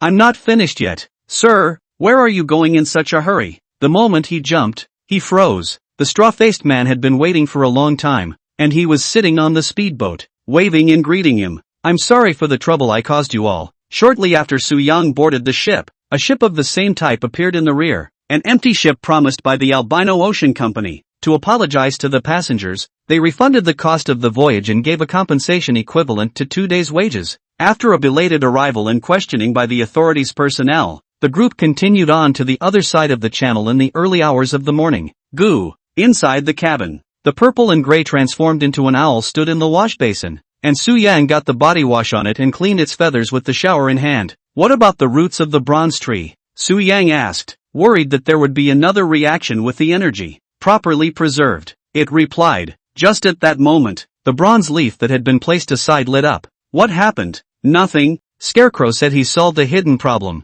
Su Knight nodded, not to make too many inquiries. Right. He suddenly remembered that he had not learned to utilize the leaves to communicate, and he had to find a time to learn to do so. After that, the crowd on board got a good night's sleep and the rest of the trip went very smoothly. It is worth noting that, on the second day on the ship, a piece of news caused Su Yang to have mixed feelings. Heaven's Hub City gave mourning to the 9 districts that were killed, and held a grand funeral for the administrators who died protecting the people. Our city lord, the great Lord Shining Star of the 9 heavens, has personally garlanded these brave men, not counting those from other realms. The administrators attending can be lined up from the east of the city to the west of the city, basically coming together. Except for Shu Shu and him, Su Yang stood on the deck, blowing the cool wind of the beginning of fall. Naturally, he would not go, because he felt there was no need for it, and in that respect, he was indeed a thin-skinned man. Almost forgot. There's this. As if he had thought of something, Su Yang pulled something out of his pocket, which he had found under the bed from their wall of pictures together.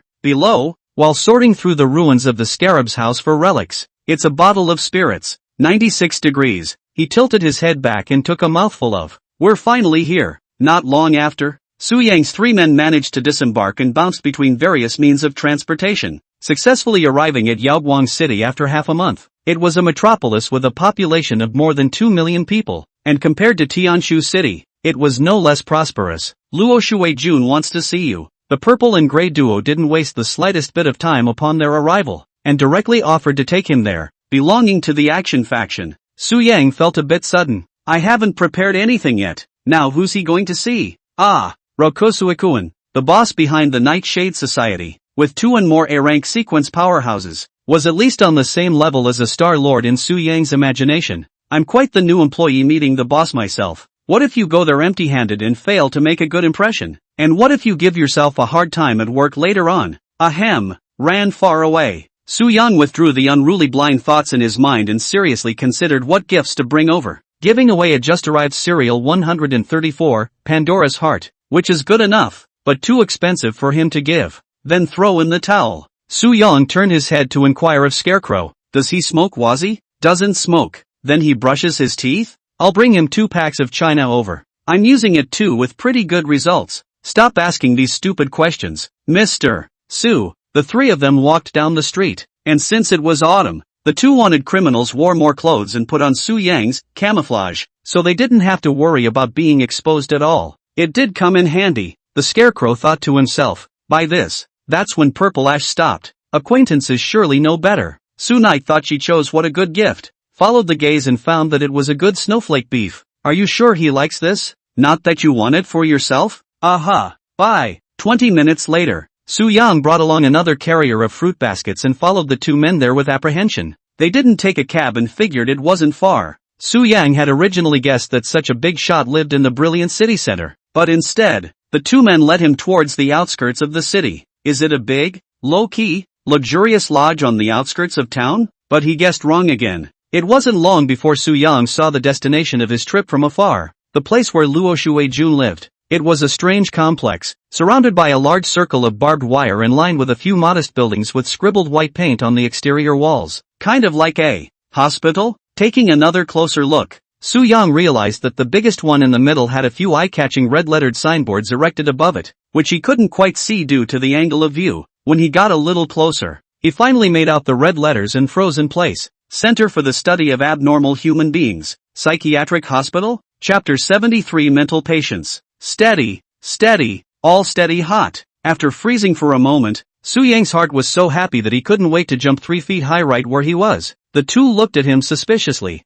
wondering what this kid is mad. Ordinary people know that the person they want to see is in the mental hospital. Shouldn't they be dumbfounded and then have a constipated expression? His brain circuit is not normal? If Su Yang knew what they were thinking, he would have scoffed. If Luo Shujun lived in a third-rate hospital or a large manor, he himself would have guessed if he was powerful and what he was powerful at. But if you're going to live in a mental hospital, you'll know theory as good as the reason why you live there. And you won't have to guess. It's fashionable for bigots to stay in mental hospitals these days. Drip dash. As soon as he stepped in, an automatic sensor on the large iron door sounded and a voice announced, "Welcome, we hope you'll feel at home." Knight of Su. Swallowing his saliva, Su Yang followed, his eyes beginning to observe the scene inside the courtyard. Inside it was quiet, free of the madness of the patients, with greenery growing semi-indulgently, aging in the pale sunlight. The most impressive thing about it was the flower garden inside, filled with flowers of all colors and sizes, leaning against each other without regularity, carrying a different kind of charm.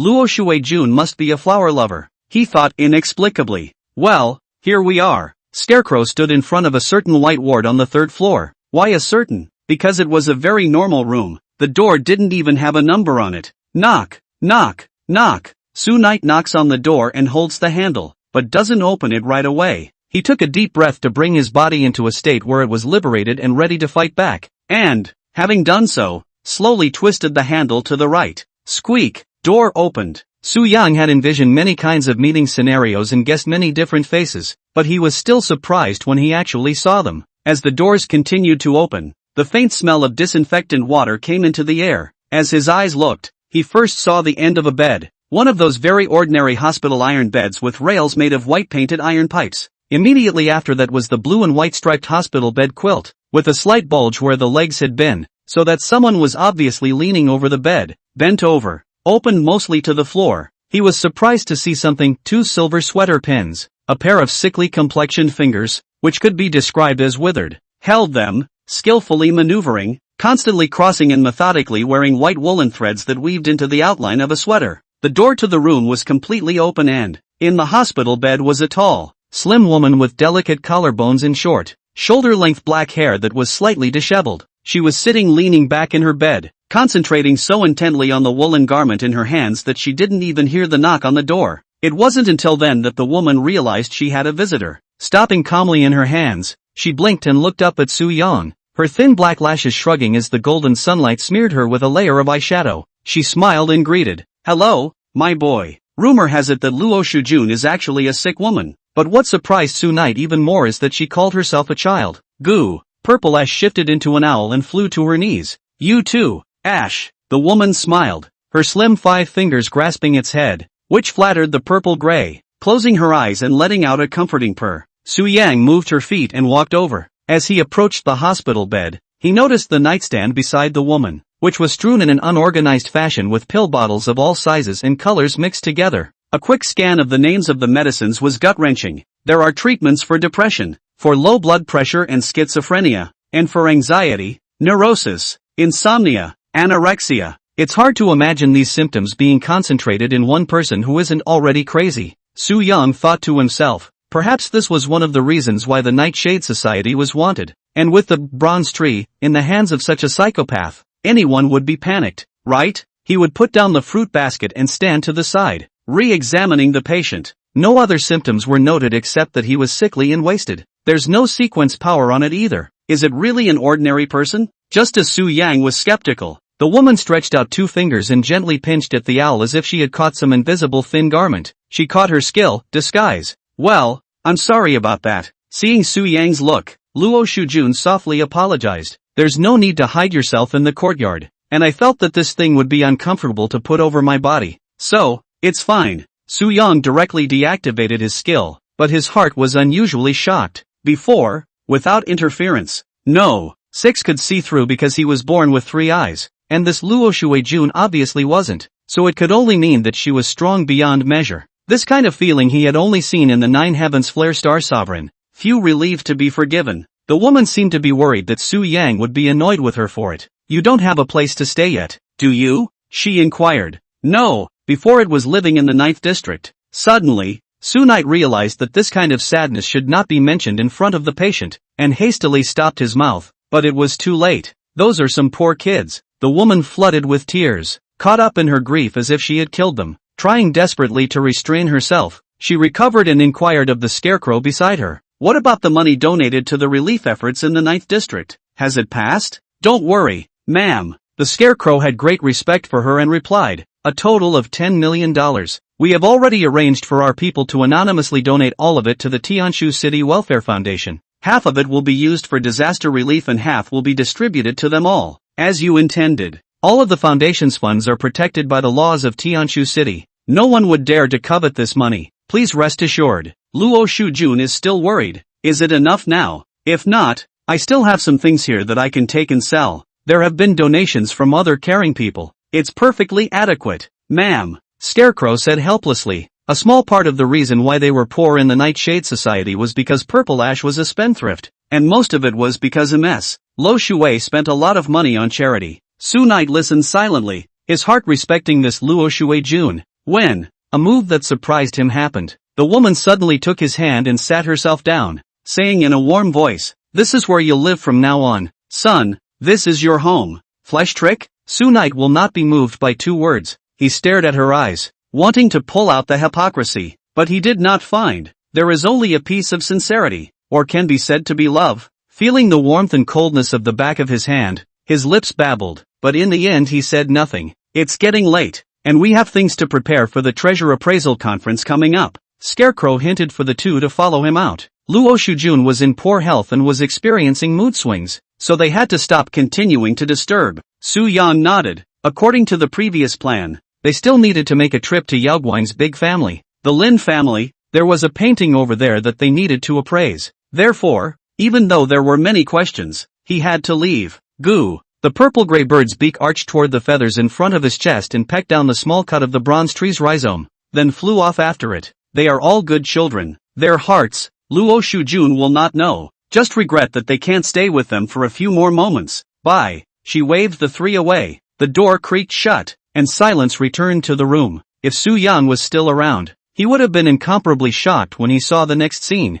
I only saw Luo Shuijun stretching out his slim right hand, pinching the root of the bronze tree with 3 fingers, looking at it, then lifting it up and putting it into his mouth, slowly swallowing it into his stomach. Chapter 74 Card Pink Bureau? Drip. It was enough to rest for the rest of the afternoon, until the late afternoon sun was smeared high in the sky and the evening breeze blew in a cool breeze. At the large iron gate of the mental hospital, Su Yang ate and drank his fill and stretched his back as he stepped away from the gate. When the sensor on his head went off again, have a safe trip, and feel free to come home anytime. Quite a warm sentence. Yesterday changed flavor it. The Yaoguang Lin family is it? Right. A scarecrow replied. Su Yang and he walked towards the Lin family located in the center of the city, and he put 2 layers of camouflage on him in order not to be discovered. And Violet Gray had gone back to Rashui Kuan's to sleep. She couldn't help with the treasure identification and sequencing, and even Scarecrow had gone over to be a cheerleader, so there was no need for a 3-person team.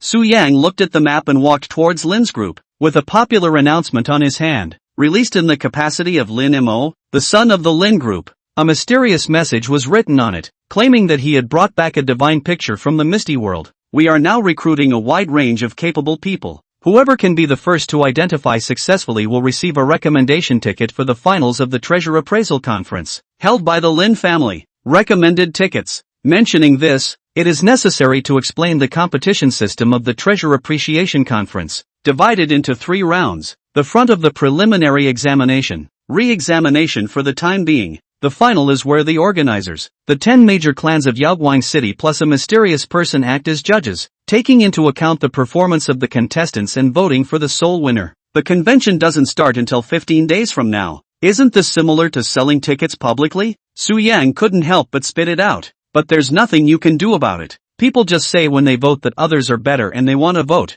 and there's nothing you can do about it. So actually, the competition started secretly before the convention. They have gone forth to take this precious vote. Little monk Ding Yuan will win. Ma Wanshur will win. Refreshing again. Su Yang found that the announcement had already rushed onto the hot search, while the comments below had already made a lot of noise. Because of the opening of the Treasure Appraisal Conference, many appraisers had already arrived in advance and gathered in Yaoguang City, with many of them indicating that they would definitely go. The Lin family, even though it's a large family, isn't there anyone within the clan who can identify it? Su Yang questioned in his heart. However, Once he thought about that painting being obtained from the Misty Realm, it made some sense. After all, not everyone had his strength, and thinking about this, he felt quite bullish. Ooh, that's grand. Arriving at the destination, Su Yang saw from afar that under the eye-catching 100-meter building, the 4 big words Lin's group hung high on the top, glowing with blue light. Gazing down, he felt something strange.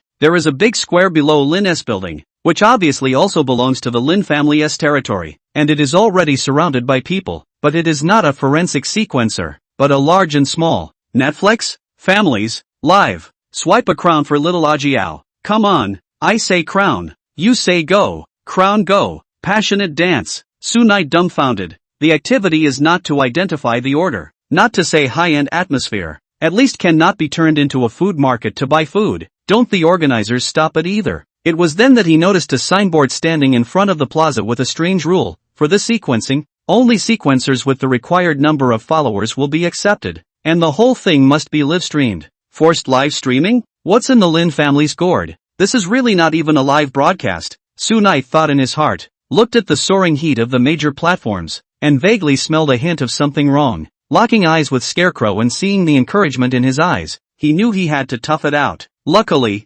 though, the live streaming bit is something he's well acquainted with. Families, Lovecast, I'm on time. Ding, letting Scarecrow take the role of photographer. Su Yang opened the live broadcast room, and in the next moment, the audience flooded in. Small buck teeth. Dana, Ancient Moon Zither, into the live broadcasting room. Good evening, Brother Su. Dash, Bucktooth. Good evening. Su Yang greeted with surprise. Having been rescued, the trio had become one of his loyal fans, and it was a great relief to himself that it wasn't the little black guy who sang against him. They had been separated since disembarking at the strait, and seeing them enter the live broadcast, Su Yang smoothly asked about recent developments. It's okay, now that we're almost at the Tianxian realm, we're ready to continue exploring the secret realm where no one has ever been. Be careful, these 3 donkeys are really not afraid of death and life. Can explore for so many years. He cannot help but sigh and remind a word. Alright, viewers. Nightsu gave the camera to the towering Lin building. The pop-ups have softly exclaimed and guessed where he is, and what he is going to do.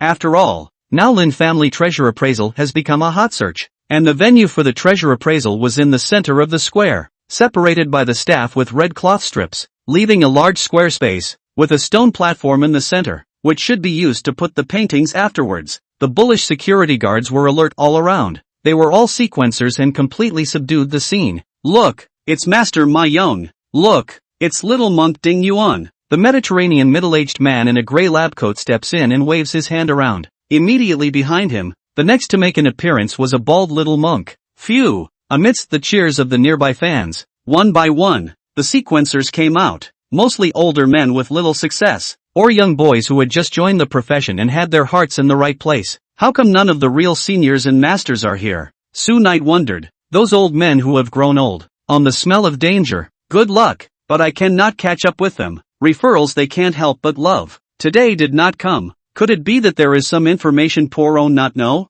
Really odd. The anchor isn't going in yet. The time is almost up and the pop-ups are starting to hyperventilate. Su Yang nodded his head and entered through the passageway set up, with a long spread of red carpet under his feet, flanked on either side by the onlookers of the scene. Good evening. As walks over, he raises his hands in the air, ready for the enthusiastic cheers of his beautiful fans. Who is this guy? The scene was suddenly cold and silent. I don't know. Seems to be a small anchor over in the heavenly pivot realm. I've just read a bit of the marketing number, saying that he encountered a monster on the albino channel before and escaped by drilling a dog hole. Drill a dog hole. It's so embarrassing. Knight of Su. Su Night really want to collapse. Before mentioned a mouth, lied that he drilled a hole to escape from the giant ship. How the marketing number a cut into the dog hole. There's no mention at all of sacrificing one's life to save another in the front. Coughing twice, Su Yang was not embarrassed and pretended to walk forward without hearing it. Stop. Suddenly someone shouted. A man in the shape of a houseboy, who stood in front of him and reached out to stop the way. There was a hint of warm anger in Su Yang's disbelief. I'm the anchor. Let me in. So what if it's an anchor? Mr. Lin has stipulated that 150,000 fans or more are allowed to enter. Otherwise you can only spectate from the sidelines. Ha ha ha. The pop-ups had been laughing out loud. Is this a treasure board or a card powder board? When it comes to the number of followers, it's just another sad story. Although the quality of his live broadcasts is good, It has risen slowly with only 140,000 followers because he is often off the air for 3 or 5 days at a time. Accommodate. Shu Yue said, reaching towards her pocket. Don't come to this set. Homeboy disdain. When I nightclub door security it. Besides, now is live, so many people watching. The impact is not good. Chapter 75, entering the Heavenly Bureau by mistake. Not getting in before 150,000 followers, is it? Right. He re-nodded. Then I'll show my cards. I'm not pretending. Sunite said lightly. You'll have to give me a discount on this standard to let me in, because my real identity is actually. What is it? I'm a student. Not even if you're an animal. Seeing someone being stopped, the eyes of the crowd looked here and there were all kinds of murmurs, some calling him a clown, others telling him to get out of the way. But Su Yang wanted to fight for a little while longer, and just then, a voice came from within the Lin clan. "Mo, let him in." Su Yang unexpectedly turned her head sideways and looked up. It was a young man, about the same age as him, with an obvious flavor of a playboy, but tinged with a bit of the aura of a higher power, giving a feeling of a prodigal son returning to revitalize his family's business. It was none other than the male son of the Lin family, Lin Mo. With his oiled back hair and suit, he walked down the steps from the entrance of the company and said in a shocking voice, "Isn't this Brother Su?" The pop-up sucked in a breath of cold air. Brother Su didn't lie to us. He's really a hidden big shot in the underground. Even people's eunuchs have to call him brother. The crowd instantly brainstormed a book-thick mob legend. Su Yang, however, wondered when she knew him. "I've seen you live, and I've even appraised a little something at your place. So it's a fan." The crowd realized. Lin Mo spoke in surprise. "It's really our honor to have you here. Please come inside. We'll have to rely on you tonight." "Lean on me? What do you mean? Is it referring to the Jiansu?" Sunite do not know if there is any deep meaning in his words. Actually have a strange, 1,000-pound burden entrusted to him feeling. "What are you waiting for? Why don't you invite your honored guest in? You come in." The housekeeper reacted and politely invited the person to enter. As he passed the eunuch, Sunite intentionally realized that he seemed to be shivering. Strange. Today was the Lin family's home turf. What could have happened? Could it be something to do with that painting? Sunite, Scarecrow warned in a voice. His left hand hasn't been extended. Hearing this, Su Yang inadvertently swept a glance and found Lin Mo's left hand reaching into his pocket, touching his cell phone as if he was waiting for some important call. Immediately afterward he went off to entertain the other guests, his face still clouded over. "Little brother Su, it's a pleasure to meet you." At this point, the Mediterranean uncle who entered first in front, Mr. Ma, noticed him and first opened his mouth to praise. Su Yang arched his hand in a polite flurry. He had thought that this would be a normal conversation, with both sides complimenting each other, and that would be the end of it. But just then, the Scarecrow who was in charge of filming him reminded him to pay attention to the live feed. Su Yang hurriedly glanced at the pop-ups and realized that the audience came to 20,000 people, and they were surprisingly consistent in what they were saying. "Brother Su, trust him then. That jailer Ma is a bad seed." Someone explains. He didn't have much of a festival effect in his live room, so it didn't take off for many years until he changed his style. That would be demeaning to other sequencers. By piking with his peers and posting videos of beating them, it allowed him to quickly gain a loyal following and make a lot of money. After which he specialized in catching blows from those with less fame than him. Many up-and-coming but inexperienced forensic examiners were degraded by him and quit the forensic industry altogether. Fittingly, Su Yang had just finished being polite when Mr. Ma started to yin and yang in front of his own live broadcast. "I also think it's the luck component, like the last time that 5 hidden reincarnation beasts. If it's the old man to help, look at the words will never drag so long. And I hear, young man, that you escaped by drilling a dog hole. I think, is really degrading." He shook his head. F***ck. Su Yang cursed in his heart after hearing this. His throat was as uncomfortable as having a steel butte stuck in it, and he couldn't wait to directly unleash his full strength and give old Deng an unparalleled plus, sword opening heaven's gate. "I, Su Yang, can eat anything, but I can never suffer." He grunted coldly and calmly countered. "It can't be helped. After all, I'm still young, unlike you, senior, who was half in the ground and still fighting with us juniors." Teacher Ma shook his head and said in a pretentious manner, "Young man, I advise you to behave yourself." Seeing that the two began to fight openly and secretly, in the middle of the small monk Ding Yuan helpless, recited Amitabha Buddha, "Help!" And without waiting for the two to start a new round of PKs, Su Yang's live room had a situation. No good. Next door to Master Ma Jinyu's live room, he sent someone to call. Only Su Yang's live broadcast room gave a lurch, followed by an instant influx of thousands of people. which continued to increase. They were all big fans of Mr. Ma, so they were happy to see him disparage people, and they all started to bring up the tempo, and began to wrongly accuse Sunite of being a yin and yang person and disrespecting his predecessors. Some of them even opened map cannons and indiscriminately abused Su Yang and the audience in the live broadcast room. Brothers, absolutely can't hold back. Follow me and fight back. Water friend A, he's late, and as soon as he comes up, he sees the other broadcasts attacking. Can this be tolerated? Bucktooth, you three stay behind. Train station. Handsome man in white. Invincible Tyrannosaurus warrior, this marshal appoints you as right and left generals. All of you, charge with me. Yes, kill. Water friend A immediately organized his manpower, relied on favorable terrain for defense, and took the lead in launching a blitz attack on the live room next door. What's wrong with being inexplicably touched and wanting to cry? Sunite's heart was warmed, but his surface was still cold like a block of ice, and he was ready to have an offline competition with Mr. Ma. I don't know about old Bai. Cough. Intending to probe his strength, Su Yang asked, what is Mr. Ma's opinion on the next painting appraisal? Mr. Ma, there are a lot of insights. Let me put it to you this way. I'll keep it short, but if it's short, you won't understand it even if I tell you, so I won't talk about it. Old Grease, talking like a fart, Su Yang secretly cursed. Then he spoke again. No matter what the sequence is, it is bound to be the old-timer me who will be the first to identify it, and you young people will just learn more at the back. Good evening, viewers. It was at this point that the hostess came into the arena, said some standard scene-stealing stuff, and pulled the house down. Huge dedicated camera dislikes face. Naitsu was surprised that Lin's group had spent a large sum of money to open a super live broadcast for the Seven Realms, seemingly wanting the entire world to see what happened next. Let's go. It's not too late. That's when he noticed a pop-up letter from someone urging him to leave. It's Qing Shangren, who guessed Pandora's heart before. Sunai followed him and his podcast friends worshipped him as the big man of kanji. What does he mean by that? Su Yang pondered, while the organizer, Lin's group, seemed to be waiting for something, and a full 5 minutes passed before ordering the staff to roll out a cart. There is a long box with a strip of giltwood on it. The two givers. The little monk saw that the two were completely unaware of the situation, so he reminded them, don't you guys know yet?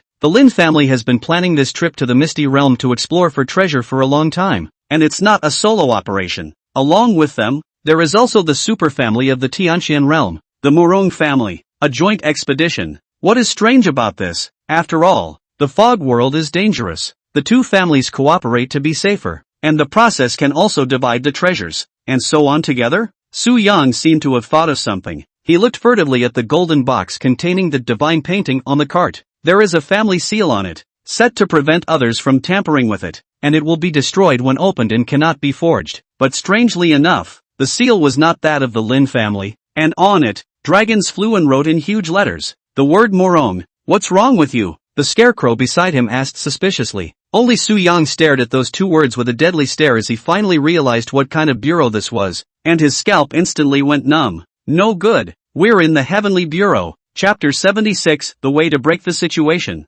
is in it. Su Yang dawned on him. No wonder the Lin family threw out recommendations. Those old foxes did not come. The original has received the wind in advance. Only they are still stupid to go over to join in the fun. You're really looking for trouble. I see. Scarecrow thought a little more and understood what the Heavenly Bureau was. The Heavenly Bureau, it refers to the fact that the real goods of great value have been switched with fake goods. And the person who made the bureau is very skillful in his hands and eyes. Obviously, the one who had been set up was the key person who knew about the matter and planned the treasure appraisal activity. The family of the Grand Duke of Lin Mo. The two men looked around, not spotting any sign of Mr. Lin until they looked deeper behind the glass windows of the Lin mansion. Rimmer stood there, nervously gazing down. Just like countries, large families follow the law of boom and bust, only the process is much more fleeting. When the old patriarch died of illness, the Lin family was weak and was about to be kicked out of the end of the top 10 families. He chose to take over the family's burden as a single heir for 9 generations. Lin Mo led a group of people to break into the long-planned fog world just for the divine painting. During the process of the Lin family sequencer accidentally died, and the divine painting, it is very likely that in a certain moment, by the Morong family with carefully prepared decades of pseudo-serial swap, Lin Mo also left a hand, telling the Morong family that they had to leave a family seal, which was the final guarantee. He decided to take a risky move and broadcast live across the realm. Whether it was true or not will be known tonight. Mr. Ma, What's wrong with you, Mr. Ma? Lao Dang's legs and stomach trembled, and his entire stature shortened, and the crowd rushed forward to assist him. The heavenly bureau. He was afraid in his heart. If I identify the painting is fake, it is equivalent to being a guarantor. Morong family will not let me go. TSK, TSK. Seeing this scene, the Sunite beside him laughed, looking down at him mockingly. It is being broadcast live. The people of the whole realm can be watching. Your old man, this is really a loss of decency.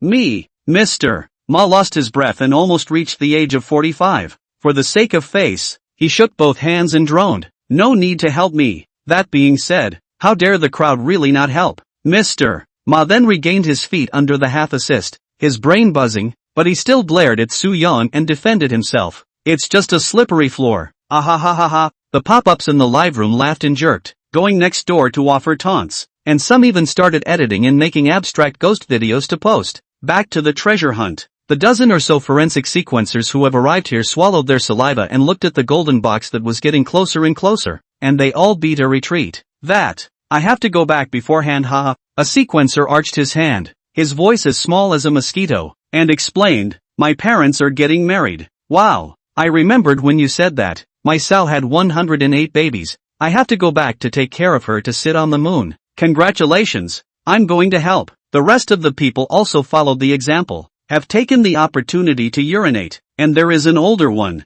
directly covering the heart to lie down. Ambulance whistling pulled away. The scene broke out into a frenzy, and in no time at all, the three Sunites plus the Scarecrow were left. That's why I say you humans are interesting and sometimes boring. Scarecrow watched with interest. Their sequence wouldn't use these twists and turns. It was all about straight-up killing, the kind that cut from the southern heavenly gate to the east road of Penglai. What about us? Are we going? There's no rush. Su Yang fixed his mind and exercised his brain, intending to find an infinite number of ways to break the situation in a limited amount of time. He looked up, and his gaze went straight through the glass to Rimmer, who was deep in the building. Retracting his eyes, Su Yang turned to look at the two people beside him. Your teacher Ma, not to mention, face swish white, almost unsteady again, can hold out until now, all because of the dead face. This other people cannot hope to dust. What about you, little monk? Su Yang looked at Xiao Dingyuan, who knew the inside story, and asked, knowing this, why did you take the initiative to enter the game? Do monks also crave worldly fame and fortune? He clasped his hands together and said, Amatba. Scholar Lin Mo promised the young monk, as long as we could make it to the end. He helped us rebuild the temple and funded our annual intake of homeless orphans. Of course, the Lin family had their own sequencer present, but one more was always nice, worthy of being a master. Su Yang admired. Naturally, what they said wouldn't reach the live stream, so the pop-ups were in a hurry. What's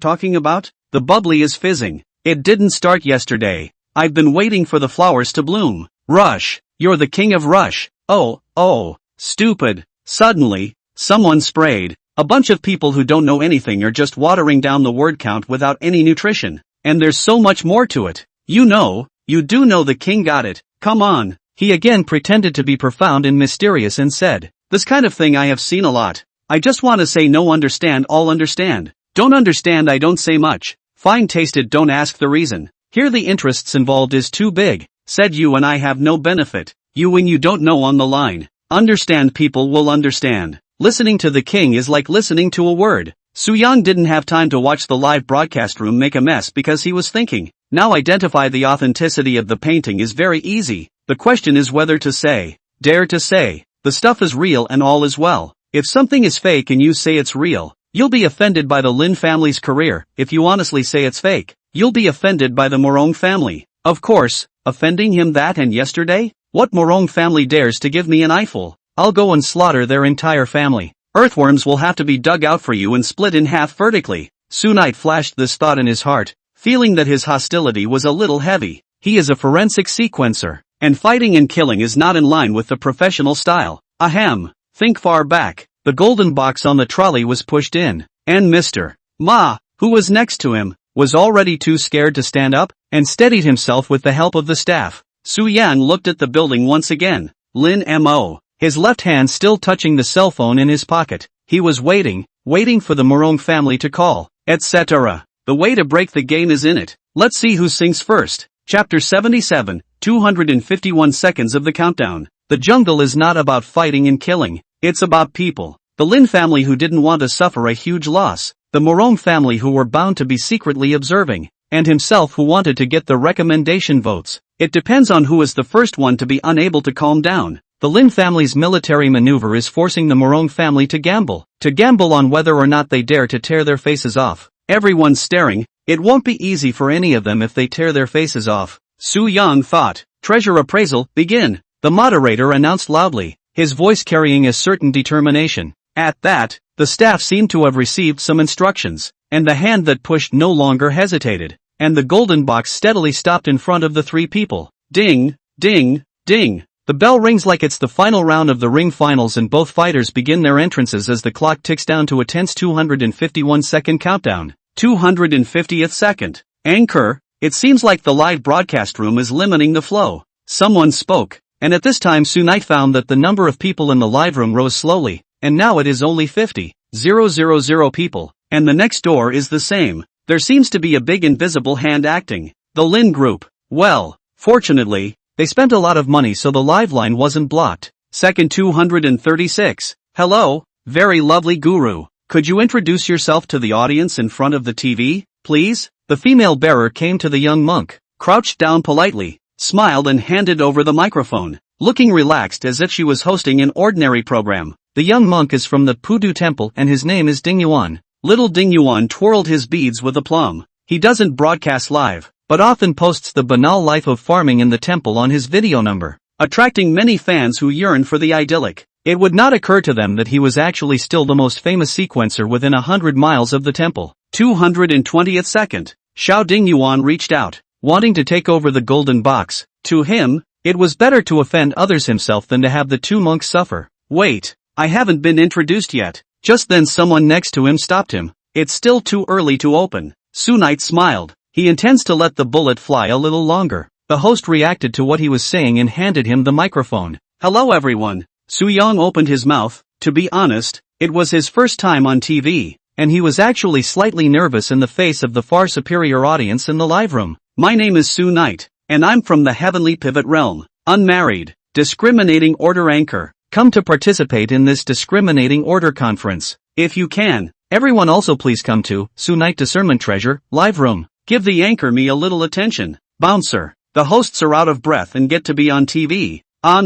Ding. The Water Friend group re-entered the live broadcast room. They were next door at Mr. Ma's, happy with the 50-year ban package, so they ran back. 190th second. Who dash? Inside Lin's mansion, the sounds from the outside world came in, and the suited Lin Mo exhaled a deep breath. He took the phone out of his pocket and put it on the table. His eyes stared at the gray screen, and the pressure was great. Is my guess wrong? The Morong family did not switch? But that day I clearly noticed something. Report boss. At that moment, his men came and told him with an anxious look. Our live streaming line started to limit the flow. The platform said it was a technical problem, but we found out that someone is pressuring them. Humph. Lin Mo coldly said. Tell the platform side that we signed the contract and paid the money. Okay. His heart was beating wildly and, pressure. That must be the Morong family means, which proves that the Morong family switched the god painting. Otherwise there is no need to intervene. Damn. These dogs.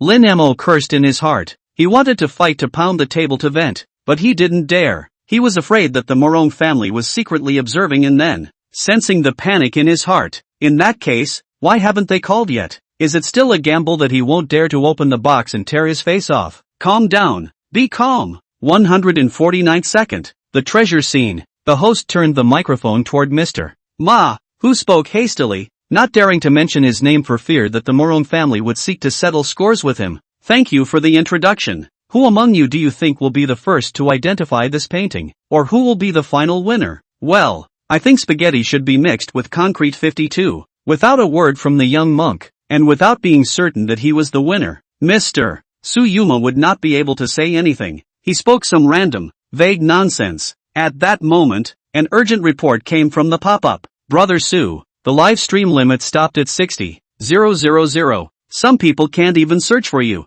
130th second. The moderator takes back the microphone. Friends of the audience, what is before you now is the divine painting that the Lin clan and the Morong family worked together and finally succeeded in obtaining. she bites the word Morong deep, and the camera gives a well-timed shot of that family seal. The hosts give the audience the scoop on what a family seal is and start complimenting it, saying, "The divine painting that the Morong family has been keeping on behalf of us has finally been handed over to us, and as we all know, the Morong family is extremely credible. Now let's ask the major connoisseurs to lead us to see the true face of its mountain." 77th second. If I don't go to hell, who will? At this moment, the little Dingyuan can more or less understand the abbot's teachings. He reaches out, ready to be the first to open the wooden box. "I'll do it." Just then, Su Yang stopped him again, snatching the wooden box and placing it in his hands to play with it. They are waiting, and they themselves are waiting, and before things became final, Su Yang had to teach the teacher next door, Mr.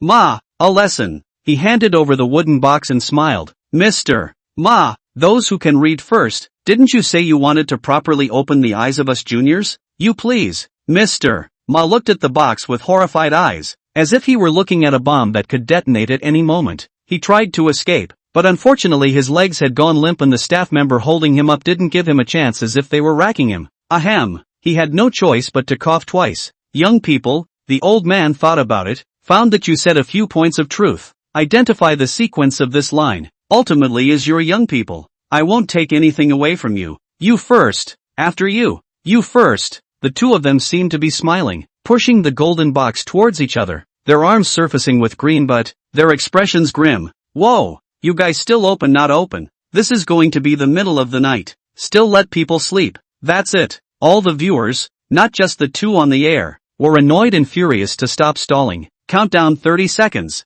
Rimmer's chest rose and fell. He looked downstairs at the treasure scene, but out of the corner of his eye he landed on the cell phone on the table, the screen black and gray. Still no sign of a call. "Aren't you really afraid?" Countdown 20 seconds. The host took the wooden box in the hands of the two Sunites and said with a smile, "Masters are indeed both humble, so it's better for me to open it on their behalf. Let's witness this exciting moment." She placed her hand on top of the wooden box, ready to open it, and recited the countdown aloud. 10, 9, 8, 7, 6, 5, 4, 3, 2, 1. Chapter 78, The Last Winner. Open. Just as Su Knight held his breath, ready to see the pseudo-sequence, and then depending on the situation to improvise when, the hostess stopped. As she shouted one, her pupils flicked imperceptibly to the headset in her left ear, as if she had received some kind of message. Immediately afterward, her movements changed and, from the original position of opening it directly, it was changed to extending the palm of his hand and stroking it across the long wooden box from left to right while slowly opening it. Stuff changed.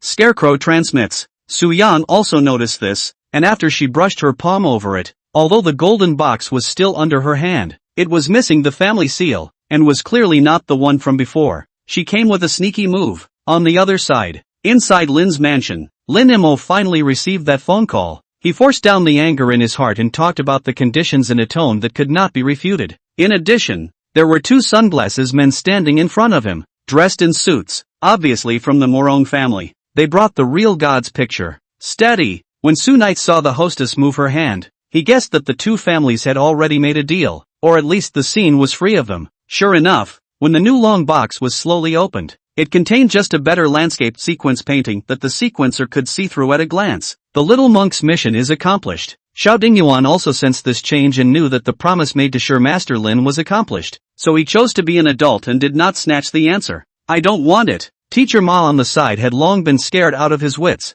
his eyes darting about, not daring to look at him much longer at all. The results are obvious. Let's all congratulate Mr. Su, the winner of this treasure appraisal event. The host sealed the deal. That's gone? The audience looked confused, and in the eyes of those who did not understand the undercurrents behind the scenes, a grand treasure appraisal activity ended in a snake's tail. "Mr. Lin would like to invite you to a meeting." Half an hour later, Su Yang and Scarecrow were invited to enter the Lin's mansion and take the gold-encrusted diamond direct elevator to the president's office on the upper floors. "You two please wait." The female secretary in a wraparound skirt guided them to sit down, then poured 2 cups of hot coffee and respectfully said, "Mr. Lin will be right back. Please wait a moment." Pretty tasty. Su Knight drank one glass after another, but in his heart, he was thinking about the content of the next conversation, especially about the recommendation tickets. Knock. The door opened. The oil-backed Lin Mo walked in and was wiping the fine sweat from his forehead. The suit on his body was even wet for a while.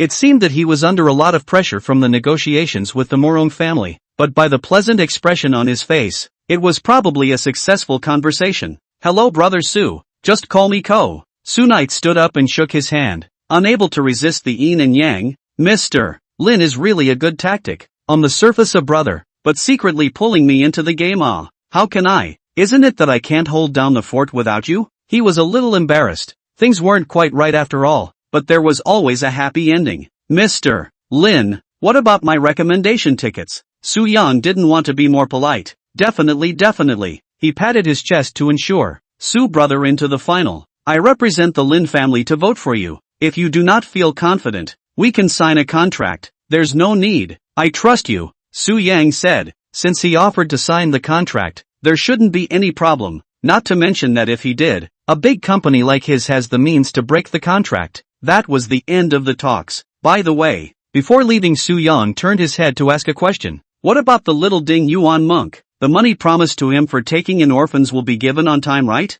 "Right." Lin Mo was surprised that Su Yang would ask this kind of question. Nodding, the two of them took the gold-encrusted elevator once again and left Lin's mansion, thus settling the matter of their first recommendation. As for the rest, I don't have a clue yet, so I went back to the mental hospital first. Midnight. Ding. Welcome home. The sensor on the big old iron door sounded a voice announcement again, different from the first time he came in, probably because Su Yang had registered his information. "Your keys." Taking the brass key that was handed to him, it said 306, but none of the doors here had door numbers, so how was he supposed to find them? "Next to Rokusui-kun," Inuyasha added, then parted ways. The courtyard was quieter than it had been during the day, with only the occasional raucous chirping of crickets in the grass. Su Yang went up the stairs alone, his footsteps light, and as he passed Luo Shuei-jun's white hospital room, he unexpectedly noticed that the light in the door was still on. Not sleeping yet. He reached out to knock on the door to enter and ask some questions, felt that it was really bad to disturb a patient in the middle of the night, and retracted his hand. Squeak! He turned and opened the door to his room and, "Turn on the light." The eye is the blue and white striped hospital bed. Also, in the mental hospital, this kind of room is already considered normal. "Let's go to the auction tomorrow night," Su Yang thought. Tomorrow there is an auction of Polyguard. He wants to take the order crystal given by Hepatite in the space and sell it before the game starts. Otherwise it will depreciate a lot if the energy is lost. But he doesn't really want to go because he might meet someone troublesome. Never mind, we'll talk about it tomorrow. He casually pulled the door handle. Thud. A few seconds after the door to the room closed, the lights in Luo Shuei-jun's room next door also went out. The following morning, when the sunlight crawled onto the hospital bed, Su Yang slowly opened his eyes, his handsome face with 7 points of cold handsomeness and 3 points of thinness. Ah, another day of waking up handsome by myself. The first time he looked at the live stream, his fan count had surpassed the 150,000 mark, so it should have been yesterday's appearance on TV that did the trick.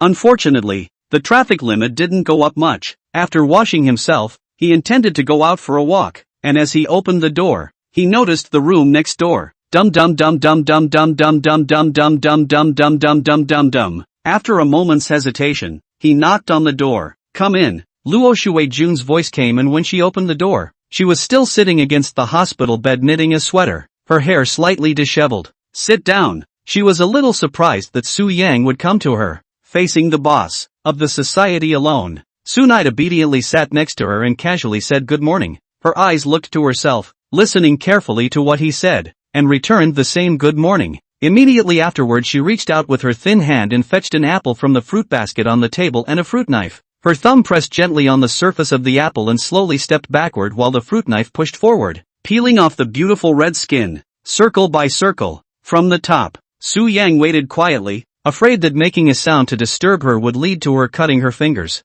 In a short while, a peeled apple, perfectly presented in her hands. Aha! She handed it over smoothly. Although he guessed that she was probably chipping it to himself, Su Yang still felt a bit surprised and thanked her for accepting it. Luo Shuei-jun. Su Yang didn't rush to eat, but opened his mouth to inquire. About the bronze tree, I want to ask you. Chapter 79, Rank 1 Big Brother and Domain Technique. Where did it come from? Bronze tree, before it appeared on the air, it only existed in legends passed down by word of mouth, and no one in the 7 realms had actually seen it, so it's highly likely that it came from the fog world. She pointed to the ceiling and twirled her index finger. It was about 50 years ago that it rested and came to the 7 realms. Sure enough, Su Yang asked a key question. How does it repair and reinforce the boundary? It's simple. Just retrieve the scattered parts and reknit them back into their full form. And there's a way to do it. Like this. As soon as the words left his mouth, Su Yang could clearly feel that the nearby space had become even more solid. It's amazing,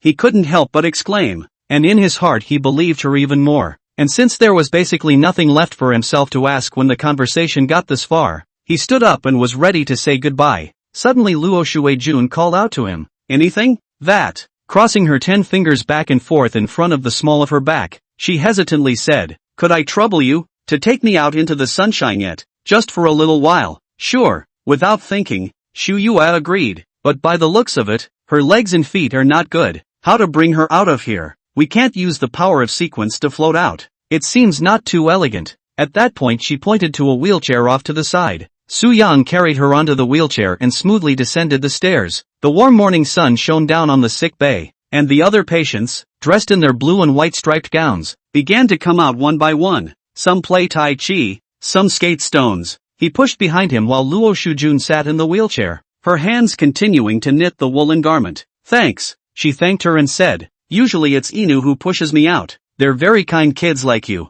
She's probably the only one who can treat the extremely dangerous A-rank sequence as a child and still be kind. Su Yang wanted to find a topic to talk about, and after thinking about it, he thought of his live broadcast account, Nightshade Society, and asked curiously, who swiped my rocket the other day? At that time he was shocked. That was a good amount of money. If you take it to buy pancake nuts, you can add a lot of eggs. It's me. She raised her hand, shocked that big brother Punjichi was even in front of him. Shaking his head, Su Knight dispelled the sudden emergence of Kneeling List 1, and then find a way to let her explode more gold. Vulgar to the extreme idea. However, mentioning the gift, Luo Shuijun worried. I heard that the platform has a commission, and what comes to your hands is actually not much. Now that you're grown up, boy or girl, you always have to spend money when you go out, and in that case, I do have some money on hand. No need. Really no? I'm perfectly capable of doing it myself. You don't have to worry about me. She turned her head to look up at him with a half-hearted look in her eyes.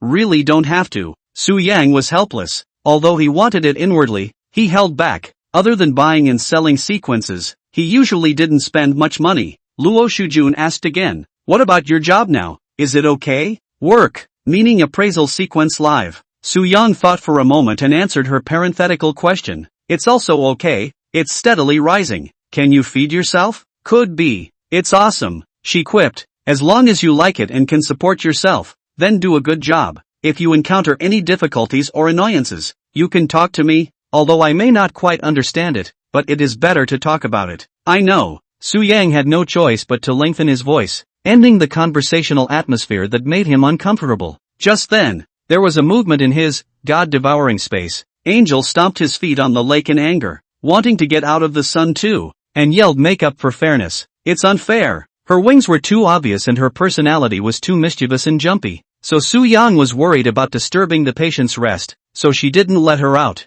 Luo Shujun, let the child come out. It's too stuffy to stay inside alone. More sunlight is always good. Well then, since you've said so. Wait, Su Yang's smile disappeared as he looked down at her. Shocked beyond words, she could actually see through his God-devouring space. Sorry. She crosses her fists in a hasty manner and puts them to her chest. I didn't mean to, because I was born to see this, and to pretend I don't would be lying to you. It's fine. Su Yang smiled bitterly. Phew, she was relieved to hear that, fearing he would be annoyed by it, adding, this is a mental hospital, and the outside world has no authority to investigate this place, so there's no need to hide yourself. Since this was the case, Su Yang was relieved to let the angel out, but before that, he still repeatedly instructed her not to run around, let alone disturb others. The angel came out and breathed in the fresh air, those wings already leaping to life. Wow, what a big chicken wing! A passing mental patient couldn't help but marvel. You're nuts, his companion dismissively retorted. Are chicken wings that white? It's clearly duck wings. The angel swooped in cheerfully at first, being light at only 100 pounds all up because his body was far less dense than a human's. Immediately afterward, she pulled Shu Yue with one hand and leaned back on her upper body, her mouth slightly open in curiosity as she surveyed the woman who had made her come out to play. She knows people treat this guy differently, so she has to be careful herself. Angel, you have a nice name. Luo Shujun complimented and stroked her head. Her hands were thin but pleasant to touch, and the angel liked her instantly, crouching down obediently to make it easier for her to stroke them. But that didn't last long, and before long, she was impatient again, flying around the yard for fun. About that space of yours, Luo Shujun thought for a moment and said, "That's your half-domain technique. That's the name, correct?" Su Knight shook. Again ahem. He has more or less immunized himself, so he nodded affirmatively. Domain technique, the ultimate killing move that can only be comprehended when reaching S rank. Since everyone had different senses, physiques, and fighting styles, the skills that were eventually comprehended were not the same. Like Mokaya, at the peak of her rank, she freakishly comprehended the semi-domain technique, Extreme Dao, that didn't belong to this rank. As for Su Yang himself, although he had also comprehended it before the S rank, he was still in a half-finished state until now, never able to perfect it. There's no way around it. At his level of strength, it was completely touch and go, and there was not much left to teach him. Where is he going to find such a person? That, Luo Shujun softly said, even though I'm just a disabled person with limited mobility, but I've seen a lot of domain techniques and barely learned one, so maybe I can teach you. Chapter 80, Return of the Dragon King. Mom! Su Knight inwardly shouted. As long as he can teach himself to perfect the domain technique, it is not impossible to consider giving someone as a son, and having such a mom seems to be good. Luo Shujun naturally didn't know what was going on in his mind, and if she did, she would definitely be happy. She taught, try unfolding it to the outside. Unfolding into outside reality? Well, it's like something I've seen before. The two of them talked about specialized knowledge related to domain technology, and her profound insights and unique insights were refreshing and inspiring to Su Yang. Goo! After about half a quarter of an hour, the angel flew in after a gray-furred owl. Purple Gray flapped his wings and swooped to a stop in Luo Shuijun's arms, his feathers in disarray as he stared grudgingly at Su Yang, telling him to take care of his family's angel friend. The angel wanted to play with the purple and gray, and flew towards it, and was about to hit the patient, when a pair of large hands quickly caught her. Su Yan looked at the fluttering, 1'9" tall little guy in his hand helplessly. Angel, sequence can live for 500 years less. She is now equivalent to the IQ level of 3 years old. Judging by human growth and development, it will take another 90 years before she can become an adult. Alas, one has to worry about it for so long. If there's anything else you don't understand, feel free to come and ask me. Oh, Luo Shujun said. Su Knight nodded. Just half an hour he benefited a lot. Have to digest it. And now, he has to head to the city to make some preparations for tonight's auction. I meant to go back. Angel knew she was going back to space again, and she fought it with her hands. It's no fun at all without friends in there. Su Knight did not want to lock her up, but she was at least in A-rank sequence. All brute strength. It was hard for anyone in this hospital to keep an eye on her. It was better to bring her around to be safe. Luo Shujun stroked her head and soothed her. Be good. We'll come out to play next time. Okay, well, she muttered, reluctantly agreeing. Taking the angel back, Su Yang said goodbye after handing over the task of taking care of the patient to Violet Gray. Remember not to stay too busy. Luo Shuijun waved goodbye from her wheelchair and watched his figure disappear into the flowers around the corner. Noon. Su Knight spent a huge amount of money and ate a super unbeatable and luxurious Shaoxian big set meal in the high-class dining street. Also gave the live feed an eye-catching title. Shockingly, the most fan-favorite anchor in history will lead you through the entire auction of the mysterious auction house, Polyguard tonight.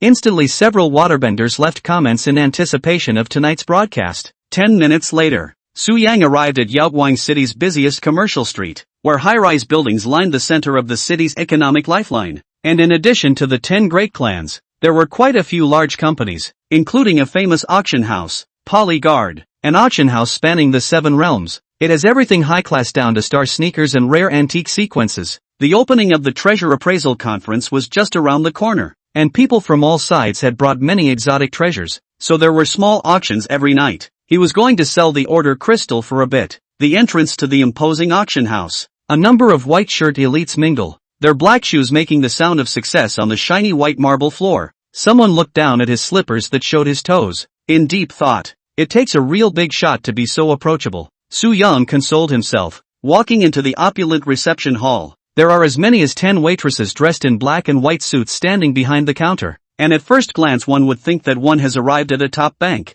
The waitresses here have been screened, each with a pretty face and a keen eye. Depending on what you are wearing and your demeanor, You can tell if you are a rich big shot in the probability of having a good lot on you. They noticed the young man in slippers. Where's the country boy? Don't even look at what kind of place this is. You poor guy, don't disturb the other honorable VIPs here. Security, quickly expel him from the auction house for eternity. Tap tap tap tap tap tap tap tap tap tap tap tap tap. Suddenly, several helicopter gunships swooped up to the door, and a group of black-clad men entered in an aggressive manner. Shocking, it's actually Tianchuan's super great family, the Su family. The black-clothed men noticed Su Yang, who was left out in the cold, and were shocked when they saw his face. Kneeling down, greetings, Dragon King. You auction houses bully people too much. I'm not pretending anymore. I'm showing my cards. Su Yang sneered and crooked his mouth. Passerby, wow, it's Lord Dragon King, man in black. Welcome back, Dragon King. The small auction house has eyes without pearls. A leaf blinded.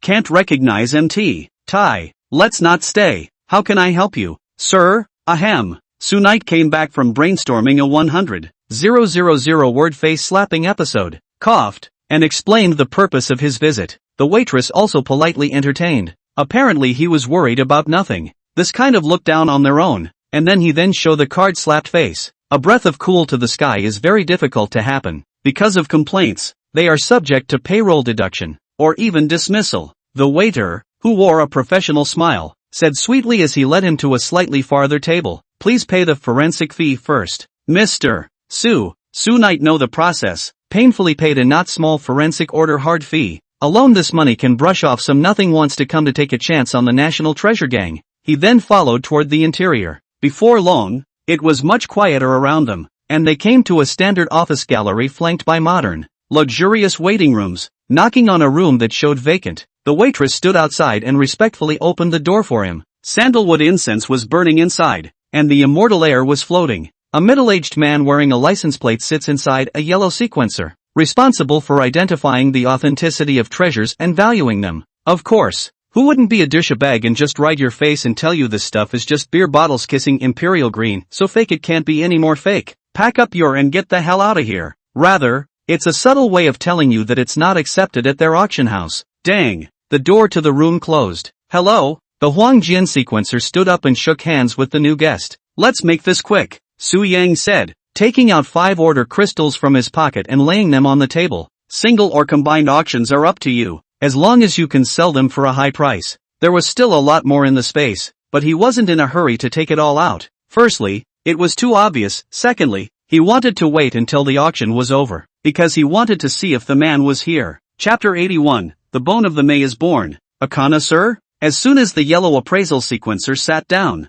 5 bright purple crystals were placed in front of him, and he got serious in his attitude, holding them in his hands for careful appraisal. Couldn't help but praise it again and again. Produced from the body of the abyss of order class B demon seed in Tianshu City, the goods are very pure and can be used to polish the sequencer's foundation and enhance his strength. It's good that Tianshu City has a monopoly on something and only acquiesces to trialists bringing it out. But, he peeked and said, the energy has been lost, and not to the same degree, obviously not gained in the same time period, which would devalue it a bit. Su Knight nodded. Before the liver emperor Zhao Gang liver a total of 1 year, so the crystal appeared uneven situation. Let's put it this way, Huangjian sequencer, our auction house can probably give a starting bid of an average of 500,000 per piece, with each increase being no less than 20,000. We'll take a 6% commission after the deal is done, and no pennies for no deal. How about that? Both are at a reasonable price point, which means that not counting the commission,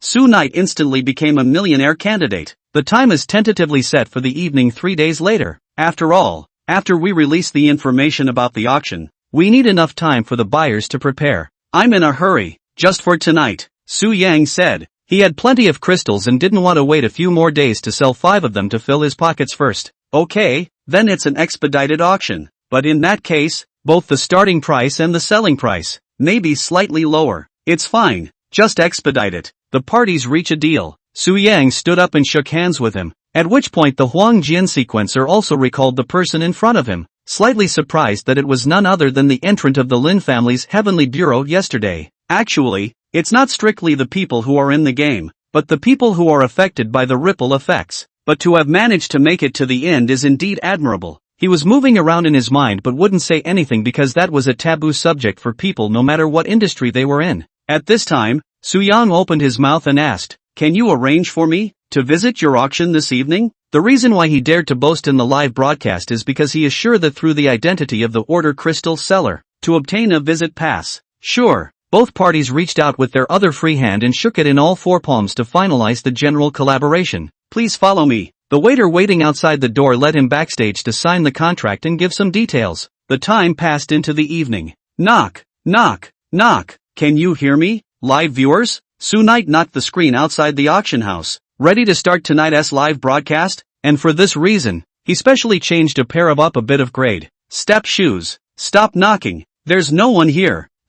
Water user A, idle. The ace pilot is on time. Invincible Tyrannosaurus Rex, winding bone born, sweet shush, joins the live stream. Anchor, what's the next video? Auction tonight. When did you hole so upscale?" The audience can see the neat and atmospheric bright hall behind. Polyguard, a few big words are striking, have called out unfamiliar. Because of the early warning, the people in the live broadcast room came pretty much together, and it didn't take long to break through the 10,000 mark. Oof. Su-night is also proud of some. "Love broadcasting. What occasions I cannot go. Today will take the big guys to open the eyes." Taking a deep breath, he put on his pass and walked to the front door of the auction house, where a man opened the door for him and said welcome. Su-night slightly nodded, lightly stepped into This is a very upscale scene. The audience of the live broadcast is difficult to adapt for a moment, calling out uncomfortable, because his previous live broadcast, 99% of the time are screaming to escape. 18:50 p.m. Today's auction starts in 10 minutes.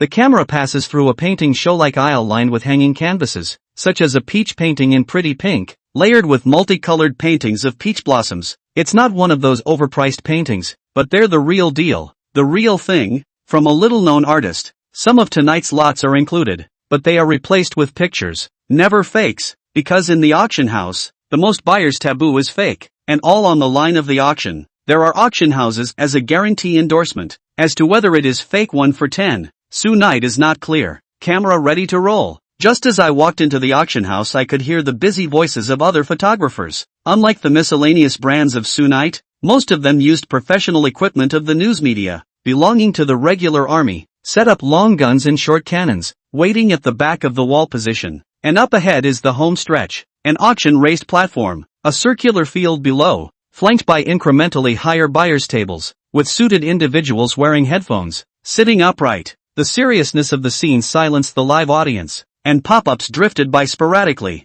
"Where am I?" Su-young couldn't find the location on the tour sign, so she asked the staff, "Sir, please follow me." Before long, he was taken to the far corner, next to a wooden door with a green entrance sign above it, showing that inside was the restroom. Ha ha ha, the pop-ups are going crazy with laughter. How come the anchors I follow only deserve to stand near the restrooms? I was 18 years old, and I stood as Lalo. Sorry. The staff apologized and explained that the daily tours were full, and that this was the only place left for tonight. "It's okay." After the people left, Su-night whispered to save face, "What's wrong with the toilet? That people are not all said. No position this has what can be done. Besides, this position to go to the toilet, how fast? Wow. Other people want to, I still do not give it." Pop-up, anchor clowns talk tough. Auction begins. Before he could say 2 words, the auction officially began. Su-young squared his features and adjusted the camera to face the auction table right in the center. A male auctioneer in an ink blue suit took the stage and proclaimed a few introductory words before beginning the night's auction.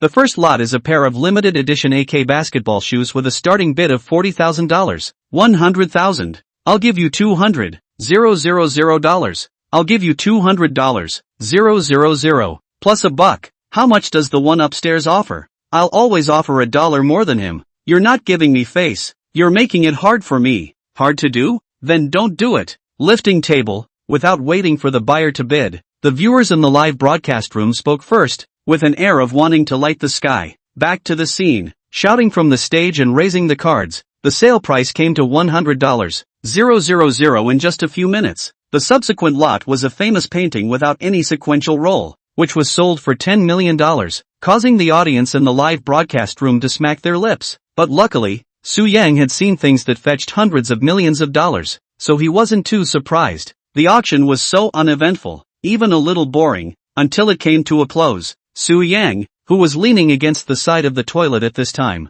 was resisting the urge to rub his arms for warmth. It was a cool fall day, and with the air conditioning on low, he was slightly thinly dressed compared to the long-sleeved suits of the others. Of course, it was just that he couldn't freeze himself by turning it up to sub-zero, but he still felt slightly cooler now. But then the scene turned hot as the woman appeared. The crowd looked slightly sideways and Sunite first heard, around the men to cover up the slight gulping sound, followed by high heels on the floor stamping sound. He turned his head, and looked up from the bottom of on the cobblestone polished marble floor, a pair of bright red high heels came into view. A pair of taut calves and plump thighs without the slightest bit of flab were hidden on both sides of the red high hairpin cheongsam as they walked regularly. The tall woman is graceful, not too thin, not too fat, sexy waist, perfectly carrying the whole body, and then up is the proud breasts, behind the shoulder blades slightly visible, that a bone but not lose the delicate sexy back, firmly hooked the eyes of the whole scene. Exaggerated white fox scarf across the waist,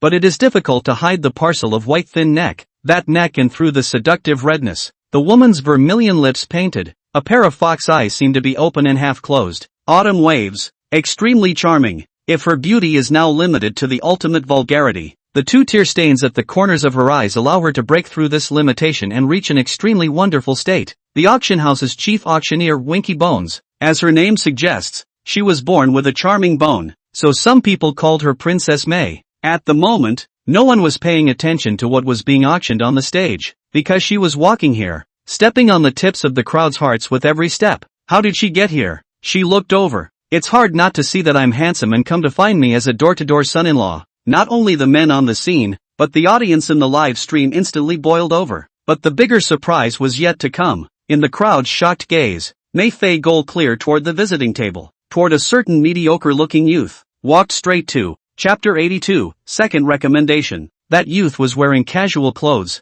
and it was clearly the treasure appreciation champion of the Lin family yesterday. A small netizen? Su Knight in the corner swept a glance, a little disgusted back to the head, muttered a few words. Before the woman could get there, a scented breeze arrived first. It was a light scent of floral perfume coupled with a unique body odor that permeated around the body and lingered on the tips of everyone's noses. And it smelled great. The stomping stopped beside me. Su Yang didn't turn her head, then felt a warmth in her neck, something fluffy on the back of her neck, a jade hand fiddling with the scarf, intentionally rubbing her neck, wrapping it around and back around herself. Princess May didn't say anything, just slowly slipped the two men's necks together with a foxskin scarf in full view of everyone. After completing the maneuver, she also leaned towards his body to maintain a iffy skin-to-skin contact. The scent is stronger at the tip of my nose, and in addition to the heat of the scarf, there is warm body heat coming from my side. Who's that guy? In 5 minutes, I want all the information on him. Someone who hadn't seen last night's live broadcast was looking into him and expressing his displeasure as to why this mediocre-looking sequencer could be favored by Princess May. The pop-ups were full of question marks, followed by tears of pain.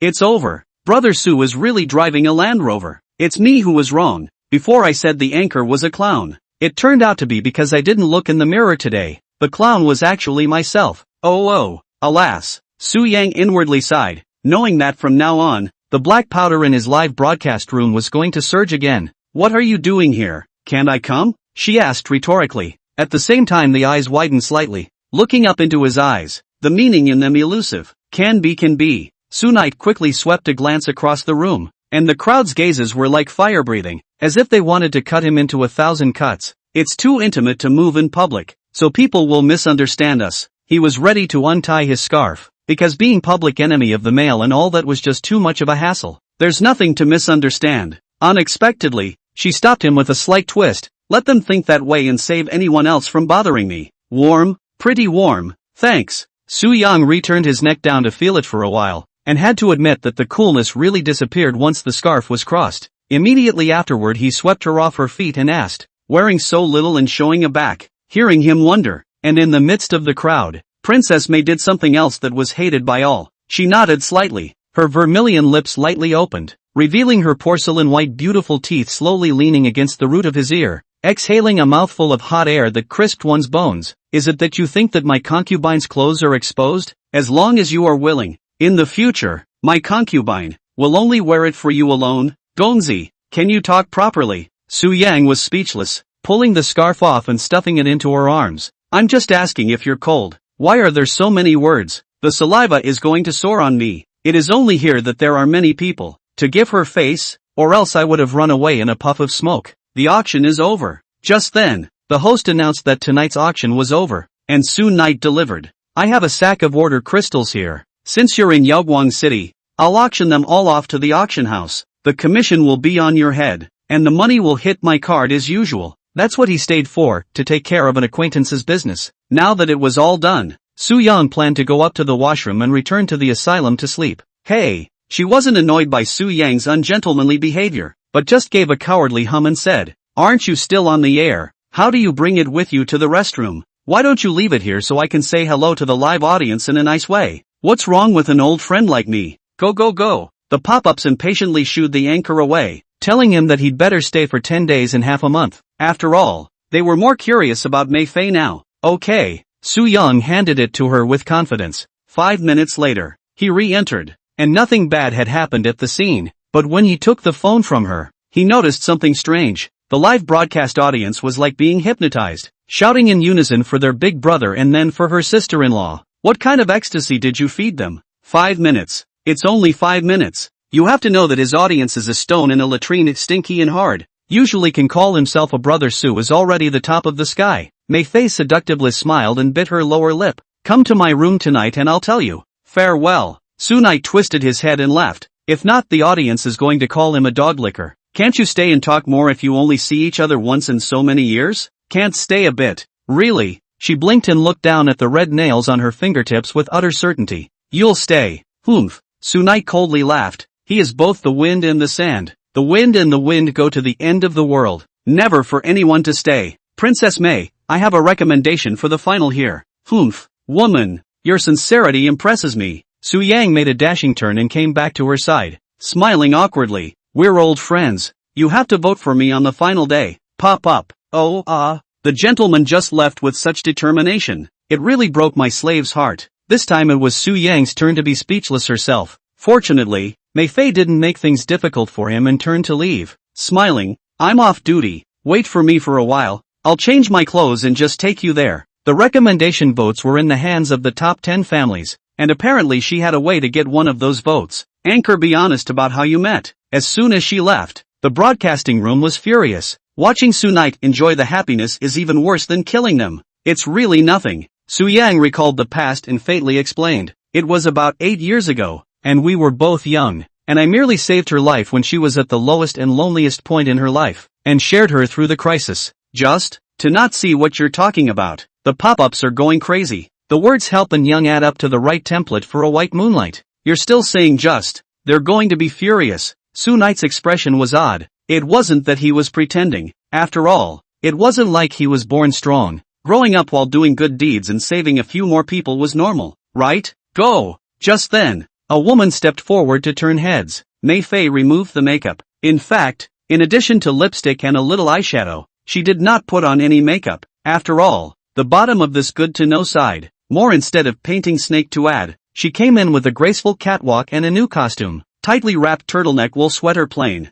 draped in a fox fur scarf. Underneath worn blue hip-hugging jeans with thick black pantyhose, lined with white in the light. It still doesn't hold back the perfect body, but it's conservative compared to what it was before. Anchored, don't turn off. Ka. After bidding farewell to the audience, Su Yang closed the live broadcast room with a serious expression. The recommendation tickets are in the hands of the 10 great families. Are they in trouble and need my help to solve it? Don't be so stereotypical. It's like talking business. Guess this and guess that. Relax. We'll talk outside as we walk. Mei Fei pulled his arm and left. A scene that once again Sha envied the bystanders. Out the door, it was dark. Su Knight walked with her, and he waited for her to open her mouth. Mei Fei, but she was not in a hurry to say it, and she enjoyed this kind of atmosphere. After about 20 minutes or so of walking, after the tall buildings in the neighborhood had gotten shorter and pedestrians had become scarce, she stopped hanging around and transmitted her voice to explain. The Mo family of Yeogwang City. Their head of the family is my sister, but not long ago, she had the sequence poisoned in her brain. What poison? Su Knight surprised. Sequence of poison is very rare. In the end, what is the poison so that a big family are helpless? Has arrived. Not long after, the two stopped in front of the gate of a grand manor, and with a wave of her hand, the gates of the manor slowly opened for the two. Sequence 176, Nightmare Eater. Chapter 83, Mo Family Head, Mo Frost. Surprised to hear the name, Su Yang recalled the files about the sequence in his mind. Sequence 176, Nightmare Eater. Grade, B. Brief description, rare sequence with only 16 recorded occurrences in history. Sequences of small, black, long, worm-like insects with mouths and no eyes appear near the prefrontal or hippocampal regions of the patient's brain and force nightmares when the patient falls asleep. How to drill into the human brain, unknown. Cases, 16 patients died of mental breakdowns without exception, with the longest illness being a serialist who lasted 70 years and the shortest 7 days. What a trouble. He touched his chin and thought, no wonder a whole big family is helpless. What makes you think I can fix it? Su Yang turned her head and asked. This is a rare case that no one has ever successfully solved. No credentials, she blinked her fox eyes, pupils shifting to the corners of her eyes, slanting slightly to meet her own. Because what no one else can do, you surely can. Just as you saved me before. How many years have passed? It's too much of a lift. Although compliments from others made him proud, Su Yang still wouldn't put words in his mouth. Drop. At this time the gate opened and a white mobility scooter, driven by a servant, pulled up in front of the two men. Because Mei Fei and the head of the family here were good girlfriends and often interacted with each other, the people in the manor knew each other, and the security guards let them through with ease. Come on up, there's a long drive ahead. She lightly got on the car and sat in the two empty seats in the back. Su Knight also sat on it, and because the space was not big in the first place, the two of them were squeezed together, and the thick black stockings on the side of their thighs were close to each other. The mobility scooter drove on the exaggerated main road like an airfield runway, surrounded by fake mountains and water, gardens and bamboo forests. Great! This can run Dead Horse Mafu Manor. The first impression is big. Other aspects cannot be said. In short, is very big. Xu Yue lamented. At this time the cool wind of the autumn night whistling blowing. Beside the Mei Fei once again unwrapped the scarf, with the body temperature of the fox skin wrapped around the neck of the two. This isn't an auction house, so there's no need to pretend to be a boyfriend to dissuade suitors. Is there? Sure enough. It's still the same as before, Mei Fei thought in her heart. Even after many years of separation, Su Yang is still so trusting of her acquaintances, even if what she said was just a joke. Cold, she spat softly. The mobility scooter drove so slowly until it stopped after several minutes. The two appeared in front of the marble masonry gate of the mansion, with dragons and phoenixes carved in front of the door. Please, the suited butler opened the door for the two. The family master is waiting for the two of you in the room upstairs. Su Knight followed and walked in, and to his eyes was the gilded, sky-high pendant, with two rotating golden staircases underneath, leading to the second floor. The two of them walked up, and Su Yanya came to the second floor. The walls of the corridor were found to be hung with valuable oil paintings, mostly of grandiose views, such as the raging waves lapping the cliffs. It seems that its owner has a strong sense of enterprise. Knock, knock, knock. Princess Mei stopped in front of the master bedroom and knuckled her fingers on the brown wooden door. If she had arrived alone, she would have opened the door straight away, but now there was a man with her, and she had to give the person inside a heads up. Come in. A tired female voice came out of it. The door was unlocked, and Mei Fei opened the door and entered. As the door of the room slowly opened, Su Knight looked curiously and first saw a very large floor-to-ceiling bed. Well, there's no one in the bed. But next to her stood a tall woman with short blonde hair as sharp as a knife, dressed in formal attire even in her own house. Obviously it was the head of the Mo family, Mo Frost. Bear, panda? The moment he looked into the eyes, he was amazed. The woman's eyes were dark and purple, the whites of her eyes were covered with blood, and she seemed to have not been able to get a good night's sleep for a long time. She's a B-level sequencer who can be refreshed with 3 hours of sleep. However, because of Nightmare Eater, I couldn't fulfill even an hour a day. And over time I became emaciated into this shape. Hello? The other came, and even though he was not in good spirits, he stood in the door and extended his right hand to himself in a very dignified manner. Su Knight also formally shook hands, returned a hello, suddenly gave birth to a small staff to participate in the president's interview feeling. Forgive me for not getting downstairs in time to greet you, Mo Frost explained, because of your sudden visit. Mei Bone didn't inform me in advance, or the housekeeper informed me, so I'm sorry. Su Yu. You know me? Hearing his name from her, Su Yang was puzzled. Mei Fei had accidentally bumped into herself at the auction house. According to her, the two should have met for the first time, so how could she recognize herself? Could it be that he's recently become famous? Mo Frost carefully surveyed him and said, because Mei Bone often recites you, saying that you saved her life, and also said that you are her life. Yo! She was about to say more when suddenly a jade finger pressed against her lips. Frosty! Mei Mei wrapped her arms around her from behind, her torso pressed against her back,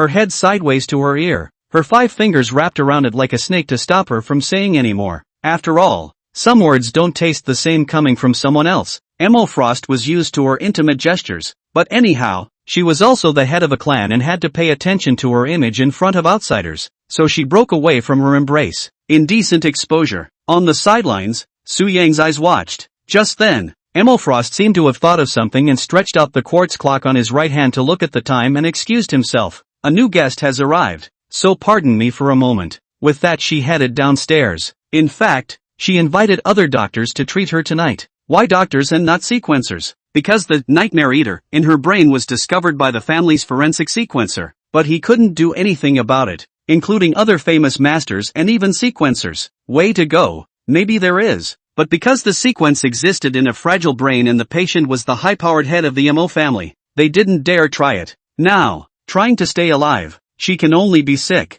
Guests. Soon I guessed the identity of the guests she wanted to see. After all, they are on the verge of a mental breakdown. It cannot be to talk about business. Come on, come on, come on, let's go too. Just then Mei Fei called up to Su Yang and smoothly took his arm, her right hand naturally reaching under her armpit to hold her forearm as she hurriedly pulled him along. Su Yang was curious as to what kind of master it was, so he didn't think much about it. Tap tap tap. The 3 people came to the stairway together, not expecting that the guests had already arrived downstairs in advance. 2 groups of people wearing medical white coats, obviously different schools of thought. The housekeeper is talking them out of it, as they have gotten into a fight due to differences in treatment philosophies. Putty's the guys who have no license to practice medicine. Mo should just come with us to the hospital for a craniotomy to cut open her head and pinch the bugs out. No, another group retorted. What about bug bites to the brain? So it's time to use our method. I propose to pour golden juice on the head of the Mo family. Chapter 84 Deadly 16. Golden juice equals fecal water. How dare you?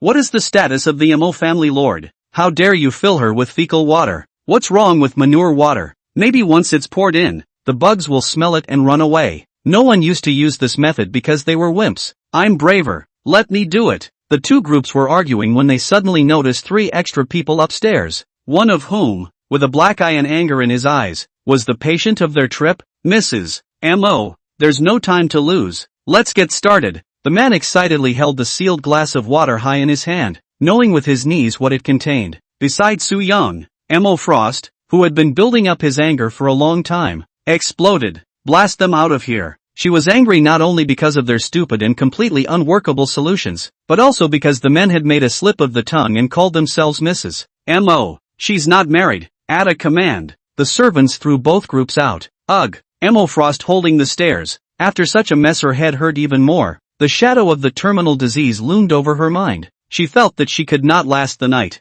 Let's start healing. Just then, a deep, powerful voice rang out, inexplicably reassuring. She turned her head to look and realized that the man that Wink's Bone was holding was looking into her eyes with a determined look in his eyes. Yes, this could be her last chance. Princess May let go and came over to support her. The 3 of them retraced their steps back to the corridor, with Su Yang following behind. His mind pondering the process of the next treatment, he had to be extremely careful, as any mistake would lead to her mental breakdown. What smells so good? Nose opening and closing? Su Yang came back to his senses, only to realize that he had entered the Mo family head's boudoir, which was filled with a refreshing aroma. So what's your approach? The edge of the floor-to-ceiling bed sunk slightly and Mo Frost sat down, crossing her legs and asking, Shu Yue, take off your clothes. Mo Frost? Both sides were sensible people, so the misunderstanding didn't deepen. She just frowned and waited for him to continue. I need you to go into a deep sleep, and the process has to be relaxed, so you'll have to take this off and change into the clothes you normally sleep in on your own. There was no frivolity in Su Yang's eyes.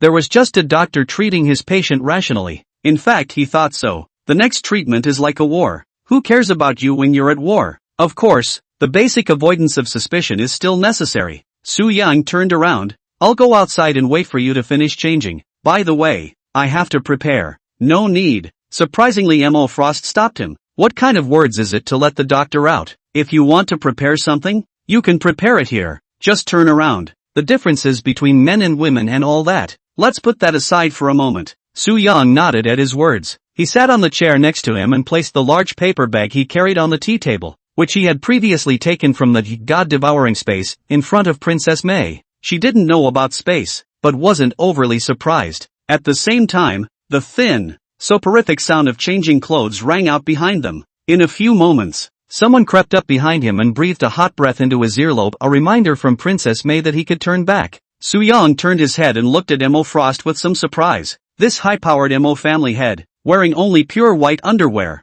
with a good body with waistline and abs exposed in front of him. It seems that usually she has been working out and likes to sleep in cool clothes. Come to think of it, you can't wear armor, can you? Aside. Mei Fei rested the back of her hand on her cheek. The gaze looked into his eyes and then turned to his best friend, peering between the two, wondering what she was thinking. What are those? Emo Frost came over frankly, noting the extra file folders and such on the tea table, as many as 16 in all. She instantly thought about the cases about Nightmare Eater. No more, no less, just that number 2. Could it be? Unable to help herself, she flipped open the 16th envelope, and inside was indeed the case sheet, with the same information she'd looked up earlier. The first is a photo of a skinny boy with short black hair, combed back and depressed. The latest case occurred 9 years ago. The patient in the photo is a 9-year-old boy named Ian, an orphan who lost his father at the age of 5 and his mother at the age of 8 and lives in an orphanage in Yugwang City. But the twine is designed to break at a fine point.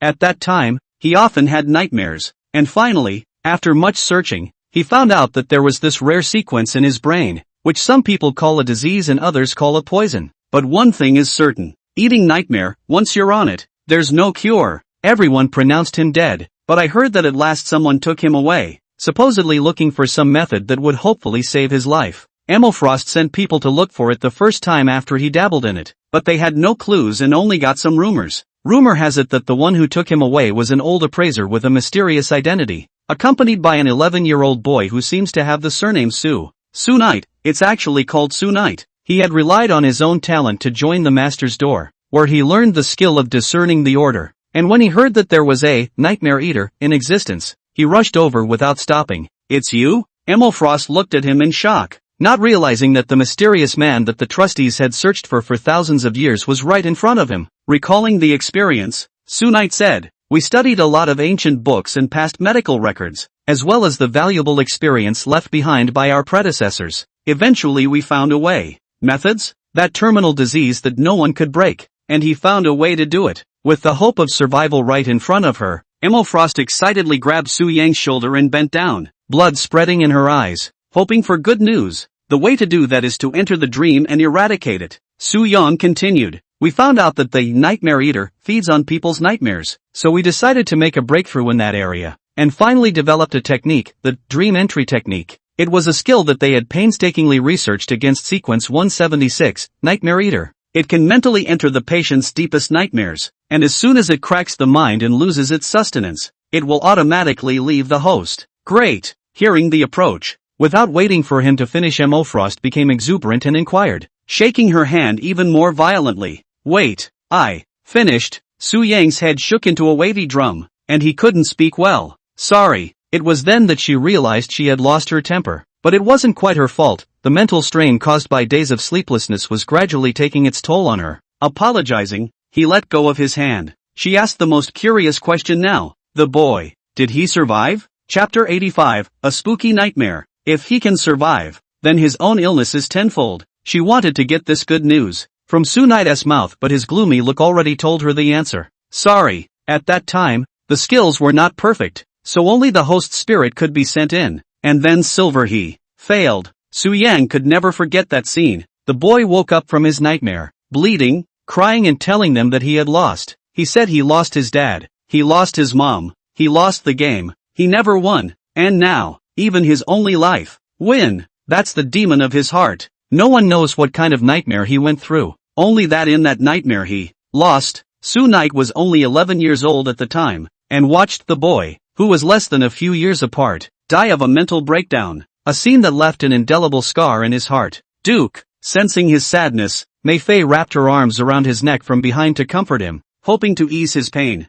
They tried to catch, and completely destroy, Nightmare Eater, but just like other patients before, it bizarrely disappeared after the host died. After that day, Su Yang made up her mind. After years of hard practice, he was able to perfect his dream entry technique, and now, in addition to the patient, the caster was able to enter it to help. But now there is a most critical question. What is your nightmare? Su Yang seriously inquired. Entering with a spiritual body, both of them would lose their physical abilities and turn into an ordinary person, which was exceptionally treacherous. So, her nightmares directly dictated the difficulty of the trip. I don't know. Emma Frost was inexplicably horrified. Death? Ghosts? Divorced parents? No, none of that. She doesn't think she's afraid of any of this. She thinks she's not afraid of God. But is she really? Her eyes lifted to see all 16 dossiers, each one representing the perishing of a life. Will she be one of them? Ugh. Seeing this, Su Yang sighed. Same as Silver back then, no one knows what their nightmare is. And even if they do, they can't necessarily overcome it, or they can't call it a nightmare. There was no time for them to think about it now. When you're ready, let's get started. Su Yang waited for her to calm down and advised her to prepare as early as possible, because the further she delayed, the more mentally unstable the disease became, and the higher the chances of failure. I see. As the head of the family, Emma Frost took a deep breath and quickly adjusted, informing the trusted butler and forbidding anyone to take half a step closer to the room. About 10 minutes passed. She lay calmly on the bed, crossing her arms over the small of her back, closing her eyes and toning down her breathing rate in preparation for sleep, seemingly feeling that something was missing. Not long after, she opened her eyes again, rolled over and pulled in a 2-meter-long pillow, and clung to it unimaginatively like an octopus. Aha! Su Yang nodded his head at Mei Fei. He leaned over the bed and sat next to Emma Frost's head. Worried, we're going to fall into a deep sleep,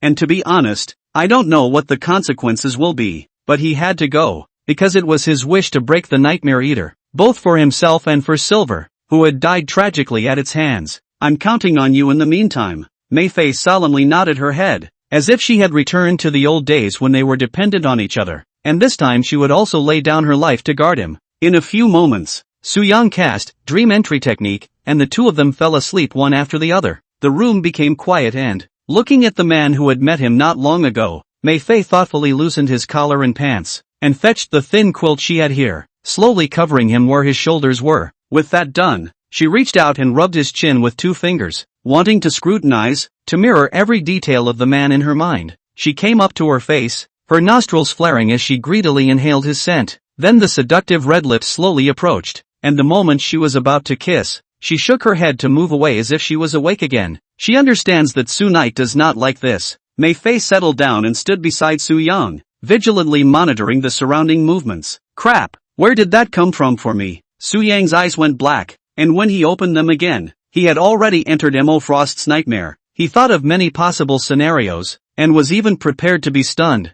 But in front of him was not the expected mountains of swords and flames, nor was it a Morrow Ghost domain, but a playground. Yes, he wasn't mistaken. He was in a giant amusement park, with a colorful carousel in front of him and a huge Ferris wheel high in the sky, but both had stopped running. The large premises were eerily empty. There was silence all around, no sounds of insects or birds chirping. Other than that, everything looked normal. What kind of nightmare is this? Family Master Emma Frost, where are you? Su Yang realized that Emma Frost had disappeared. Strange. As a matter of fact, she should be with herself a piece of the right. It is hard not to be casting some mistakes. He called her name over and over again, but no one responded. He looked around, when a small hand was raised from his side. Looking down suspiciously, a little girl with long blonde hair stood in front of him. Her eyes were cold, and this appearance was actually a bit similar to Emma Frost. It's me, she said. It was Emma Frost, who had changed back to her childhood form, though the timbre was still that of a child. The tone, obviously, was that of a grown-up. Su Yang smiled and teased. I can't tell that you were quite cute as a child. It seems that the nightmares changed the age range of the sufferer to match the nightmare scenario, and the reason he hasn't changed is because he's an outsider. Behave yourself. She familiarized herself with her infant body, then looked around and saw the nasty things around her, and dusty memories instantly flooded into her mind. She finally knew her nightmare. What happens here? Su Knight asked. It is difficult to not appear red-nosed clowns to the outside chasing people that cut not. But this is not acting clown shock. It's nothing, she replied coldly. Just a boring birthday party. Boom dash. Without waiting for Su Yang to ask for a clarification, there was a loud noise coming from the amusement park's facilities. The power was turned on. The colorful lights lit up, and all the machines began to rotate. The amusement park was a grand opening sight. Hey, big brother. Suddenly, a childish voice that was both familiar and unfamiliar came from behind him. Su Yang's pupils couldn't help but shrink slightly. recalling the tragedy of that year once again. His heart trembled, and he turned around dully. What a look! It's only been 9 years and you don't recognize me? Chapter 86, The Obsession of the Dead. A 9-year-old boy opened his fingers and greeted himself brightly. His short black hair, combed back in front, was the Silver who had died at the hands of the Nightmare Eater. Why are you here? No, he's dead. Who the hell are you? Me? Silver pointed at himself and laughed. I'm a ghost of the past, traveling to the future as a corpse. Emo Frost looked at this, a young boy whose age was similar to his current self, and compared him to the photos he had seen before. Where am I? What should I do? Just as the two of them were puzzled, the surroundings went from blurry to clear, and 15 people appeared out of thin air, all of them of different ages and wearing different clothes, all of them making strange puzzling noises, plus Silver. No more, no less, just 16 people. Su Yang was shocked. Could it be that you are the 16 patients suffering from Nightmare Eater? But you are indeed dead. Yes. Silver came over and clutched the back of his head. We are not souls or anything else. Big Brother can be understood as the obsession of the dead. It's so weird that Silver he knew he was dead and acted so open about it. What about them? Xu Yue asked. Aside from Silver, everyone else looked like they didn't understand anything, and even when he said, Nightmare Eater, they acted as if they had never heard of it. It's easy, because their obsessions, which don't match the nightmares of this patient next to you, didn't recall them, unlike me, because I even won. He became quite cheerful, explaining as he warmed up and excitedly shouting, it's about to start. Su Yang was busy asking, starting what? Swim play. Boom dash. As soon as the words left their mouths, the earth beneath the crowd's feet began to shake violently, and when they looked down, a narrow crack began to spread rapidly, passing through their midst in a matter of seconds. At the same time, the earth cracked in both directions. The crowd exclaimed. Su Yang hurriedly crouched down and stumbled back. The Silver next to him played along with the game, spreading his arms out to keep his balance, and Su Yang grabbed over with one big hand and hurriedly twisted his head to the right again.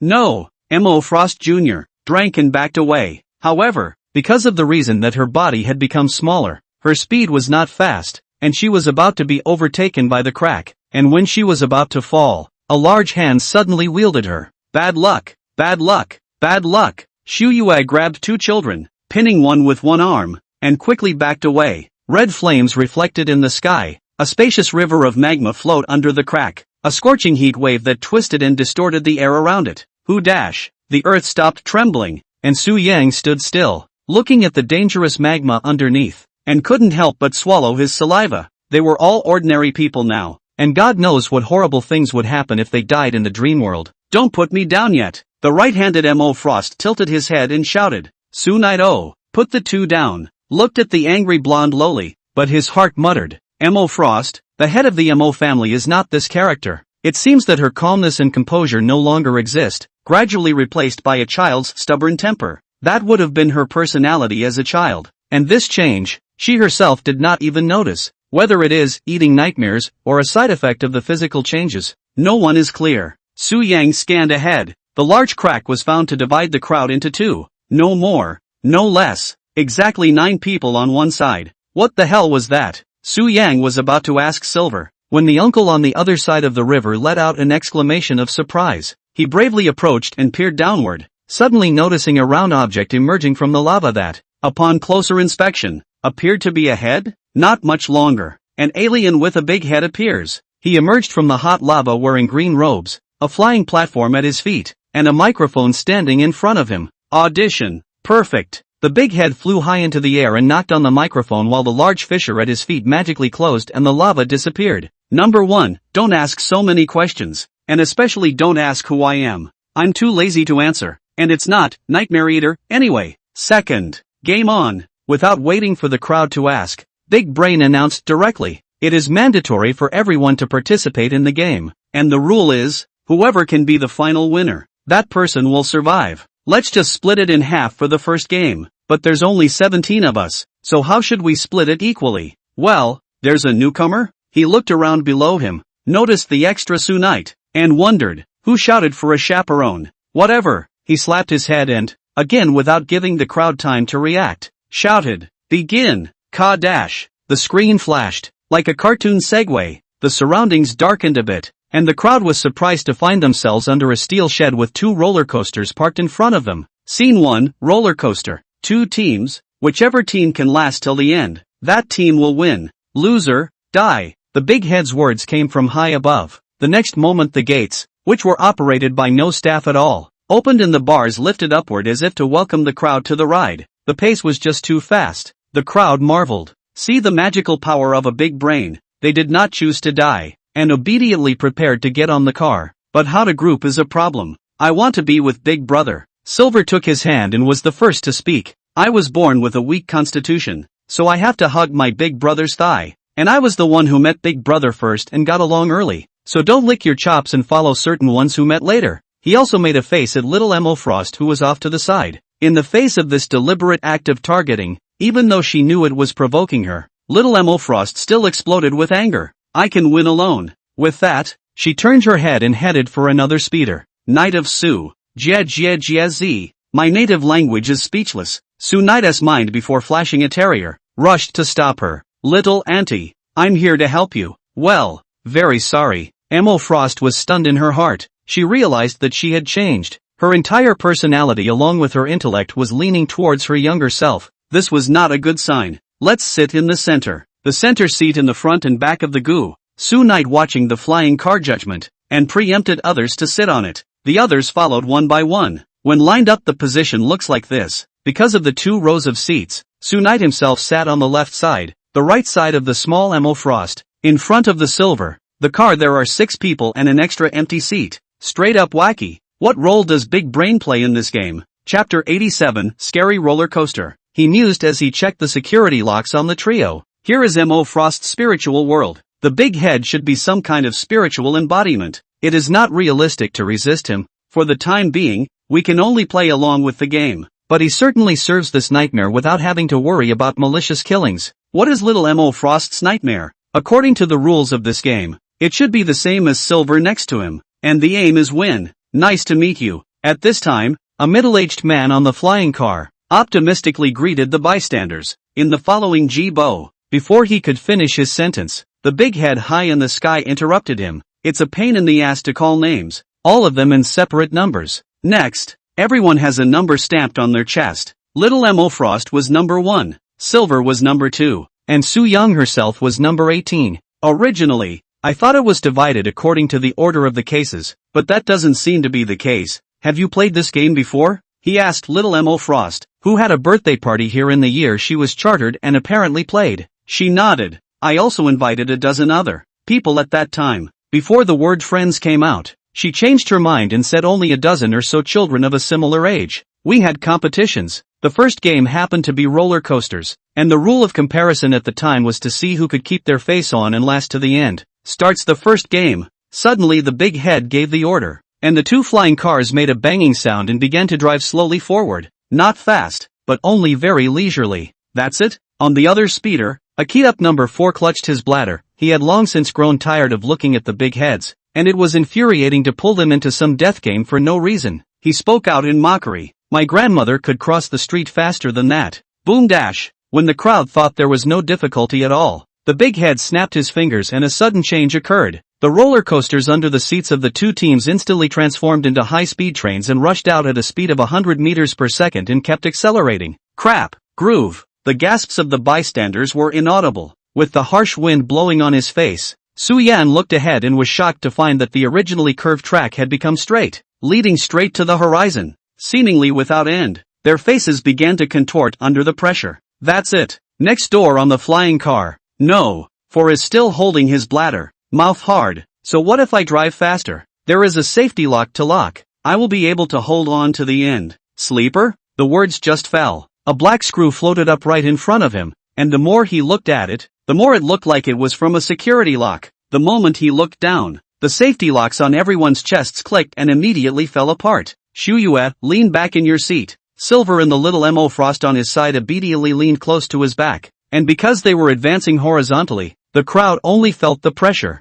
and they didn't fall off yet. Just this? Next door, number 4 barreled in and continued to taunt. The youth behind him cried, Big brother, please stop saying that. I told you. On this? Click. In the next instant, the seats behind the crowd began to disintegrate. Everyone felt their bodies lighten, levitate on the ever-accelerating speeder, and fling themselves backwards. Come here. Su Knight's eyes were quick. His right hand grabbed little Mo Frost and carried him on his right shoulder. His left hand wielded Silver and carried him on his left shoulder. Both hands grasped the exposed iron bars and struggled to hold on. Whoa! Help! I haven't gotten married yet. The others didn't react and their bodies flung off. At the same time, his hands grabbed randomly, and even grabbed his own ankle. The bodies of the 6 adults were like ropes, one after the other, and added their strength to his feet. Holy! Su Yang cursed inwardly, and if he didn't have any extra strength, he really wanted to kick them away twice. Just this? Next door,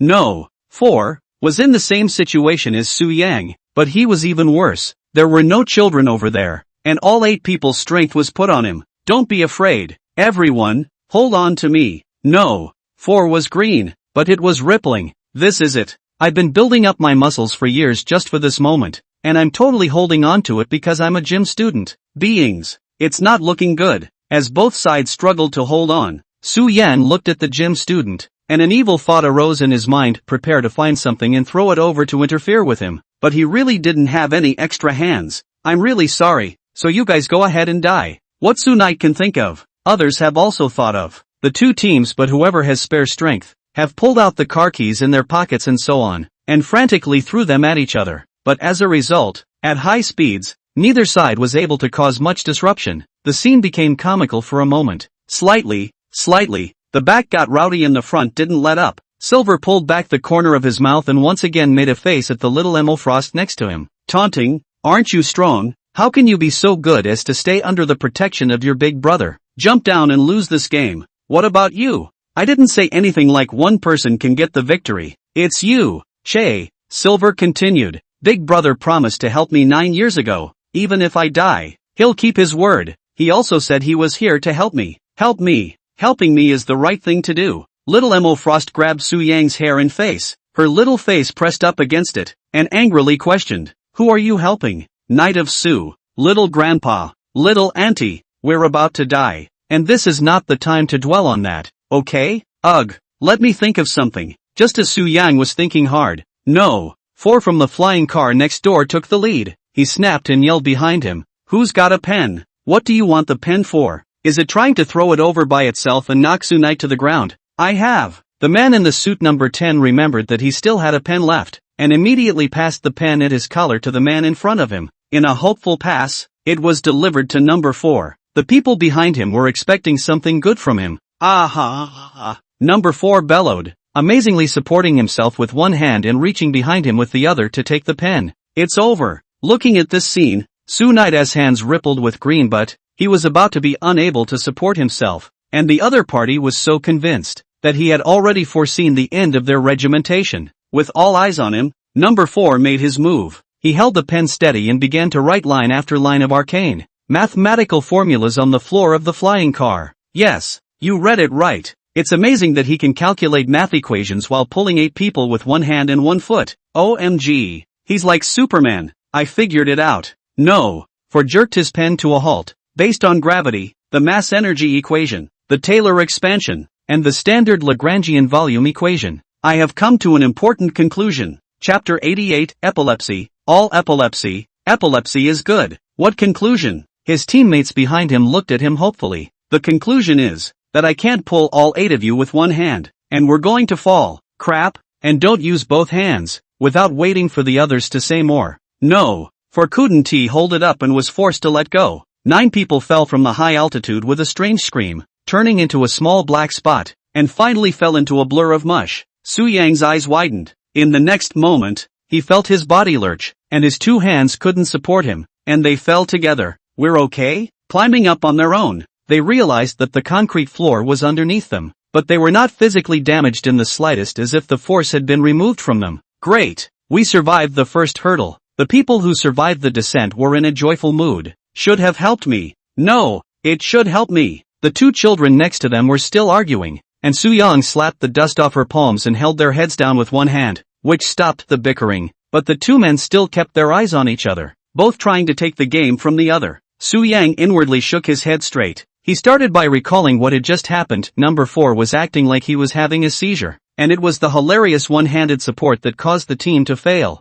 It's not something a normal person could do, but come to think of it, in this mental world mastered by a big brain, It's just not surprising that everyone is having a seizure. He turned his head. Looking up carefully at their surroundings, they were on the banks of an amusement park's man-made river. There's a stone staircase leading down to the river, and the creek runs through a graffiti-covered man-made tunnel that looks similar to one of those rafting programs, which is supposed to be what the second game is about. Next up is the second game. The big head slowly drifted in from the sky and announced the rules. Teams of 3, drifting in dinghies. The first team to arrive wins. He snapped his fingers, and 3 blue kayaks appeared in the river with 2 slips hanging beside them. The others reacted, fearing that they had lost the lead, and rushed to the dinghy and quickly formed a line and rowed toward the tunnel, not allowing him to think too much. Su-yang immediately grabbed the 2 children and hurriedly boarded the last boat. Looking ahead at the 2 teams rowing away, he grabbed the oars and stroked the dinghy still floating in place. What's going on? Puzzled,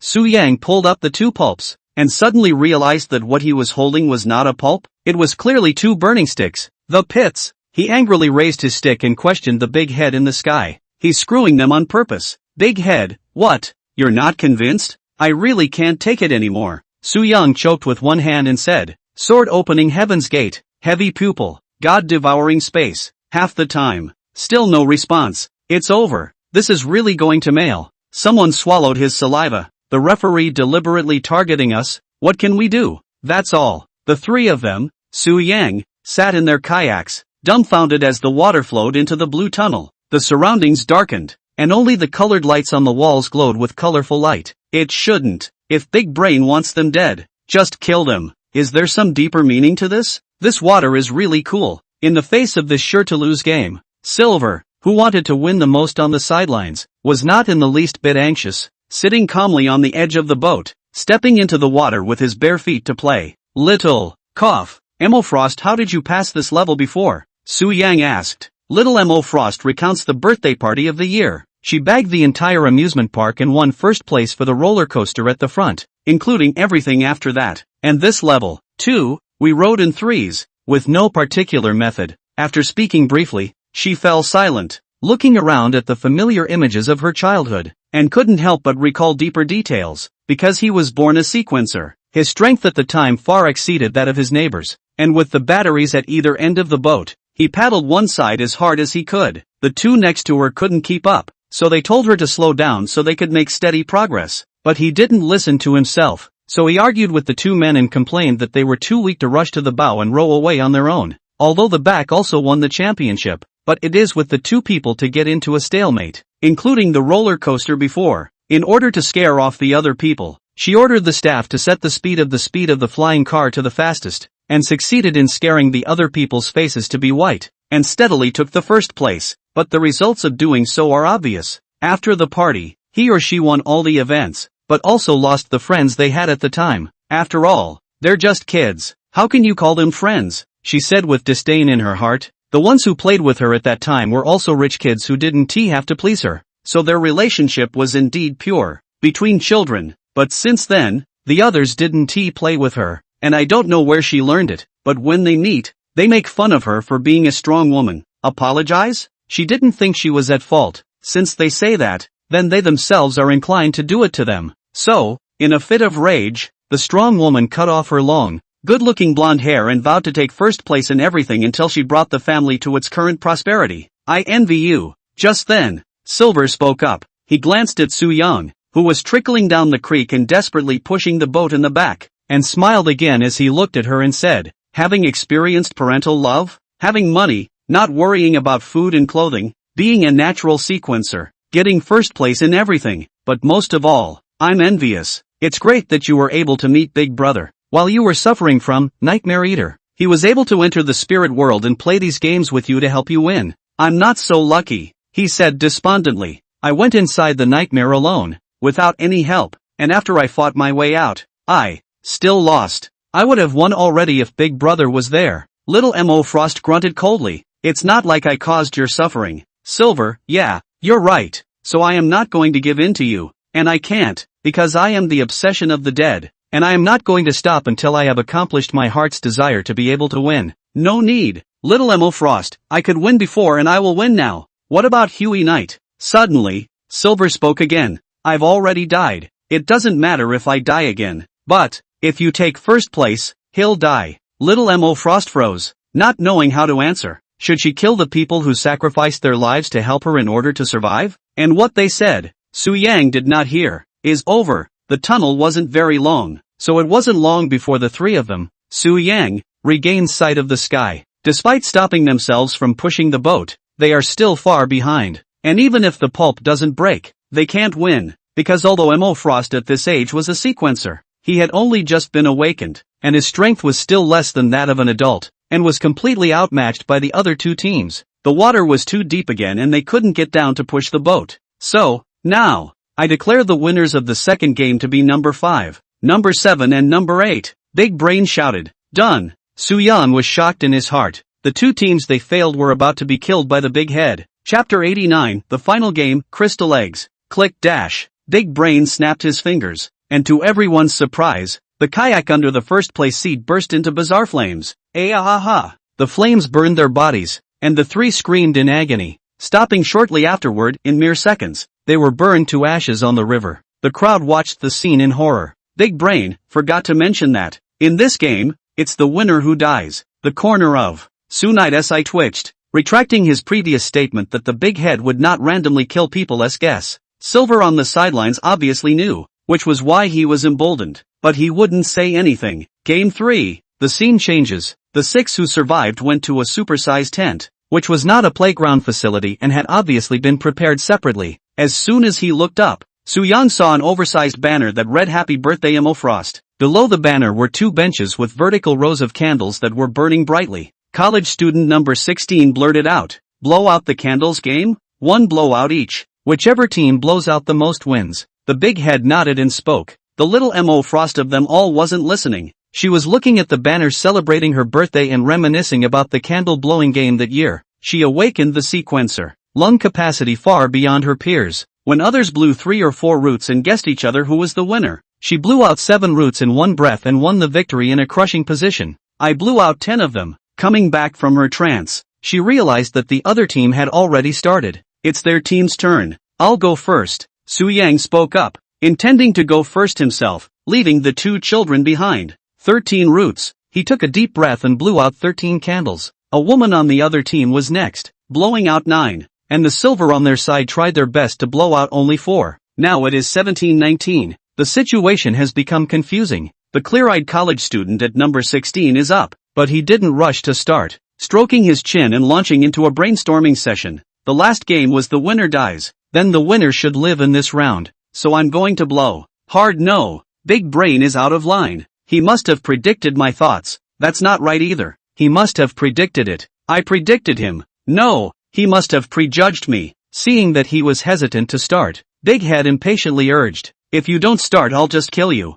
3, 2, 1. Phew. After further agonizing, no, 16 hastily blew out 6. Of them their team added up to 25, which means that the remaining Xiao Mo Frost had to blow out 8 to be able to do it. One kid couldn't even blow out that many. 16 breathed a sigh of relief. It was a bit rushed, but it was enough. He'd bet on their team surviving the win. Hello, Mo Frost Jr. raises his hand and asks, "Is it the winning team that survives?" The Big Head nodded. Hearing this, number 16 regretted it. Had he known he would have blown more, but it didn't matter. How high could a little girl's lung capacity be? So, they're steady. Su Yang didn't dare to utter a single breath and nervously watched what she did next. Who dash? 1, 2, 3, 7 and 8 roots. They won. The moment they won, 16 gaped, and the next second, they disappeared. Excitedly, Xu Yuan crouched down to give Silver a high five, and held out her other palm to celebrate with the big man.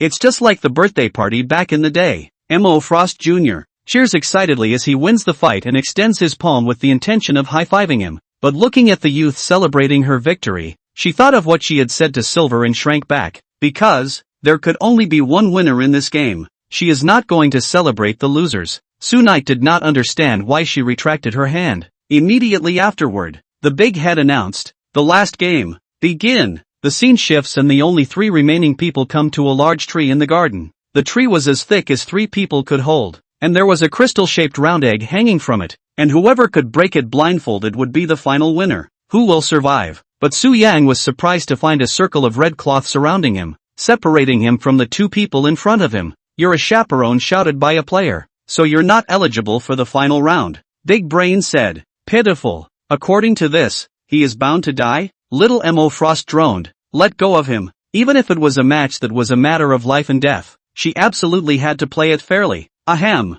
Seemingly thinking it wasn't too generous, Big Brain came up with another rule and told little Emo Frost, there are only 2 of you alive here. If that little boy wins, it seems too cruel for 2 of you to die at once. So be it. If you lose, I'll let him live, trying to fight back. If you win, he dies. Begin. After a ringing finger, both she and Silver were blindfolded and had an extra stick in their hands. Listening to the noise, Silver had groped his way toward the colored egg. Emo Frost was in a hurry, and she immediately walked towards the colored eggs as well, and did so more steadily and precisely. Since I won once as a child, I can find my way around with a light hand. Close. She came in front of the colored egg while Silver misestimated the distance and took a few wild swings that hit the ground. I'm about to win. In a trance, she was back at that birthday party again, coming to the last game, just short of winning all the games. Little Emo Frost violently raised the wooden stick in his hand, raised it back, and swung it down heavily. Chapter 90. Winning or losing doesn't matter.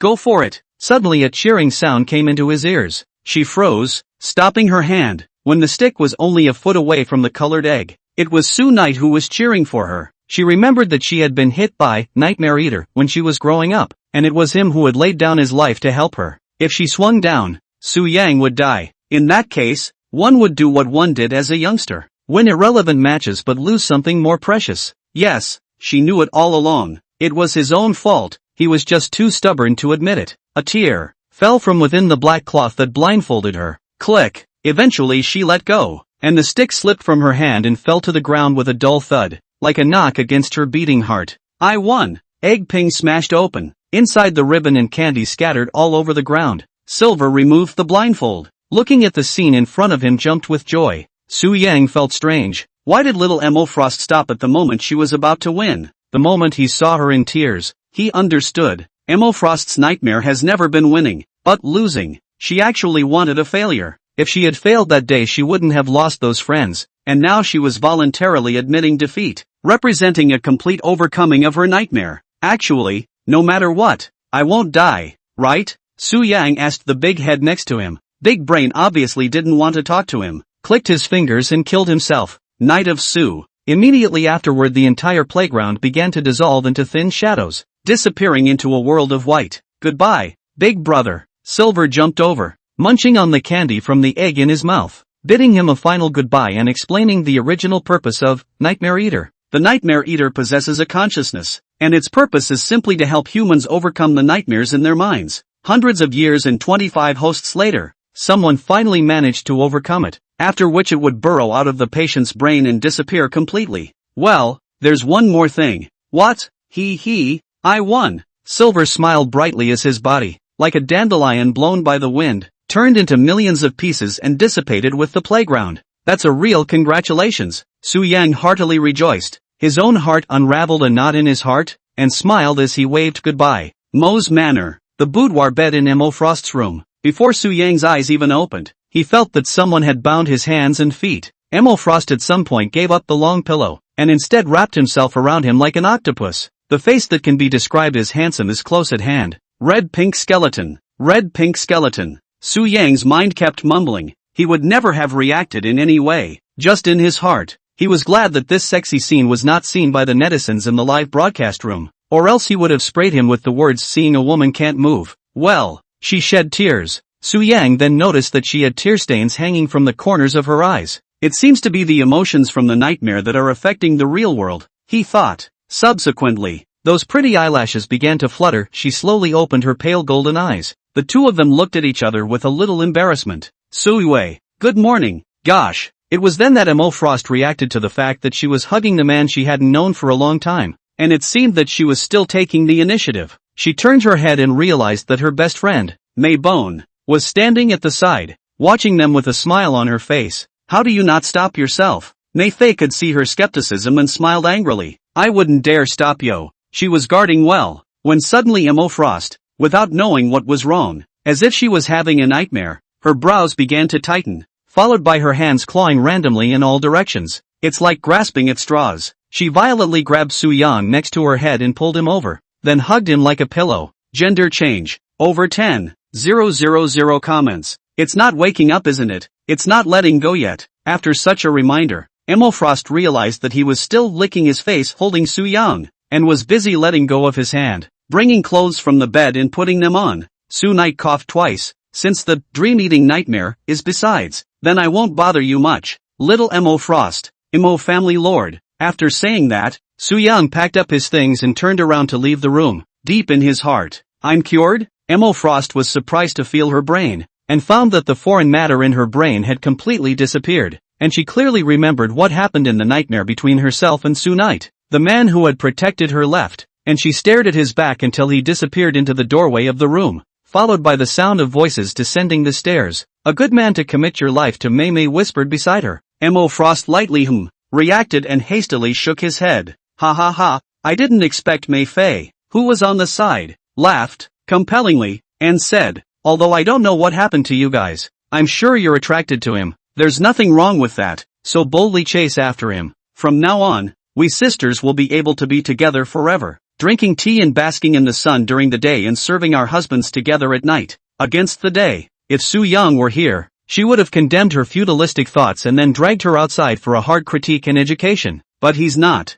What nonsense, Emo Frost gasped. At this Mei Fei just smiled without saying anything. Emo Frost, honestly, how did you feel about meeting him this time? It's time for everyone's favorite relationship gossip, Mei Fei always told her before. Said that the person who saved her when she was young, and shared difficulties, is the white moonlight that she can never forget, but merely forgettable. It's like when someone saves you, but they don't just save you. Does everyone have to marry the person who saved their life? Although that's acceptable in their own minds, but what if both sides are male? So she'll repay, but that's about it. Mei Fei originally thought that time would dilute her thoughts of him, thought that after seeing the flowery world outside, she would be able to forget this feeling, or the so-called white moonlight is just a wishful thinking in her mind. She'd thought about reunion moments countless times, thought about what I'd realize when I saw Shu Yuite again. In fact, he is just an ordinary person, with many shortcomings. Even he himself is not as good as the heart after the beautification of the white moonlight. At that time the disappointed self will give up on him, give up the irrational insistence in her heart, and look for a new love that suits her better, and find a better man. But she was wrong. Chapter 91, Lights on the Third Floor. Mei Fei bites her lower lip as she recalls meeting again at the auction house. When she met him for the first time, she realized that the man was still the same as before, except that he had grown taller and become a little more handsome. He is still the white moonlight of his heart. Thoughts welled up like a spring, and she stared excitedly at the man. She wanted to run, to jump, to rejoice vociferously, to make the hottest kisses with him, but she was dead set on suppressing this uncontrolled emotion, like treating a fragile and rare treasure, fearing that any frivolous action or word would break her own fantasy, and his good feeling for herself. That's when she knew. I'm hopelessly in love with him. It's like a wolf falling in love with a sheep and being madly in love. Emo Frost faintly said, go after them, before the people go far. Mei Fei nodded, and before she left, she leaned down again and whispered into her bestie's ear, I'm not a selfish person, so what I said before, I wasn't joking. Oh, little Frost, watch as you leave your best friend who is boldly pursuing love. The smile on Emo Frost's face disappeared and he muttered, how could it be? I'm the head of the family. How can I fall in love with a strange man that my best friend likes and I've only known for a night? Against the great day, Soo Young didn't know what they were thinking, for he was nearing the manor gate. When he stepped out of the villa, he realized that the sky outside was already cloudy, so it seemed that the time he spent in the nightmare wasn't too different from the outside world. Tap tap tap. At that moment familiar footsteps sounded behind him, and Mei Fei, in her good walking flats, caught up with him at a quick pace. Soo Yang stood still and waited quietly for her to approach. It's been a hard night's watch, he thanked. Who dash? Mei Fei was a B-rank sequencer. Keeping a night watch was nothing, but she still pretended to exhale a mouthful of cloudy air with hard work and smiled wryly. Having helped my sisters, it's rather the two of us who owe you a favor. In that case, now I'll buy a breakfast. It was also time for breakfast. Without giving it much thought, Soo Yang nodded his head in agreement, mentally calculating, how about sha xian, or pig's foot rice? Don't think about that. As if she could hear his heart, Mei Fei directly pulled him towards the most upscale restaurant in town. The two sat in the dining room and ate a breakfast with their knives and forks. During this period, except for the customers and waiters, who vaguely glanced at the excessively beautiful Princess Mei, there was no such drama as red-faced Scourge, ungodly looking for the door. They talked a lot at this meal, such as where they had each gone and what interesting things they had done since they had separated. Suyu finished eating with the intention of going back to the hospital. At this time Mei Fei propped her elbows on the table, her chin resting on the back of her hand and said, "Finished eating? Aren't you going to send me home first? After all, it's not quite safe for a weak woman like me to go home alone." Su Yang questioned, "What's so unsettling about being a B-rank sequencer in broad daylight? This is not, by the way, to let you where I live. In the future there is something good to contact, but also can be strung together." "Makes sense." 10 minutes later, Su Yang drove her to the busiest part of the city center and stopped in front of the door of her luxurious large flat. "You're here. Aren't you going to go in for a cup of coffee?" Princess May opened the door, but was in no hurry to enter, saying smoothly, "We've been tossing and turning all night. You're tired, too. No matter when you are tired of playing, you can come in and rest for a while. For so many years after I separated, I was alone, and the house felt a bit unused except for Mo Frost, who had no one to live in it. Actually, my house is quite big." "Su Yang, no, I'd better go back." "Well, where do you live?" "Psychiatric hospital." Mei Fei didn't force herself. She nodded and turned around to go back inside, but she didn't close the door of her room. Instead she deliberately left a crack. Without turning on the lights, you can vaguely see the simple, high-end furniture inside, especially the big, soft gray sofa, which inexplicably exudes a burning allure. Su Yang reminded in a nice voice, "You left the door open." "I thank you." Her pasty voice came from inside, drawn out and revealing a vague hint of sultriness. The door then slammed shut as if it were a smash. "Strange. Kindly reminded her of this and she doesn't seem to like it?" Su Yang shook his head and hit the road back to the mental hospital. "Welcome home." Detecting his iron willpower, the sensors on the large iron gate went off, signaling him to return to the compound. Early in the morning, three patients were already out and about. The preliminary exams for the Treasure Appraisal Conference will start again in a few days, and now that I've already taken 2 recommendation votes, I feel like it's a bit insufficient. Su Yang thought to himself. At that moment, he looked up without thinking and accidentally realized that a light was on in one of the wards on the 3rd floor, and that was Luo Shuijun's room. "I remember that she usually doesn't get up this early." Su Knight was puzzled and thought of an explanation. Could it be that she had waited for him all night? Walked to the 3rd floor. After a moment's hesitation, he knocked on the door of the room. "Come in." Pushing open the door, Luo Shuijun sat on the bed with his back straight, and the moment he saw himself, as if relieved, he sighed in relief. The corners of her eyes were tinted a little black. Obviously she hadn't rested properly. "Are you waiting for me?" For this woman who had imparted his knowledge, Su Yang now had great respect. "Yes." She didn't lie. "I saw that you hadn't returned for a long time, and I was afraid that something had happened to you." "Well, I've been leaving the lights on to both consume electricity and worry you, haven't I? Inuyasha and the others used to live next door to me, but then they all moved to rooms slightly further away. Is it that you hate me?" Su Yang understood, because he was afraid that Luo Shujun waiting for them every night would affect his rest, so they all moved far away. "That's right. How many times can her body carry this all-night weight?" Su Yang was helpless.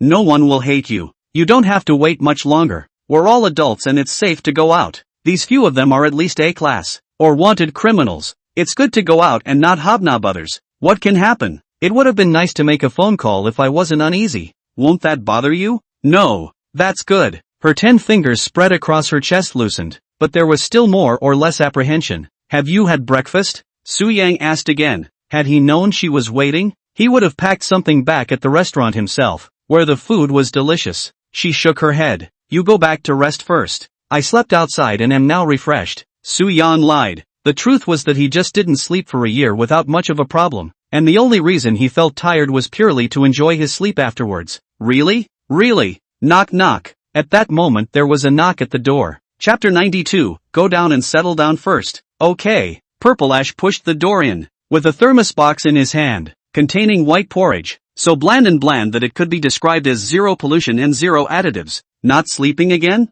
she said to Luo Shuijun, like a child confronting a helpless parent. Then, she turned her head to look at herself slyly, as if complaining about why he was late. Heo Knight was also helpless, and said something about him taking a recommendation, but to his surprise, Purple Gray and Inuyasha also took one, again just last night. Otherwise it wouldn't have made Luo Shuijun stay up all night. After listening, a scene floated in Su Yang's mind. Scarecrow and she laughed, tied some poor householder to a cliff and kept whipping him with a whip, and finally managed to take the recommendation. Either way, now that they have 3 in hand, taking the title seems to be within reach. No. She pushed the thermos box to Su Yang, then turned into an owl and flew back to her room to sleep. I feed you? Luo Shujun nodded. It was rare for Xu Yue to feed anyone porridge, and he was careful to serve it, scraping the top layer, which was not too hot, around the edge of the box and easing it to the patient's mouth. She bowed her head slightly and ate elegantly. What are you smiling about? Su Yang noticed a faint smile spreading across her face, and while it was usually there, it was even more prevalent now. I think it's a blessing to have a child to feed myself porridge, she answered truthfully. Really good people. Su Knight thought to himself, obviously so powerful, but the pursuit is not power, longevity, and other grand things, but instead, satisfy these trivial and small things. Maybe this was the realm of the high and mighty, and he probably wouldn't reach it in his lifetime. A few minutes later, Luo Shuijun's appetite was ridiculously small, and he shook his head after eating just a little. To eat more, Xu Yue handed over a spoonful again. Sequencers more or less have to eat something, even if she doesn't have to, but it never hurts to have more. Luo Shuijun would not refuse the children's request, so she opened her mouth and reluctantly swallowed another bite, but she could not eat anymore. Like an anorexic confronted with food, Su Yang looked out, put down the thermos box, helped her sit in the wheelchair, and took care of her washing up before lying back down on the bed. Of course, an existence of her level could completely rely on the power of the sequence to solve everything, but she was unwilling to do so, because, while it can be a hassle for the kids, it can increase the chances of spending time together. It was also a little selfish of her. Kaching dash. Su Yang pulled the curtains for her,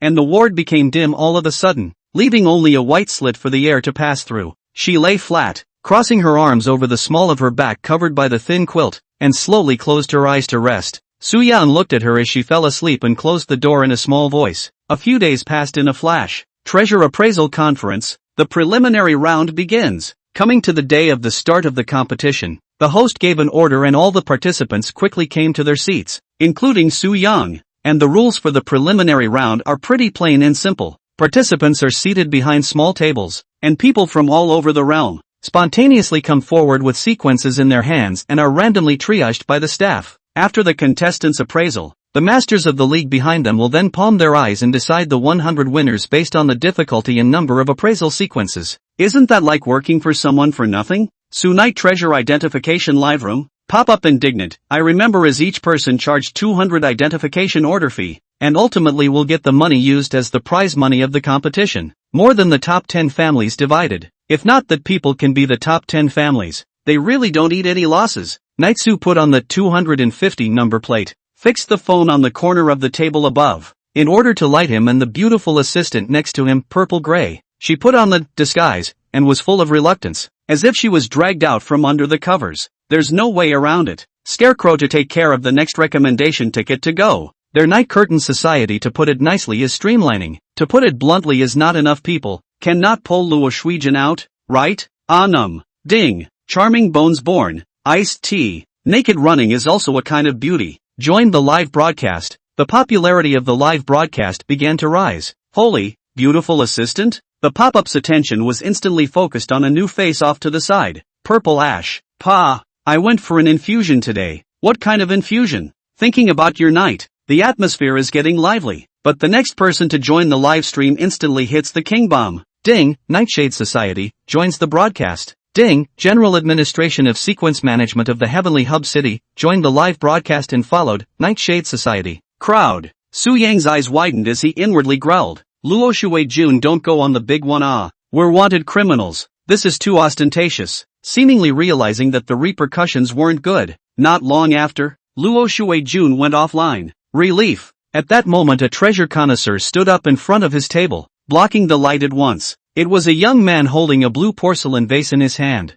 He excitedly said, "Hello brother Su. Yo, or a fan." Su Yang was energized at the sound of it, taking the blue porcelain vase in his hand and reaching out to the assistant on the side. Purple Ash? Flashlight. Can't talk? Reaching out in the cold. God knows what you want. She grabs the little flashlight and hands it over. Ha ha ha. The pop-ups teased at the sight of the uncoordinated scene. Su Knight took over a quick check sequence and blurted out. The stuff is good equivalent to an air purifier. Guaranteed for 50 years go down. But the young man would not go down. Instead rubbing his fingers in front of him and asking, how many buns is it worth? What buns? 0 equals bun. That's how many W's it's worth. After all, spent big 200 up here. In addition to identify the authenticity of the points, a very important point is to ask how much it is worth. Oh, Su Yang suddenly realized. 1 W like this. It's pretty good. Earned it. Thanks brother Su, he said happily. The forensic master in the back also quickly identified and nodded, agreeing with Su Knight's judgment.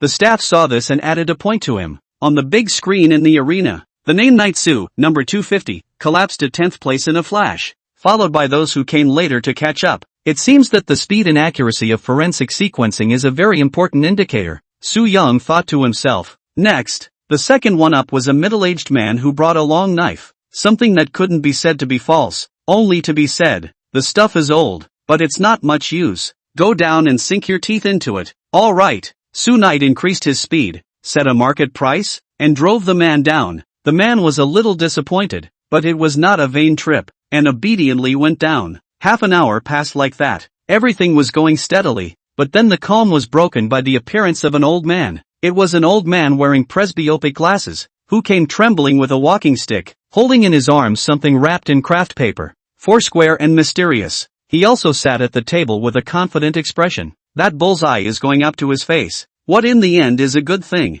Su Knight suspiciously took it, waited a few times, and it was heavy in the hand, and opened it in the audience's anticipation. Crap. 666666666. Mom asked me why I was on my knees watching the video. Where are my court musicians? Come and sing Spring Court Snow to welcome your majesty as I ascend the throne. Everyone, including Su Knight, were stunned. That foursquare thing is clearly a whole piece of blue jade. Its square circle 4 inches. On the button cross 5 dragons. An unspeakable dominance came over him. It also had a corner missing at the bottom, edged in gold, and 8 large characters carved on its surface in small seal script. Being ordained by heaven, both live forever. Chapter 93, The Jade Seal of Passage. The Jade Seal of Passage? The crowd sucked in a breath of cold air. Isn't this a treasure that disappeared in the Misty Realm? Legend has it that back then, a human emperor took it and fought the 3 great world-destroying level sequences solo, while remaining undefeated. Whoa, there's too much commotion over here. In addition to the audience, the master of connoisseurship behind him was also attracted, leaning against the table and carefully examining this ruthless item. But he looked at it twice before shaking his head and backing away. Grandpa,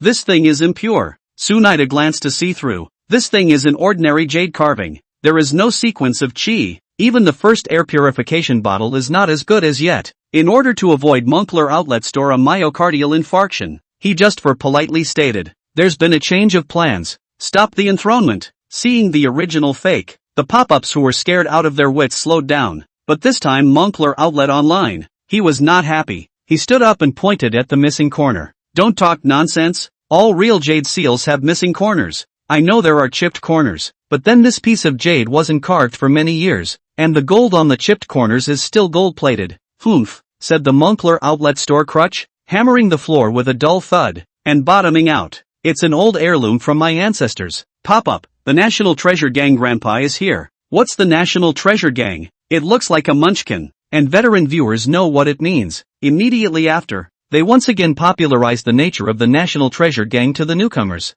Moncler outlet store obviously. They are the ones who have been collecting for a long time and are convinced that they are uniquely gifted. Looking at him still holding his ground, Su Yang was also nonchalant. The stuff is old, but it's not much use. Ha! You're the useless one. The Moncler outlet store eyes are wide open with anger, as if they want to eat people. After all, the collection of most of his life. You even told him useless, but also not worth the appraisal of $200. This who can stand it? Look closely. He grabbed the jade seal and the flashlight he was holding, shone it at the blue jade, and began analyzing it head-on. So this stuff is pure. Shuyue, yes Moncler, it is indeed pure. Pure and simple fake. Moncler outlet store shaking his head. He looked like you don't understand. You kids still have a lot of practice. I'm telling you, you don't know what you're talking about. I'll let other people look at it. With that, he indignantly wrapped up the jade seal and prepared to cut in the next line so he could save $200. Heo Knight, ugh. Wait. Moncler outlet store humph. You know you don't know what you're talking about?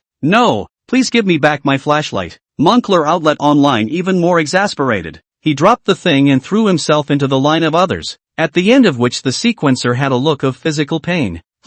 At that moment Violet Grey poked him. signaling him to look at the large screen overhead. Su Knight curiously found that after the big Moncler outlet store so much time he spent a lot of time, began to jump to the back 50. But what surprised him even more was that when everyone else was in the 20s and 30s, one person was already way ahead, with a rating that came right up to 100 points. Really freaky. Jin so fast. Can be called a human-shaped inspection machine. Is it which top old-timer? He thought and looked carefully. The ID named Qing Shangren. Could it be the same Qing Shangren from his live broadcast? The podcast friend is so powerful? Hundreds of people in the live room quickly at him, but it showed that the man was not online. Since that last incident, Su Yang was also curious about his true face on Mount Lushan, and he couldn't help but look around. But he didn't spot the man. It should be within a couple of other venues. In fact, compared to identifying these bottles and cans, Su Yang was still more proficient at identifying monster sequences, such as the Nightmare Eater from the other day. This also led to him not performing well in this round. Go husband! Suddenly a pasty sound came from outside the arena, and everyone looked in unison to find an extremely beautiful-looking woman waving her hand boldly and high from outside. It's the Winx. She cheered him on with no regard for outsiders. Who is this woman? Totally growing on my heart. Passers-by marveled. You don't even know this? People, that is the chief of the big auction house. Want money, want face. All the men fell under her garnet skirt, but she never gossip. It is said to be waiting for a person. Now she calls out for her husband. Is that man here? Who is it? I'm going to take him out and beat him up. Don't say those misunderstanding words.